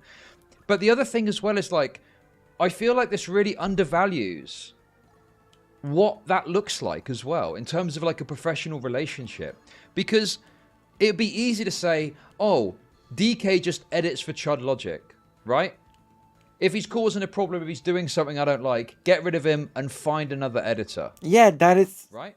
Yeah. Okay. Now, obviously, we could. That would be the professional thing to do. Yeah.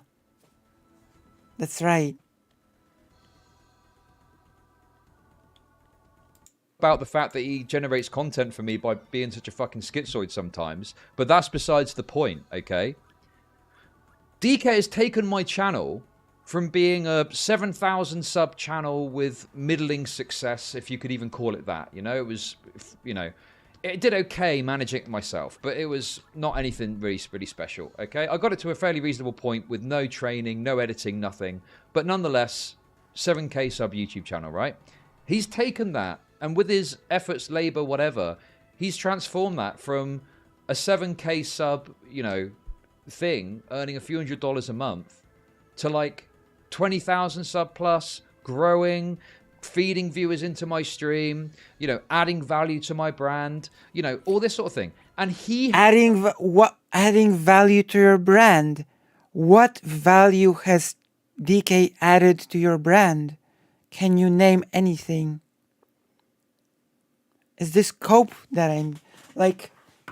I was semi-joking with the whole being cocked for the editor, but now the cock nature of this whole relationship is coming to full light.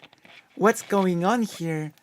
Like, I was nothing before DK, or you say. I was a small nobody, and DK has taken me to amazing places. What the?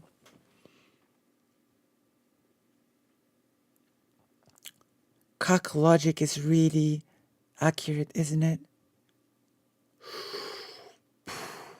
Damn.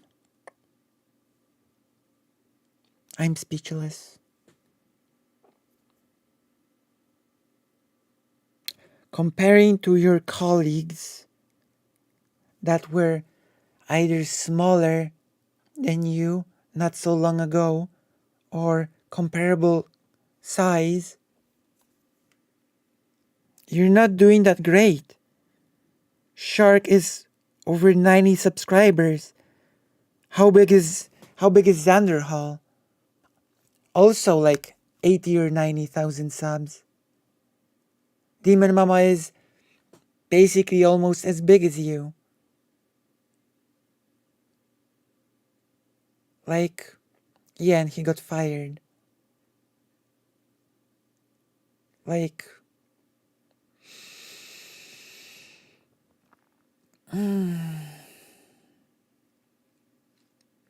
great.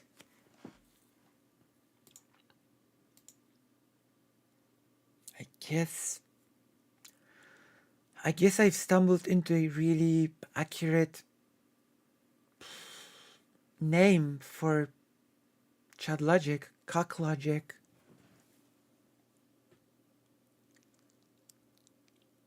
Well, yeah, he got fired for not being good. Done that, you know. Yes, through my materials, through my content that I've made on stream, but his actions and work on the YouTube channel have done that, right? So to me, it seems real fucking unfair to turn around one day, unless it is something serious, like he's fucking abused a kid or something, right? It seems real crazy for me to turn around and say, well, that's not yours anymore, mate. Oh, all that effort and work you've put in, right?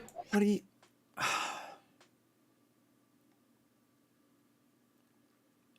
So are you saying that DK is the de facto co-owner of your channel now? That's not yours anymore. Wait, are you... What is the relationship here again? Let's hear that again. That's not yours anymore. Right? It seems real crazy for me to turn around and say, well, that's not yours anymore, mate. Oh, all that effort and work you've put in, right? Gone. What do you mean? You could fire him and keep the videos up. Like, what's the problem? You could terminate the relationship, the working relationship, and keep the videos on the channel. There you go. The effort is not gone. That's one. Two, what is the relationship? Does he work for you, or does he co-own the channel with you? What's going on here?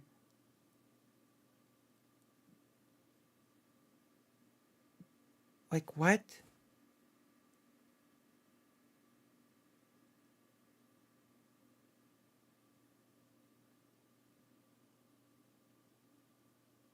What's happening?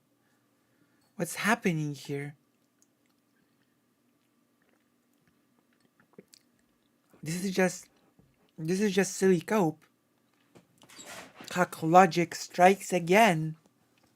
Like he really damn.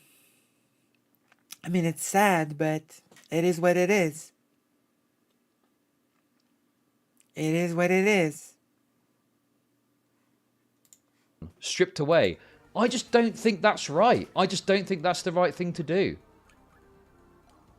It's just business, cut him loose. But I've criticized companies for doing stuff like that. That's not how I operate. That's not how I think.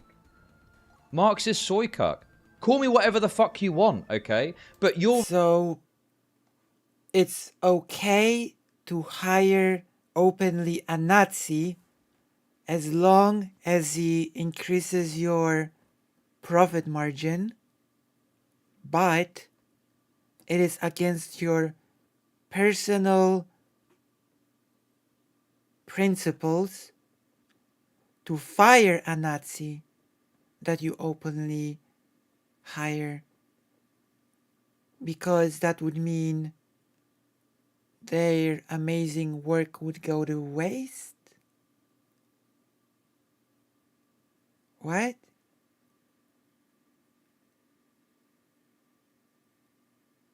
What? Okay. You're really telling on yourself when you say stuff like that, right? Oh yeah, for sure. But it just seems wild to me that people see it as such a disposable thing of like, you know, you can just take an editor and replace him with someone else. I mean, it's so wild that you think that you can just not be pro hiring open Nazis. It's so crazy. It's so wild. Damn. I mean, I'm sure that I could find an editor that could take over the channel. But to me, that feels like a really fundamentally, in my own perspective, like an unfair thing to do, unless they do something very serious, like break a serious law, go to prison, something like that, right? Just seems wrong to me. I just don't like it. And listen, I know we like to meme about the content brain, stuff like that.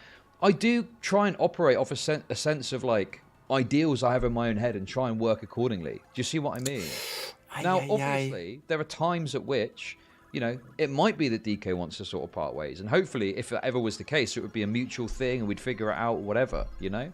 But because there's controversy and because people are mad at DK for doing something or saying something controversial, I just rip that away and go, wait, fuck off, that's it. Just seems crazy to me. It does. Seems crazy to me. The level of cuck is crazy. You know, if that's your perspective, that's fine, right? You might disagree with my perspective. You might think I'm wrong. You might think I've got the wrong idea about it. You might think, oh, well, fuck it. It's capitalism. It's whatever. Who cares? I just don't see it that way. And again, if you don't like that... You might think it's just capitalism. But Nazis are under my special protection. I oppose capitalism by hiring Nazis. And that is my principle. Damn. Damn. You're so principled, Cocklogic. Damn. Damn. Doing something serious like threatening the dog to dox your mod team because mod called that DK out. Well, you know, that's not quite serious enough. Are you cheapening the deep relationship between DK and Child Logic? Well, sorry, Cocklogic. The name has changed. Are you trying to cheapen their relationship? You call yourself a leftist. And if you don't like that, you're more than welcome to exit my community. True, get out of here. Discord, unsubscribe from me and never forever. watch me again. True. And I'll take that hit, okay? I would take the hit of someone not watching me. True. Because they're unhappy, you know, with this interaction and this association that I've got with someone. I'll take the hit on that, okay? And if it turns out that sticking to that and my viewership dwindles down and no one wants to watch me anymore because I'm, you know, doing this with my fucking media project, then so be it, okay? Media project. So that's what I'm operating from. People seem to think that I'm just coming at this and I'm just like, you know, I don't know, it's really weird. They've got really weird conceptions about it. But there is a more fundamental principle and idea that I'm working off that no one really seems interested in engaging with. It's just, well, DK said something really harsh and mean, though, and lots of people are mad at you about it, you know? But yeah, anyway, a little bit of insight into my brain. Let's continue. So yeah, that's a horrible insight into your brain. For any of it. Oh, but the thing is, I wouldn't post the fucking video. Like if someone's making a thumbnail for me and they were like, let's call this person a cunt in the thumbnail, I would just like be like, no. Welcome. So I don't. He doesn't. Exodus, thanks for the 5 gifted. Appreciate it. By the way, this is complete cope about the thumbnails. Okay. Oh, cope. Now, if I'm wrong on this, If you can find an example where this isn't the case, I'll take the L on it, okay? But I am 95% sure and confident 95%. that anything that's on a thumbnail is something that's said in the video. Oh. At times, if people have complained about a thumbnail, maybe we've paraphrased one time, we've even changed the thumbnail to directly match a quote of what someone has said, right? Because the point of the thumbnail... So what about the whole thing of me mass reporting Chad Logic? Has that thumbnail changed? Has anything changed there, or not at all? Anything changed there? Can anyone check? Let's check. Wait, let's check. I want to check. I want to check that theory. Why is it that there's no...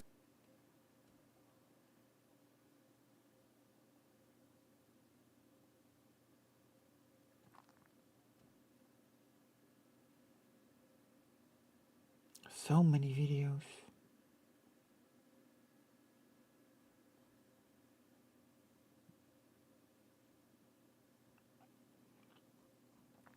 Sheesh. So many videos.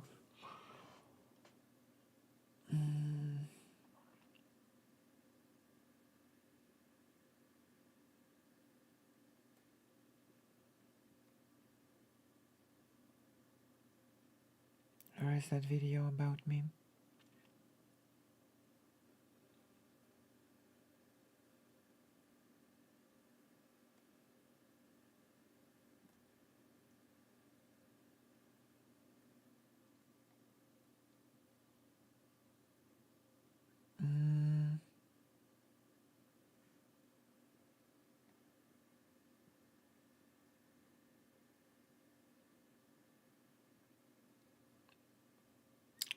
How often does he upload?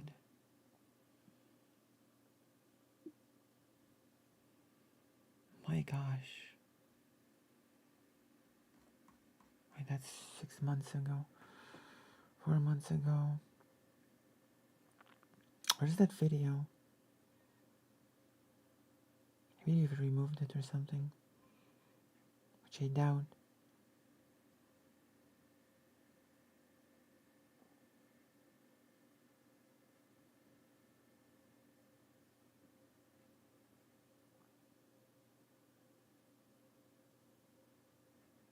There you go.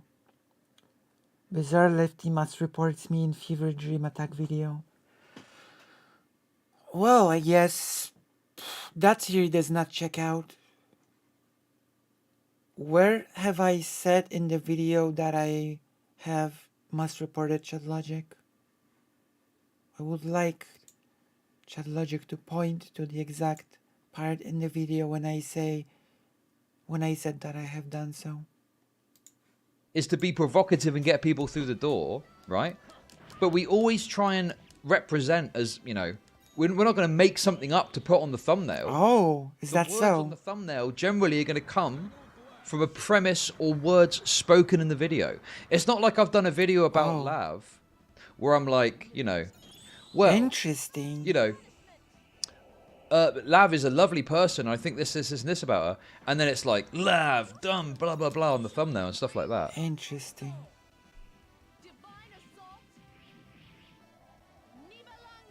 It is always a representation of the spirit of the video or the spirit of what I'm saying. So there we go. I guess he does. An example you can point to of DK just making something up whole cloth about Lav in terms of calling her a rude name or something along those lines, right?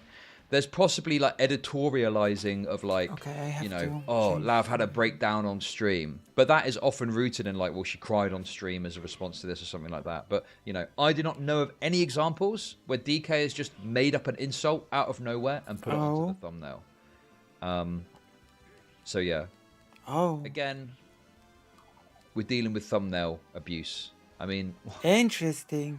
So I guess... If you don't like the fact that there's videos being made about you... Perhaps stop being a dumb bitch. I don't know what to tell you. There you go. So I guess Chad Logic stands by There's a lot of the things bit about me that he didn't do. mass reporting him. But I think Yeah, maybe for 48 hours. Keep in mind, in our conversation, Chad Logic said that he does believe me that he does believe that I didn't do it, right? So the thumbnail should be changed accordingly, right? Shouldn't the thumbnail be changed in the video about me? Oh well. You get a grace period where you don't own the actions of I mean, I guess Chad Logic couldn't change it if you wanted to, since Cock Logic couldn't change it. I mean, DK is in charge of the channel, I guess, so...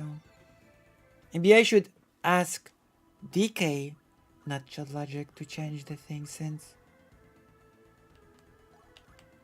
clearly DK is in charge of the channel, and Chad Logic just told people to talk to him. True. He's so upset whenever someone says... It's quiet.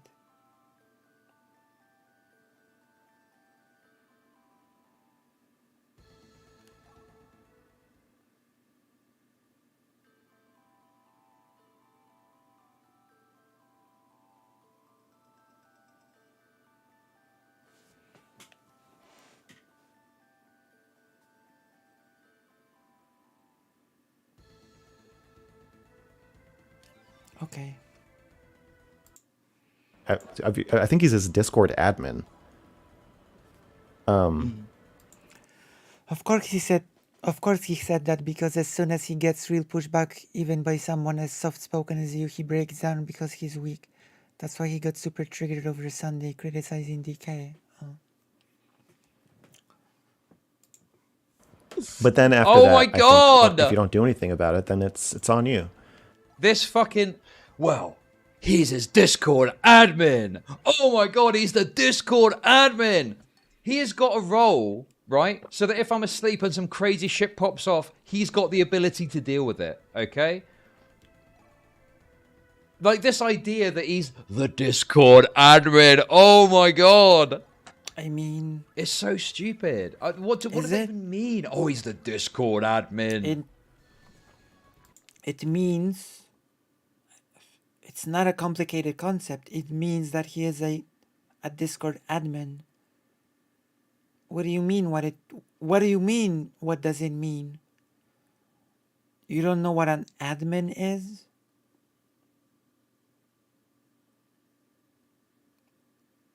I'm sorry, what?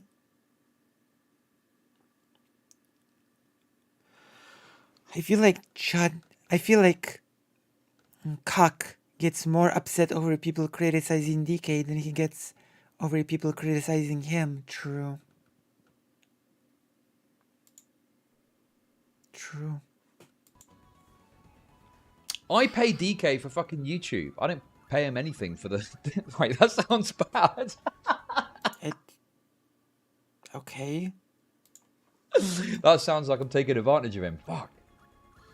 Now, the basic point I'm making is that, like, that's not indicative of anything, really. It's just he's got permission, so he's able to do stuff. Yeah. I mean, look, I'll be honest with you. There are times that I've seen him make certain moderation decisions, and I have to... And with certain permissions go certain responsibilities, right? Like, what do you mean?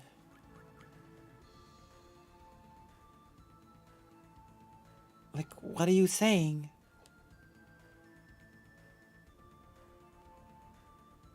That's how a bottom reacts when you attack their top. True. Like, yeah.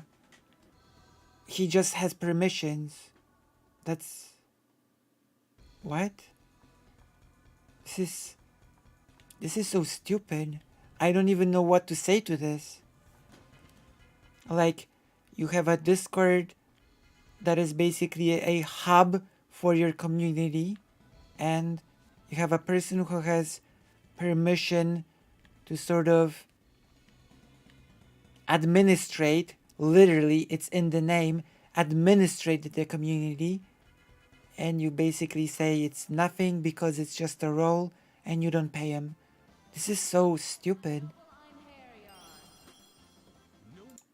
You know, sometimes I reverse them because I'm like, I don't really think that was like a correct ban or something like that. Like, there's been times where he's banned someone because he's like, they're probably a spy. And he's just fucking banned them out the Discord. And I'm like, wait, what? Oh, well, you know, they're probably spying on us. He does get a bit schizo sometimes, I gotta say. But, you know, it's That's to be interesting. fair, like, That's interesting. I mean, one example that I thought was, I mean, this was actually more so Boots, but Okay. when I woke up today, right? When I woke up Right. today, Okay, tell us. that Nate guy is one Who? example off the top of my head. The Nate guy. But I woke up today and Boots had like just banned anyone that was in Okay. any way associated with the Mr. Girl Discord because of what happens later in this conversation.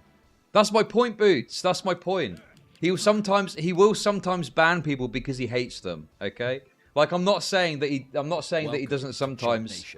Okay. Oh, An anonymous user Anon. gifted a tier 1 sub to Kyo off bot. Thank you for the gifted sub.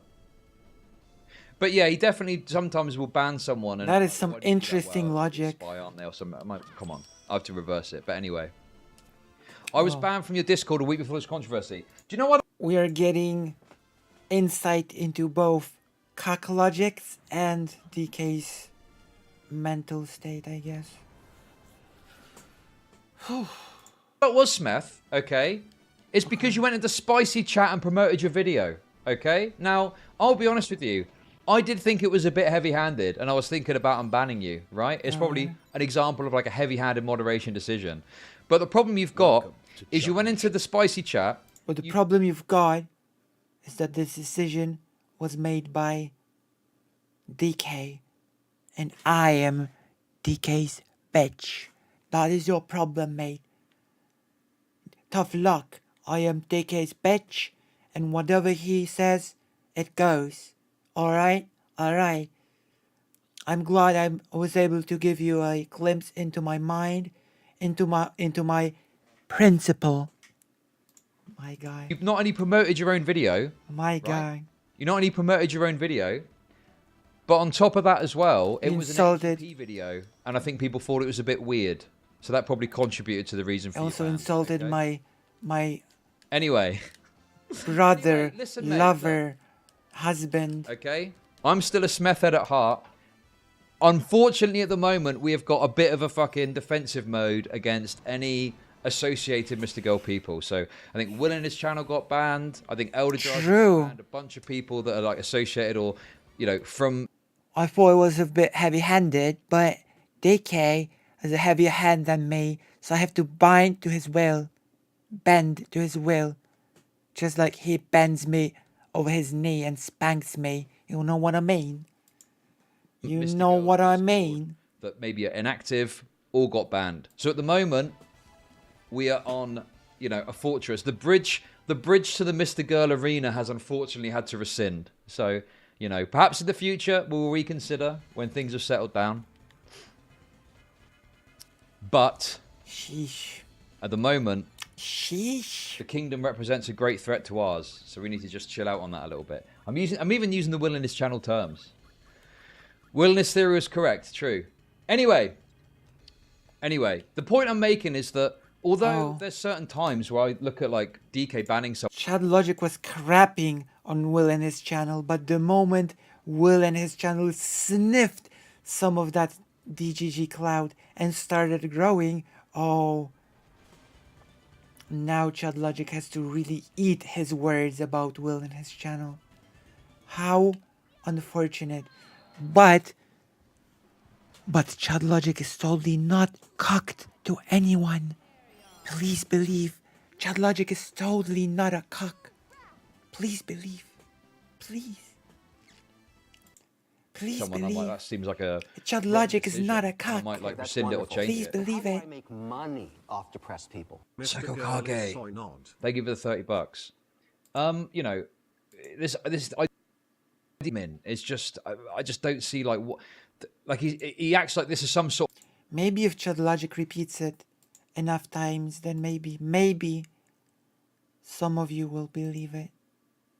Maybe. That I've put upon him. You are hereby Discord admin. You have got all these responsibilities. DK uses my Discord for two things, okay? Number one, posting edgelord shit in spicy chat, which sometimes gets me in a bit of controversy, okay? Which is generally what the controversy tends to be. Number two, talking about Dragon Ball Z, okay? Those are the two things that he tends to do in my Discord, right? The other stuff, the janitor shit or like banning people, that is all secondary to those two primary things that uses Discord. Great. Anyway, getting back to the point at hand. So I don't see this as DK's actions. I see this as Chud Logic's actions. Thanks for the bit, Scrons. So to me, it makes perfect sense. Editors out there, either like, I'm sure Chud Logic could find another editor instantly. So yeah, I would have absolutely zero tolerance for any of it. Oh, but the thing is, I wouldn't post the fucking video. Like if someone's making a thumbnail for me and they were like, let's call this person a cunt in the thumbnail, I would just like be like, no. So I don't. He doesn't. There's a lot of things Chud Logic could have done differently that he didn't do. But I think, yeah, maybe for 48 hours you get a grace period where you don't own the actions of your. I think he's his Discord admin. But then after that, I think if you don't do anything about it, then it's on you. So I don't see this as DK's actions. I see this as Chud Logic's actions. That is such an insane fucking principle. No, it's not. It's like, that is how it works. That is literally how it works everywhere. The one in charge is responsible for his underlings. What do you mean? Like, is Logic actually so divorced from reality of any workplace that he doesn't understand this? Even if you don't pay DK for being your admin on Discord, you still put him in a position of power within your community as an administrator of the community. Like, what do you mean? There's a reason why people like Naoki Yoshida, for which he is extremely praised, whenever something bad happens within the Final Fantasy XIV team, he will say, it is all on me. It is all my responsibility. It is all me. Be angry at me, right? The leader takes responsibility for the people that he hires, or she, or they, right?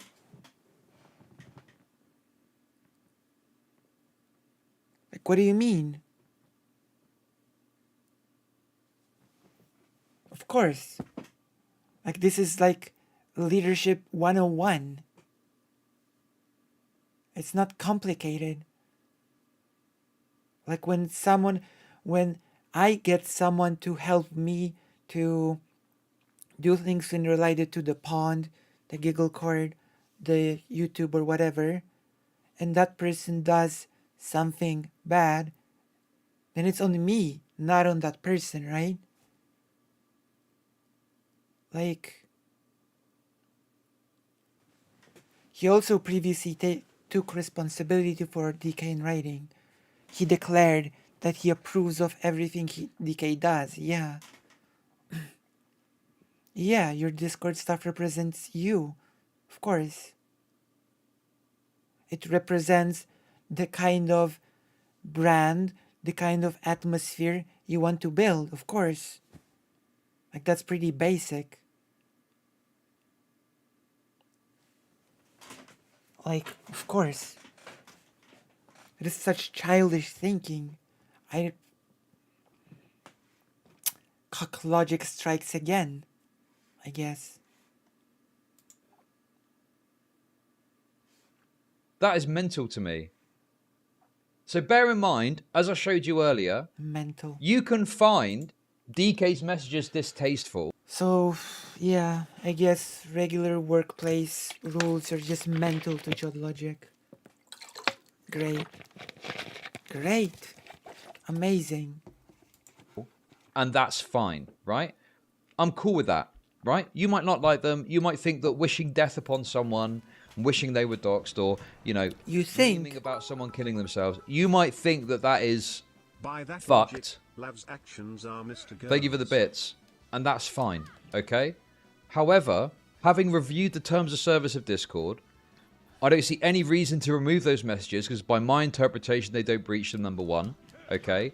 Number two, just because DK puts something in my Discord doesn't mean that that's my perspective or my opinion. Like, why have I got so much fucking... If they are your admin, they represent your brand. Of course. What do you mean? Ownership on the words of someone who edits my videos. Are you stupid? And as, you know, manages my whole YouTube channel. Why have I got so much responsibility for what they post?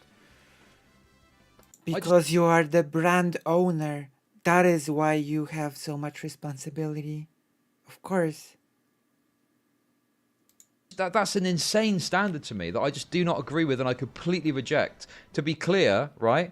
Just because something is in my Discord posted by DK after 72 or 48 hours doesn't mean that I agree or support with it. I don't know if you're aware of this. DK is a different person to me. We've got a difference of perspective.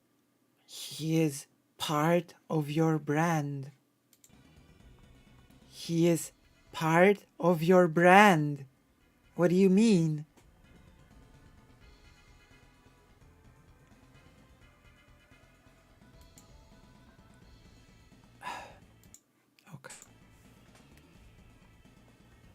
Like, this is mental. How can you operate on these standards where I've got to be responsible after 72 hours for every fucking word? Blow me stylo. Thanks for the sub, Will. That's been put into my Discord. It's just a mental fucking standard. By an admin? Yeah. I completely reject this, and I do not agree. And this is classic fucking Mr. Girl bullshit, isn't it?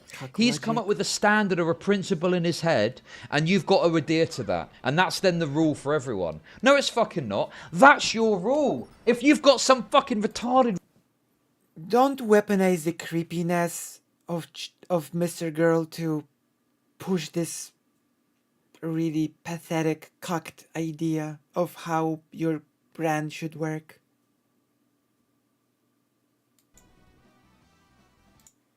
Rule that you want to stick by, Mr. Girl, you go right ahead. If you want to be held accountable for the actions of your fucking retarded staff member in your Discord server after 72 hours, you can go ahead and do that, okay? That is true. DK is a different person. So why does Cock get so triggered over people criticizing DK? Because he's a cock. That's not what I'm going to do. That's not my fucking practice. That's not the way I want to go with my content moderation. And if you don't like that, you can fuck off as far as I'm concerned. So to me, it makes perfect sense if Erudite is saying, let me know about somebody in my community, and Leah says, or Lav says, Chud Logic is harassing me. He's allowing his editor to say that he hopes I get bullied until I kill myself. And he also, after finding out somebody was sending around pictures of my house and telling random people to tell me that they were going to come to my house, DK said in a public chat that he hopes they kill the bitch I live with. I don't think he said kill. I think he said deal with. Oh, sorry, take out. Yeah, take out. Okay. So to me, Chud Logic owns that. If he is not deleting that chat message, which to my knowledge, I mean, to the best of my knowledge, he hasn't. Okay. What I own is the concept that chat is explicitly to Discord terms of service. Okay? I don't get to look at it and go, It doesn't matter. If your admin who represents your brand says those things, then I'm sorry. That means it's on brand for you. Okay? If people who represent your brand say things like that, then that means that is an on brand thing for you. Okay? It becomes part of your brand. You can cry about it, you can cope about it, but it is what it is. I'm sorry. It's just, that is how it works in all industries.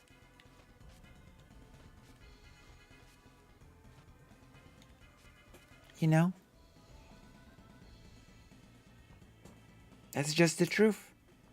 You build your own brand also by your brand is not just influenced by your actions, it is also influenced by the actions of people that you work with.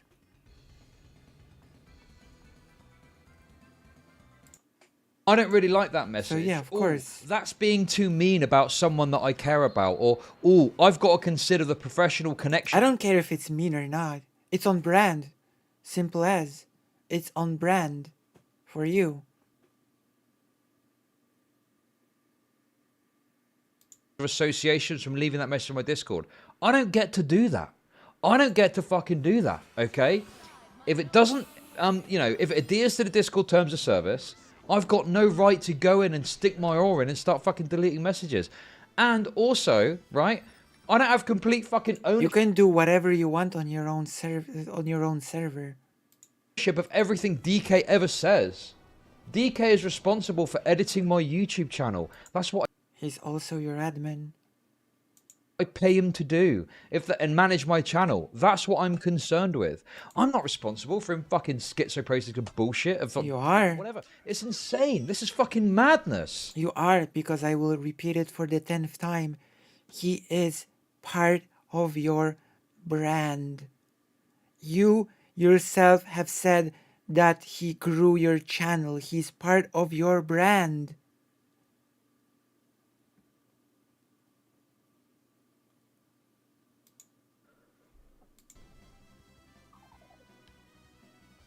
Are you okay? And it was I think it was a few days ago. He owns that. He's publishing that. That's him. That's him endorsing somebody saying they hope Correct. is murdered. I'm not endorsing it anymore. Correct. You know what? I will even give you the most middle ground charitable interpretation. You might not personally endorse it, but you know what does? The brand of Chad Logic does. Your brand does endorse it. If your admin who represents your brand says a thing like this, then that by extension means that your brand endorses it, even if you personally do not. It's irrelevant. It's immaterial if you don't or do not endorse it. What matters is, and what should matter to you, is your brand. Right?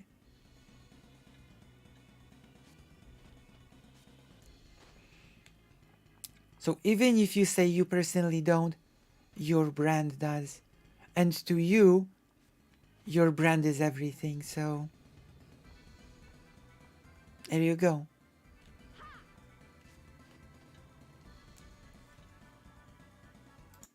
Than Discord are endorsing it by not having it in their TOS that you can't do that. What is this fucking bullshit? If you don't like it, take it over fucking Discord and get their rules changed, because it's within the rules. I'm not going to fucking remove it. Doesn't mean I agree with the sentiment? No. Does it mean I would say it? No. But DK is not an absolute representative of me anytime he ever fucking says anything, even in my own fucking Discord. He's not. He's the representative of your brand as your administrator. It's easy. It's not complicated. It really isn't. If you want DK not to represent you in any capacity, then you cut professional ties with him and just hang with him as a buddy or whatever. Then he stops representing your brand in any way. But as things are now, yeah, he absolutely is a representative of your brand. Of course. Like, it doesn't get any more basic than this. It really doesn't. But that's insane. It's not. It's very basic, actually. Well, this is a point I made earlier, Skeptical, is the standards seem very different. There's these arbitrary standards that are set. The other thing I'd like to point out as well, right? Why? Mr. Girl is not active in my Discord, okay? Shaylin is not active in my Discord, okay? So the only thing that I can assume that happened, based on the fact that Mr. Girl came to my Discord to put the fucking screenshot in and ask for a comment, is that someone screenshotted Spicy Chat and sent it to him. The only reason him and presumably Shaylin saw it is because some fucker screenshotted it, because for some reason... So, your response to DK as your brand representative damaging your brand is to cry that somebody had snitched? Is that it? That's gonna be your argument? That snitches get stitches? Like, where is this going?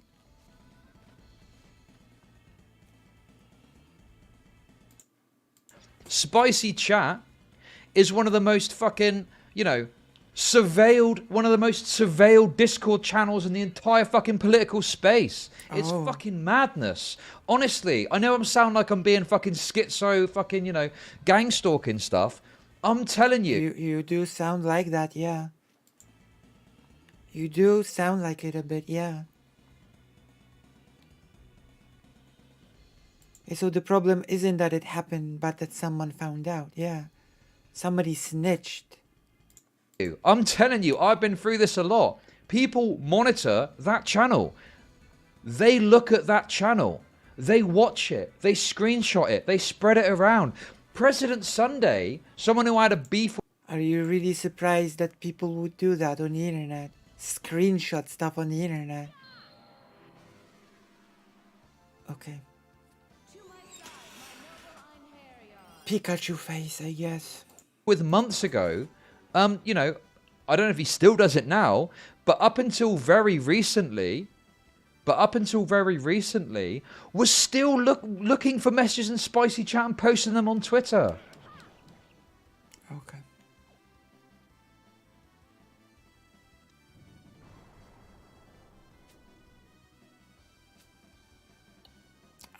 It's madness.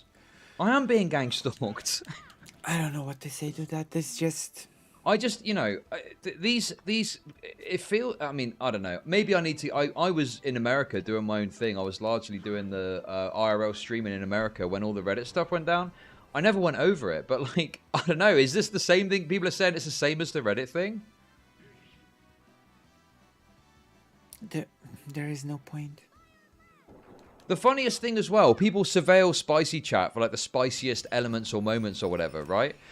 But you get this dynamic where people come in and they're like, oh, we got, what slurs we saying today? Or they put like a slur in or something. And it's like, we're just chilling. We're just chatting, It's like people act like it's, you go in there and you open a door and it's just wall-to-wall racism, bigotry, woman hatred, anti-Semitism, harassment. I mean, people understand the word chilling in different ways. So. Doxing, fucking, server raiding, lolcow baiting on stream, all this stuff. And it's just like people just chatting or they're watching a stream going, oh my God, this stream had such a stupid take. You got to check this stream out. Whoa, fucking retard. Oh my God. It is like... People act like it's this crazy space, all this wild stuff happens, but it's just like any other, in terms of comparison to other Discord servers, it's pretty fucking tame, all things considered, It's pretty fucking tame when you look at it. Right. Well, that settles it then. But here's the thing. When you get shit on by Spicy Chat or when someone says some mean, distasteful things about you, we're not literally Kiwi Farms. That is a very interesting defense.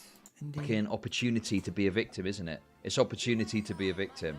Oh my God. True, Chad Logic. Stop being such a cucked victim. Finally, you've said it yourself. I'm proud of you.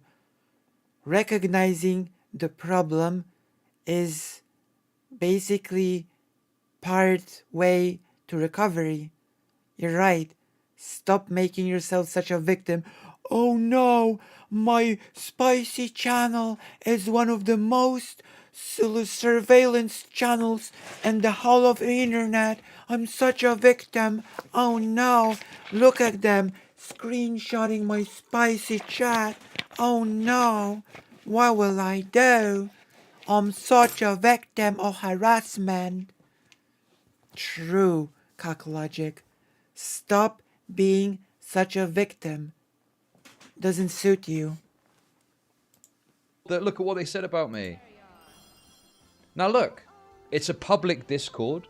Sure, you need to click a button to access it, but like, it is still a public Discord. I'm not gonna like sit here and act like it's, you know, totally private. Like, I accept that people are gonna take things out of it. Don't be a cock. That's fine. But there's this really weird dynamic that exists, and I've seen this happen before. Well, if it's okay for people to do it, then why did you just spend so long crying about it? Like, come on. But people go into like spicy chat, and it's like they're looking for things, bad things that are said about them.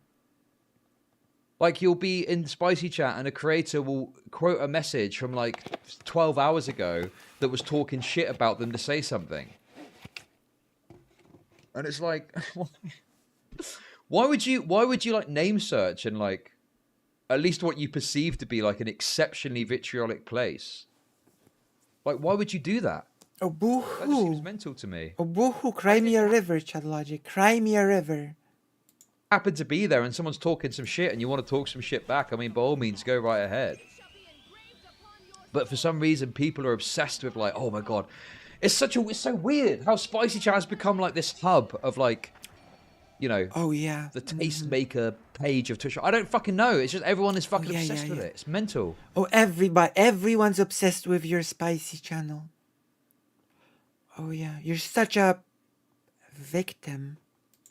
Anyway. Love Spicy. Yeah. Love to the Spicy Chatters, okay? Much love to you, Right. all right?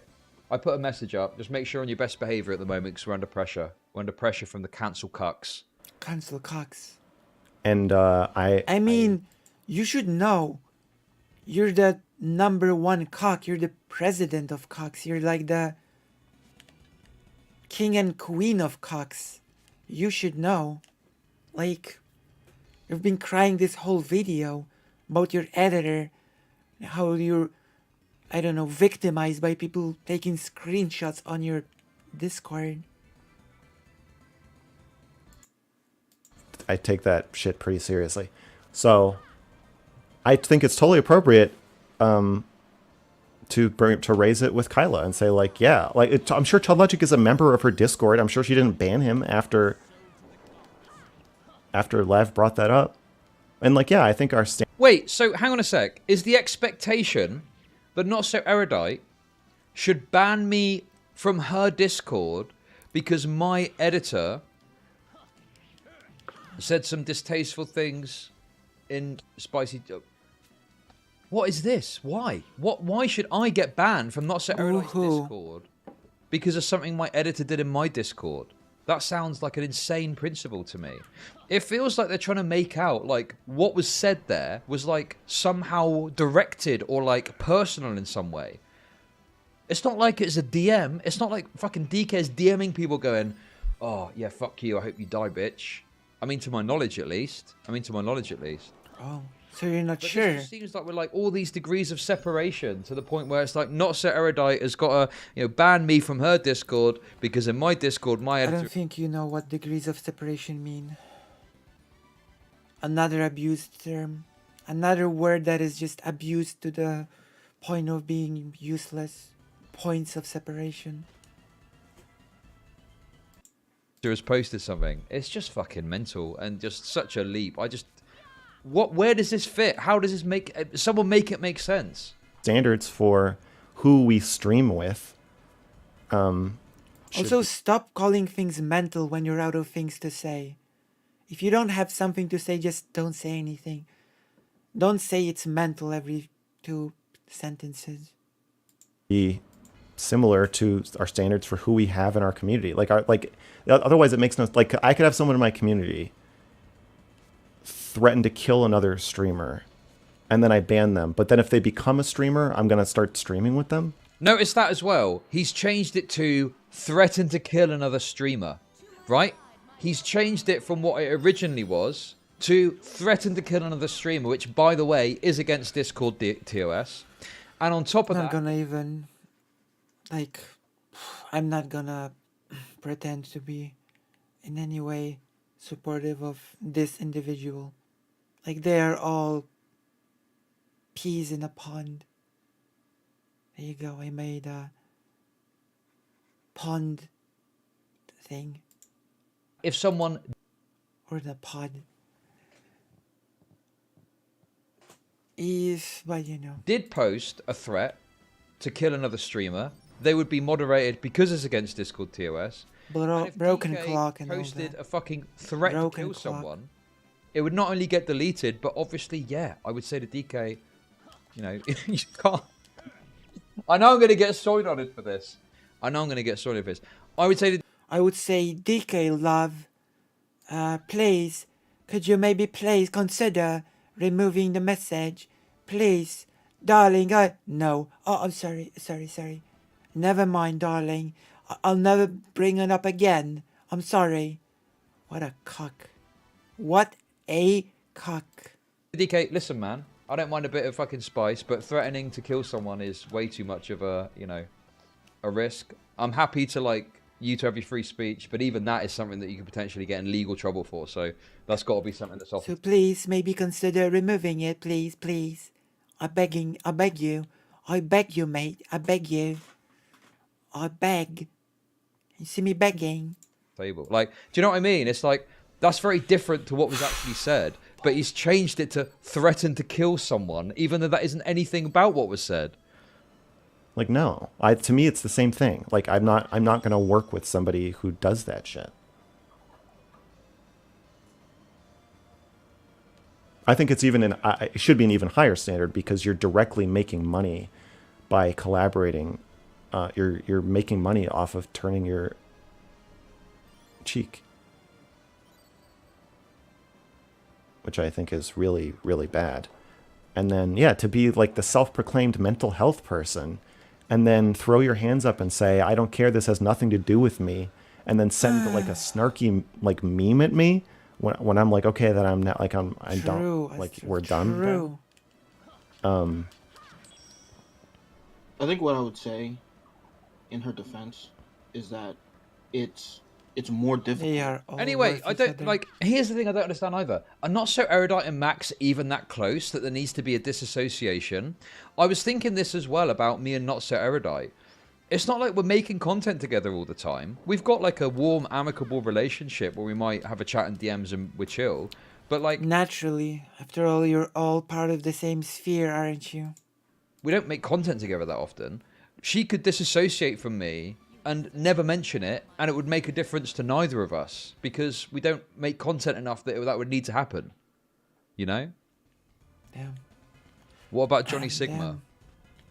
You remember that, do you? Yeah, I think that project is on hiatus at the moment, sadly. Anyway, the point is that I don't What have is the point?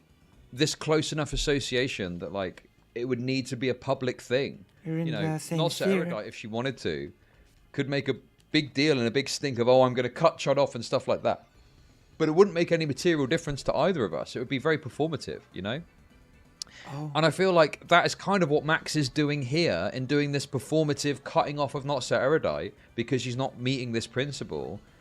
Do they even interact with each other? Do they even have like a rapport to do that? Like, what connection do they have that you would need to cut off in the first place? It just seems so performative to me. To uphold those kinds of standards with content creators than it is to do with random chatters and people in your community. And so making that request, like it's like she's like wait, but Destiny wouldn't even do that. There's no one else in the entire sphere who allows their employees to behave that way that I know.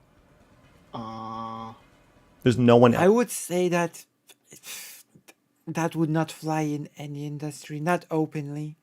Nope. Wait, if Cock doesn't know about what connection they have, then why would he assume this? Well, you know. Else posting thumbnails. There's but no one else posting thumbnails calling people cunts. The problem or the problem whores. is. So I mean, okay. I don't even know if that's true. I don't even know if there's a thumbnail calling Lava. Wait, Is that you don't know if that's true?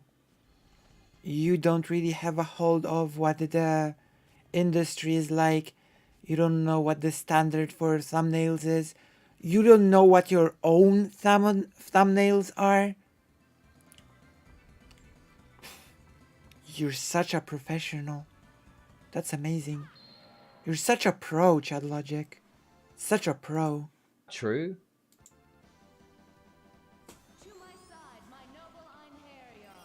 How do you do a thing for a living for years and then say, I don't really know if that's true about the thing that is the direct subject of your everyday work? This is amazing. True. Is that Lav wasn't asking Chud Logic to take responsibility for. Also, what was that? In her defense, is that it's more difficult. Is he saying I'm worse than uphold those kinds of Destiny? standards with content creators than it is to do with. Okay, right. Oh, hold on, Chad Logic. Are you saying Destiny is bad? Chad Logic just said, is he saying that I'm worse than Destiny? Meaning, Chad Logic saying that Destiny is bad. That's good to know. That is interesting to know. Okay. Alrighty then. I have never sexted with a mentally ill woman after a lot of drama has transpired in regards to... Okay, I don't know how to make that work. Basically, I don't have an Anna. Well, okay, listen. Careful, Chad Logic. Careful. Don't bite the hand that feeds you. Careful. Careful. What I'm saying is, I'm not as bad as Destiny, alright? Random chatters and people in your. Okay, let's not. So, making that request. Let's not get into it, guys. It's like she's like. Wait, but Destiny wouldn't even do that. There's no one else in the entire sphere who allows their employees to behave that way, that I know of. Getting a bit close to the sun there, Cock Logic. There's no one else posting thumbnails. But There's no one else posting thumbnails calling people cunts. The problem or is that. So here's the thing as well. Again, if you find thumbnails distasteful, fine. But a lot of the things he's complaining about are not only allowed on YouTube, but are monetized, are fully monetized. Like, I'm meeting the standards that YouTube require, okay? The only video that has been taken down... is the most pathetic response ever. Is the video of Bruce drop him off. Another point in Bruce drop him off. Oh, can you send me the thumbnail with a blank thing so I can show what you mean? Bruce drop him off going on a racist anti-white thing rant. That got taken down because of the shit Bruce drop him off said. Like, these thumbnails are allowed on YouTube. Okay. They're fully monetized. They're within the rules of that platform, right? If That's you not don't the point. like them, that's fine. I understand. Some of them are provocative. Some of them are spicy. Some of them are lying. But if I'm meeting the standards of YouTube and I'm hitting the criteria that the video can get monetized, obviously DK is obviously editing those, but you get my point. Why should I meet... Yeah, when I'm meeting, I mean my sweetheart DK is hitting the girls. I'm sorry, sweetie. I didn't mean to take credit away from you. Please don't punish me, Daddy DK. My God.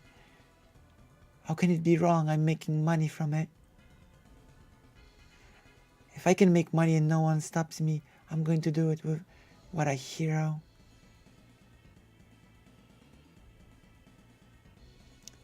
He's technically not actually meeting the standards of YouTube. Some of them are just straight up lies. True. True. What a cock.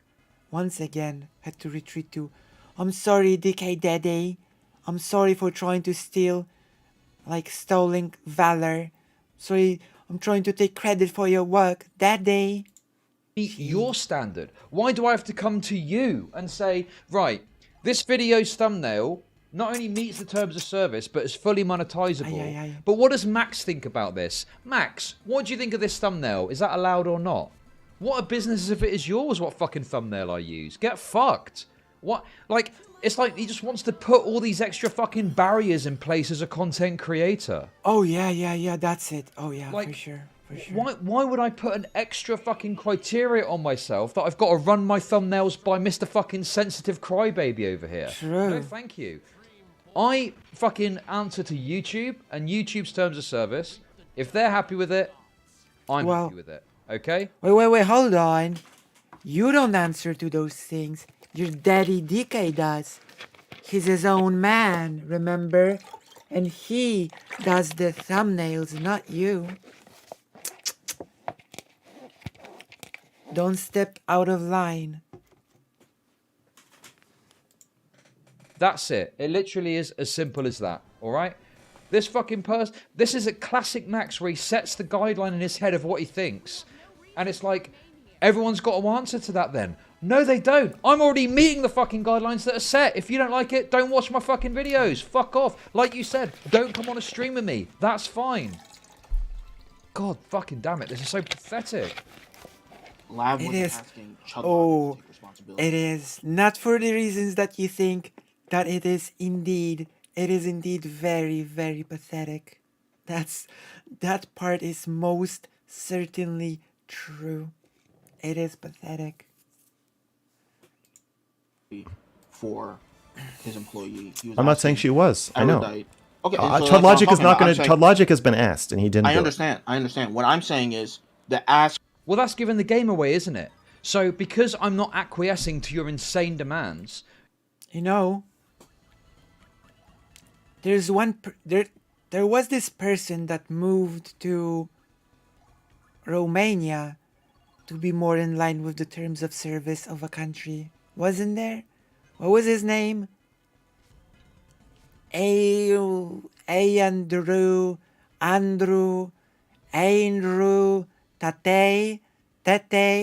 or whatever his name was. Like, yeah, there was this one person that wanted to be in line with the terms of service of the country that he moved to, right?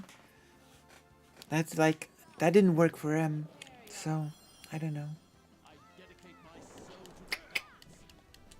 Well, there we go. Let's continue.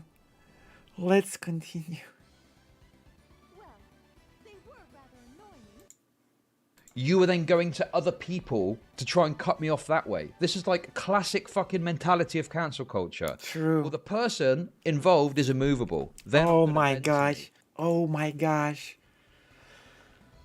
More crying, more being a victim. Oh no, they're trying to cancel me. Boo-hoo. Poor me. Boo-hoo. Cry me a river, please. What a cuck. What a little victim, baby. I don't know what to say. Like, they're trying to cancel me. They do all those screenshots from my spicy channel. Oh no, poor me. They're trying to cancel me. Classic cancel culture. Oh no. I'm being targeted without any reason. Unfairly targeted by the mob. I'm being crucified. Stop being such a pansy.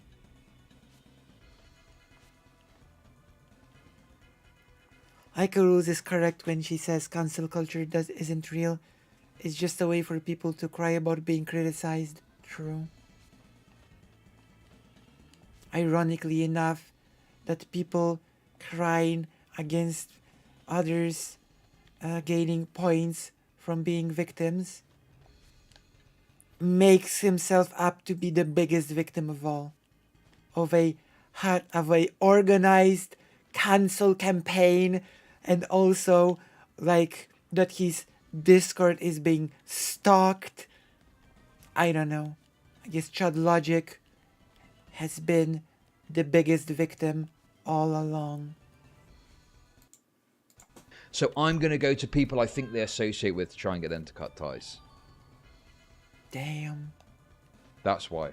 That's such bullshit, man. For Erudite to hold another content creator accountable. You're saying, yeah, I know. I'm responding to what you just said. Okay. All right.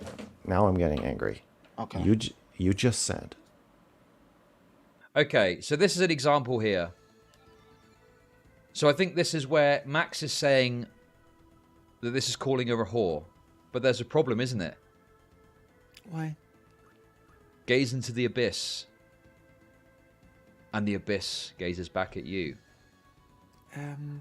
Who knows what that says? That's a 5-letter word that's been blanked out.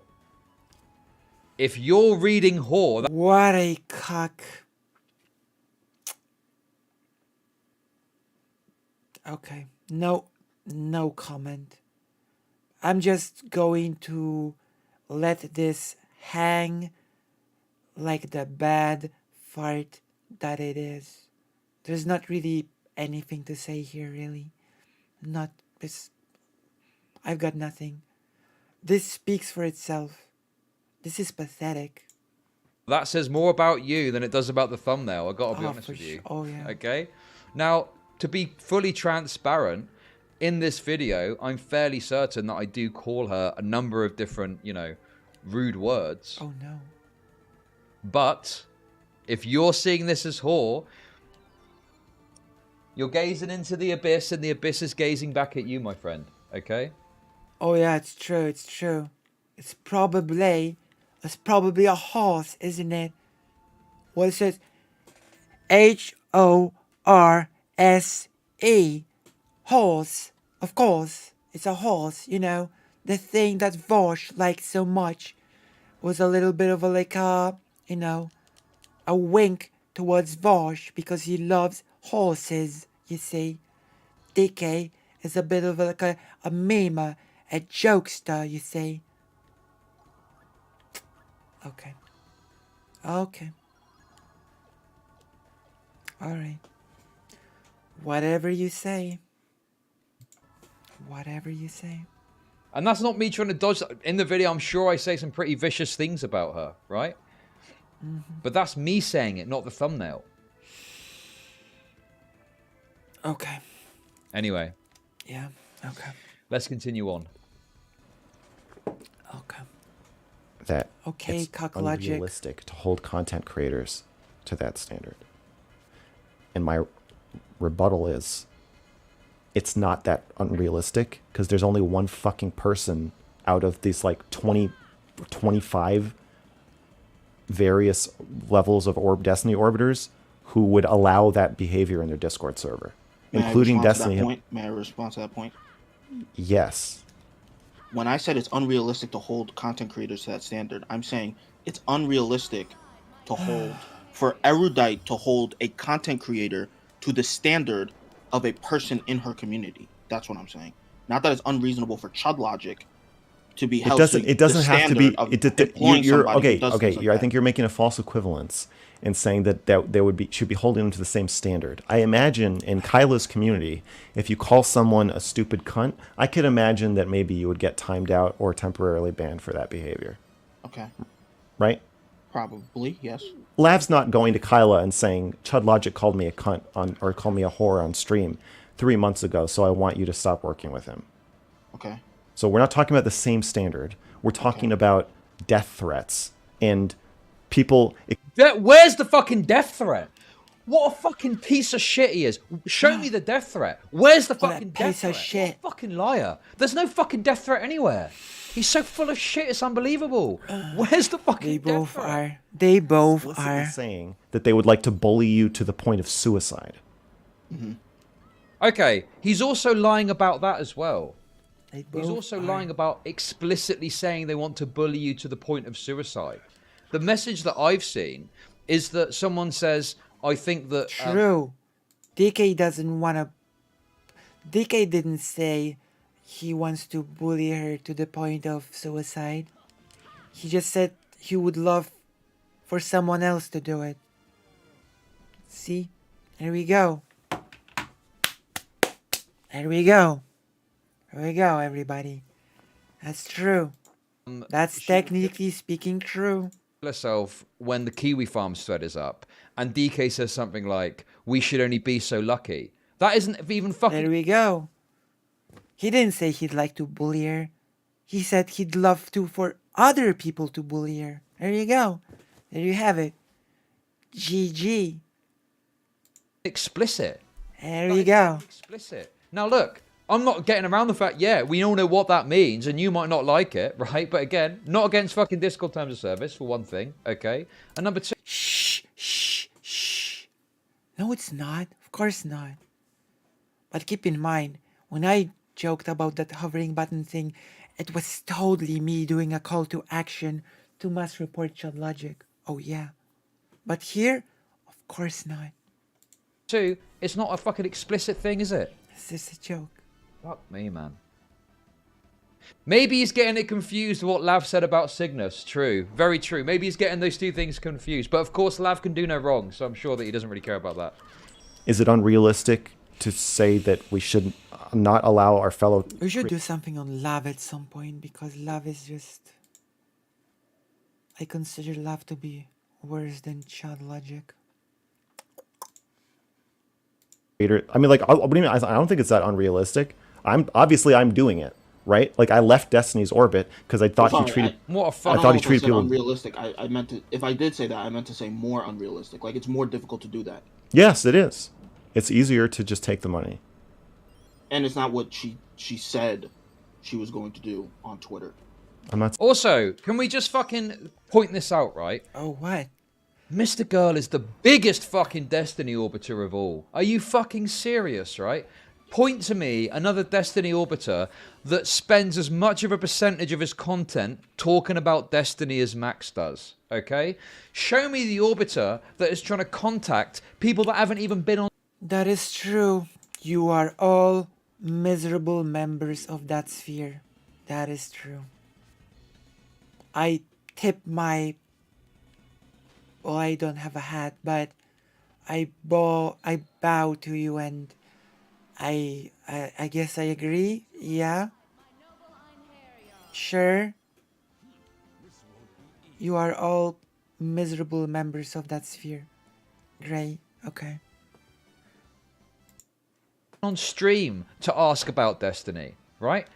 Point me to the Orbiter that has made it their business. This is a nominal socialist saying corporations should have the final say on what is civil discourse. True. Chud Logic is the biggest Marxist. Wait, being an orbiter isn't someone who makes a bunch of videos on someone else. Shh. Shh. Don't worry about it. Don't worry about it, Jessica. For the last fucking however many months, what is it, 4 months now, to dig into every single aspect and upturn every stone in Destiny's life to try and find some fucking thing of abuse or something. Point me to the Orbiter that's doing that. He is the biggest fucking Orbiter of all. But yeah, I guess when you try... Orbiter is when you make videos against someone. So I guess during the anti-SJW era, when people made basically every single YouTuber was a Anita Sarkeesian orbiter by Chud Logic's logic, right? I guess, yeah, okay. I guess at some point every single YouTuber was an Anita Sarkeesian orbiter. That makes perfect sense to me. Great, amazing. And as much as he tries to say leftist community, that is the biggest fucking cope I've ever heard. He didn't leave his community for shit, okay? He's still in his community, okay? It's just as an anti-fan dynamic, where when he streams, DGG will watch him, Okay? DGG will watch him. His viewership is still primarily DGG. Okay? And I'm sure that it would pain him to admit this, but still, without Destiny, he is fucking nothing. Okay? He is fucking nothing. Why do you think he's hanging on to this for so long? Why do you think he's taken fucking months laboring and laboring and laboring and adding and adding and adding to this fucking document, okay? It's because it's the last fucking grasp onto relevancy that he's got, okay? Because his brain has been fucking fried from streaming. He's become a big fucking piss baby crybaby, and it's all he's got left. It's all... Projection, thy name is Cock Logic. All he's got fucking left now. Oh. So of course he's got to desperately hold on. Oh. What else has he got after he drops this? Oh. Ow. Ay, ay, ay. Oof, that's some painful projection. Oof. Ay, ay, ay. Dr. K? Why the fuck happened to Dr. Remember Dr. K? Now look, as you know, I had my own criticism of Dr. K. I think Dr. K was doing some fucked up shit. But remember how it was, Dr. K is such a bad person, we got to get rid of him. We're going to go to the ethics board. And if the ethics board doesn't get rid of him, well, I'm going to take it further because that's wrong. Where's all that energy now? Where did that go? When was the last time he even fucking spoke about Dr. K? Do you remember when he was going to do a follow-up video to Dr. K? And it was like a 3-minute fucking bullshit saw meme. What the fuck happened there? I think Thunderfoot was anti-Brexit pretty strongly. I'm pretty sure Thunderfoot spoke really strongly against Brexit. I'm sure of that one thing. That he did a lot of, I think he made videos criticizing Brexit, and I think he even had some Brexit debates where he criticized Brexit.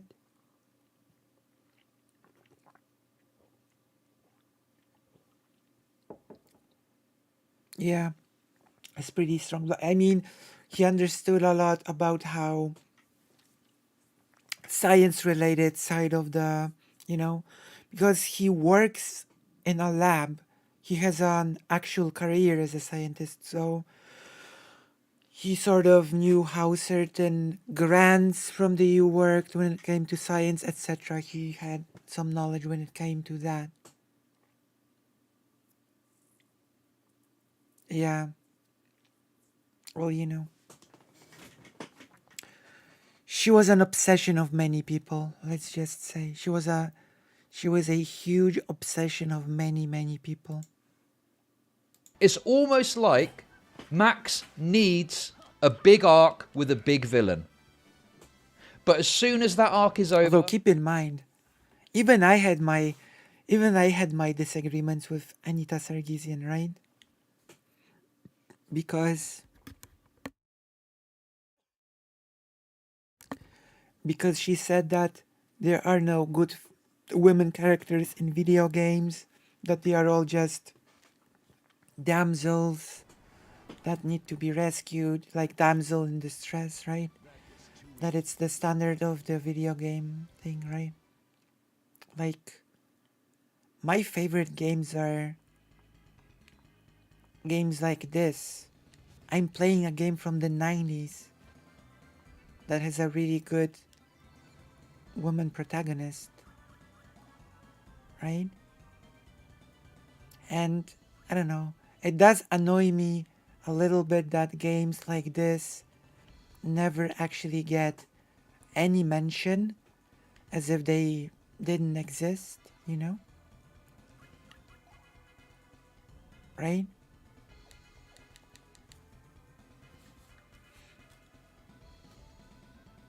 Like,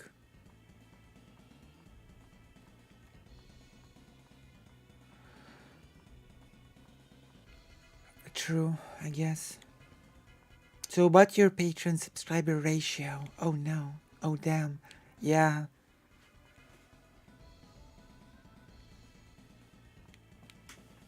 Yeah, true. Second Densetsu 3. FF6, Star Ocean 2, Parasite Eve. You can name many games with good women protagonists.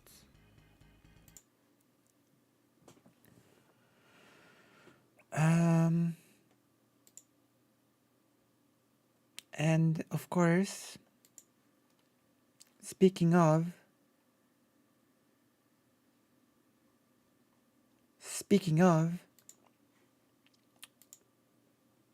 because we have to make Cocklogic even more mad, please consider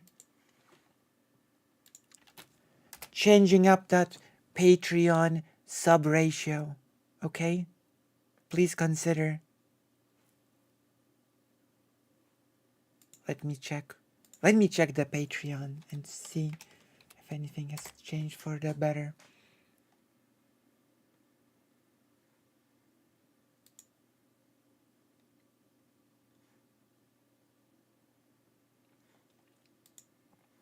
Let's get it to 30 Patreons. Let's go. Let's get it to 30 Patreons. Okay, let's go. Let's continue. Quietly move on, even though it's not really concluded. Quietly move on. Don't talk about it again. On to the next villain. When was the last time I even spoke about Dr. K? Has he followed up on the... This was a massive deal, he said. Oh my goodness, we've got to report him to the ethics board. Has he followed up? Has he made any content about it? Has he done any further fucking investigating or anything in regards to it? Damn. Am I next? Am I the next one?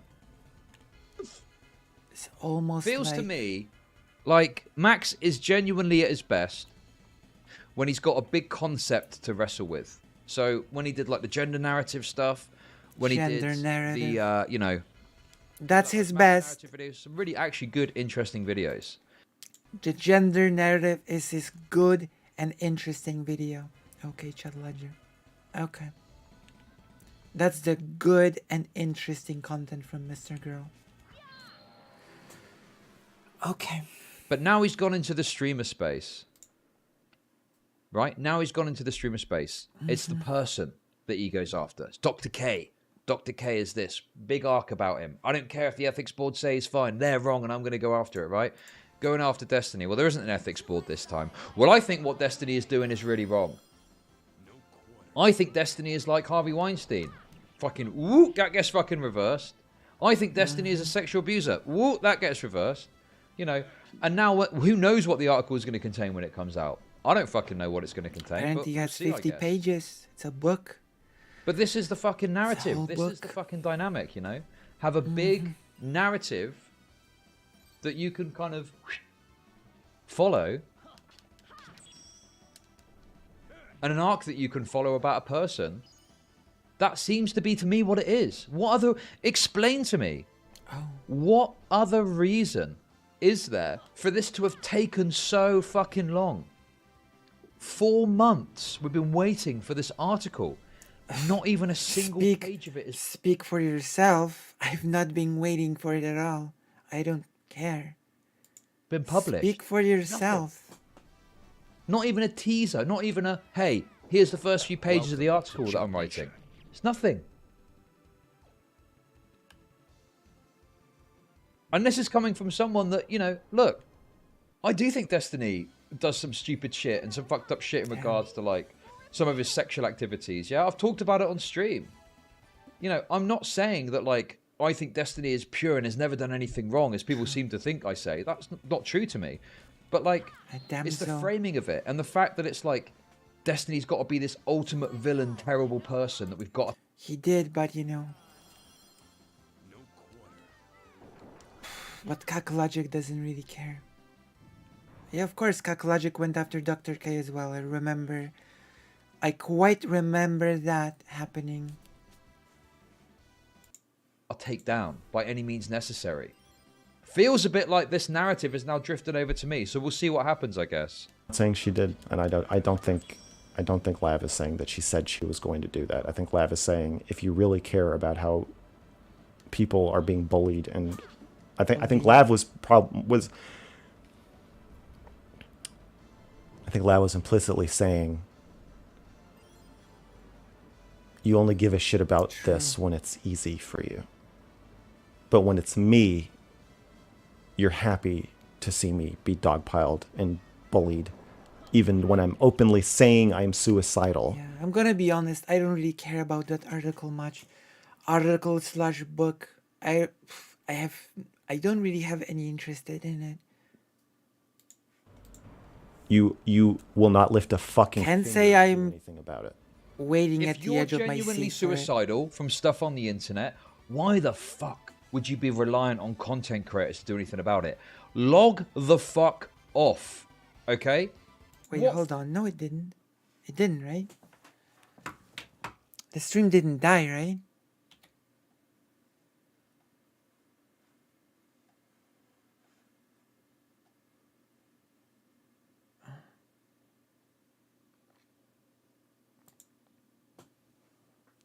Did it? Did it die? Hold on. Oh my gosh. Okay. Good. Nice. Thank you. Fucking imagine if you went. Thought we were having problems for a bit there. My internet does sometime die. Therapist, and you were like, right, I've got a massive problem, okay? I go online a lot and I've got my life online and my interactions on there are making me suicidal and these people being really harsh and mean to me. What should I do? And the therapist is like, what you should do is you should go to content creators and ask them to be nicer and ask their communities to be nicer. They're going to be like, if you're suicidal, log off for a bit. Log the fuck off. What? Log off. What is this fucking thing of like, it's everyone else's responsibility? And the other thing as well, it's not just about like logging off. I don't even think that's necessary, okay? I think that you can probably just reject, reset to your sort of thing that you want to do. If you want to be a streamer, go and just do low impact stuff on stream, react to some videos, whatever. Lav engages in some of the most toxic fucking spaces imaginable and then complains about being suicidal and it's everyone else's fault to deal with it. It's fucking insane. You engage with like debate communities, the fucking radfem communities, you're fucking using anti-trans slurs and arguing with trans people on the internet. Does. What fucking planet are you on? She does. She does do all those things. It's just madness. It's like being a fucking, it's like having a phobia of the dark and enclosed spaces and going and doing fucking cave potholing every weekend. Why are you doing this? You've got a phobia of this. You're fucking going straight into the cave. Stop. Come away. Stop. It's obviously not good for you. Maybe you can do an activity that's a bit better for your mental health. No, I'm going to get in the cave again this weekend. I'm going straight into the cave, straight in there. The smallest, darkest cave you can find. Get me in there. Slide me down there. Wait, there was a... The stream was down? Did we actually lose any footage or... Well, no worries. I'm sure Somniostatic will figure it out, right? We're okay. Straight in there. We're okay. Just log off or go to another part of the internet that isn't going to be as toxic. Because, yeah, look, this space is pretty fucking... I'm sure it's going to be far better once we have the White Forest page. I believe we will then all do our streams from the page. It'll toxic. People are pretty mean. People are pretty rude. Seems like some terms of service don't even care if you Max is honestly living in another universe at this point. Thank you for the sub. It seems to me like some of these platforms don't even care if people are memeing about you killing yourself. Probably not a good place to be if you're suicidal, because it seems like that's not going to be fucking controlled for.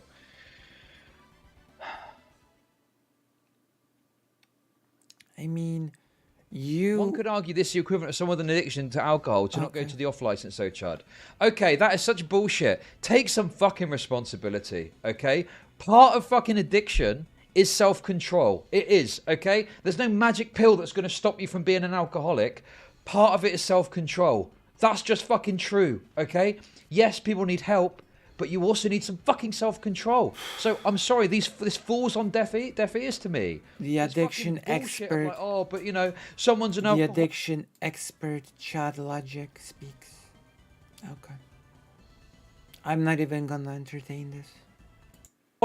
They can't help but go to the off-license and get fucking loaded up every weekend. I don't give a fuck. Okay? Take some fucking self-control for your own actions and own responsibilities. I'm sick of it. If you can control a thing, then it's not really an addiction, is it?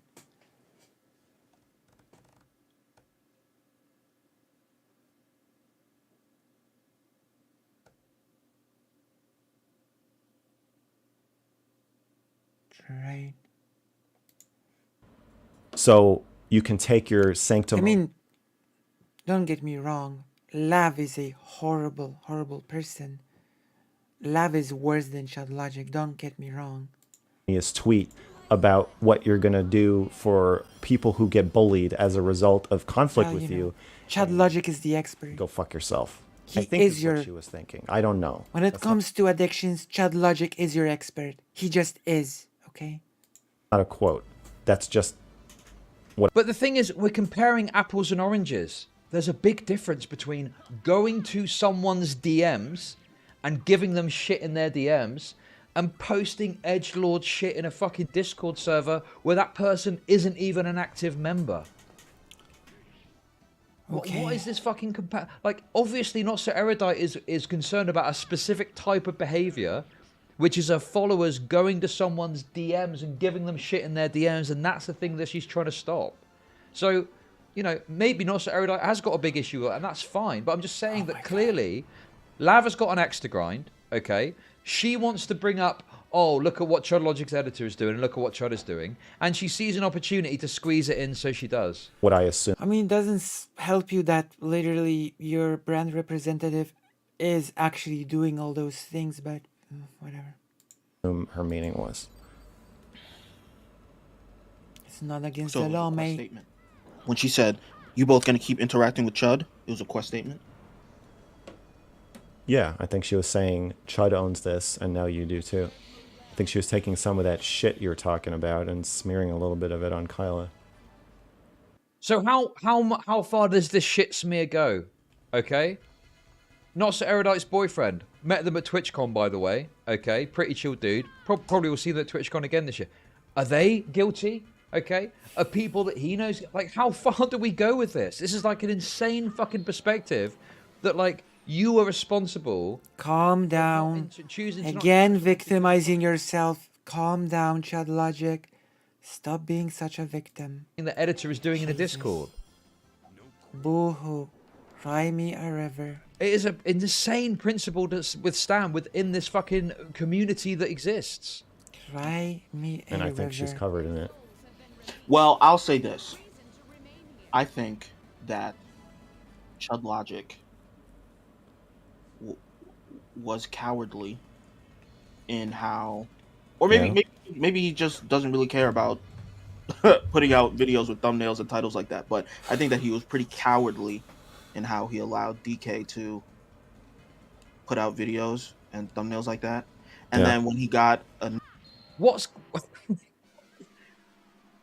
listen, you call me a fucking coward. You're sat there fucking crying about a thumbnail on YouTube. Give me a fucking break. Oh, poor Chad Logic victimized. So upset, so upset. Oh, so triggered. It's a fucking thumbnail. Why do people get so het up over thumbnails? If you don't like the fucking thumbnails, don't fucking subscribe to my channel and say you don't want to see my content and you'll literally never see them. Problem solved. You can do something to stop yourself seeing the thing that you don't like, so do it. Okay? Victim of criticism. What if people just want to criticize your crappy thumbnails? It's their right. Don't be such a crybaby about it. Man up. Man up, Chad Logic. You don't have to cry about people criticizing your thumbnails. You bring it up in almost every single one of your videos. You cry about people criticizing your thumbnails in almost every one of your videos. What the hell? What is this cowardly shit? Thumbnails are supposed to be provocative to maximize click-through on YouTube. Okay. Cowardice isn't criticism, I guess. Okay. What a cuck. Okay. The thumbnails are provocative. They're all within the minimum terms of service. Yes. Stop crying about the thumbnails already.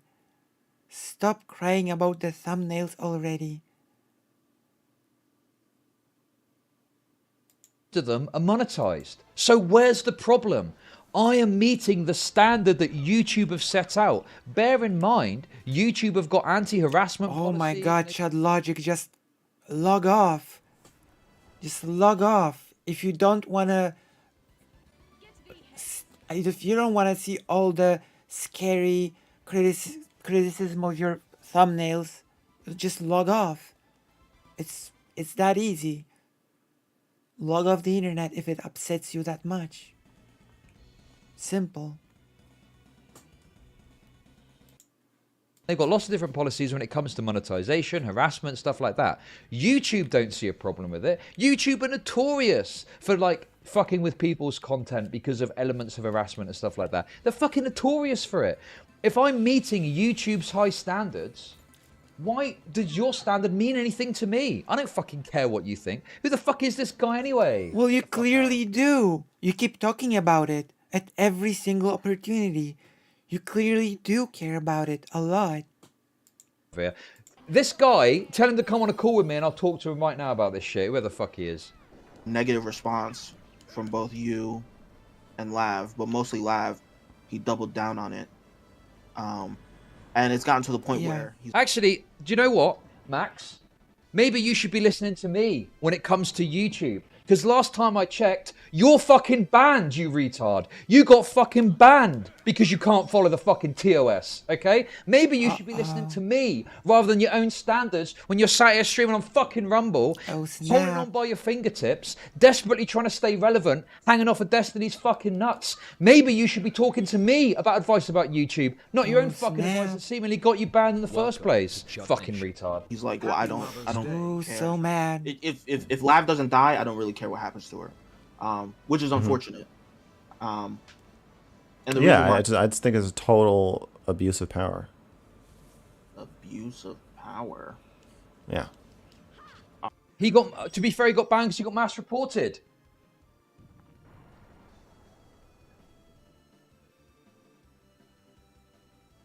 Yeah. What do you want to say? Okay. Maybe he'd be a bit more sensitive in regards to the mass reporting of others, but, you know. There we go. What were you gonna say? Were you gonna say that you don't care about mass reporting? Were you gonna say that mass reporting doesn't matter? What did you stop yourself from saying there? Seemingly he doesn't have that was an interesting pause. That concern. And I don't know if he said it yet, I've missed it, but I think he goes on to say something in a minute. Does Chud really have a power over Lav? He has power. He has a large Discord server and a decently sized platform. And I think as a result of his actions here, it should be taken away. There it is. I have Then do it, bitch. Do it! Do it, Max. Do it. Email Discord, okay? Get on your fucking email and email Discord and get him to ban my server, you little fucking bitch, okay? Yeah. Do it. Yes. You won't be the first. What a you victim. won't be the fucking last. Oh, what a victim. Get on your fucking email and send Discord an email if you're that fucking bothered about it. Poor Chad Logic, attacked from all sides by everyone. Aye. Not the first, not the last. Oh, so brave. So strong. Right now I have more power than the average Mr. Girl fan. If I say fuck Destiny, is that an abuse of my power? I'm not going to respond to that. I'm not going to dignify that with a response. That's another one of the tank ones? Yeah. Yes, after this we can talk. I'm interested to hear your perspective. Right, what's this? When people it does matter. It matters to me because he wants to kill me, Steven. I don't care that he wants to kill you. That's not relevant to the conversation. He wants to kill my family, and he wants to kill my friends. That's great. why it matters. That's cool. That doesn't matter. Using the word or not using the word doesn't mean anything. Cool. Then go complain to the people that ruined the word. That now we can't. He wants Steven to call Nick Fuentes a Nazi and be open about it because it's important to him, because Nick Fuentes wants to kill him, his family, and his friends. He does not want Nick Fuentes to be deplatformed. I don't think. Chad takes this way too seriously. This is why I don't care about Drama Channel anymore. Chad Logic is a serious content creator. What do you mean? What do you mean? What are you talking about? It's all very serious business. This won't be easy. Let's unpause. I think Fuentes should be deplatformed. Okay. But you don't have to grow him either. It's going to be inevitable that anybody that I react with or engage with in some manner is going to experience some growth if they're smaller than me. That just is what it is. Absolutely. Now that we've heard it from the horse's mouth or whatever, is that the phrase? Is that the saying? I don't really use cliches like that. I'm a different kind of furry person. True.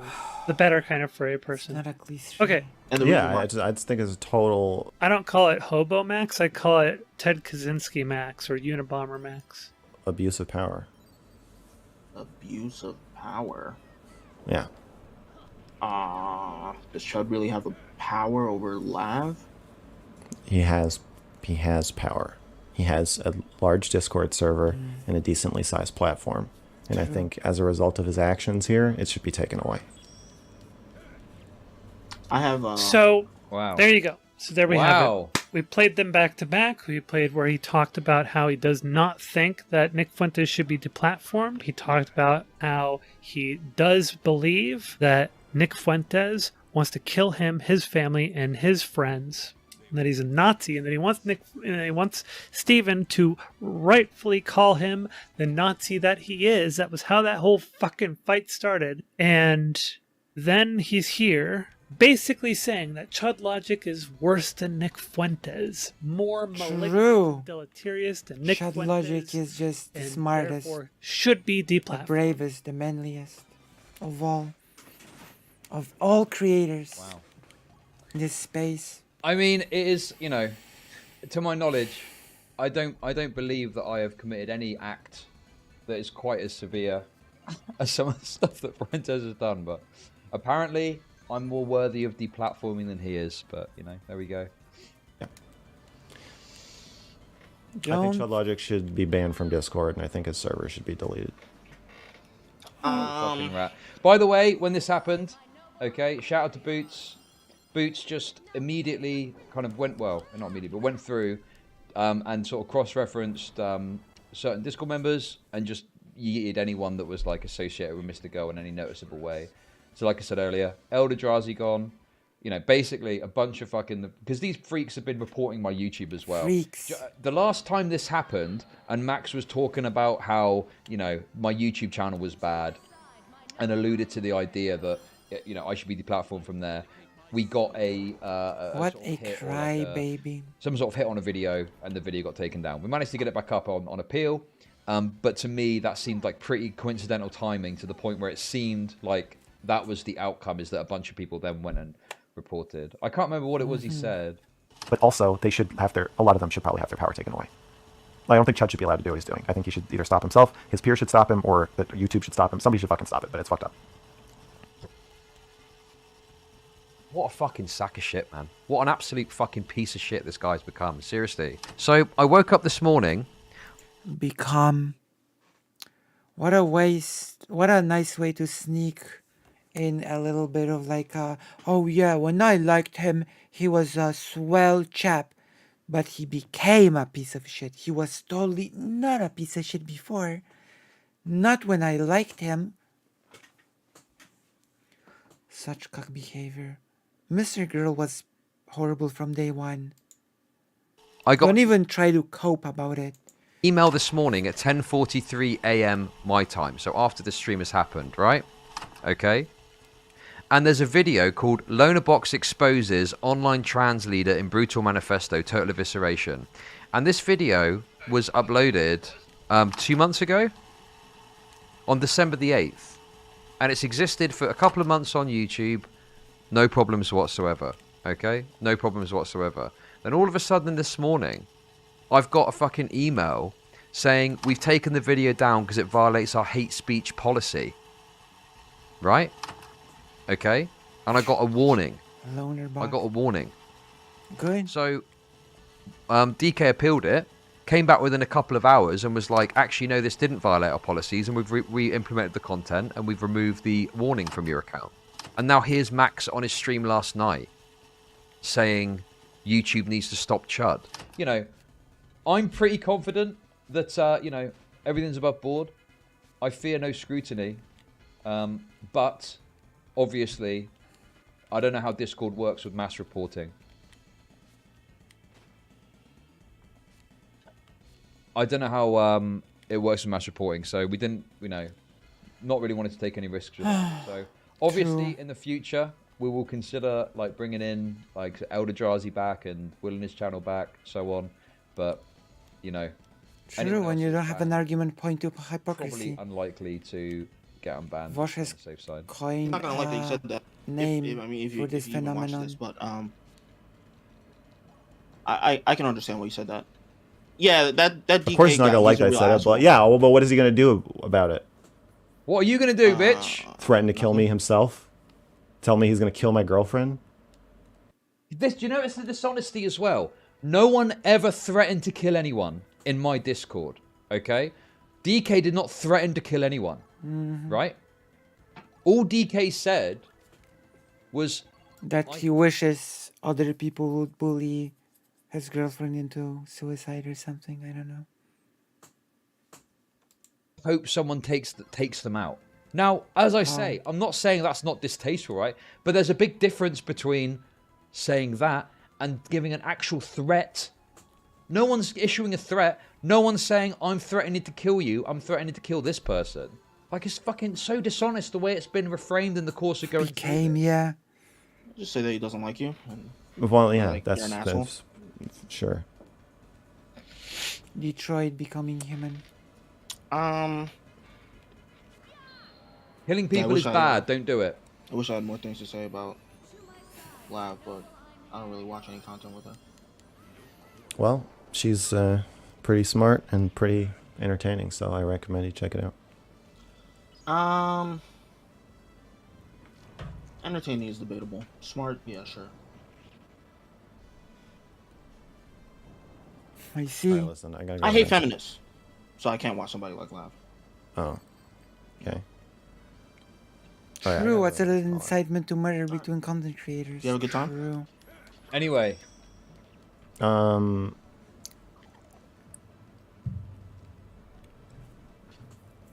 No.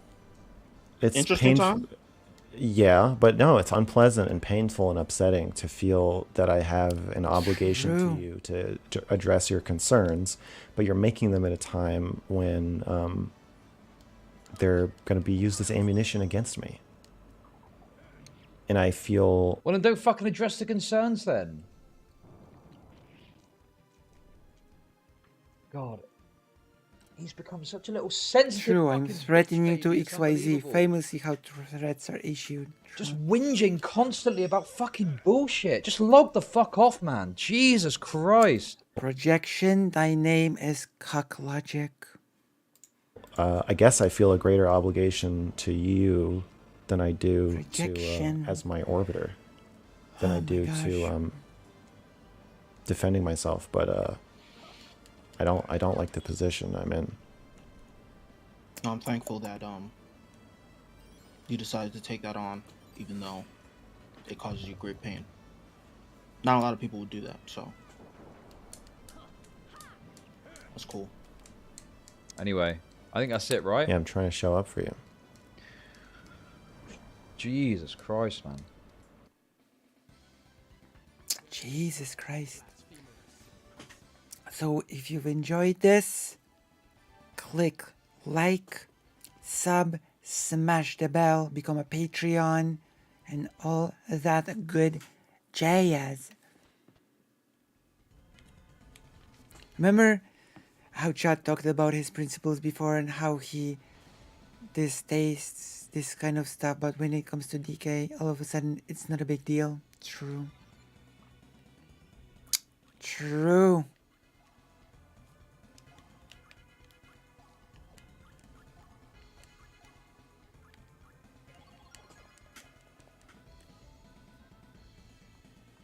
Mimi, now it's time to go to the toilet. True. Cock logic.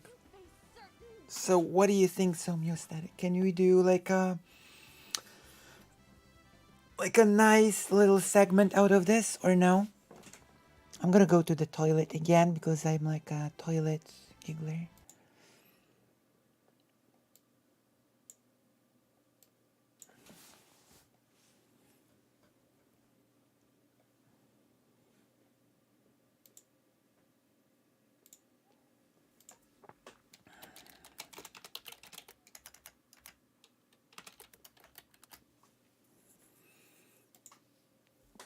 I'll be right back. I'm gonna see how the thing goes.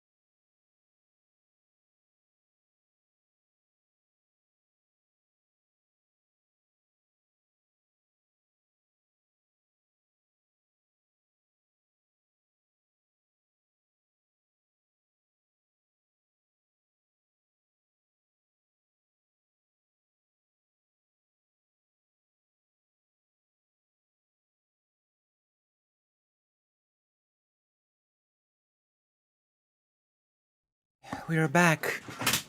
We are back. Right? We are back. And we have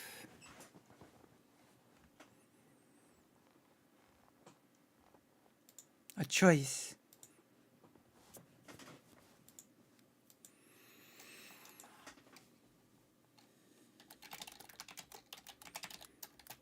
One more video.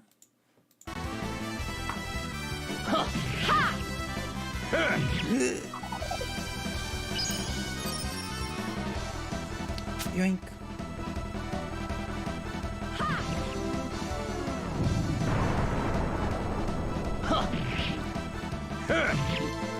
Oh yeah, I'm gonna DM Somniostatic with something.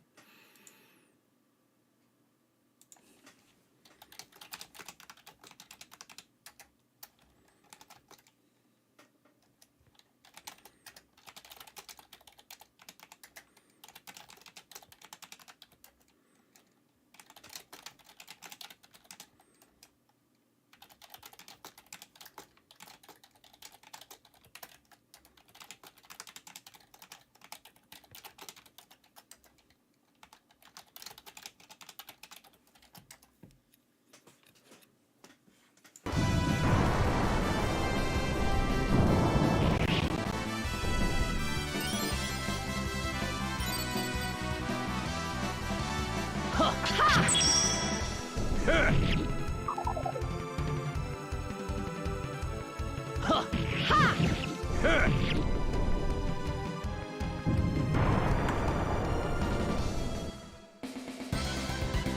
have served me well, my Einherjar. My Einherjar.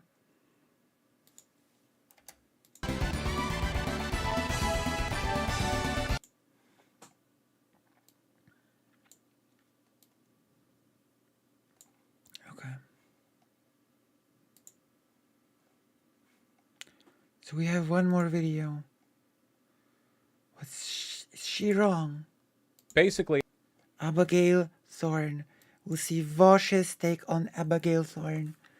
We have done a little bit of a thing on Abigail Thorne. We have watched Steven's take on it, of course. We have watched Demon Mama's take on it. And now it's time to watch Vosh's take on it. Right?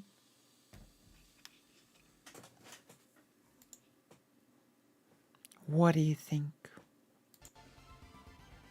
Basically, Abigail Thorne said that gender dysphoria doesn't exist, and a lot of people got mad.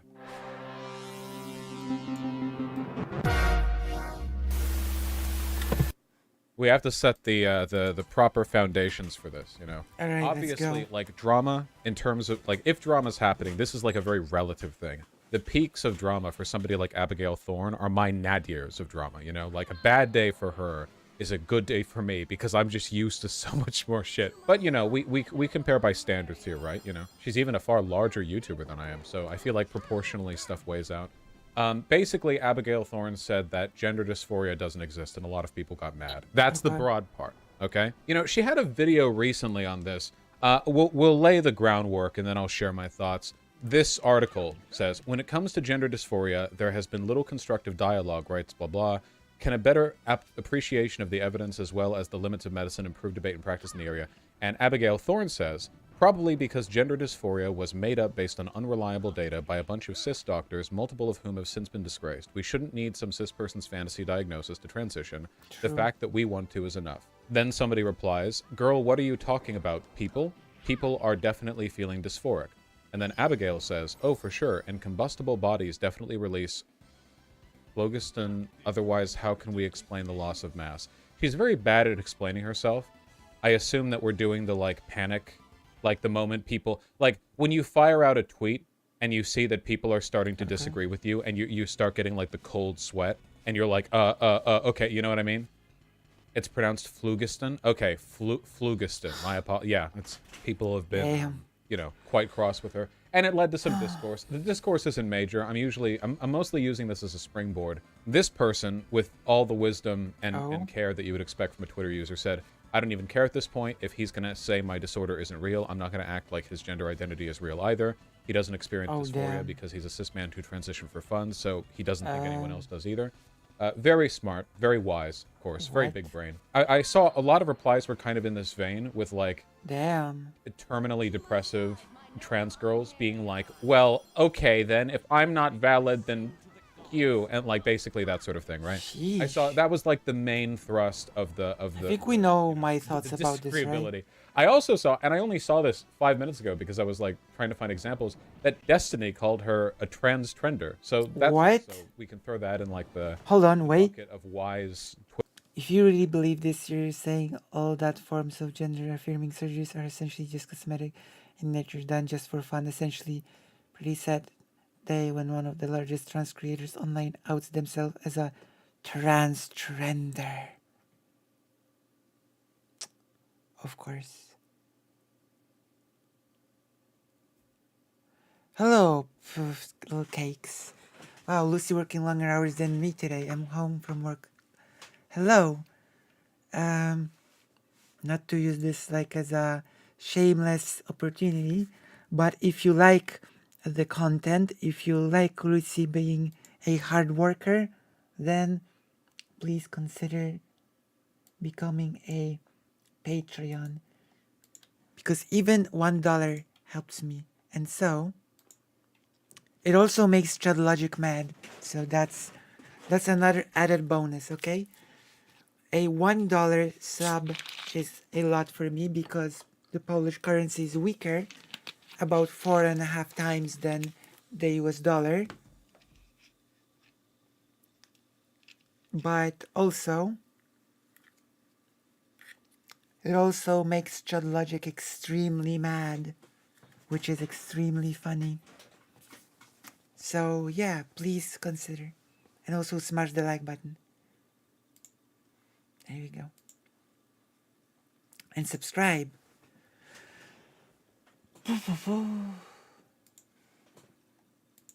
Twitter responses, you know, like good big brain engagement. True. So, hella dumb take. Annie, what are you talking about?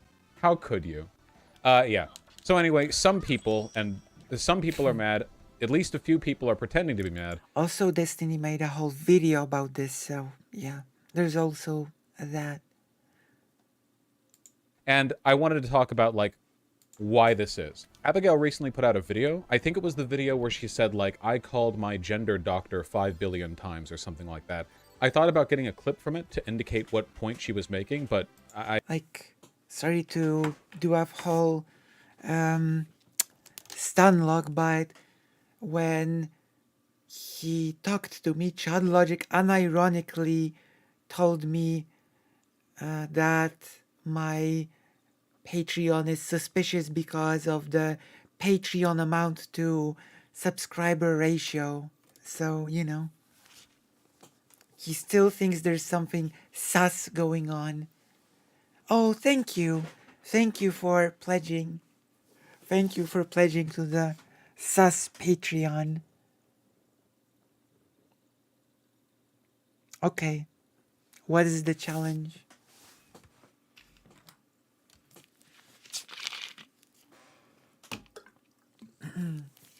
Also, have I mentioned that if I get 50 viewers, at one time I will do a stream with my face on camera.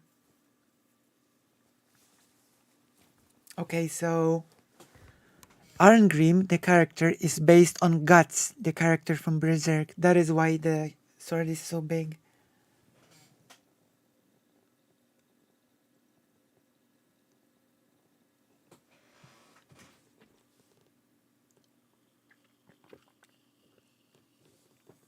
Oh my god, I'm so horrible at riddles. Okay, shoot me.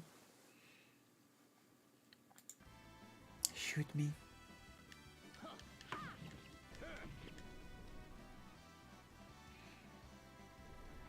The answer is Chud Logic. The answer is Cuck Logic.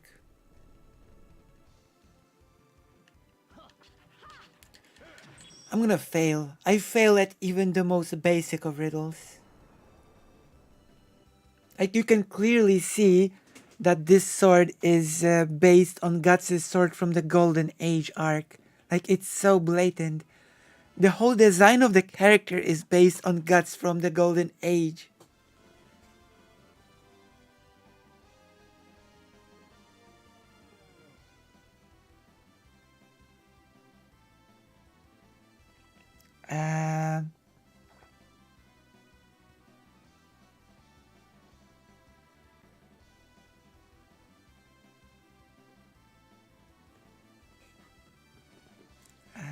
What? Oh my gosh. I don't know. Is it like a... I have no clue.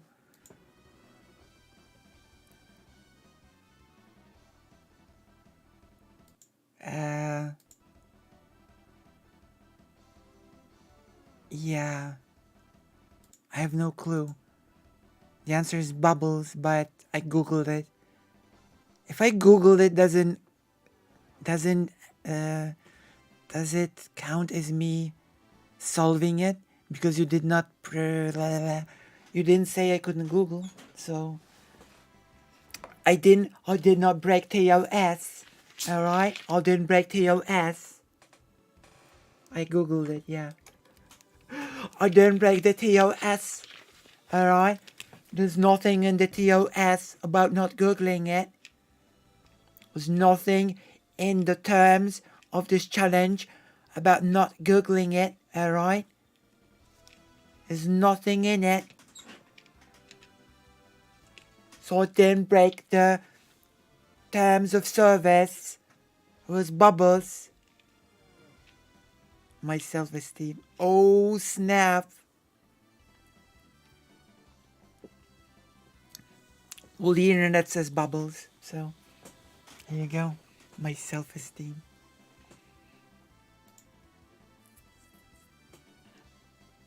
The internet says bubbles. So yeah, it's legal. There's no law that prohibits you from googling the answer of a riddle, is there? So yeah, there you go. So perfectly good. So perfectly good. It's true.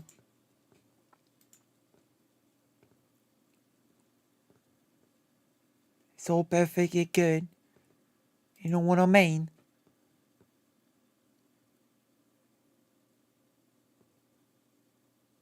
Oh my gosh, thank you. Thank you so much. Thank you very, very much. Oh, I've actually got a reminder. That there's actually a very significant perk that is attached to my Patreon. The amount that you pledge on Patreon becomes a discount. The amount that you pledge, the amount that you pledge on Patreon every single month becomes a discount from any art related commission from me.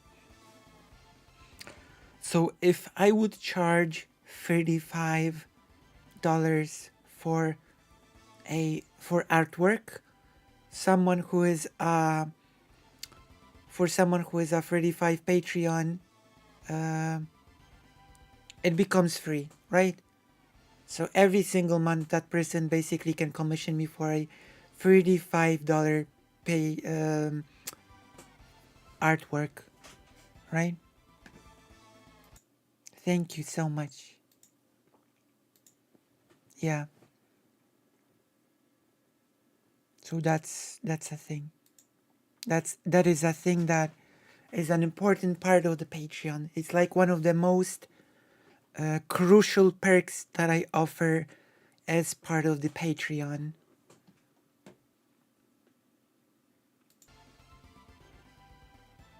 All right. Thank you all very much. Thank you both very, very much.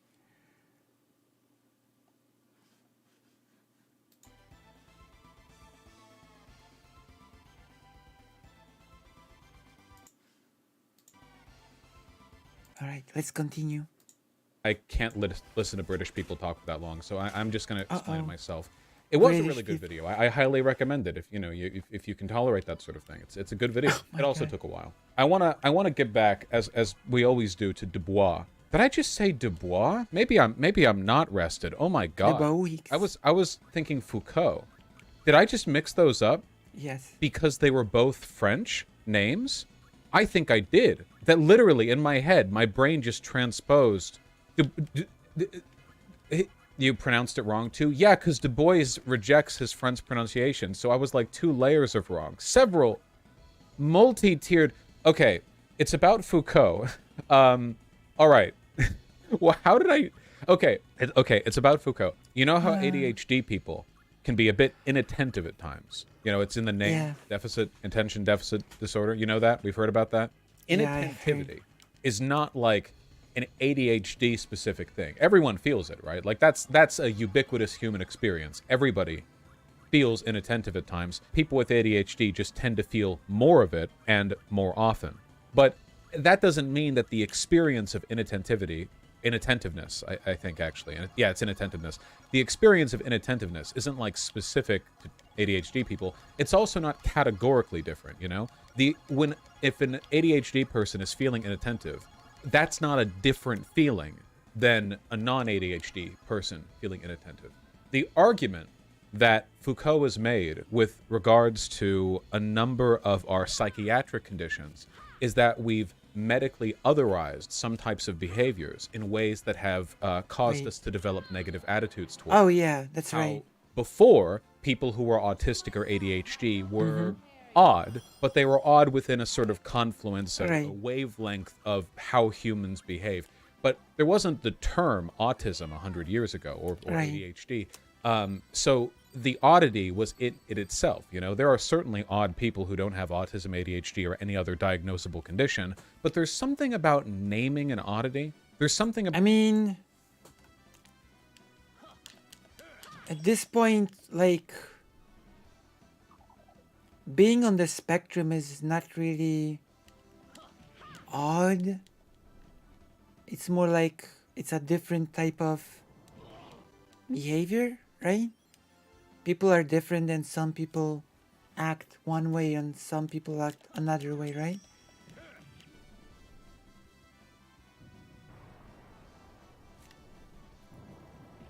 Oh. So yeah. I think we should just embrace this sort of thing like one of the many ways people can be, right? Without treating it as a quote-unquote oddity. Like, Vosh is in the spectrum and I wouldn't really call him, like, odd is not really the word that I would use to describe Vosh, right?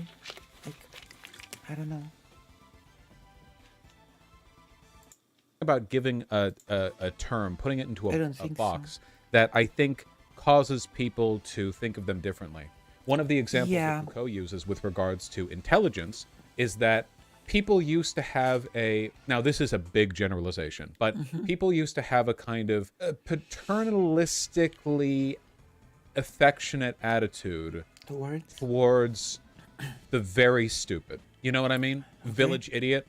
That's Yeah. not to say that very dumb people back in like medieval Europe were treated well. They weren't. But there was a kind of, at times, an underlying expectation of hospitality that would be offered to, you know, that maybe like someone is touched, or maybe like, oh, well, maybe they're not good at this, that, the other, but they can be good at this thing.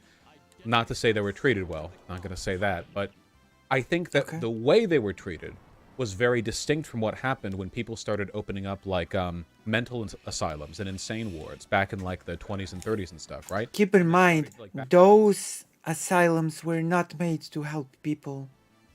Like, that's a whole other thing that we could be talking about. Those places were not open to help people.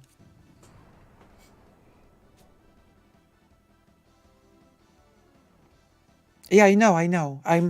To be fair, I don't think he thinks that it's odd, but he's talking about social perception or standards. Yeah, and I'm not saying that Vosh is saying that it's odd. I'm saying that I'm sort of trying to say what I'm hoping for the social perception to move towards. Right? If that makes sense. I'm sort of building upon that thought by adding what I would hope the social sort of standard to move towards, right? Like I know what he's talking about, right? I am not saying he's saying it. I'm saying that, yeah. Back when retarded was a medical diagnosis. The difference is that like the medical distinction on some behaviors served as a legitimizing mechanism for certain kinds of treatment. We did the same thing with scientific racism, right? Like racism in an abstract, broad sense, that's been around for a long time. But our modern conceptualization of racism is heavily oriented around a pseudoscientific understanding of the differences between different types of people, you know? It's not like 4,000 years ago. And of course, a lot of it, as many bad things, a lot of bad things regarding racism just happen to have around, like just happen to come around when the nation state has formed. Because a lot of bad things came to be during the period of nation state forming. was, oh, yeah, like their genomes are different from evolution. Like that's a relatively modern idea of racism. Yeah. Now it's scientific, or at least it pretends to be. And True. What I'm getting at here is that while there aren't benefits to this kind of medicalization, there are sometimes downsides. What Abigail Thorne is saying basically is that the same thing has happened to the term gender dysphoria. There are benefits to those who want those things to be gate-kept, right? Like certain groups do benefit from doing those things. See, everybody experiences something akin to gender dysphoria. Yeah. It just doesn't have to be about gender.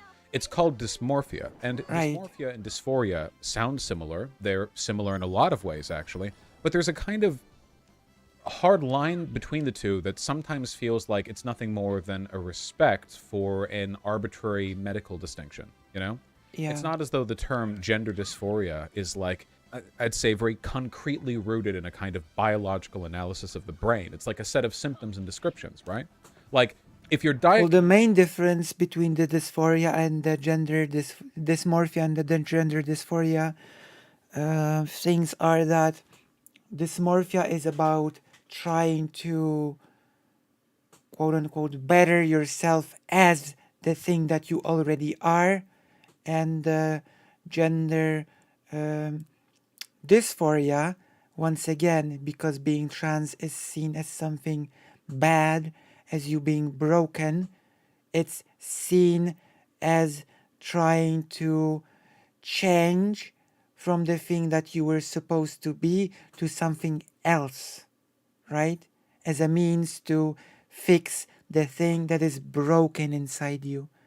And things like dysmorphia about your body oftentimes is looked at in terms of improvement. Like, for example, you feel overweight, so you go to the gym, you become a bodybuilder or whatever, right?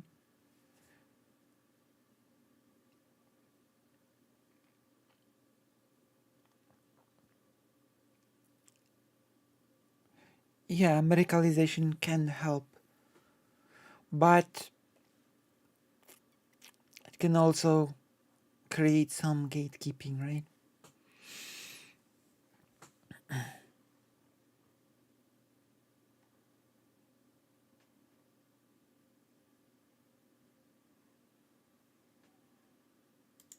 with gender dysphoria, they don't measure your brain or read your brain waves. Because medicalization of dysphoria can mean that gender issues matter and can be ignored, but it can also point that you have to prove your suffering, that you have to prove that you're sufficiently quote unquote broken in order to be able to access certain types of treatment.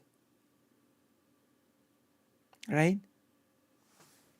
That's when it becomes an issue.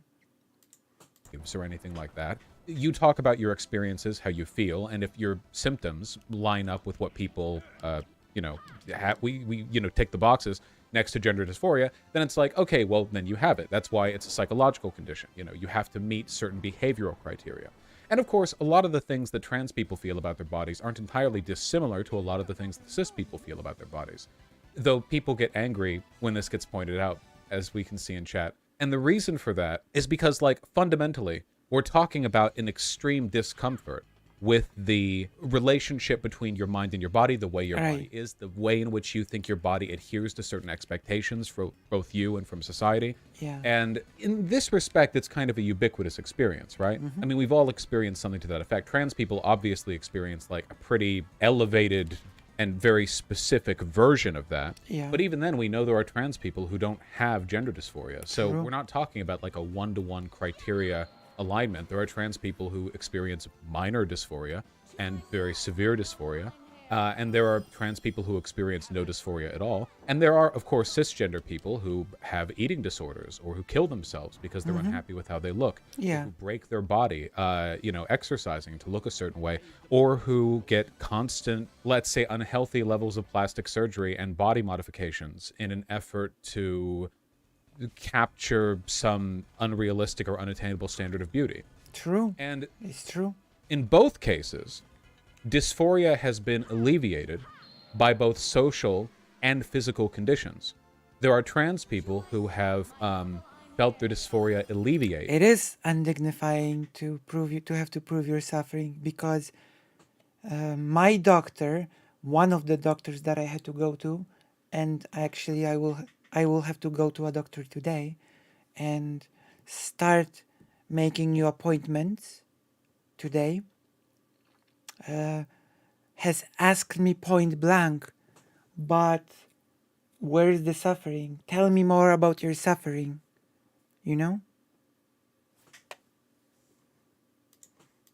As a product of like facial feminization surgery or bottom surgery, like, yeah, we know those work. And there are, of course, trans people who have felt less dysphoric because they've been around people who are more accepting of their identity and their appearance. Right. So it's kind of a wavy term, don't you think? I mean, right? It's a pretty big wavelength. I think one of the best examples of non-transgender gender dysphoria that you could fairly identify, and by the way, I'll defend to my death this terminology applied here, is guys with like penis size anxiety. I know it sounds really dumb, but I swear to God, think to that's those of fair. you who haven't seen this phenomenon I online, think that's fair. there are people who are literally like suicidally depressed because think their that's dick fair. is like 5 inches instead of 6. I think that's fair. Yeah. I don't know how to like describe like why it's just a thing that is real. It happens, and a lot of it's pornography, of course, because you know you look at porn. It's obviously the guys are all really well hung, and then because people are all porn addicted these days, you go on social media and you see girls talking about how they love 8-inch dicks, not because they've ever taken one, but because I mean, keep in mind, this is a thing that also happens to girls and breasts, right? It's also a thing that cis girls experience when it comes to size of their breasts. Like, there are girls who think that they are too small when it comes to breasts. There are girls that think that they're far too big when it comes to breast size. So I would say that is sort of like a comparable sort of dysmorphia / dysphoria, right? About a characteristic, right? guy they slept with lied and said his 6-inch dick was an 8-inch dick, and like so it's like there are some girls that would really like to enlarge their breasts and are looking like to some like off-label medicines that would maybe help them achieve that. Yeah, it happens, of course. Just like with for men, you have those all those commercials for things that will make a man's penis bigger. There are also commercials with things that will make a girl's breasts bigger. You know? That's a thing that happens. Oh, thank you. You know, and it's like everyone's like running around assuming the average dick size is like a forearm. The appointment won't happen today. I will just have to go and arrange an appointment. Meanwhile, like it's not. And so there's a lot of like weird story. Yeah, and if you couldn't call that gender dysphoria, I mean, if a trans man can feel gender dysphoria because he doesn't have a dick, I don't know how you couldn't say that a cis man couldn't if he's like really upset that his dick's not big enough. That's clearly a gendered like expectation of your body. We're clearly talking about the same kind of thing here. Maybe not to the same extent in all cases, but it's a wavy term. Now, none of this is to say that like there's no utility to like gender dysphoria or like trans-specific dysphoria as like a specific category. Right. Because obviously, just because a broad range of feelings are kind of all like tied together doesn't mean that you would treat all of them exactly the same. That's For example, like depression can relate to a huge range of behaviors. Sometimes you can have a couple symptoms, but not enough for people to really say like, oh yeah, I think you're depressive. And it's like, you know, you're kind of checking stuff off. You meet enough of the definitional criteria. And we don't treat all people with depression the same. It's not to say that a person who's there are different types of depression, absolutely out of their mind depressed, is the same as somebody who feels a bit sad one day, because they're both experiencing the same underlying, like, category. You know what I mean? Depression is like an umbrella, I'm right? sympathetic to Abigail's position here, in part because she did a much better job expressing it in her video, and also because I think what she's really railing against here is she's doing what Foucault would do.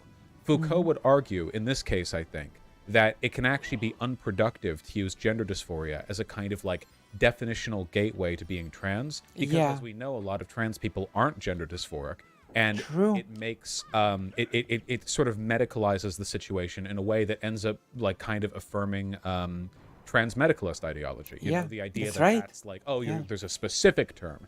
And what's more, I think people would take trans dysphoria, like transgender dysphoria, more seriously if we acknowledge the fact that these feelings are similar in a lot of trans people, right? Yeah. Like, being gay and being straight, the feelings that you're capable of having, sexual attraction, arousal, love, whatever, are the same whether you're gay or straight. Obviously, you're just directing it at different groups of people, and sometimes not even, you know, femboys, whatever. Trans and cis, I don't think it's as directly parallel as that, but at the very least, I think a little more of a parallel could be drawn. People were dumb better tweet, unsurprisingly. Yeah, they were, but, you know, I think it's, so CDRCH says, yes, Vosh, I literally used this logic to explain dysphoria to someone earlier today. If you're talking about dysphoria, right, if gender dysphoria is where the term begins and ends, pretty difficult to explain that to a cisgender person, right? But every cisgender woman at some point has felt some kind of deeply burning anxiety about the shape of her face, or her weight, or her tit size, or whatever else. Yeah. And guys with the dick size thing, or like guys freaking out about not being tall enough, or muscular enough, etc. You know, if you looked at that and you went, okay, look, we all have, like, at times, you know, a desire to be different than as we are. And sometimes that desire is so significant that it causes people to get medical restitution, right? Like, men who don't like their hair loss can get, you know, a number of procedures to address that. That is absolutely a chemical medical solution to a gender issue. And of course, there are cis women that experience hair loss as well. It's not as often, but it happens. Yeah. Right? The you know, we haven't perfected dick size increasing technology just yet, but judging from the ads you see on the banners of porn sites, I think cisgender men have been pushing for that one for quite a while. You can go to China and have your shins broken and refit so you're like 3 inches taller, can't you? Isn't that a thing, right? Yeah, like the leg lengthening surgery? It's pretty invasive and Read this dangerous. for the segment, please. Oh, I think I've heard of this before, Tempest. Amanda Bynes, that's not a name I've said out loud for a while, fought depression and gender dysphoria while filming She's the Man. She's the Man was one of the biggest movies in 2006, and Bynes played the lead character, Viola, who pretends she is her brother Sebastian in order to play soccer at his school. Gonna guess that's her. The film was inspired by Shakespeare's Twelfth Night. While filming the movie, Bynes spent much of her time dressed as a male, which she later admitted took a toll on her body image and mental health, according to Insider. Bynes stated, when the movie came out and I saw it, I went into a deep depression for 4 to 6 months because I didn't like how I looked when I was a boy. When Bynes saw herself dressed as a man on screen, she described the feeling as a super strange out-of-body experience. That's interesting, isn't it? Yeah, it is. I feel bad for her, but that is interesting, isn't it? Maybe a little bit informative. This is bullshit. She didn't look like a boy. It was a goofy kids movie with terrible costuming. Thank you, Miyashi. I feel like you're missing the point a little bit. I haven't seen the movie. Okay. Sounds like the John Money thing. Yeah, I mean, if it's possible to induce something that is undeniably gender dysphoria in cisgender people who still have their cisgender bodies, and this is like elements of, unfortunately. I think that would suggest that there's kind of, well, maybe a little bit of a category error here, something worth analysis. I'm sorry, I see a series of what I might charitably describe as counter-arguments coming from chat, and I'm going to try to reply to them very sensitively. Just a moment. Not going to ignore them. I would never ignore you fine people. Oh, nice. Oh, the first message I read was unironically standing that tweet from Destiny Catface. All right, let's see. Body dysmorphia isn't cured with transitioning to an attractive person. They literally have different treatments. Okay, we can get to that. If you have gender dysphoria, that means you are impaired to the point to receive that diagnosis. To use your ADHD example, anyone can be easily distracted, but that doesn't mean you have ADHD. There's a chemical physical reality to ADHD, and there is a physical, I'm seeing a bit of medical realism here. And there is a physical component to some people who have gender dysphoria as well. Insecurity isn't gender dysphoria. Why are we saying gender dysphoria is insecurity? Excuse me. I would say there's a heavy relationship between them, yeah, to the extent that insecurity kind of encapsulates discomfort with how one is. You know, if you use the broad definition, yeah. Not insecurity in like the day-to-day social I mean, sense, obviously. the real question would be, where does discomfort with body end and just quote-unquote insecurity begins? How do you quantify what is insecurity and what is not, right? But these days I'm proud of my golden brown skin. Come at me, fascists, see if you can take me on. True. True.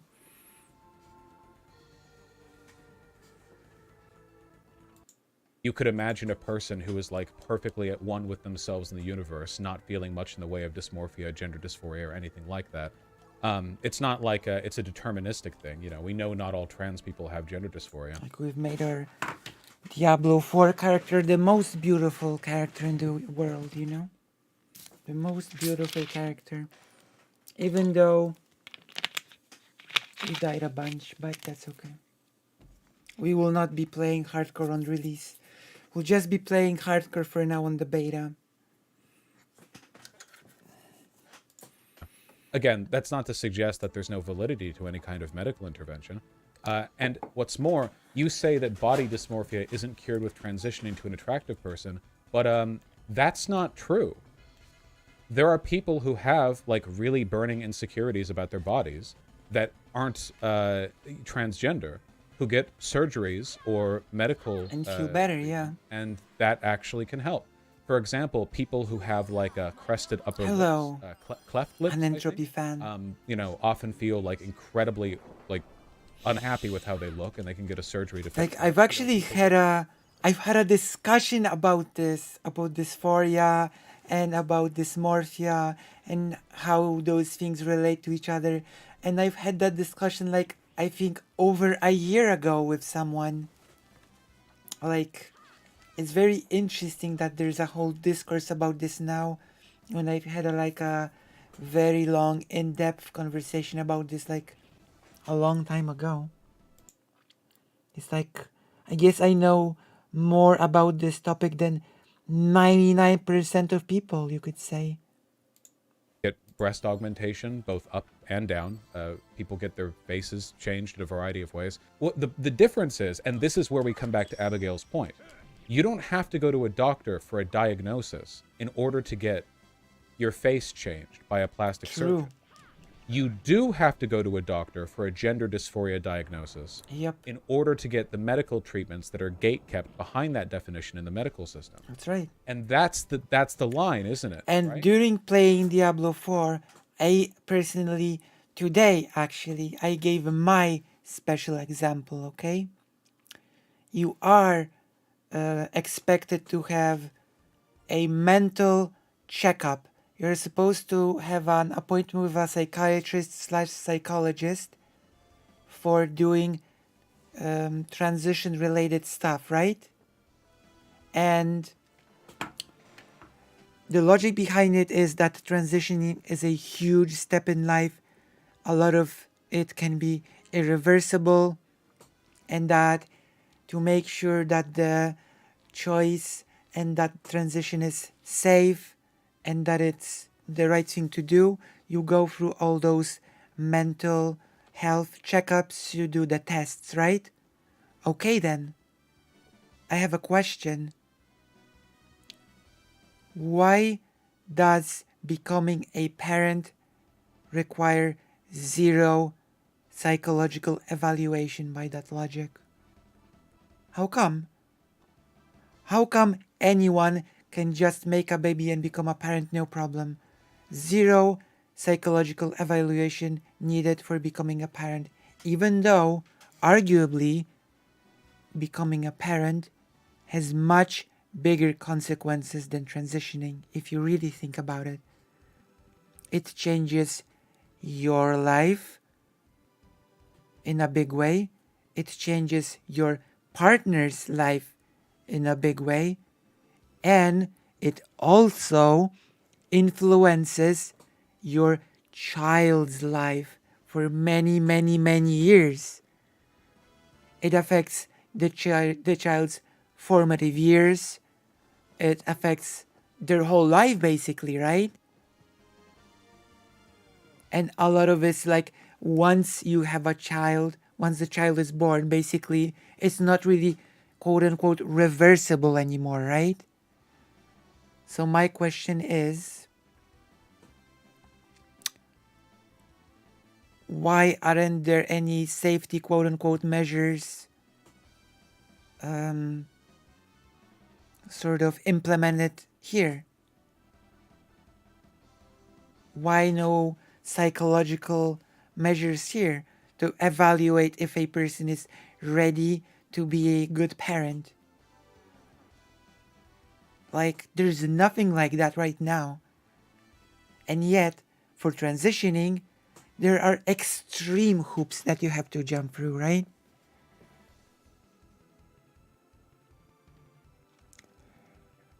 There should absolutely be vetting for parenthood. People have the right to reproduce, not to take care of a child. There is a process if you want to adopt a kitten. True. Like, right? That is my question. You haven't heard, like, you've heard this complaint before, I imagine. You can do a lot of stuff to your body as a cisgender person without a doctor having to sign off on it. If you're an adult and you're, you've got a wallet with money in it, and you're, not declared legally insane or a ward of the state or whatever else, you can just run around doing whatever you want, You can do a lot of stuff. I think part of this is because we kind of look at all that and we think like, oh, well, that's just cosmetic, Is it? Like, people don't go after significant cosmetic alterations without any kind of underlying psychological desire, right? The desire to have hair plugs put in could reflect an insecurity or a deep discomfort in your presentation as a man. I actually thought of that example. I just remember some people have gone to the surgeon to get turned into Barbie, fairy Barbie dolls, or the Roger Rabbit wife, etc. It does change the person's body who gave birth to. It's not a bad analogy. I think so, yeah. Yeah, I think so. And that is a psychological factor that if you were being diagnosed for gender dysphoria, a doctor would ask you about.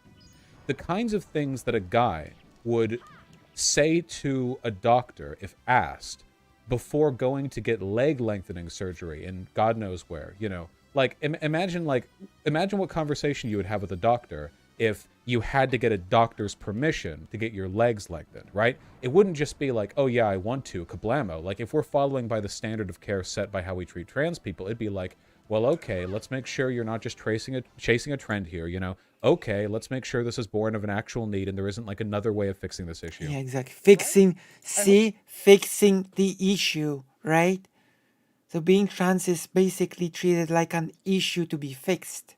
Keep this in mind. I hope you guys understand where I'm trying to come from here. Of course. It's, of course we understand. It's complicated words. Even then, none of the questions be about fetishes. That's true. Can you imagine if, like, every woman who wanted breast implants had to be given a questionnaire on whether she had, like, a fetish for lactation or for having big breasts?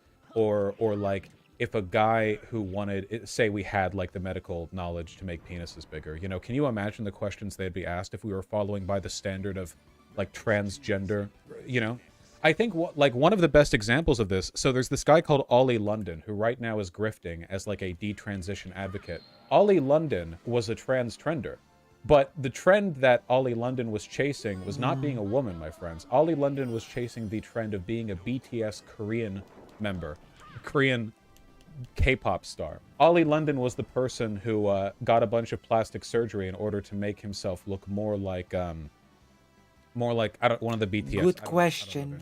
And how does one fix taking no joy in one thing and finding really great joy in another? On social media where he's like, great question. Look at how much damage transitioning did to me. Shouldn't our children be protected from that? And it's literally because this person is not mentally well. They were approached by like a conservative advocacy group and offered money in order to do this, and that's what they're doing. Like, obviously, it's that simple. Jimin? Is that the name of this? superfan who spent $250,000. Now, guys, did this person need to go to a doctor and get a gender dysphoria diagnosis? No. And if not, why? Because they needed it a load more than a lot of the trans people in this community, I'll tell you that much. There are tons of people who ruin their lives with ill-advised medical decisions born out of a deep discomfort with their body. We specifically gatekeep the trans people.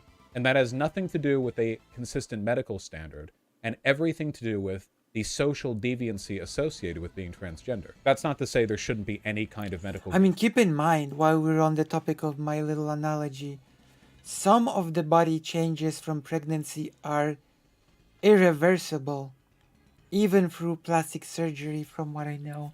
Like those, how is it called?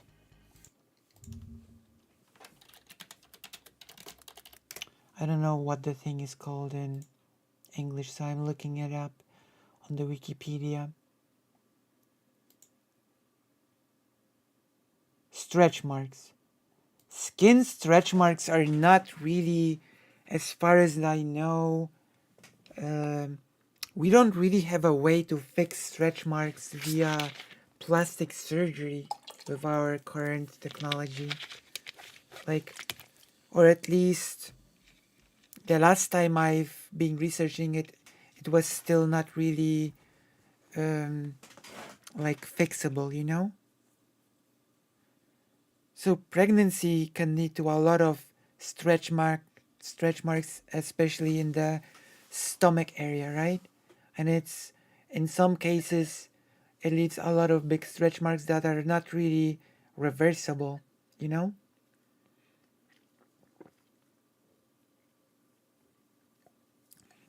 So that's a thing.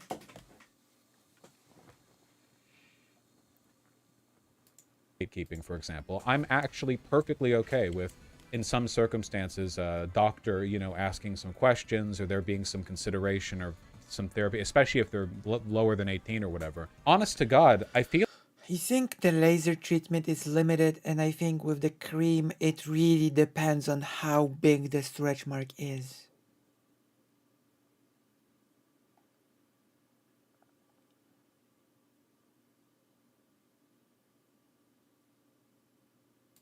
I feel like I kind of would like that for a lot of medical procedures that aren't life-saving, right? Like, because if you actually think about it, it's like, okay, like, maybe there'd be some benefit to somebody having, like, a little sit-down questionnaire before getting, like, $100,000 in facial, like, plastic surgery or whatever. I mean, maybe. I guess I don't know how exactly that would be applied. I don't want to make any strong statements on that, but I like thinking about it. If you start from first principles and think, okay, we have to set up a system where, like, doctors will interview and get, like, the mental well-being status of people before they do certain surgeries. Like, do we stop only with trans people, or do we do this kind of broadly? And it's like, well, I don't know. There are kind of some, like, weird preset expectations here. With all of that being said, Vash, you saying you want it to be considered as cosmetic surgery, I don't think the line between cosmetic surgery and non-cosmetic surgery is as clean-cut as a lot of people think it is. I agree. And that's why I'm talking about this. I agree. For example, if a person has a severe facial deformity that could be fixed with a cosmetic surgery, the ability to do that may literally determine whether they kill themselves or not. True. Now, under those circumstances, could you fairly say it was just cosmetic? The truth is, for the most part, people don't go in for expensive procedures if it's purely cosmetic. That's right. Usually there's a psychological reason underlying everything from tattoos to hairstyles to... Like, and I think it's like, it's been a little bit of a problem long term for many years that cosmetic surgery has been pretty demonized as something really shallow, vain, and bad. I personally think that's a problem. Also really depends on your skin tones with how effective any treatment will work anyway. And again, none of the treatments are withheld from people who ask for them. Yeah, that's right. But stretch marks are a pretty... Well, they are a problem for many people, right? We're talking different levels of severity, obviously. I'm just saying that rather than sort things by severity, we've chosen instead to sort things by whether they're trans or not. You get me? minor trans procedures are gate kept, while major, not trans procedures are open, not gate kept. And it's like, okay, wash your keloids. Still have keloids on my right ear. And, while I am a generally pretty confident person, I won't lie. Obviously, having keloids on my ear now, I'd prefer they not be there. I don't think they're particularly attractive. I don't think about them that much, and they don't bother me that much. But I don't, I don't care for them.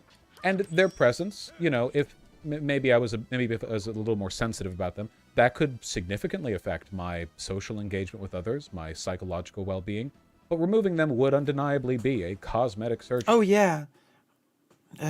You can have stretch marks for many, many reasons. Like, there are people that have stretch marks because as children they were a bit more chubby, and then they lost weight rapidly, and so it caused stretch marks. It happens for many reasons, right? It can happen for many reasons.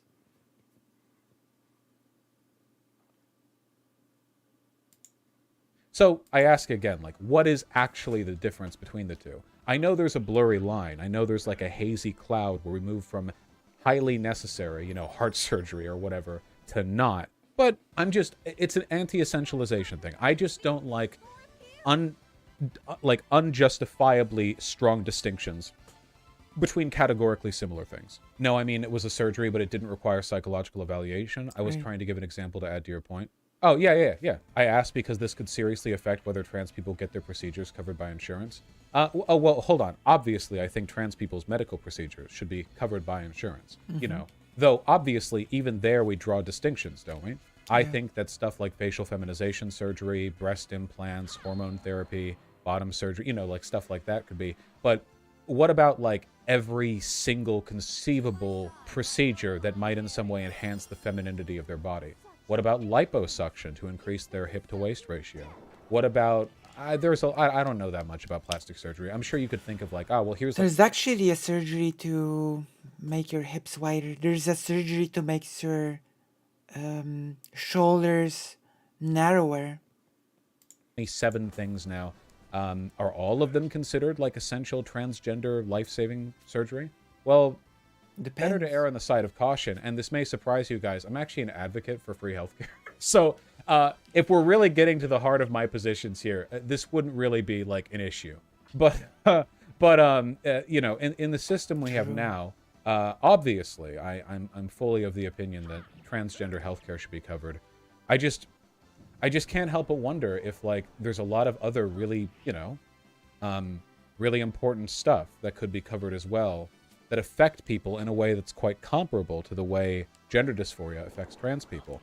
And I'm only saying all of this, by the way, to point out that the system of medical gatekeeping for trans people is unjustifiable, it's wrong, and it's harmful, and also the ultimate, the fundamental model of what should determine whether or not a trans person gets a... It could be, but from what I've read, it's pretty effective. From what I have read, it's pretty effective. So, it might sound scary, but it might actually be less scary than one thinks, right? Even though I think those procedures are severely underfunded, the technology is still nonetheless moving forward when it comes to these procedures. Right?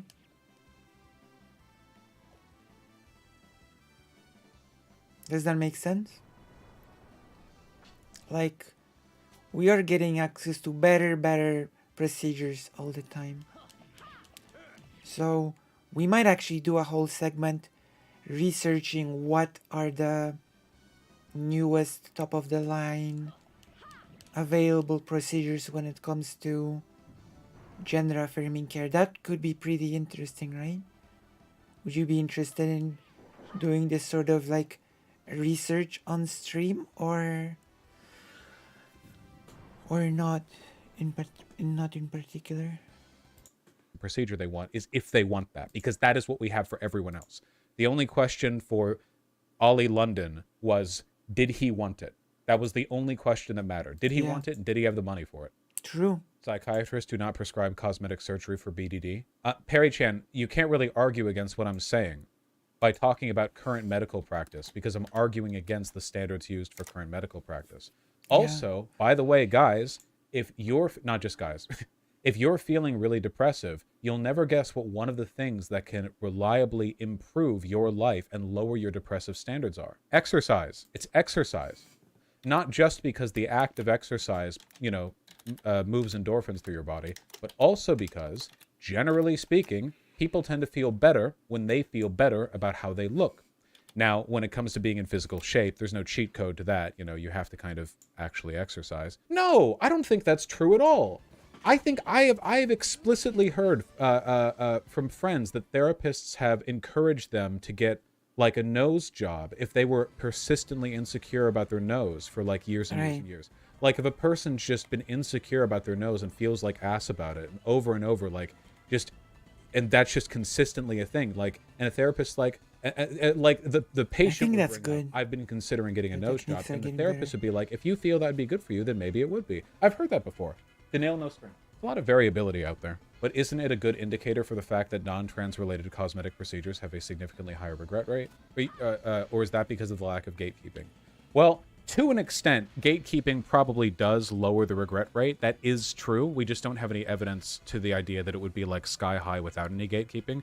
But additionally, that's probably also because of the like stories that we tell about a lot of stuff regarding.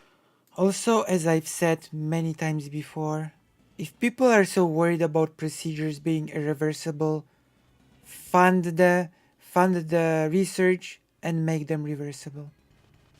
Simple as, right? Simple as. Make the thing reversible. There you go. We just need more funding, I guess.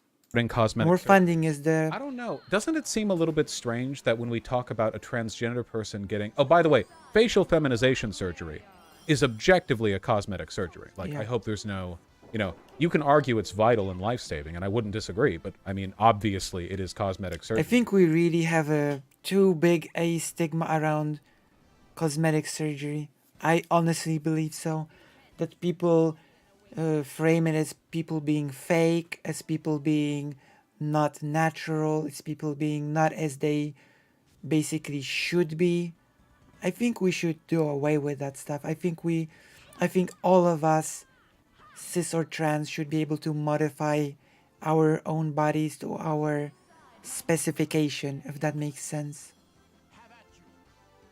Right?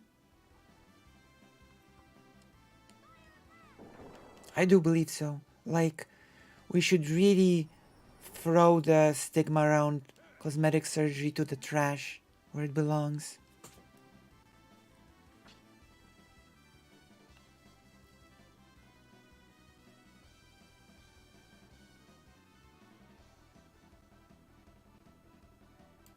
You're doing the same thing that plastic surgeons do with everyone else. And you can have a cis and a trans person who get it. But what's weird is, like, if a trans person gets facial feminization surgery in a way that makes her more happy with her appearance, that's like a life milestone, Trans women will put, like, facial feminization surgery dates on their, Tinder bio. Or not Tinder, more like Twitter, I guess. No, Tinder too, honestly. They'll be like, yeah, I got this, and it's my journey, and so on and so forth, and I'll read donations shortly.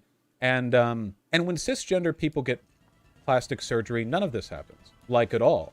In fact, getting cosmetic facial surgery as a cisgender person is kind of like shameful. Exactly. It is. Some kind of, like, it is, yeah, and I think it's bad. I think it shouldn't be. If someone does something that makes them feel better about their appearance, I think we should be happy for them. I think we should celebrate with them, right? Yeah. Severe physical abnormality, not. But when I see people talk about cosmetic surgery on other people, I see... Let me see. Spot on. Funny how people who care have invested 0 cents to reversibility. It's like the pro-life people have invested 0 cents into fetus life support tech. True. In fact, they, when it comes to the fetus support tech, they openly and actively fight against the creation of artificial wombs. So that's a whole different can of worms. It's almost as if they're lying and their real intent is eliminationism and oppression. Yeah, true. We need to be a nicer society, I agree. Yeah, like, it's like what my mom told me, basically, once, that once humanity figures out creating children through any artificial womb, or any outside thing, then the whole sex categorizing people by sex will just become obsolete right away.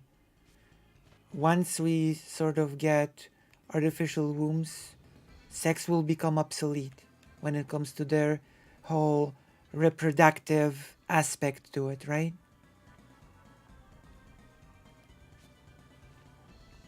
Just a thing to think about, right?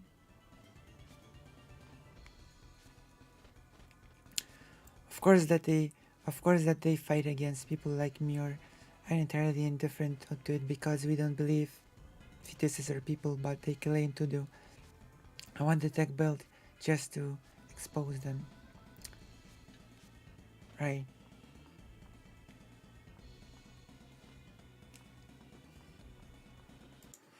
For the most part, people are quite negative. It's seen as vain. It is. It's seen as self-absorbed and obsessive, and I don't know if that can really be justified. It cannot be justified. It's basically adopting the attitude of you are born with certain characteristics and you should be just happy with what you have. That's right. And we shouldn't just be happy with what we have, whether we actually like it or not. Like, why? Why would we? Yeah, even in Hollywood where it's normal, like, it's expected that you keep that shit quiet, like, under wraps. I agree with this line of reasoning for adults, but I think for minors it's a different story. I agree some degree of gatekeeping is necessary for trans minors, 100%. I've heard trans people say they prefer it to be called reconstructive surgery. I get that, Tempest, but that comes... I don't know if I necessarily like that. It's not reconstruction, right? Like, that's not what's happening. Like, that means a different thing. But then it's like, well, we're reconstructing the imaginary, like universally valid female face I had. Yeah. Look, okay, we're not, but we can't break every egg in the carton, okay? Does everyone get the point that I was getting at? So you're saying that regret rate for cis cosmetic surgeries is because of social stigma? I definitely think that influences it. I think that's a big... about the procedures that we have done, massively. That is definitely a factor. For sure, absolutely, 100%. I like, keep in mind, nothing that I've said here, in any way, shape, or form, none of it indicates that I'm, like, denigrating the validity or importance or severity of of course. Surgeries, cosmetic or otherwise. Yeah, That's clearly not what I'm saying, if you're listening to me in good faith. Yeah. I've been such an active advocate for the accessibility of these surgeries. The only thing that I'm saying is that I think that we are doing everyone, cis and trans people, a disservice by enforcing an arbitrary categorization that leads to unjustifiable medical gatekeeping in one case, and also a lack of empathy, because it makes gender dysphoria out to be some unknowable, unimaginable construct that a cisgender person couldn't possibly relate to. And being able to relate to the experiences of a minority group is pretty important when it comes to facilitating, like, social integration and so on and so forth, right? So, yeah, that's the point. Some requests for surgery should be replaced with psychiatric treatment, though, like the guys who inject oil into their biceps. You mean the synth oil people? Yes. I had these guys on my mind while I was talking about gender dysphoria in cisgender people. because I would find it difficult to imagine that anyone would do this to themselves for any reason other than a severe discomfort with, like, gendered attributes about their body. Obviously, like, being hypermuscular is considered a masculine characteristic, so... They've injected oil into their body. It's just balloons. It's not good for you, if you could believe that. Probably shouldn't do this. It doesn't sound like Vosh understands gender dysphoria, though, because he compared it to insecurity. Insecurity can be valid and needs to be addressed, but some people who are trans go way too far and never actually cure their GD because they have actual BDD. That is an unrealistic view of their body no surgery will cure. I'm not entirely sure what you're referring to, Perry Chan. Insecurity can influence the way people feel about their body, and a large part of gender dysphoria is the way people feel about their body. Obviously, highly insecure people will probably feel heightened gender dysphoria because they're more insecure. These concepts don't, like, overlap to each other or one-to-one, but, you know, there's still like a degree of synchronicity there, I think. Do you really think that in general, BDD in cis people is 99% as intrinsic/immutable and debilitating as gender dysphoria is for trans people? Hungamaster, not all trans people even have gender dysphoria. True. And here's another question. How much of gender dysphoria is biological and how much of it is social? It's probably a dance. If you took every trans person on Earth and set them down in the middle of an infinite forest where none of them would make contact with any other human ever, how many of them would feel an innate discomfort with their body, and how many of them, in the absence of any social critique, wouldn't? From what I can see, and from what I've seen, it seems like it's a pretty big mix of both, and it's really difficult to And also keep in mind that trans people will sort of, by default, hold themselves to a certain higher standard, right? Like, certain traits that could be considered pretty okay by a cis woman might potentially cause dysphoria within a trans woman. You know? Sometimes people are, like, the gender dysphoria, the discomfort with one's body, is this, like, innate, intrinsic incongruity between the way they feel and the way they physically are shaped. And sometimes it is largely, or heavily, and from some people I've heard even entirely, a product of social ostracization, of you know, being raised in an environment where your body and your behavior and your identity is considered invalid. But, yeah, the reason why I don't like doing this, like, well, is it as bad for this group as it is for this group, is because I don't think the evidence we have right now justifies a different, an aggressively distinct categorization based on presumptions of severity. True. I guess, to put it another way, like, if a trans person had very minor gender dysphoria, should that mean that their bottom surgery and their facial feminization surgery or whatever not be covered as anything other than cosmetic surgery? Like, if you could magically determine that they were only very minorly dysphoric, would you go, well, in your case, then never mind, this is all cosmetic because you're not that dysphoric. So yeah, like, you're paying for it out of pocket. Because that would be the logical conclusion, right? If we could somehow, like, magically, perfectly assign everyone by these categorizations rather than going by group assumptions. To be clear, cosmetic surgery should be covered. Yes, in an ideal world, the term cosmetic surgery probably wouldn't even exist because I feel like it's born mostly out of insurance company bullshit. Are you saying being trans is not inherently genetic? I do not think that being trans is inherently genetic, no. You don't think hormone differences influence people's own perception of gender at all? Well, I did say there was a genetic factor, making it a bit more than social. Well, I did say there was a genetic factor to it, so by genetic I mean, like, your body composition, the hormones, you know, that you feel or whatever. I'm genuinely confused. How can someone be trans without first experiencing what the medical community calls gender dysphoria? Because you could, theoretically, if you're not a trans medicalist, you could believe that a person could look like me and then choose, with no discomfort about the way their body is, to identify as a woman and then to live as a woman.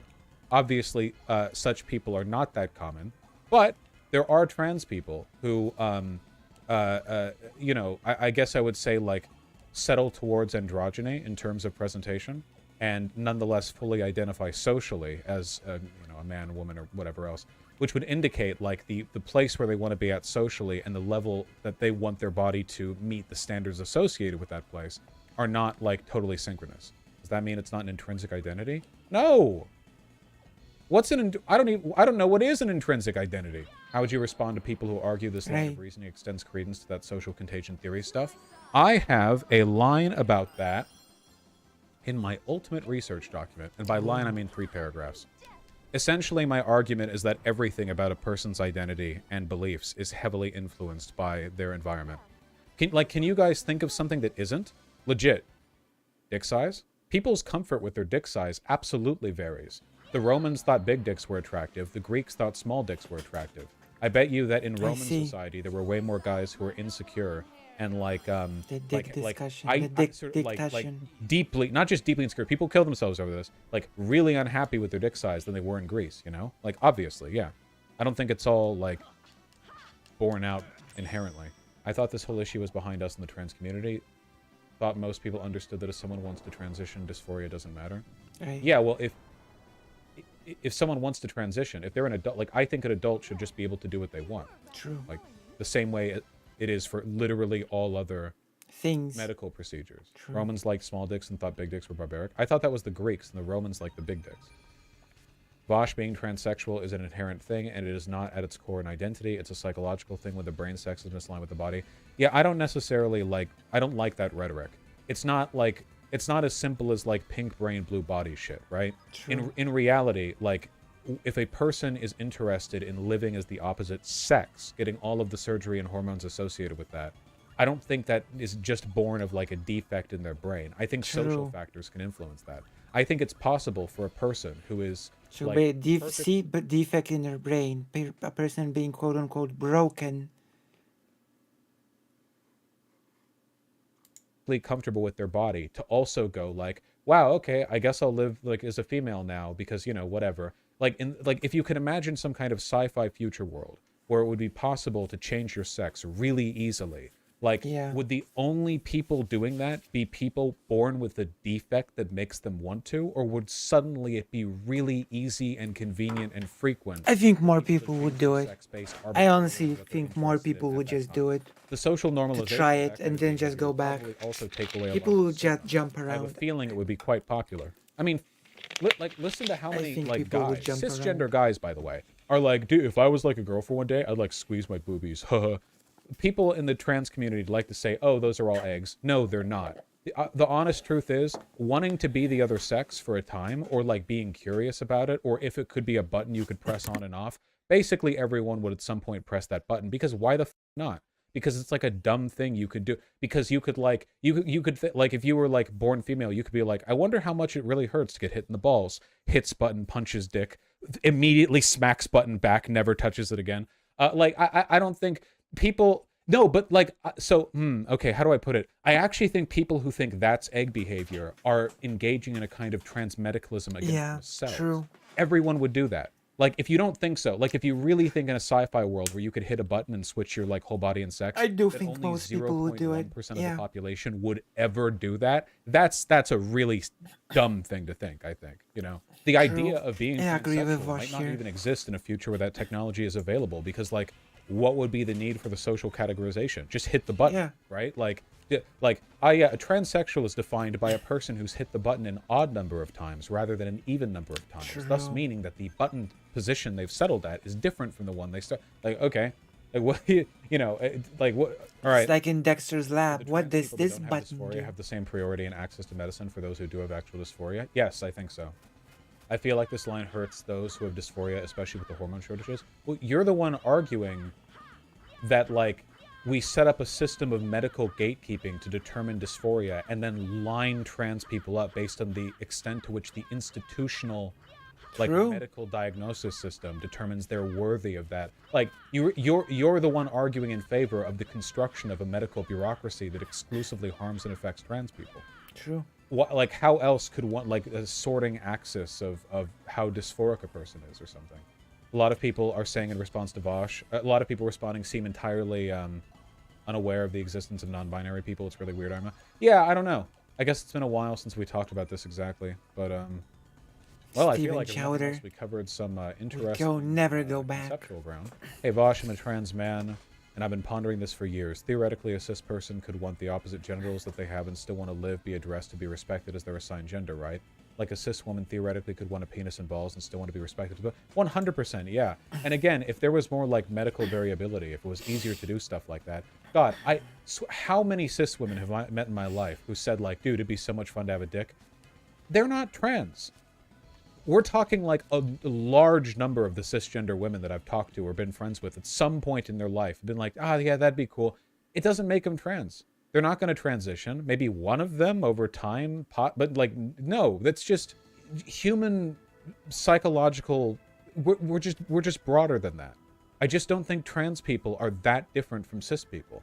I feel like they have an extremely, in many cases, not even at all, in many cases, an extremely elevated expression of some like negative feelings that people have, and that obviously like the restitution of those negative feelings, the alleviation of them, that should be like considered very important, very valid.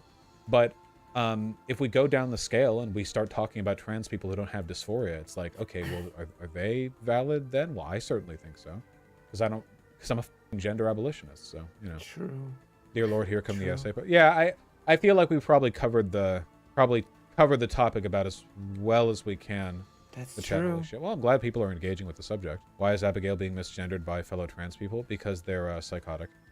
Oh boy, your emails are going to be fun tomorrow. Yeah, I'm sure. It's so weird to see no, people. Vosh, I think you misunderstand the core problem for trans people. Is sex, the social stuff, is an extension of it. Rhino, you're projecting. Transsexual. First of all, we're talking about trans people, not transsexual people. When I say transsexual, I'm like, it is so weird that people would start misgendering philosophy tube over this. It's very, very weird. It would be like a duck hat, of course, with a beak. You know, one of those duck hats with a beak. That would be the thing. Wishing like that as people who want to live as the opposite sex and don't just like identify as a gender other than that which they were assigned at birth. Transsexual and transgender are categories that often overlap, but they're not the same category like exactly. Like there are some differences. And I have said many times that there are absolutely people who have like a hormonal or biological inclination towards wanting to live as the opposite sex. So I don't see what the issue is. Obviously, a ton of this is social. Saying it's social doesn't mean it's fake, by the way. Are we still... We're past the point where we hear social construct and think that means it's fake, right? True. We don't need to run down that gamut again. No. Obviously, something being a social construct doesn't make it fake. Our set of ethics is arbitrarily constructed. Like clearly, you know, if arbitrarity meant invalidity, then none of this would... Then none of this would anything. Nothing. So, like, we have to... Bosch, but medical transition is extremely important. I would kill myself without hormones. I study sociology. Please, I understand the socially constructed aspect, please. Rhino, what have I said that invalidates what you've said? At what point have I said, like, there aren't trans people who need... Like, when have I said that? Which is very strange, because the point of Philosophy Tube's thing is to make access to the medical transition broader, not smaller, right? Is that less gatekeeping should be happening, right? That was the point of the thing. By the way, Rhino, I don't want to invalidate your identity, but you should know this if you study sociology. You have no clue how social it is. Every psychological condition is variably social, environmental, and inherent, internal. And there's no way to tell which is which. Well, we can tell where things lean, but there's no way to go, this is 100% X and 0% Y. It's not possible. It can't be done. Any person with depression will have a mix of like internal chemical brain stuff and environmental stuff going on, anxiety, ADHD, and autism. And in addition, the environment actually affects the brain chemistry, and then the brain chemistry affects your mood, which causes change of your action in the environment, and it becomes a cycle of sorts. So that's a whole different complicated thing, right? that those factors feed onto one another. Hell, the definitions of ADHD, autism, depression, anxiety are all directly affected by the a degree to which those conditions affect your social well-being. Like, that's the model for a lot of mental illness, mental conditions. It's, does this express itself in you to the point that it causes you trouble in your life? Likewise with gender dysphoria. Obviously, if you went to a doctor and said, this causes me no problems in my life whatsoever, they probably wouldn't give you the diagnosis that you were looking for. But it also means the line you're talking about, Rhino, was constructed by doctors, not measuring brain states, but writing down ideas, which means that there's a lot of arbitrariety and a lot of bias when it comes to how we determine whether or not something actually meets that set of criteria. We're really out here in the trenches. Maybe, Zany Druid. I'd say for the most part, extreme gender dysphoria in trans people leans more intrinsic/biological, while BDD in cis people leans more social. Do you disagree? Yeah, I don't like that categorical distinction. Yeah. I don't think we even have the medical knowledge necessary to justify the idea that gender dysphoria isn't heavily socially conditioned. I agree. Haven't we talked anthropologically about, like, I don't know, like ancient Polynesian societies where there was a third gender of people who, you guys understand, I hope, that medical transition... Yeah, the point obviously wasn't that gender dysphoria doesn't exist, but rather that it isn't this alien special thing that it's used to institutionally gatekeep and police transness. True. Like, I'm gonna be honest. For me personally, like, the most important thing should be for you to be able to be your optimal self, right? Not to meet some medical criteria.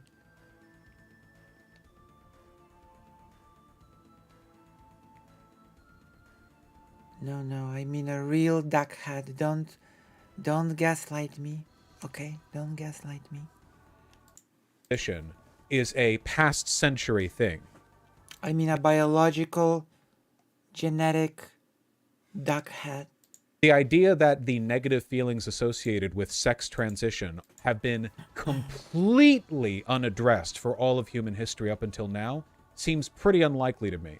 I'd be willing to bet that people 1,000 years ago, in the right time and place, it's not like history is very transpositive, who, were transsexuals, who wanted to live as the other sex, probably could significantly alleviate the negative feelings they had by living as the gender associated with that sex. So if you had, for example, somebody born female who wanted to be male, dick and balls and everything, that's not on the table for them, unfortunately. But they can put on, like, I don't know, a cool hat, whatever guys wore back then. And I think we have like historical stories of like this being a thing that was done. We actually do. Obviously, in retrospect, we can't like draw the line between transsexual and transgender on people who died 1,000 years before either of these terms were invented. But at the same time, the idea that every transsexual throughout history has just killed themselves and the transgenders all just, dressed as the opposite sex, and it's been that way up until like the 1920s, just doesn't ring right with me. I don't think that's true. I feel like it's a lot more complicated than that. But it's complicated in a way that doesn't invalidate any of you people. None of you, I swear to God, please, none of you are being invalidated. Even I'm not being invalidated. If you have an extreme psychological reliance on like hormone therapy or whatever, that's fine. Well, it's not great that you feel negative. I'm not saying that. But that's fine. It's not, I'm not saying that there's not, I'm not saying that, I'd go up to you and go like, oh, yeah, well, you're the same as somebody who thinks they should work out more. I'm not saying that, In the same way that while anhedonia and sadness are emotions that every human experiences, I wouldn't talk to a person with suicidal depression and go, oh, yeah, well, you're basically like my cousin Ted. My cousin Ted, like, did a really bad job at golf the other day and got sad. It would, however, be correct to say that the sadness that my cousin Ted and the anhedonia that my cousin Ted felt would be the same kinds of feelings the suicidally depressive person has, at least part of them. The suicidally depressive person would probably have other emotional experiences wrapped up in there, just way more. But obviously, sadness is still on the table. So is anhedonia. Weird sound coming through your mic. Can we pull up gender dysphoria in the DSM-5 before we wrap up this conversation? Perry Chan, what do you disagree with me on? Bosch, would you agree that even if we got rid of the term dysphoria and said it's not real, that still wouldn't make bongers or conservatives more apt to be less of it? Yeah, obviously getting rid of it wouldn't just immediately fix transphobia. That's not what I'm suggesting. I'm just suggesting that there's a parallel of experience and that it's worthwhile to keep that in mind when we're talking about standards of medical gatekeeping and for shared human experience. Yeah. If I'm hoping to live as a woman socially and get top/bottom surgery, would that make me transgender or transsexual? By my definition, that would make you both. But I'm just a cisgender guy. I think a lot of people, including myself, are having a hard time conceptualizing this, even though I agree transmedicalism is bad and such. Living with gender dysphoria is such a hard-hitting thing, and people are so used to refer to that thing as a tangible thing that distinguishes their experience into going the validity of medical intervention. Can we agree, as I expressed when we began this, that ADHD people and non-ADHD people often feel the same feelings, the same experiences, just to different extents and more often? But we have a different definition for ADHD. Like, ADHD has a distinct medical categorization. Because of my diagnosis, I get Adderall. But that doesn't mean that Adderall couldn't be helpful to non-ADHD people sometimes, right? Obviously not, because people shop for it on the black market to help them with their medical exams. Right. So there's a line there. If the line helps us describe some stuff, but people are usually willing to acknowledge that, like, okay, well, ADHD people feel this way. Non-ADHD people also often feel that way. It's just like a difference in thing. I just want that same standard to be applied when it comes to transgender people, cisgender people, dysphoria, dysmorphia, this collection of words that we have, because I think it would be very beneficial in the long run to understand the relationships between these things. Are you taking call-in debates on this topic? Absolutely not! Is that a good example? Not to assume, but I'm pretty sure there's like tangible things going on with the prefrontal cortex development ADHD people. No, Yo Marin, you're misunderstanding. I'm not saying that ADHD people and non-ADHD people are the same. I'm saying that there's an underlying set of experiences that both of them have that are just elevated in ADHD people. They both exist on a spectrum. It's the same category. The feelings that they have are fundamentally the same. They differ in meaningful ways, but not in kind, not in category. Vosh, you taking nothing, nobody trans girls to talk about it, lol. I don't know what you mean. I'm curious, do you think a large number of people today who feel extreme gender dysphoria and a need to medically transition would not feel a need to medically transition or present as the gender they identify as in a society that had different cultural norms / gender roles than our present society? Yes, absolutely. I think a large number of people would feel a much lower desire to medically transition in a society that was more accommodating of transgender people and less gender essentialist when it came to, well, a woman is when you have a pussy and a man is when you have a penis. I think it depends on the person. Likewise, I think people would be far less likely to, I don't know, kill themselves over their dick size if it weren't for porn reinforcing the idea that every man has a 9-incher or they might as well not even. I think that these are similar in kind, not in extent. I'm not saying that there is no difference between gender transition and feeling insecure about your dick size. I'm talking about whether they're referring to the same underlying innate discomfort with the way your body is, especially in this case in a gendered sense. Bosch, I don't think anyone in chat disagrees that cis people don't also feel degrees of gender dysphoria. Really? We are arguing, I think, that the degree of debilitating gender dysphoria that trans people experience seem to be more intrinsic / immutable than the casual gender dysphoria that most cis people feel to a degree. But I haven't expressed the contrary position. I've literally said that there is probably an innate hormonal component to gender dysphoria for a lot of trans people, and I haven't said that about cis people, so I don't know why you'd assume the contrary position. Okay, but a squirt basically cum? No, it's all pee. Based on what seems like it's a guess to me. Oh my god. These types of convos are hard to have because it's so personal for so many. It might always feel invalidating. Yeah, the problem is people in my chat love to have the sociological imagination until it's about something they're in.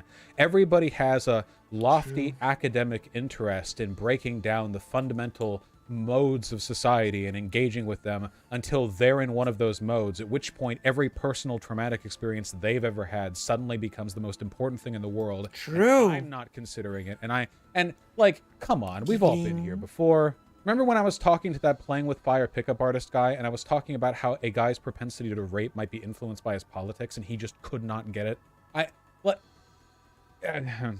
Well, look, as chat, as arguing with chat goes, this has been more productive than 99.9% of the times this happens. So, you know, it's, I would say that, unlike transgender surgeries, arguing with chat has a very high rate of regret, but in this case, I don't. I love you all.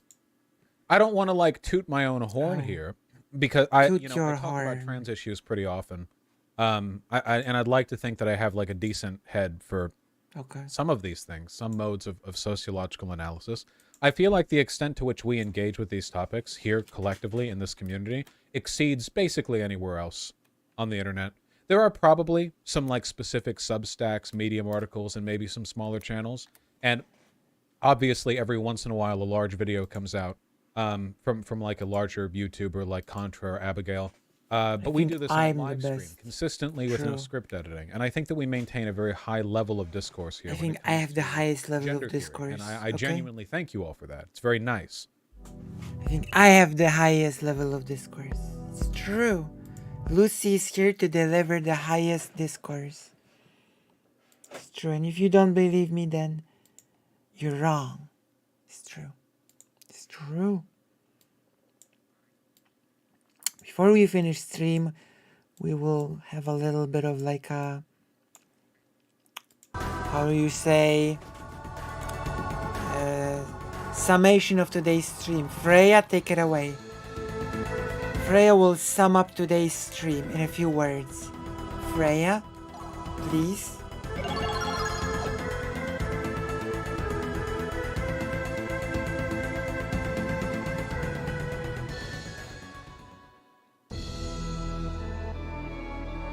It has been a long time, Lenneth.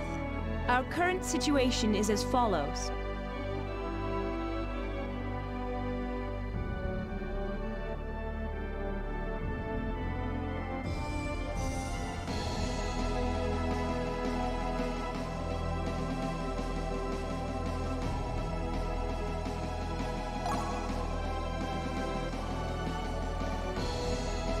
Our current situation is, if things do not improve, I am afraid we are doomed. Oh, no. Lenneth, about your performance, you must try harder. These are all the materialized points I can grant you at this time. Lenneth, I have a request to make of you. We need more warriors. Send us a warrior with good battle skills. We need a warrior skilled in battle tactics. Send us someone with a good knowledge of artifacts. Very well. Good fortune. I expect mighty deeds. True. That's it. We've been scolded. That's it for today's stream. Thank you so much. And I will see you soon, okay? Love and solidarity. We have been streaming for, give or take, 12 hours. It has been a 12-hour stream. Thank you so much. And I will see you all on the next one, which might be today or tomorrow, but we'll see. I'll make an announcement. Bye-bye. I hope to see you all soon.